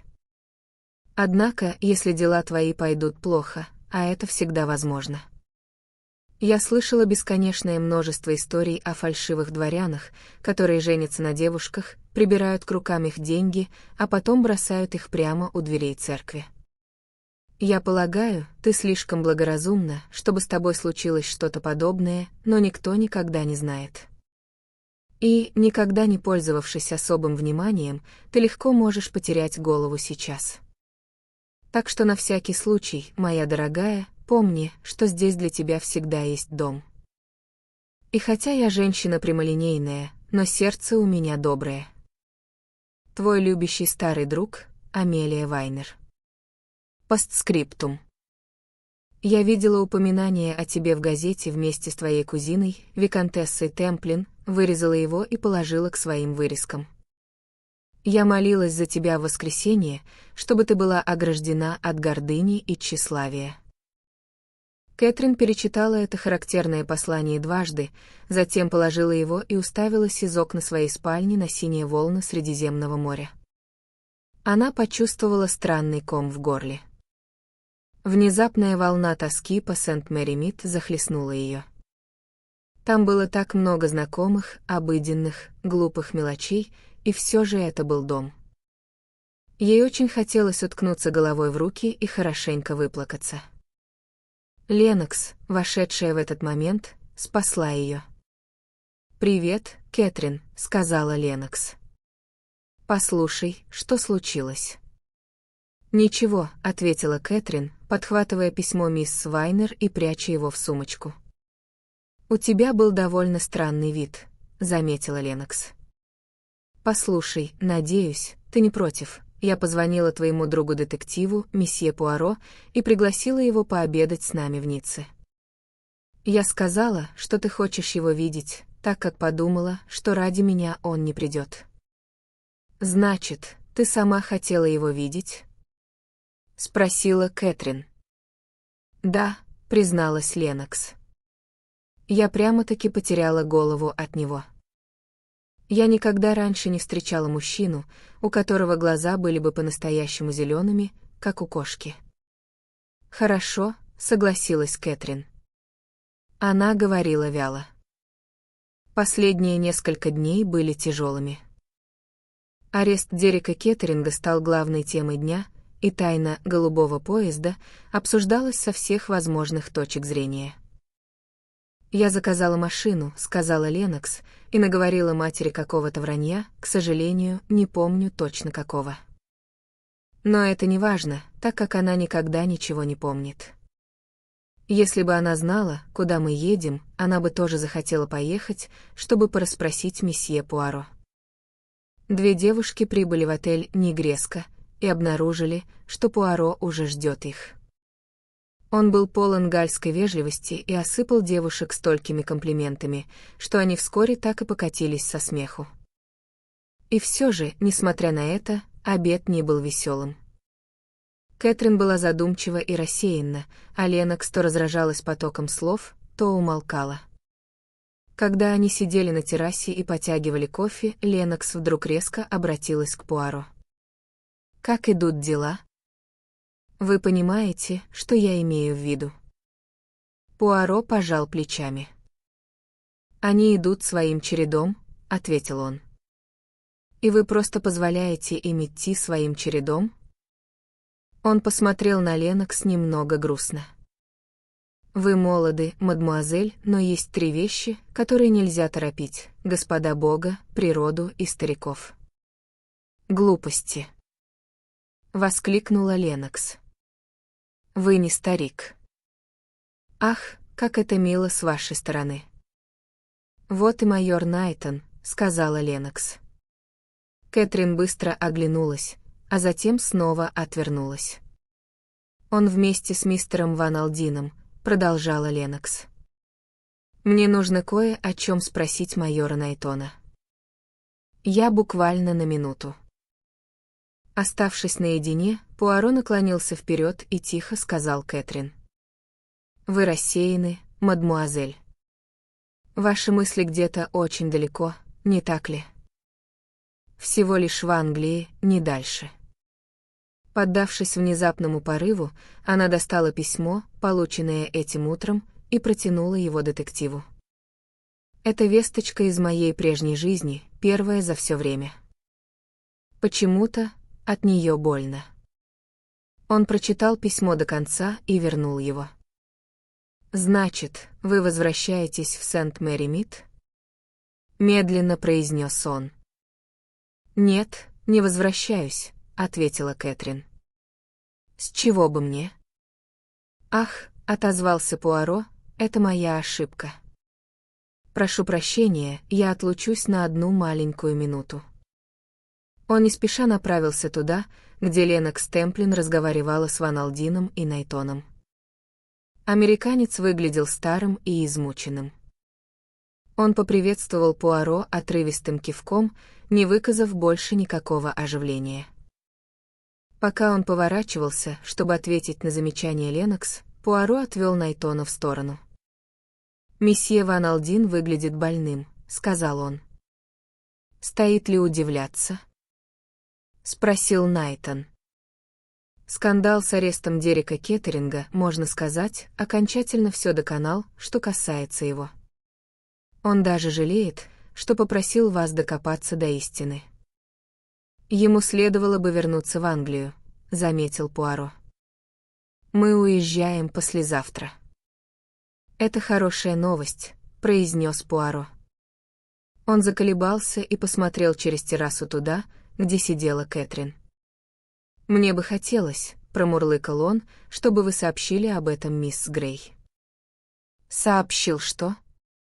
«Что вы, то есть, что месье Ван Алдин возвращается в Англию». Найтон выглядел немного озадаченным, но с готовностью пересек террасу и присоединился к Кэтрин.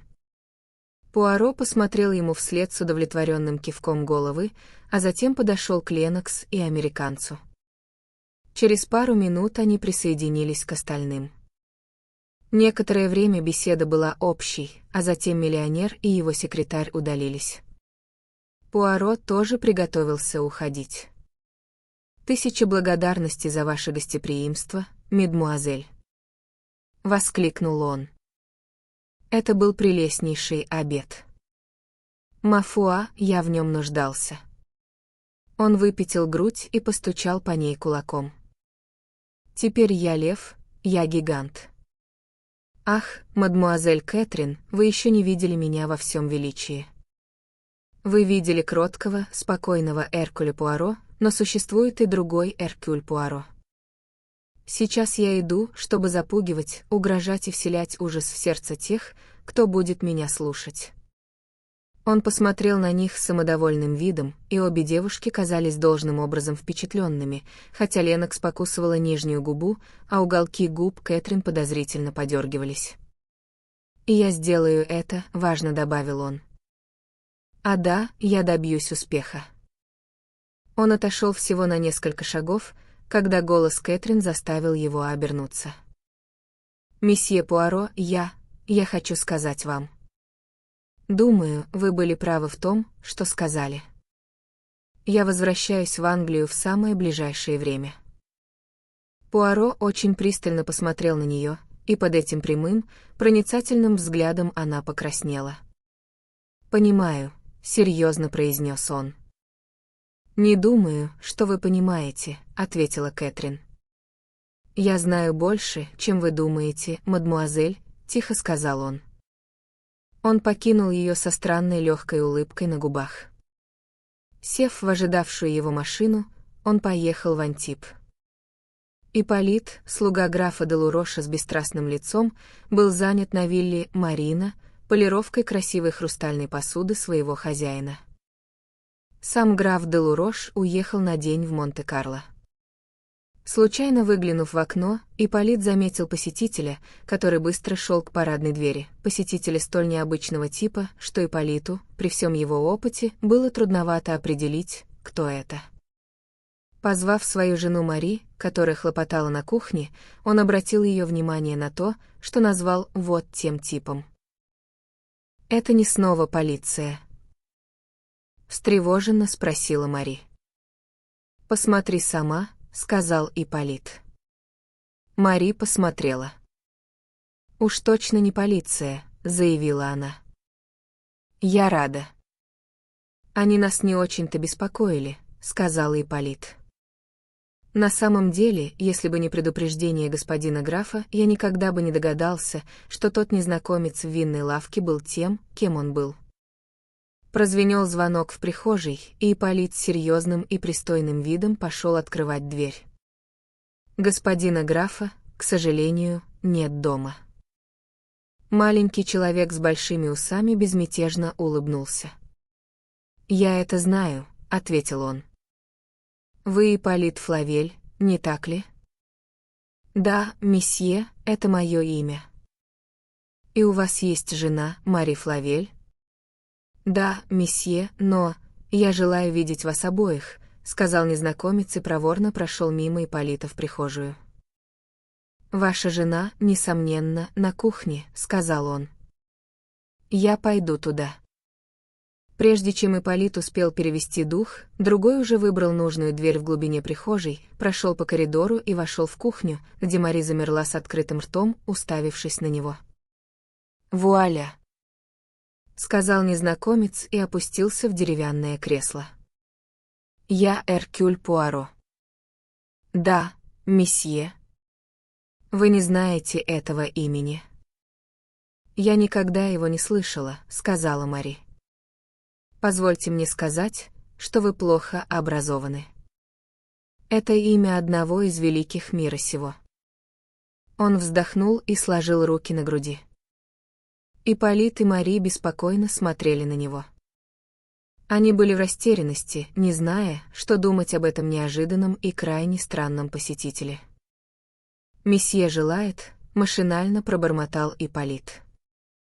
«Я желаю знать, почему вы солгали полиции». «Месье», — воскликнул Ипполит. «Я солгал полиции? Никогда я такого не делал». Месье Пуаро покачал головой. «Вы ошибаетесь», — сказал он. «Вы делали это несколько раз, дайте мне посмотреть». Он достал из кармана маленькую записную книжку и заглянул в нее. «Ах да, по меньшей мере 7 раз. Я перескажу их вам». Тихим, бесстрастным голосом он приступил к изложению этих 7 случаев. Ипполит был ошеломлен. «Но я хочу говорить не об этих прошлых прегрешениях», — продолжил Пуаро, «только, мой дорогой друг, не привыкайте думать, что вы слишком умны. Теперь я перехожу к той конкретной лжи, которая меня касается, вашему заявлению о том, что граф де Лурош прибыл на эту виллу утром 14 января. Но это была не ложь, месье, это была правда. Господин граф прибыл сюда утром во вторник 14-го. «Это так, Мари, не правда ли?» Мари охотно подтвердила. «Ах да, все совершенно верно. Я прекрасно это помню». «Ах», — сказал Пуаро, — «и что вы подали вашему доброму господину на завтрак в тот день?» Мари запнулась, пытаясь собраться с мыслями. «Странно», — заметил Пуаро, — «как одни вещи помнишь, а другие забываешь». Он наклонился вперед и ударил кулаком по столу, его глаза вспыхнули гневом. Да, все именно так, как я говорю. Вы лжете и думаете, что никто не знает. Но есть два человека, которые знают. Да, два человека. Один — это Господь Бог. Он поднял руку к небу, а затем, откинувшись на спинку кресла и закрыв веки, удобно промурлыкал, а другой — это Эркюль Пуаро. Уверяю вас, месье, вы совершенно ошибаетесь. Господин граф уехал из Парижа в понедельник вечером. Верно, согласился Пуаро, на поезде «Рапид». Я не знаю, где он сделал остановку в пути. Возможно, вы этого не знаете. Но что я знаю наверняка, так это то, что он прибыл сюда в среду утром, а не во вторник утром. «Месье ошибается», — упрямо повторила Мари. Пуаро поднялся со своего места. «Что ж, тогда закон должен идти своим чередом», — промурлыкал он. «А жаль». «Что вы имеете в виду, месье?» — спросила Мари с тенью беспокойства. «Вы будете арестованы и задержаны как сообщники, причастные к убийству миссис Кеттеринг, убитой английской дамы». Убийство. Лицо мужчины стало мертвенно-бледным, его колени затряслись. Мари выронила скалку и заплакала. «Но это невозможно, невозможно. Я думала, раз уж вы твердо стоите на своей версии, говорить больше ни о чем. Я думаю, вы оба поступаете глупо». Он уже повернулся к двери, когда взволнованный голос остановил его. «Месье, подождите одну маленькую минуту». Я понятия не имел, что дело в чем-то подобном. Я думал, что это просто дело, касающееся дамы. Раньше у нас уже бывали небольшие неприятности с полицией из-за дам. Но убийство — это совсем другое.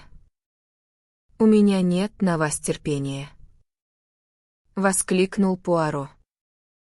Он повернулся к ним и сердито потряс кулаком перед самым лицом Ипполита. «Неужели я должен торчать здесь весь день, споря с парой имбецилов? Мне нужна правда. Если вы не хотите мне ее говорить, это ваше дело». В последний раз, когда месье граф прибыл на виллу Марина, во вторник утром или в среду утром? «В среду», — выдохнул мужчина, а позади него Мари кивнула в знак подтверждения. Пуаро смотрел на них минуту или две, затем важно склонил голову. «Вы поступили благоразумно, дети мои», — тихо сказал он. «Вы были очень близки к серьезным неприятностям». Он покинул виллу Марина, улыбаясь про себя. Одна догадка подтвердилась, промурлыкал он под нос. Рискнуть ли мне со второй? Было 6 часов, когда визитную карточку месье Эркюля Пуаро принесли Мирель. Она смотрела на нее мгновение или два, а затем кивнула. Когда Пуаро вошел, он застал ее лихорадочно шагающей по комнате. Она яростно набросилась на него. «Ну?» — закричала она. «Ну? Что теперь? Разве вы все недостаточно намучили меня? Разве вы не заставили меня предать моего бедного Дерека? Чего еще вы хотите?» «Всего один маленький вопрос, мадмуазель. После того, как поезд отошел от Лиона, когда вы вошли в купе миссис Кеттеринг, что такое?» Пуаро посмотрел на нее с видом мягкого упрека и начал снова. «Я говорю, когда вы вошли в купе миссис Кеттеринг, я никогда туда не входила. И обнаружили ее, я никогда туда не входила. Ах, сакре!» Он в ярости повернулся к ней и закричал так, что она съежилась перед ним. «Вы будете мне лгать? Я говорю вам, что знаю, что произошло, так же хорошо, как если бы сам там присутствовал. Вы вошли в ее купе и нашли ее мертвой. Я говорю вам, я знаю это. Лгать мне опасно. Будьте осторожны, мадмуазель Мирель. Ее взгляд дрогнул под его пристальным взором и опустился.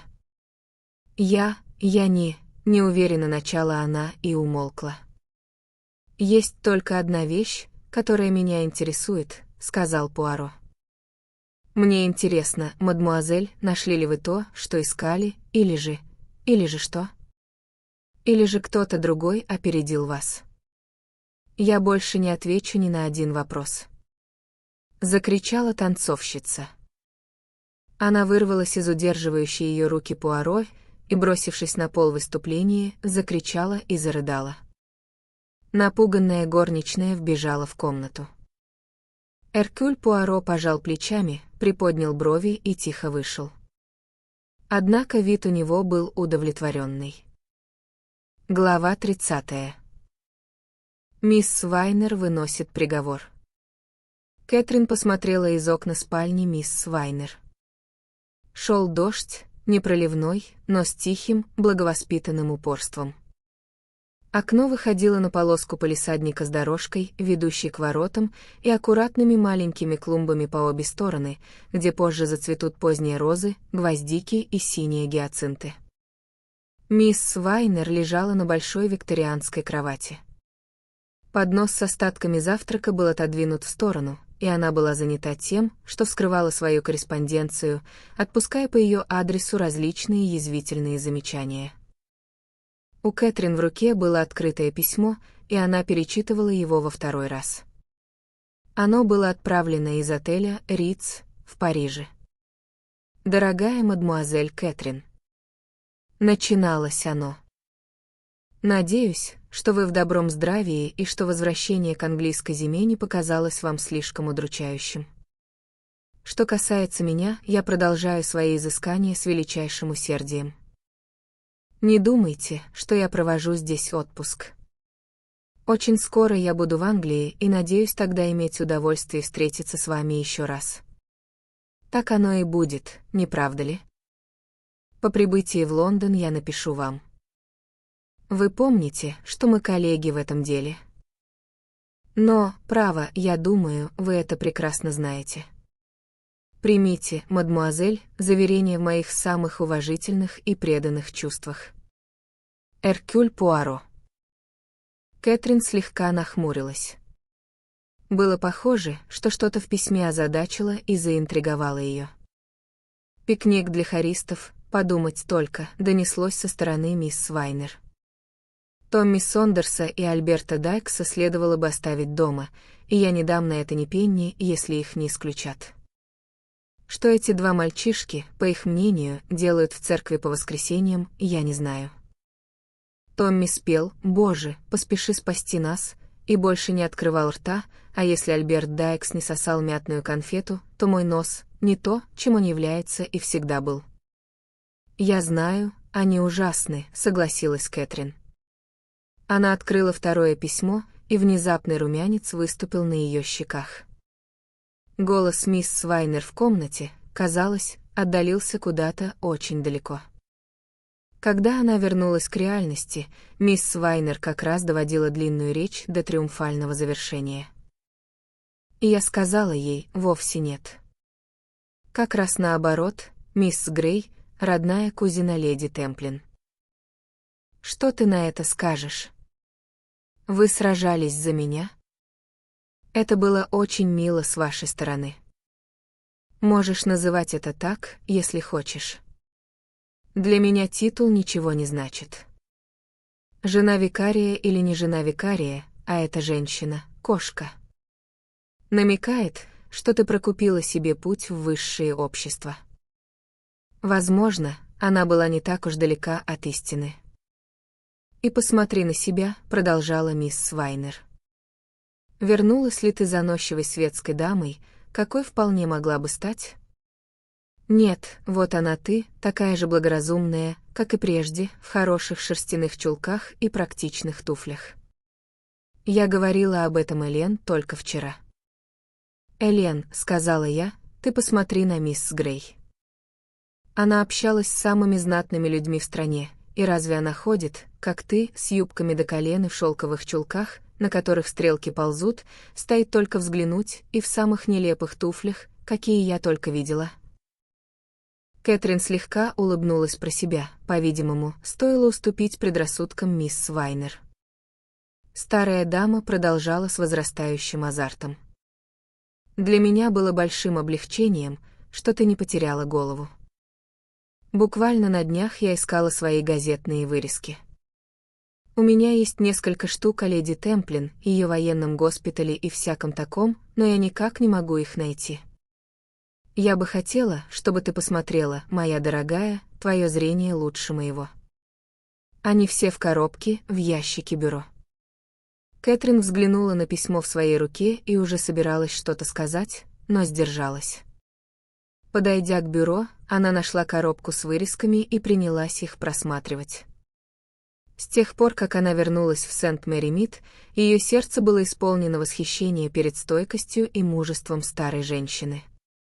Она чувствовала, что мало чем может помочь своей старой подруге, но по опыту знала, как много эти, казалось бы, мелкие пустяки значат для пожилых людей. «Вот одна», — сказала она вскоре. «Виконтесса Темплин, которая содержит свою виллу в Ницце в качестве госпиталя для офицеров, только что стала жертвой громкого ограбления, у нее были украдены драгоценности. Среди них были несколько очень известных изумрудов, родовая реликвия семьи Темплин. «Наверняка фальшивка», — заметила мисс Вайнер. «У многих из этих светских женщин драгоценности поддельные». «Вот еще одна», — сказала Кэтрин.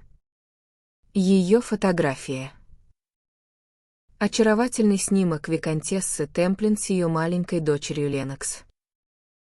«Дай-ка посмотреть», — попросила мисс Вайнер. Лица ребенка почти не видно, правда? Но, полагаю, это и к лучшему. Все в этом мире идет наперекосяк, и у красивых матерей бывают уродливые дети.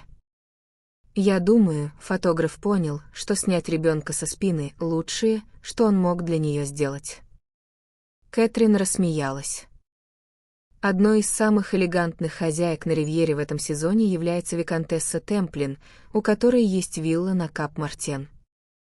Ее кузина, мисс Грей, недавно унаследовавшая огромное состояние самым романтическим образом, гостит у нее там. «Вот это-то мне и была нужна», — сказала мисс Вайнер. «Я ожидаю, что в какой-нибудь из газет, которую я пропустила, была твоя фотография, ну, знаешь, как это бывает. Миссис какая-то там Джонс Уильямс на каких-то там скачках, обычно с тростью сиденьем в руках и с одной ногой, поднятой в воздух. Должно быть, для некоторых из них это сущее испытание — видеть, как они выглядят». Кэтрин не ответила. Она разглаживала вырезку пальцем, и на ее лице было озадаченное, обеспокоенное выражение. Затем она достала второе письмо из конверта и еще раз внимательно прочитала его содержание. Она повернулась к своей подруге. «Мисс Вайнер, мне вот интересно, один мой друг, человек, с которым я познакомилась на Ривьере, очень хочет приехать сюда и повидаться со мной». «Мужчина», — констатировала мисс Вайнер. «Да». «Кто он такой?» «Он секретарь мистера Ван Алдина, американского миллионера». «Как его зовут?» «Найтон. Майор Найтон». «Хм. Секретарь миллионера. И хочет приехать сюда. Послушай, Кэтрин, сейчас я скажу тебе кое-что ради твоего же блага. Ты хорошая и благоразумная девушка, и хотя в большинстве вопросов у тебя голова на плечах сидит правильно, каждая женщина хоть раз в жизни выставляет себя дурой. 10-1, что этому человеку нужны твои деньги. Жестом она остановила готовую возразить Кэтрин. Я давно ждала чего-то подобного. Что такое секретарь миллионера? В 9 случаях из 10 это молодой человек, который любит жить на всем готовом. Молодой человек с приятными манерами, со вкусом к роскоши, без мозгов и без капли предприимчивости. И если есть на свете более необременительное занятие, чем быть секретарем миллионера, так это женитьба на богатой женщине ради ее денег. Я не говорю, что ты не могла кому-то приглянуться. Но ты уже не так молода, и хотя у тебя очень хороший цвет лица, ты не красавица. Поэтому я и говорю тебе, не делай из себя дуру. Но если ты твердо решила ею стать, то позаботься о том, чтобы твои деньги были надежно закреплены за тобой. Ну вот, я все сказала. Что ты на это ответишь? Ничего, ответила Кэтрин. Но вы не будете против, если он все-таки приедет навестить меня. Я умываю руки, заявила мисс Свайнер. Свой долг я исполнила, и что бы теперь ни случилось, винить будешь себя.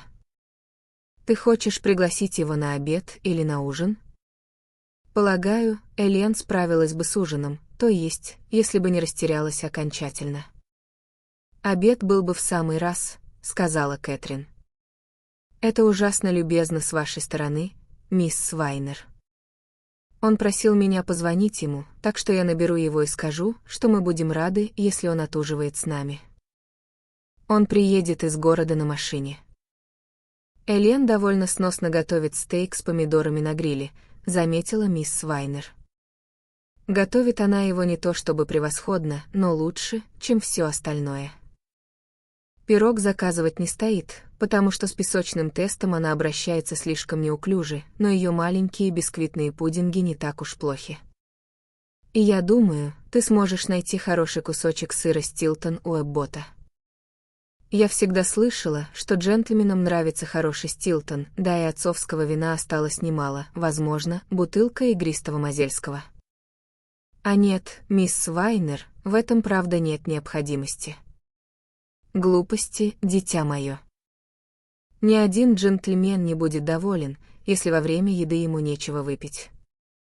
Есть немного хорошего довоенного виски, если ты думаешь, что он предпочтет именно его. А теперь делай, как я говорю, и не спорь. Ключ от винного погреба лежит в третьем ящике туалетного столика, во второй паре чулок с левой стороны. Кэтрин послушно направилась к указанному месту. Именно во второй паре, учти, добавила мисс Свайнер. В первой паре лежат мои бриллиантовые серьги и филигранная брошь. Ох, Кэтрин была немного застигнута врасплох, а вы не хотели бы переложить их в шкатулку для драгоценностей? Мисс Свайнер издала ужасающее и продолжительное фырканье. Ну уж нет. Спасибо, у меня слишком много здравого смысла для подобных вещей. Боже мой, я отлично помню, как мой бедный отец распорядился соорудить внизу сейф. Он был доволен как слон и сказал моей матери: «Ну, Мэри, приноси мне свои драгоценности шкатулки каждый вечер, и я буду запирать их для тебя». Моя мать была очень тактичной женщиной и знала, что джентльмены любят, когда все делается по их указке. Она и приносила ему запертую шкатулку, как он и просил. И вот однажды ночью забрались воры. Конечно же, совершенно естественно, первым делом они бросились к сейфу. Еще бы, ведь мой отец трезвонил о нем по всей деревне и хвастался так, будто хранил там все алмазы царя Соломона. Они выгребли все почистую, забрали пивные кружки, серебряные кубки, подарочное золотое блюдо, которое когда-то преподнесли моему отцу, и саму шкатулку для драгоценностей. Она понимающе вздохнула. Мой отец был в ужасном состоянии из-за драгоценности матери. Там был венецианский гарнитур, несколько очень изящных камей, бледно-розовые кораллы и 2 кольца с довольно крупными бриллиантами. И тогда, конечно, ей пришлось признаться ему, что, будучи женщиной благоразумной, она хранила свои украшения, завернув их в корсет, и они по-прежнему лежали там в полной сохранности. А шкатулка для драгоценности была совершенно пустой? «А нет, дорогая», — сказала мисс Свайнер, «тогда бы она оказалась слишком легкой». Моя мать была очень сообразительной женщиной и позаботилась об этом. В шкатулке она хранила пуговицы, и это было очень удобное место. Пуговицы для ботинок в верхнем отделении, брючные пуговицы во втором, а разные другие — в самом низу. Самое забавное, что отец не на шутку на нее разозлился. Он заявил, что не выносит обмана. «Но мне нельзя забалтываться, тебе ведь нужно пойти и позвонить своему другу. И не забудь выбрать хороший кусок мяса для стейка, а также вели Элен, чтобы на ее чулках не было дыр, когда она будет подавать обед». Ее зовут Элен или Эллен, мисс Свайнер? Мне казалось. Мисс Свайнер закрыла глаза. Я умею выговаривать букву «Х», дорогая, не хуже других, но Хелен — неподходящее имя для прислуги. Я просто не знаю, до чего докатились мамаши из низших классов в наши дни. Дождь прекратился, когда Найтон подъехал к коттеджу. Бледное, переменчивое солнце освещало его и золотило волосы Кэтрин, которая стояла в дверях, чтобы встретить гостя. Он подошел к ней быстро, почти по-мальчишески. «Послушайте, надеюсь, вы не против? Мне просто необходимо было поскорее увидеть вас снова. Надеюсь, подруга, у которой вы остановились, тоже не против. Заходите и подружитесь с ней», — сказала Кэтрин. «Она умеет нагонять страх, но вы быстро поймете, что у нее самое доброе сердце на свете». Мисс Свайнер величественно восседала в гостиной, облаченная в полный гарнитур камей, которые так промыслительно сохранились в семье. Она встретила Найтона с достоинством и суровой вежливостью, которая могла бы охладить пыл многих мужчин. Однако Найтон обладал обаянием, перед которым трудно было устоять, и примерно через 10 минут мисс Свайнер заметно оттаяла. Обед прошел очень весело, а Элен, или Хелен, в новых шелковых чулках без единой стрелки, творила чудеса в обслуживании. После обеда Кэтрин и Найтон отправились на прогулку, а вернувшись, вдвоем пили чай, так как мисс Свайнер ушла прилечь. Когда машина наконец уехала, Кэтрин медленно поднялась наверх. Голос окликнул ее, и она зашла в спальню мисс Свайнер. «Уехал твой друг?» «Да. Спасибо вам огромное за то, что разрешили мне пригласить его. Ни за что меня благодарить.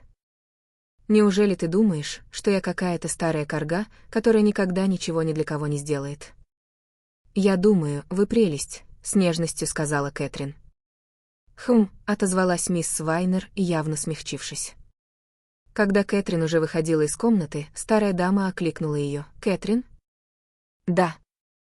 Я была неправа насчет твоего молодого человека. Мужчина, когда он просто ухаживает за кем-то, может быть сердечным, галантным, полным мелких знаков внимания и вообще совершенно очаровательным. Но когда мужчина действительно влюблен, он ничего не может с собой поделать и смотрит как баран.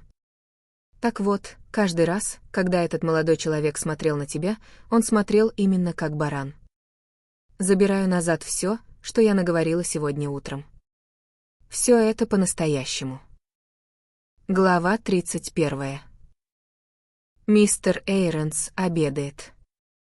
«Да», — с одобрением произнес мистер Джозеф Эйронс. Он сделал долгий глоток из своей пивной кружки, со вздохом поставил ее, вытер пену с губ и так и засиял, глядя через стол на своего хозяина, месье Эркюля Пуаро. «Дайте мне», — сказал мистер Эйронс, «хороший портерхаус-стейк и кружку чего-нибудь настоящего, а все эти ваши французские побрякушки и штучки-дрючки, ваши ордевры, омлеты и крошечные кусочки перепелок пусть забирает кто угодно». «Дайте мне», — повторил он, — «портерхаус-стейк». Пуаро, который только что выполнил эту просьбу, сочувственно улыбнулся. «Не то чтобы с пирогом со свининой и почками было что-то не так», — продолжил мистер Эйронс. «Яблочный пирог?» «Да, пожалуй, я возьму яблочный пирог, спасибо, мисс, и кувшинчик сливок». Трапеза продолжалась. Наконец, с глубоким вздохом, мистер Эйронс отложил ложку и вилку, готовясь немного поковырять сыр, прежде чем переключить мысли на другие дела. «Вы упомянули, что у вас есть небольшое дело, месье Пуаро», — заметил он. «Я буду искренне рад сделать все, что в моих силах, чтобы помочь вам». «Это очень любезно с вашей стороны», — сказал Пуаро. Я подумал про себя, если хочешь узнать что-нибудь об актерской профессии, то есть один человек, который знает все, что только можно знать, и это мой старый друг, мистер Джозеф Эйронс. «И вы ничуть не ошиблись», — самодовольно заявил мистер Эйронс. Когда речь заходит о прошлом, настоящем или будущем, Джо Эйронс — именно тот человек, к которому нужно идти. Пресизиман. А теперь я хочу спросить вас, месье Эйронс, что вы знаете о молодой женщине по фамилии Кит? Кит. Китти Кит. Китти Кит. Чертовски ловкая девица, скажу я вам. Мужские имперсонации, песни и танцы. Это самое. Именно она. Очень способная была. Имела отличный доход. Никогда не оставалась без ангажемента. В основном изображала мужчин, но, по правде говоря, как характерной актрисе ей не было равных. «Я слышал об этом», — сказал Пуаро. «Но в последнее время она ведь не выступала, верно?» «Нет. Совсем пропала из виду. Уехала во Францию и сошлась там с каким-то важным дворянином. Думаю, тогда она бросила сцену раз и навсегда. Как давно это было? Дайте вспомнить. 3 года назад. И это была большая потеря, скажу я вам. Она была умна, хитру, как целая стая обезьян. Вы не знаете имени человека, с которым она сошлась в Париже? Какая-то важная птица, это я знаю. Граф? Или, может, маркиз? Вот сейчас я припоминаю, по-моему, это был маркиз. И с тех пор вы ничего о ней не слышали? Ничего. Даже случайно ни разу не пересекались. Готов поспорить, она раскатывает по каким-нибудь заграничным курортам, изображая из себя самую настоящую маркизу. Китти своего не упустит. Она в обиду себя не даст. «Понимаю», — задумчиво произнес Пуаро. «Жаль, что не могу рассказать вам больше, месье Пуаро», — сказал его собеседник. «Я был бы рад оказаться полезным, если бы мог. Вы ведь однажды оказали мне услугу. Ах, но мы квиты, вы ведь тоже тогда сослужили мне хорошую службу. Долг платежом красен». «Ха-ха», — рассмеялся мистер Эйронс. «Ваша профессия, должно быть, очень интересная», — заметил Пуаро. «Так себе», — уклончиво ответил мистер Эйронс. «Если принимать и взлеты, и падения, то вполне нормально. Все учитывая, я справляюсь неплохо, но нужно держать ухо востро. Никогда не знаешь, на что публика клюнет в следующий раз. За последние несколько лет танец сильно выдвинулся на первый план», — задумчиво промурлыкал Пуаро. «Я никогда ничего не понимал в этом русском балете, но людям нравится. Слишком заумно для меня. На Ривьере я познакомился с одной танцовщицей, мадмуазель Мирель. Мирель. Она штучка горячая, судя по всему. За ее спиной всегда стоят большие деньги, готовые ее поддержать. Хотя, надо отдать ей должное, танцевать девчонка умеет. Я видел ее выступление и знаю, о чем говорю. Сам я с ней дел особо не имел, но слышал, что характер у нее не дай бог. Сплошные капризы и истерики. «Да», — задумчиво сказал Пуаро, — «да, я так себе это и представлял». «Темперамент», — воскликнул мистер Эйронс. «Темперамент. Вот как они сами это называют. Моя благоверная тоже была танцовщицей, пока не вышла за меня замуж, но, слава богу, у нее никогда не было никакого темперамента. Дома темперамент не нужен, месье Пуаро. Я согласен с вами, мой друг, дома ему не место. Женщина должна быть спокойной, отзывчивой и хорошо готовить», — подытожил мистер Эйронс. Мирель ведь не так давно выступает перед публикой, верно?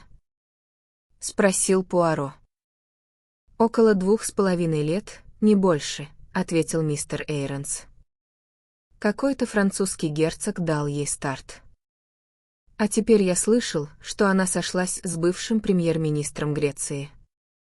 Вот уж у кого получается тихонько откладывать деньжата. «Для меня это новость», — сказал Пуаро. «Ох, она не из тех, кто станет сидеть сложа руки». Говорят, этот молодой Кеттеринг из-за нее и убил свою жену. Уж не знаю, право, так ли это. Как бы то ни было, он сейчас в тюрьме, так что ей пришлось самой о себе позаботиться, и сделала она это чертовски ловко.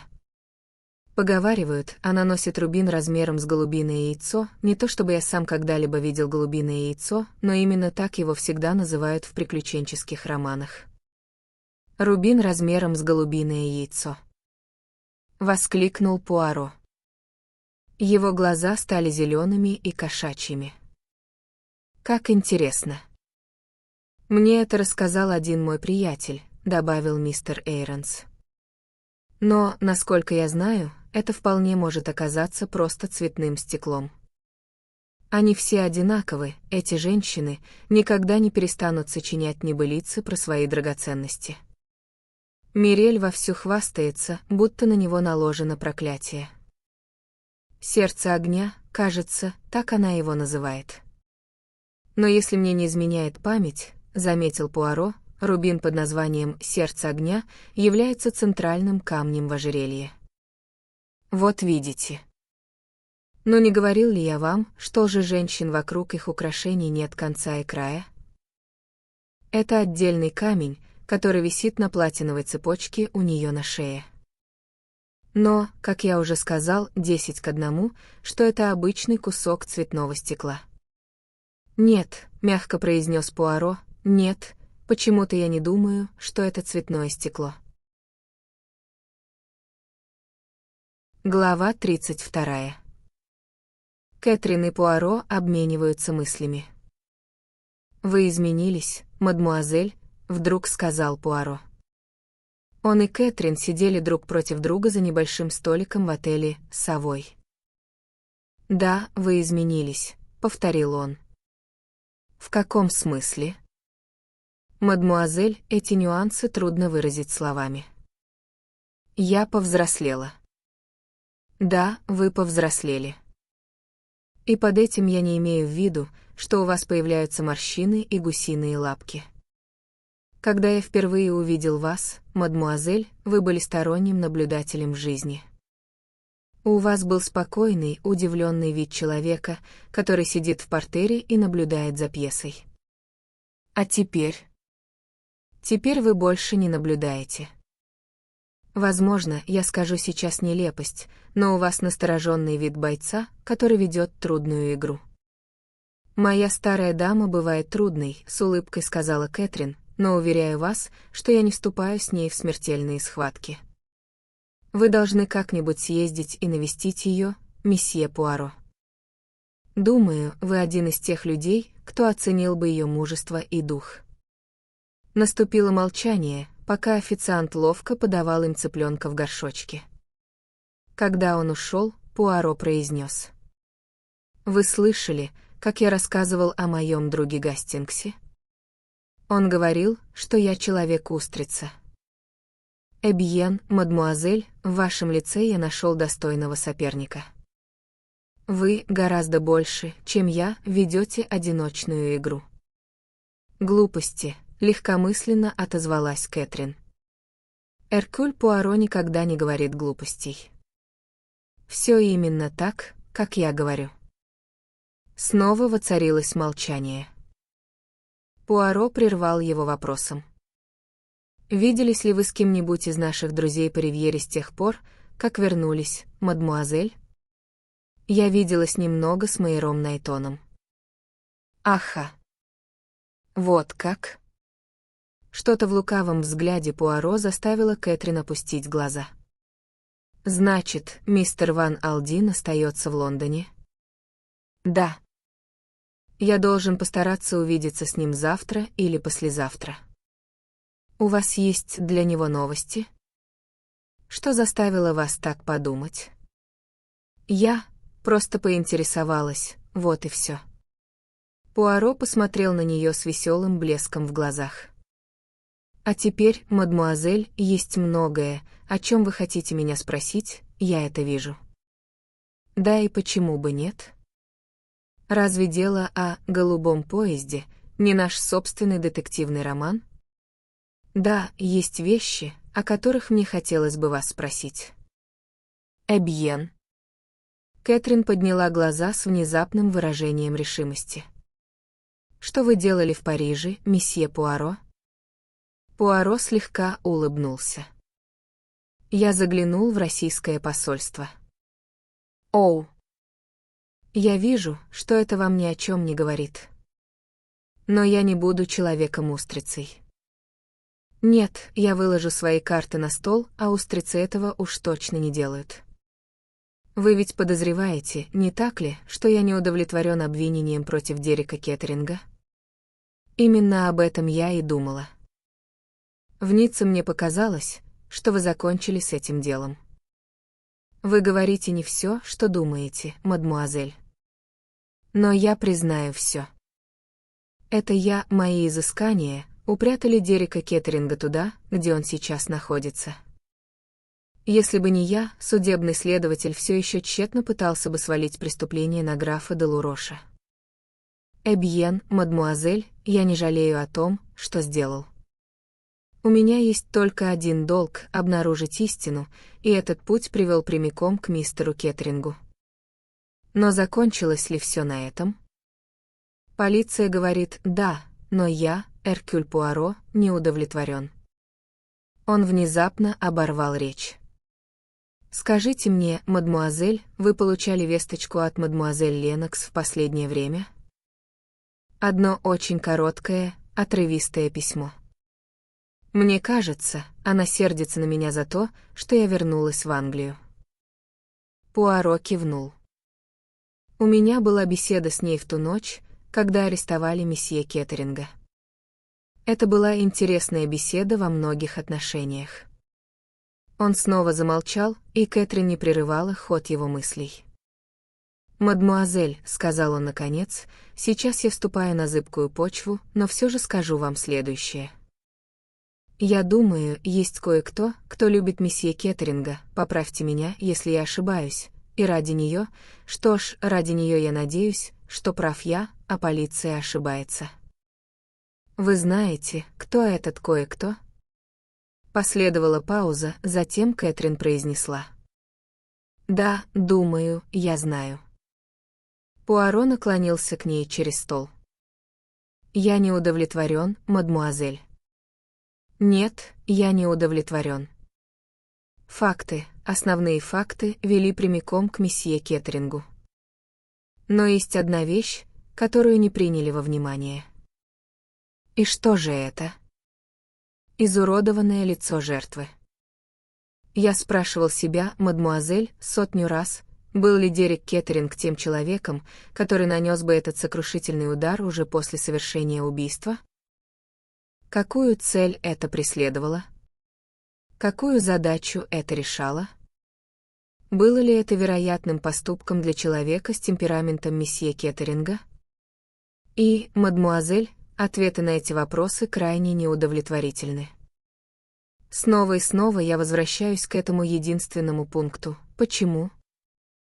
И единственное, что у меня есть, чтобы помочь мне решить эту проблему, это следующее.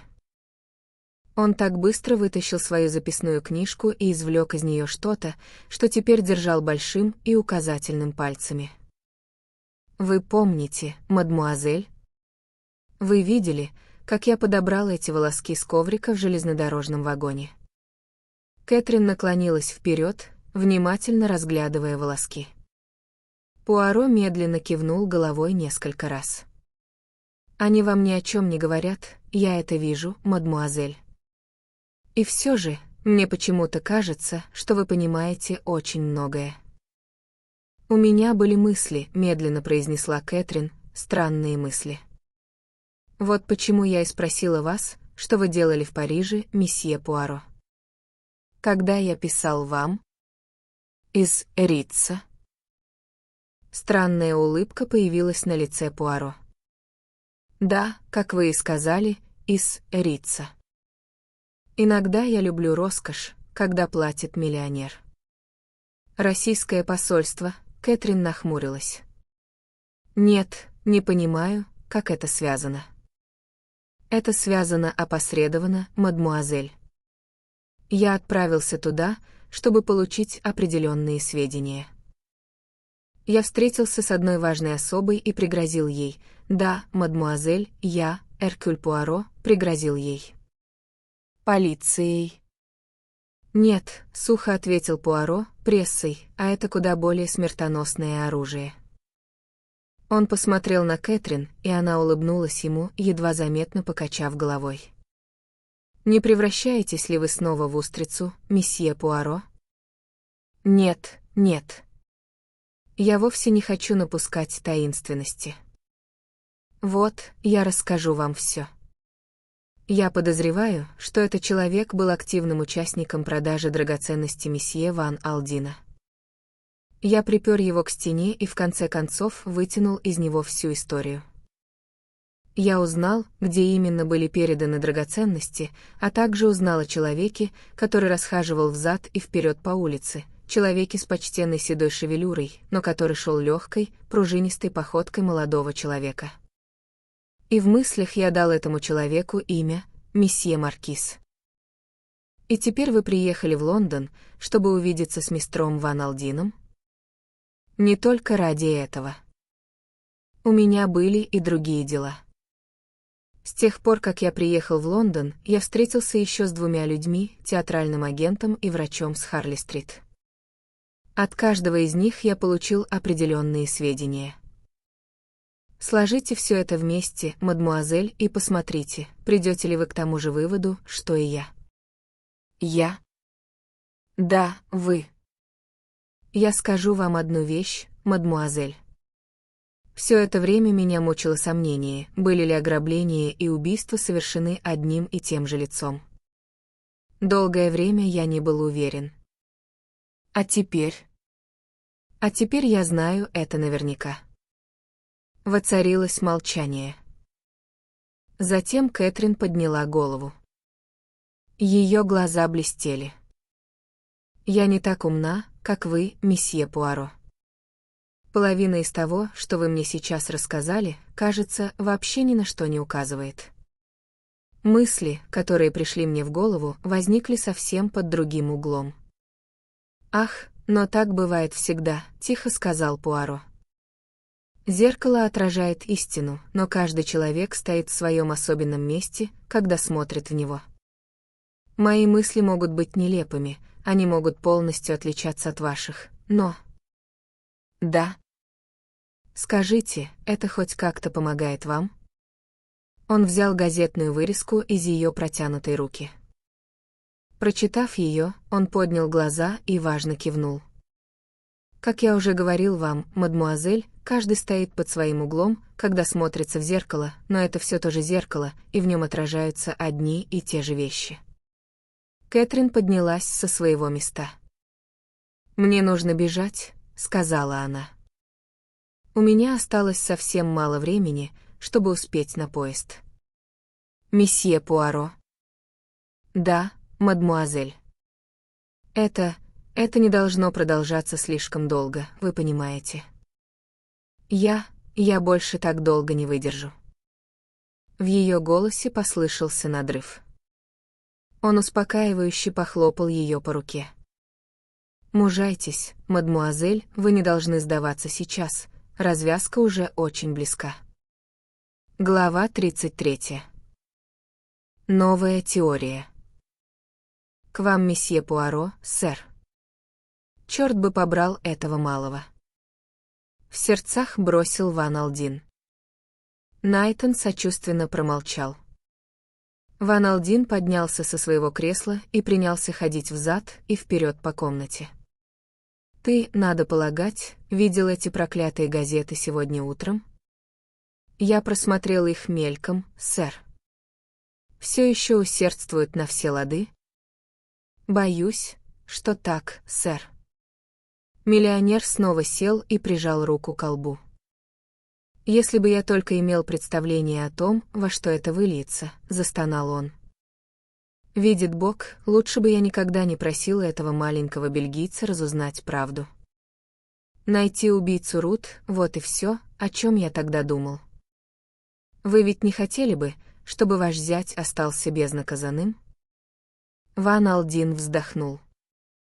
Я бы предпочел сам вершить правосудие. Не думаю, что это было бы очень разумным поступком, сэр.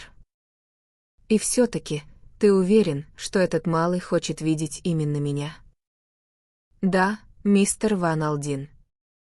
Он очень настаивает на этом. Что ж, тогда, полагаю, придется его принять. Пусть заходит сегодня утром, если ему так угодно. Вошедший Пуаро имел весьма свежий и веселый вид. Он, казалось, совершенно не заметил отсутствия радушия в манерах миллионера и непринужденно заболтал о всяких пустяках. В Лондоне он, как выяснилось, находился ради визита к своему врачу. Он упомянул имя одного выдающегося хирурга. Нет, это не ранение времен Великой войны. Это память о моих днях службы в полиции, пуля паршивого апаша. Он коснулся левого плеча и очень натурально поморщился от боли. Я всегда считал вас везучим человеком, месье Ван Алдин. Вы совсем не похожи на наш привычный образ американских миллионеров, которые вечно страдают от диспепсии. Я довольно крепкий человек, отозвался Ван Алдин. Знаете ли, я веду очень простой образ жизни, простая еда и в умеренных количествах. Вы ведь виделись с мисс Грей, не так ли? Невинно поинтересовался Пуаро, повернувшись к секретарю. Да, 1 или 2 раза, ответил Найтон. Он слегка покраснел, и Ван Алдин удивленно воскликнул. Странно, что ты ни разу не упомянул мне об этой встрече, Найтон. Я не думал, что вам это будет интересно, сэр. Мне эта девушка очень нравится, заявил Ван Алдин. 1000 извинений, но это ужасно, что она снова заживо похоронила себя в Сент-Мэри-Мид, заметил Пуаро. Это очень благородно с ее стороны. Горячо возразил Найтон. Найдется очень мало людей, которые согласились бы поселиться в такой глуши ради того, чтобы ухаживать за сварливой старой дамой, которая не имеет на нее никаких прав. Я умолкаю, сказал Пуаро, и в его глазах заиграли лукавые искорки, но все равно я считаю, что это очень жаль. А теперь, господа, давайте перейдем к делу. Оба его собеседника посмотрели на него с некоторым удивлением. Вы не должны быть шокированы или напуганы тем, что я собираюсь сейчас сказать. Предположим, месье Ван Алдин, что, вопреки всему, месье Дерек Кеттеринг не убивал свою жену? Что? Оба мужчины уставились на него в полном изумлении. Предположим, говорю я, что месье Кеттеринг не убивал свою жену? Вы сошли с ума, месье Пуаро? Подал голос Ван Алдин. Нет, ответил Пуаро, я не сошел с ума. Я эксцентричен, возможно, по крайней мере, так утверждают некоторые люди. Но что касается моей профессии, то у меня, как принято говорить, все дома. Я спрашиваю вас, месье Ван Алдин, вы были бы рады или огорчены, если бы дело обстояло именно так, как я говорю? Ван Алдин пристально посмотрел на него. «Разумеется, я был бы рад», — произнес он наконец. «Это просто упражнение в предположениях, месье Пуаро, или же за вашими словами стоят реальные факты?» Пуаро посмотрел на потолок. «Есть небольшой шанс», — тихо сказал он, — «что это все-таки был граф де Лурош. По крайней мере, мне удалось полностью разрушить его алиби». «Как вам это удалось?» Пуаро скромно пожал плечами. «У меня свои методы. Немного такта, немного ловкости, и дело сделано. Но рубины, — возразил Ван Алдин, — те рубины, которые были у графа, оказались фальшивкой. И совершенно очевидно, что он не совершил бы этого преступления, если бы не рубины. Но вы упускаете из виду один важный момент, месье Ван Алдин. Кое-кто мог опередить его и забрать настоящие рубины. Но это абсолютно новая теория. Воскликнул Найтон. Вы действительно верите во всю эту галиматью, месье Пуаро? Допытывался миллионер. Дело еще не доказано, тихо ответил Пуаро. Пока это всего лишь теория, но я скажу вам следующее, месье Ван Алдин, эти факты стоят того, чтобы их расследовать. Вы должны поехать со мной на юг Франции и разобраться во всем на месте. Вы действительно считаете это необходимым? Я имею в виду мое личное присутствие. Я думал, вы сами этого пожелаете, заметил Пуаро. В его тоне послышался легкий намек на упрек, который не укрылся от собеседника. Да, конечно, поспешно согласился тот. Когда вы хотите отправиться, месье Пуаро? Но вы сейчас очень заняты, сэр, тихо вставил Найтон. Однако миллионер уже все для себя решил и отмахнулся от возражений своего секретаря. «Полагаю, это дело сейчас на первом месте», — твердо заявил он. «Хорошо, месье Пуаро, едем завтра». «Каким поездом?» «Мы поедем, я думаю, голубым поездом», — ответил Пуаро и улыбнулся. Глава 34. Снова голубой поезд. Поезд миллионеров, как его иногда называли, обогнул поворот линии на скорости, которая казалась опасной. Ван Алдин, Найтон и Пуаро сидели вместе в молчании. У Найтона и Вана Алдина были два смежных купе, соединенных дверью, точно такие же, как у Рут Кеттеринг и ее горничной в ту роковую поездку. Собственное купе Пуаро находилось дальше по коридору вагона. Поездка была мучительной для Вана Алдина, поскольку она пробуждала самые мучительные воспоминания. Пуаро и Найтон изредка переговаривались вполголоса, чтобы не тревожить его. Однако, когда поезд завершил свой медленный путь по окружной ветке и прибыл на Лионский вокзал, Пуаро внезапно проявил невероятную активность. Ван Алдин понял, что одной из целей его поездки на этом поезде была попытка реконструировать преступление. Пуаро лично исполнял каждую роль. Он был по очереди то горничной, которую поспешно заперли в ее собственном купе, то миссис Кеттеринг, с удивлением и тенью тревоги узнающей своего мужа, то Дереком Кеттерингом, который обнаруживает, что его жена едет в этом поезде. Он проверял различные возможности, например, как лучше всего человеку спрятаться во втором купе. Затем внезапно какая-то мысль, казалось, поразила его. Он схватил Ван Алдина за руку. «Мон Дьё, но об этом-то я и не подумал. Мы должны прервать нашу поездку в Париже. Быстро, давайте сойдем прямо сейчас». Схватив чемоданы, он поспешил прочь из поезда. Ван Алдин и Найтон, недоумевающие, но послушные, последовали за ним. Ван Алдин, однажды составив высокое мнение о способностях Пуаро, не спешил с ним расставаться. У турникета их задержали. Их билеты находились у проводника поезда, факт, о котором все трое совершенно забыли. Объяснения Пуаро были быстрыми, беглыми и страстными, но они не произвели никакого впечатления на чиновника с невозмутимым лицом. «Давайте покончим с этим», — резко сказал Ван Алдин. «Я так понимаю, вы торопитесь, месье Пуаро.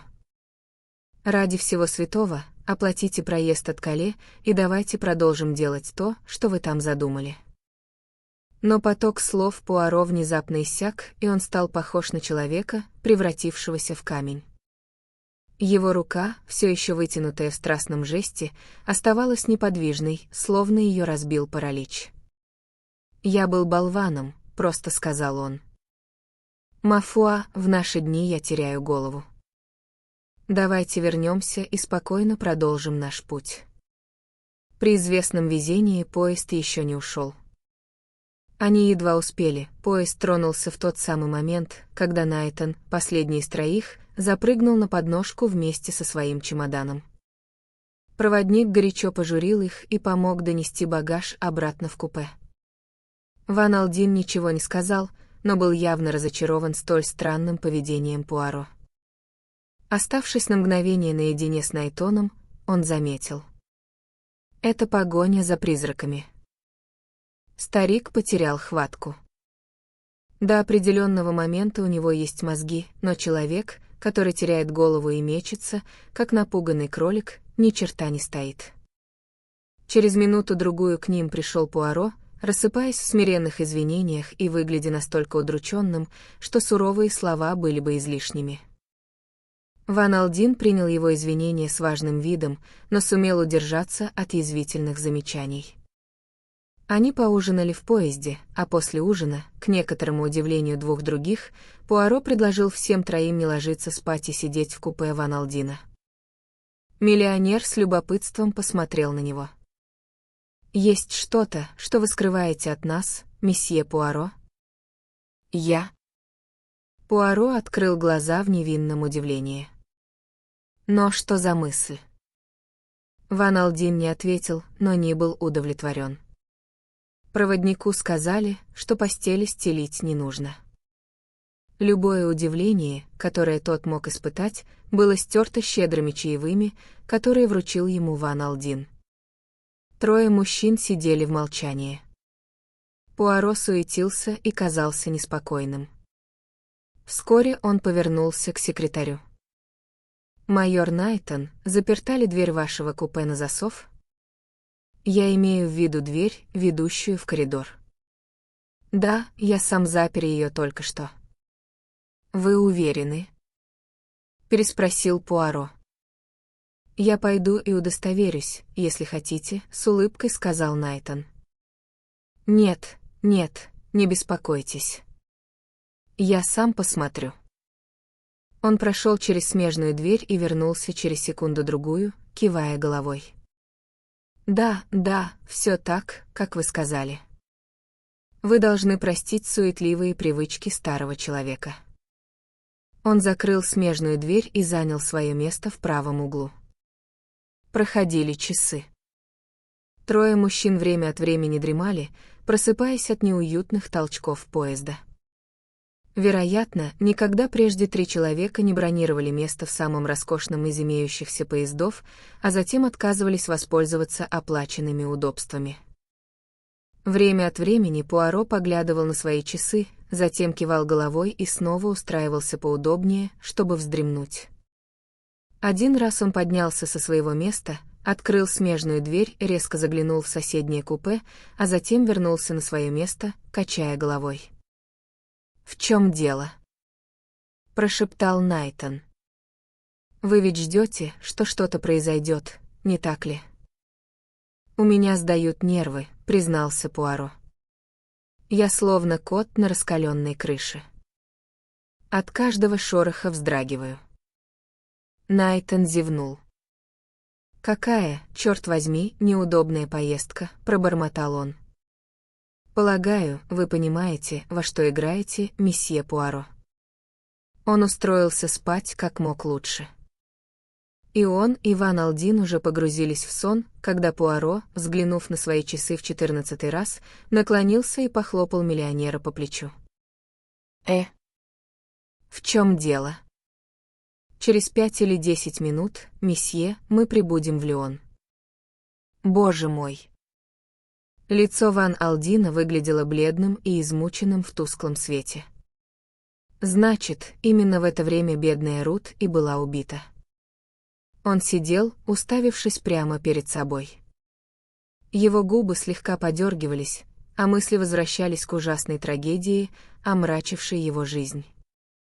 Раздался привычный долгий визг тормозов, поезд сбавил ход и покатил к платформе Лиона. Ван Алдин опустил окно и высунулся наружу. «Если это был не Дерек, если ваша новая теория верна, то именно здесь этот человек сошел с поезда?» спросил он, повернув голову. К его немалому удивлению, Пуаро покачал головой. «Нет», — задумчиво произнес он, — «нет, мужчина поезд не покидал, но я думаю, да, я думаю, это могла сделать женщина». Найтон ахнул от неожиданности. «Женщина?» — резко переспросил Ван Алдин. «Да, женщина», — кивнул Пуаро. «Вы можете не помнить, месье Ван Алдин, но мисс Грей в своих показаниях упоминала, что какой-то юноша в кепке и пальто сошел на платформу, якобы для того, чтобы размять ноги. Что касается меня, то я думаю, что этот юноша, скорее всего, был женщиной. Но кто она?» На лице Ван Алдина отразилось недоверие, но Пуаро ответил серьезно и категорично. Ее имя, или имя, под которым ее знали многие годы, Китти Кит. Но вы, месье Ван Алдин, знали ее под другим именем, под именем Ады Мейсон. Найтон вскочил на ноги. «Что?» — крикнул он. Пуаро резко повернулся к нему. «Ах! Пока я не забыл». Он выхватил что-то из кармана и протянул вперед. «Позвольте предложить вам сигарету из вашего собственного портсигара. С вашей стороны было неосмотрительно выронить его, когда вы садились в поезд на окружной линии в Париже». Найтон стоял, уставившись на него, как громом пораженный. Затем он сделал движение, но Пуаро предупреждающе вскинул руку. «Нет, не двигайтесь», — произнес он вкрадчивым голосом. «Дверь в соседнее купе открыта, и прямо сейчас вы находитесь под прицелом». Я отодвинул засов на двери, ведущей в коридор, еще когда мы уезжали из Парижа, и нашим друзьям из полиции было велено занять там свои места. Как вы, полагаю, знаете, французская полиция весьма настойчиво разыскивает вас, майор Найтон, или, может, нам лучше сказать, месье Маркиз? Глава 35. Объяснение. Объяснение. Пуаро улыбнулся. Он сидел напротив миллионера за обеденным столиком в личном номере последнего в отеле «Негреско». Напротив него находился человек, испытывавший облегчение, но все еще пребывавший в глубоком недоумении. Пуаро откинулся на спинку стула, зажег одну из своих крошечных сигарет и задумчиво уставился в потолок. «Да, я дам вам объяснение. Все началось с одного момента, который не давал мне покоя. Вы знаете, что это был за момент? Изуродованное лицо. Подобное нередко встречается при расследовании преступлений, и это сразу же вызывает вопрос об установлении личности. Это, естественно, было первым, что пришло мне в голову. Действительно ли погибшей женщиной была миссис Кеттеринг? Но этот путь ни к чему меня не привел, так как показания мисс Грей были категоричными и заслуживающими полного доверия, поэтому я отложил эту мысль в сторону. Погибшей женщиной была Рут Кеттеринг. Когда вы впервые начали подозревать горничную? Не сразу, но одна своеобразная деталь привлекла к ней мое внимание. Портсигар, найденный в железнодорожном вагоне, про который она сказала нам, будто его миссис Кеттеринг подарила своему мужу. На первый взгляд это было крайне невероятно, учитывая, в каких отношениях они находились. Это заронило в мою душу сомнение относительно общей правдивости заявлений Ады Мейсон. Следовало принять во внимание и довольно подозрительный факт: она прослужила у своей хозяйки всего 2 месяца. Конечно, на первый взгляд казалось, что она никак не могла иметь отношение к преступлению, поскольку ее оставили в Париже, а миссис Кеттеринг после этого несколько человек видели живой, но... Пуаро наклонился вперед. Он многозначительно поднял указательный палец и с величайшим нажимом покачал им перед лицом Ван Алдина. «Но я хороший детектив. Я подозреваю. Нет никого и ничего, кого бы я не подозревал. Я не верю ничему из того, что мне говорят. Я говорю себе, откуда нам известно, что Аду Мейсон оставили в Париже? И поначалу ответ на этот вопрос казался вполне удовлетворительным. Имелись показания вашего секретаря, майора Найтона, человека со стороны, чье свидетельство, как можно было предположить, являлось абсолютно беспристрастным, и имелись слова самой погибшей женщины, сказанные проводнику поезда. Но этот последний момент я на время отложил в сторону, потому что в моей голове зарождалась весьма любопытная мысль, возможно, фантастическая и невозможная. Если по какой-то случайности она оказывалась правдой, то это конкретное свидетельство теряло всякую ценность. Я сосредоточился на главном камне преткновения для моей теории. На заявлении майора Найтона о том, что он видел Аду Мейсон в отеле «Ритц» после того, как голубой поезд покинул Париж. Это казалось достаточно убедительным, и все же, тщательно изучив факты, я отметил две вещи. Во-первых, по странному совпадению, он тоже находился у вас на службе ровно 2 месяца. Во-вторых, первая буква его фамилии была той же самой — К. Предположим, просто предположим, что в вагоне нашли именно его портсигар. Тогда, если Ада Мейсон и он работали вместе, и она узнала его, когда мы показали его ей, разве не поступила бы она в точности так, как поступила? Поначалу растерявшись, она быстро выстроила правдоподобную теорию, которая подкрепляла бы вину мистера Кеттеринга. Бьен антендю, изначально задумка была иной. Козлом отпущения должен был стать граф де Лурош, хотя Ада Мейсон не стала бы делать свое опознание слишком уж категоричным, на случай, если бы он смог доказать алиби. Теперь, если вы перенесетесь мыслями назад в то время, то вспомните одну знаменательную вещь, которая тогда произошла. Я предположил в разговоре с Адой Мейсон, что человеком, которого она видела, был не граф де Лурош, а Дерек Кеттеринг. В тот момент она показалась нерешительной, но после того, как я вернулся в свой отель, вы позвонили мне и сообщили, что она пришла к вам и сказала, что, поразмыслив над этим, теперь полностью убеждена, что упомянутым человеком был мистер Кеттеринг. Я ожидал чего-то подобного. У этой внезапной уверенности с ее стороны могло быть только одно объяснение. После моего ухода из вашего отеля у нее нашлось время посоветоваться с кем-то, и она получила инструкции, согласно которым и поступила. Кто дал ей эти инструкции? Майор Найтон. И была еще одна совсем крошечная деталь, которая могла не означать ничего, а могла означать очень многое. В случайной беседе Найтон обмолвился об ограблении ювелирных изделий в Йоркшире в доме, где он тогда останавливался.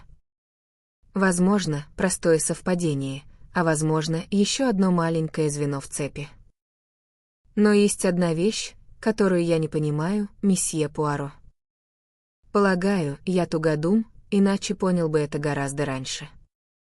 Кто был тем человеком в поезде в Париже? Дерек Кеттеринг или граф де Лурош? В этом-то и заключается вся простота схемы. Никакого мужчины там не было. Ах, Мильтоннер. Неужели вы не видите, как умно все это было устроено? С чьих слов мы знаем, что там вообще находился какой-то мужчина? Только со слов Ады Мейсон. А мы верим Аде Мейсон из-за показаний Найтона о том, что ее оставили в Париже. Но Рут сама сказала проводнику, что оставила свою горничную там, возразил Ван Алдин. Ах! Я как раз подхожу к этому. Здесь мы имеем свидетельство самой миссис Кеттеринг, но, с другой стороны, мы на самом деле не имеем ее свидетельства, потому что месье Ван Алдин, мертвая женщина, не может давать показания. Это свидетельство не ее, а проводника поезда, а это совершенно разные вещи. Значит, вы думаете, что этот человек лгал? Нет, нет, вовсе нет. Он говорил то, что считал правдой. Но женщина, которая сказала ему, что оставила свою горничную в Париже, не была миссис Кеттеринг. Ван Алдин уставился на него. Месье Ван Алдин, Рут Кеттеринг была мертва еще до того, как поезд прибыл на Лионский вокзал. Это была Ада Мейсон, одетая в весьма приметную одежду своей хозяйки, которая купила корзину с ужином и сделала то самое столь необходимое заявление проводнику. Невозможно. Нет, месье Ван Алдин, вовсе не невозможно. Женщины в наши дни так похожи друг на друга, что их определяют скорее по одежде, чем по лицам. Ада Мейсон была того же роста, что и ваша дочь.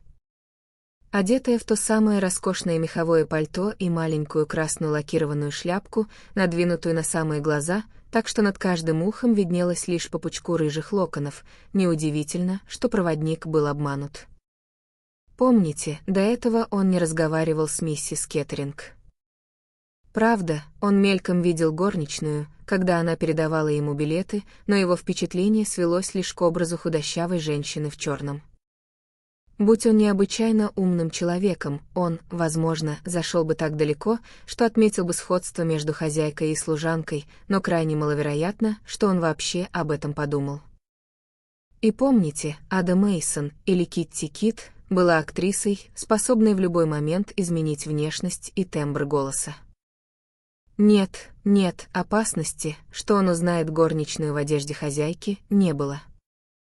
Но существовала опасность, что, обнаружив тело, он поймет, это не та женщина, с которой он разговаривал накануне вечером. И теперь мы видим причину, по которой лицо было изуродовано. Главная опасность, которой подвергалась Ада Мейсон, заключалась в том, что Кэтрин Грей могла зайти к ней в купе после того, как поезд покинет Париж. И она застраховала себя от этой трудности, заказав корзину с ужином и заперевшись изнутри. Но кто убил Рут и когда? Прежде всего, имейте в виду, что преступление было спланировано и осуществлено ими двоими, Найтоном и Адой Мейсон, работавшими вместе. Найтон в тот день находился в Париже по вашему поручению. Он сел в поезд где-то по пути его следования по окружной ветке. Миссис Кеттеринг была удивлена, но у нее не возникло никаких подозрений. Возможно, он отвлекает ее внимание на что-то за окном, пока она поворачивается, чтобы посмотреть, накидывает ей на шею шнур, и все кончено за секунду-другую. Дверь купе запирается, и он вместе с Адой Мейсон принимается за работу. Они снимают с мертвой женщины верхнюю одежду.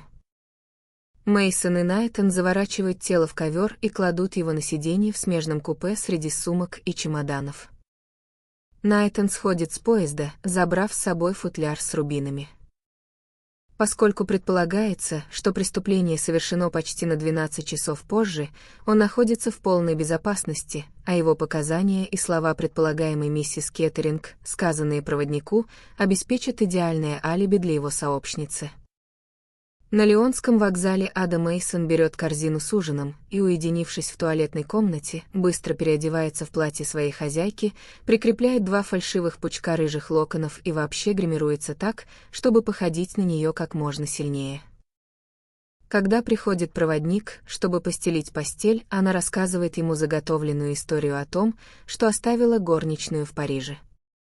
И пока он заправляет спальное место, она стоит, глядя в окно, спиной к коридору и проходящим мимо людям.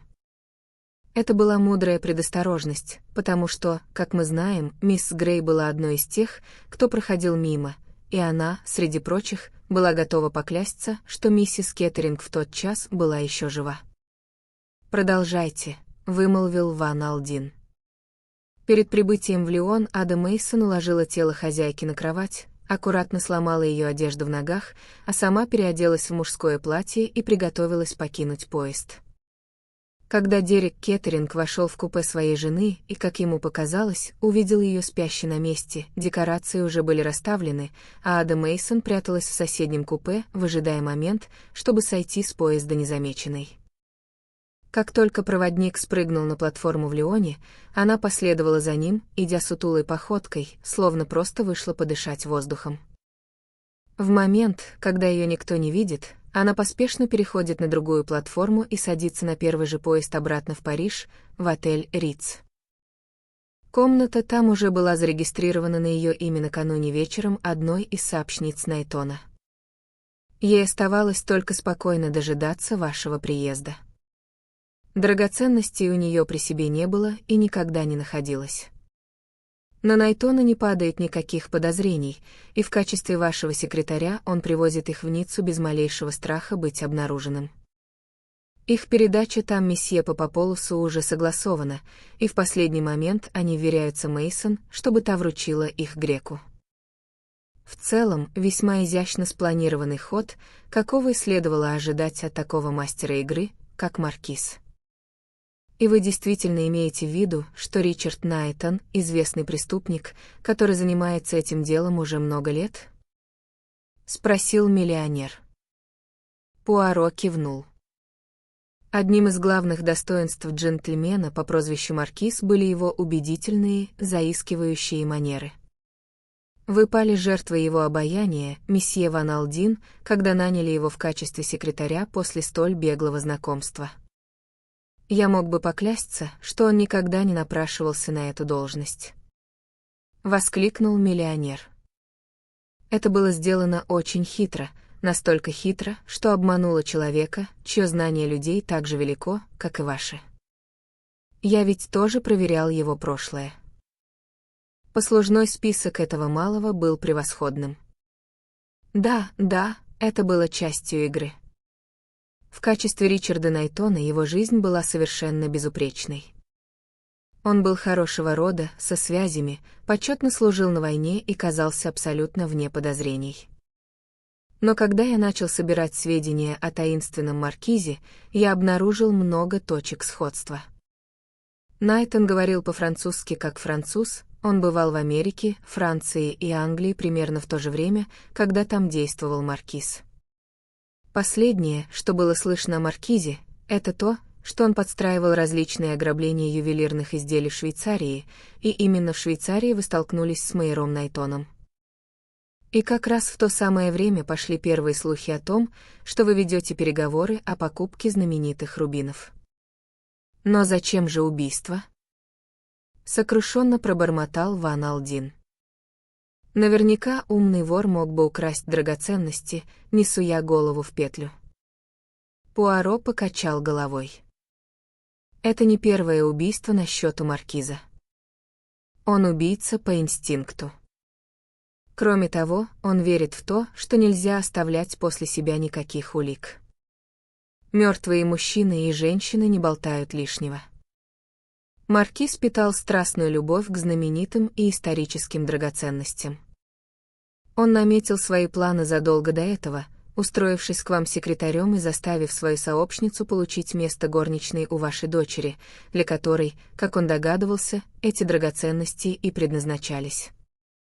И хотя это был его зрелый и тщательно продуманный план, он не побрезговал попытаться пойти коротким путем, наняв парочку апашей, чтобы подстеречь вас в Париже в ту ночь, когда вы купили рубины. Тот план провалился, что, думаю, вряд ли его удивило. Этот же план был, как он считал, совершенно безопасным. Никаких подозрений на Ричарда Найтона пасть не могло. Но, как и у всех великих людей, а маркиз был великим человеком, у него были свои слабости. Он искренне влюбился в мисс Грей и, подозревая ее симпатию к Дереку Кеттерингу, не смог устоять перед искушением свалить на него это преступление, когда представилась возможность. А теперь, месье Ван Алдин, я собираюсь рассказать вам кое-что очень любопытное. Мисс Грей вовсе не склонна к фантазиям, однако она твердо верит, что однажды почувствовала присутствие вашей дочери рядом с собой в садах казино в Монте-Карло, как раз после долгого разговора с Найтоном. Она была убеждена, по ее словам, что погибшая женщина настойчиво пыталась что-то ей сказать. И вдруг до нее дошло, погибшая пыталась сообщить, что Найтон — ее убийца. В то время эта мысль показалась настолько фантастической, что мисс Грей никому о ней не рассказала. Но она была так убеждена в ее истинности, что начала действовать в соответствии с ней, как бы дико это ни выглядело. Она не отвергала ухаживаний Найтона и притворялась перед ним, будто убеждена в виновности Дерека Кеттеринга. Поразительно, произнес Ван Алдин. Да, это очень странно. Нельзя объяснить подобные вещи. Кстати, был один маленький момент, который меня изрядно озадачил. Ваш секретарь заметно хромает, результат ранения, полученного на войне. А вот маркиз совершенно точно не хромал. Это было камнем преткновения. Но мисс Ленокс Темплин случайно упомянула однажды, что хромота Найтона стала неожиданностью для хирургов, которые занимались его лечением в госпитале ее матери. Это наводило на мысль о маскировке. Когда я был в Лондоне, я отправился к упомянутому хирургу и получил от него несколько технических подробностей, которые укрепили меня в этом убеждении. Я упомянул имя этого хирурга в присутствии Найтона позавчера.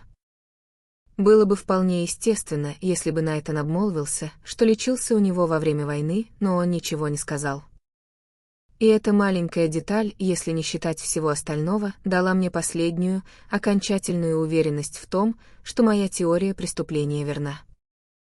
Мисс Грей также передала мне вырезку, из которой следовало, что в госпитале леди Темплин произошла кража в то время, когда Найтон находился там.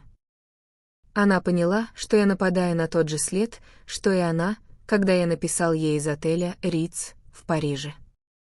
У меня возникли некоторые трудности с наведением справок там, но я получил то, что хотел, доказательство того, что Ада Мейсон приехала утром на следующий день после преступления, а не вечером накануне. Воцарилось долгое молчание, затем миллионер протянул руку Пуаро через стол. «Полагаю, вы понимаете, что это значит для меня, месье Пуаро», — хрипло произнес он. «Утром я вышлю вам чек, но никакой чек в мире не сможет выразить то, что я чувствую по отношению к тому, что вы для меня сделали. Вы мастер своего дела, месье Пуаро. В любой ситуации вы — настоящий мастер». Пуаро поднялся со своего места, его грудь колесом выпятилась вперед. «Я всего лишь Эркюль Пуаро», — скромно заметил он. «И все же, как вы и сказали, в своем роде я великий человек, точно так же, как и вы великий человек. Я рад и счастлив, что смог оказать вам услугу. А теперь я пойду приведу себя в порядок после дорожных мытарств. Увы. Моего превосходного Жоржа нет со мной». В холле отеля он столкнулся со своим знакомым, почтенным месье Папополусом, рядом с которым шла его дочь Зия. «Я думал, вы уже покинули Ниццу, месье Пуаро», — пробормотал грек, пожимая дружески протянутую руку детектива. «Дела вынудили меня вернуться, мой дорогой месье Папополус». «Дела». «Да, дела. И говоря о делах, я надеюсь, ваше здоровье теперь получше, мой дорогой друг?» «Гораздо лучше. Собственно говоря, завтра мы возвращаемся в Париж. Я очарован столь приятными новостями. Надеюсь, вы не дотла разорили бывшего греческого министра?» «Я?» «До меня дошли слухи, что вы продали ему один весьма чудесный рубин, который, строго между нами, сейчас носит танцовщица мадмуазель Мирель». «Да», — пробормотал месье Папополус, — «да, так оно и есть». Рубин, не правда ли, весьма похожий на знаменитое «Сердце огня»? В нем есть определенные черты сходства, безусловно, небрежно отозвался грек. У вас удивительное чутье на драгоценности, месье Папополус. Поздравляю вас. Мадмуазель Зия, я безутешен от того, что вы так поспешно возвращаетесь в Париж.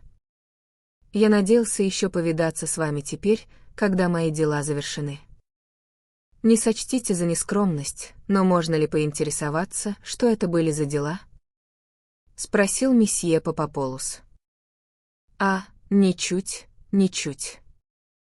Мне только что удалось прижать к ногтю маркиза. Отрешенное выражение появилось на благородном лице месье Папополуса. «Маркиз?» — пробормотал он. «И почему это имя кажется мне знакомым?» «Нет, не могу припомнить». «Уверен, вы и не вспомните», — улыбнулся Пуаро. Я имею в виду одного очень известного преступника и похитителя драгоценностей. Его только что арестовали за убийство английской леди, мадам Кеттеринг.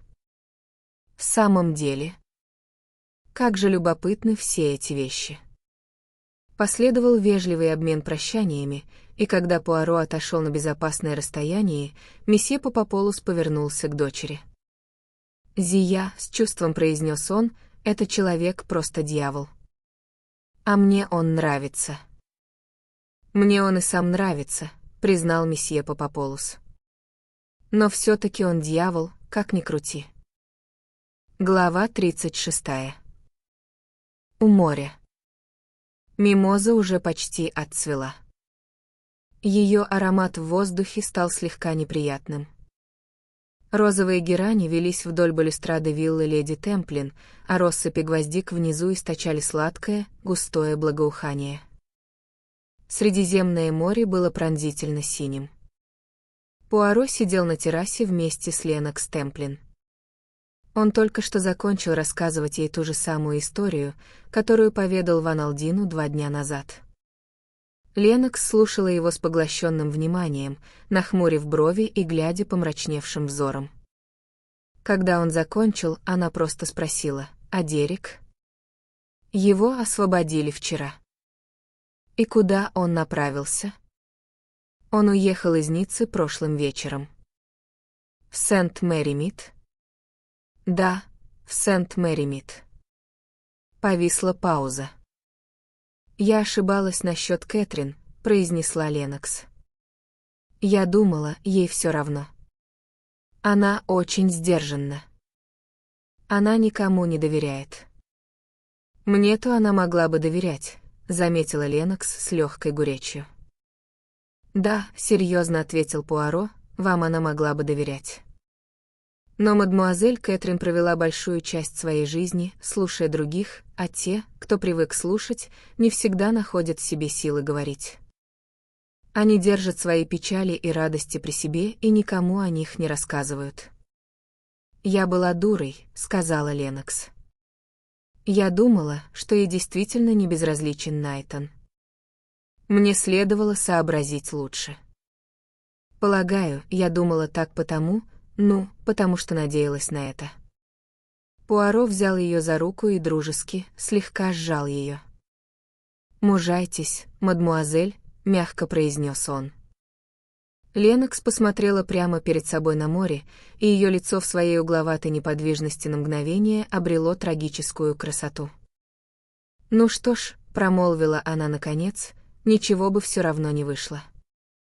Я слишком молода для Дерека. Он как ребенок, который так и не повзрослел. Ему нужно прикосновение Мадонны». Наступило долгое молчание, затем Ленокс быстро и порывисто повернулась к нему. «Но ведь я помогла, месье Пуаро. Во всяком случае, я хоть чем-то помогла». «Да, мадмуазель. Именно вы дали мне первую зацепку к истине, когда сказали, что человеку, совершившему это преступление, вовсе не обязательно было находиться в поезде. До этого я никак не мог понять, как все было сделано».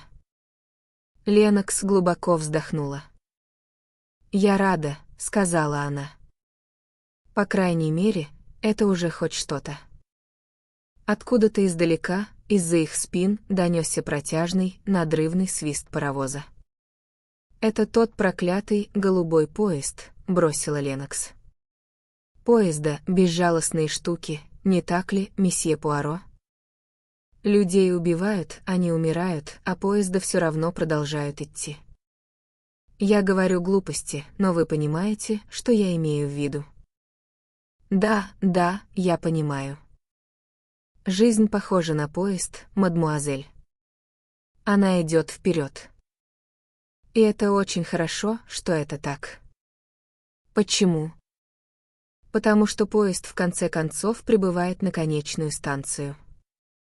А в вашем языке, мадмуазель, на этот счет есть пословица. Влюбленным встреча суждена в конце пути», — невесело усмехнулась Ленокс. «Для меня это вряд ли окажется правдой». Нет, это правда». Вы молоды, моложе, чем сами думаете. Доверьтесь поезду, мадмуазель, ведь им управляет сам Господь Бог. Свист паровоза донесся снова. Доверьтесь поезду, мадмуазель, еще раз пробормотал Пуаро. И доверьтесь Эркюлю Пуаро. Он знает.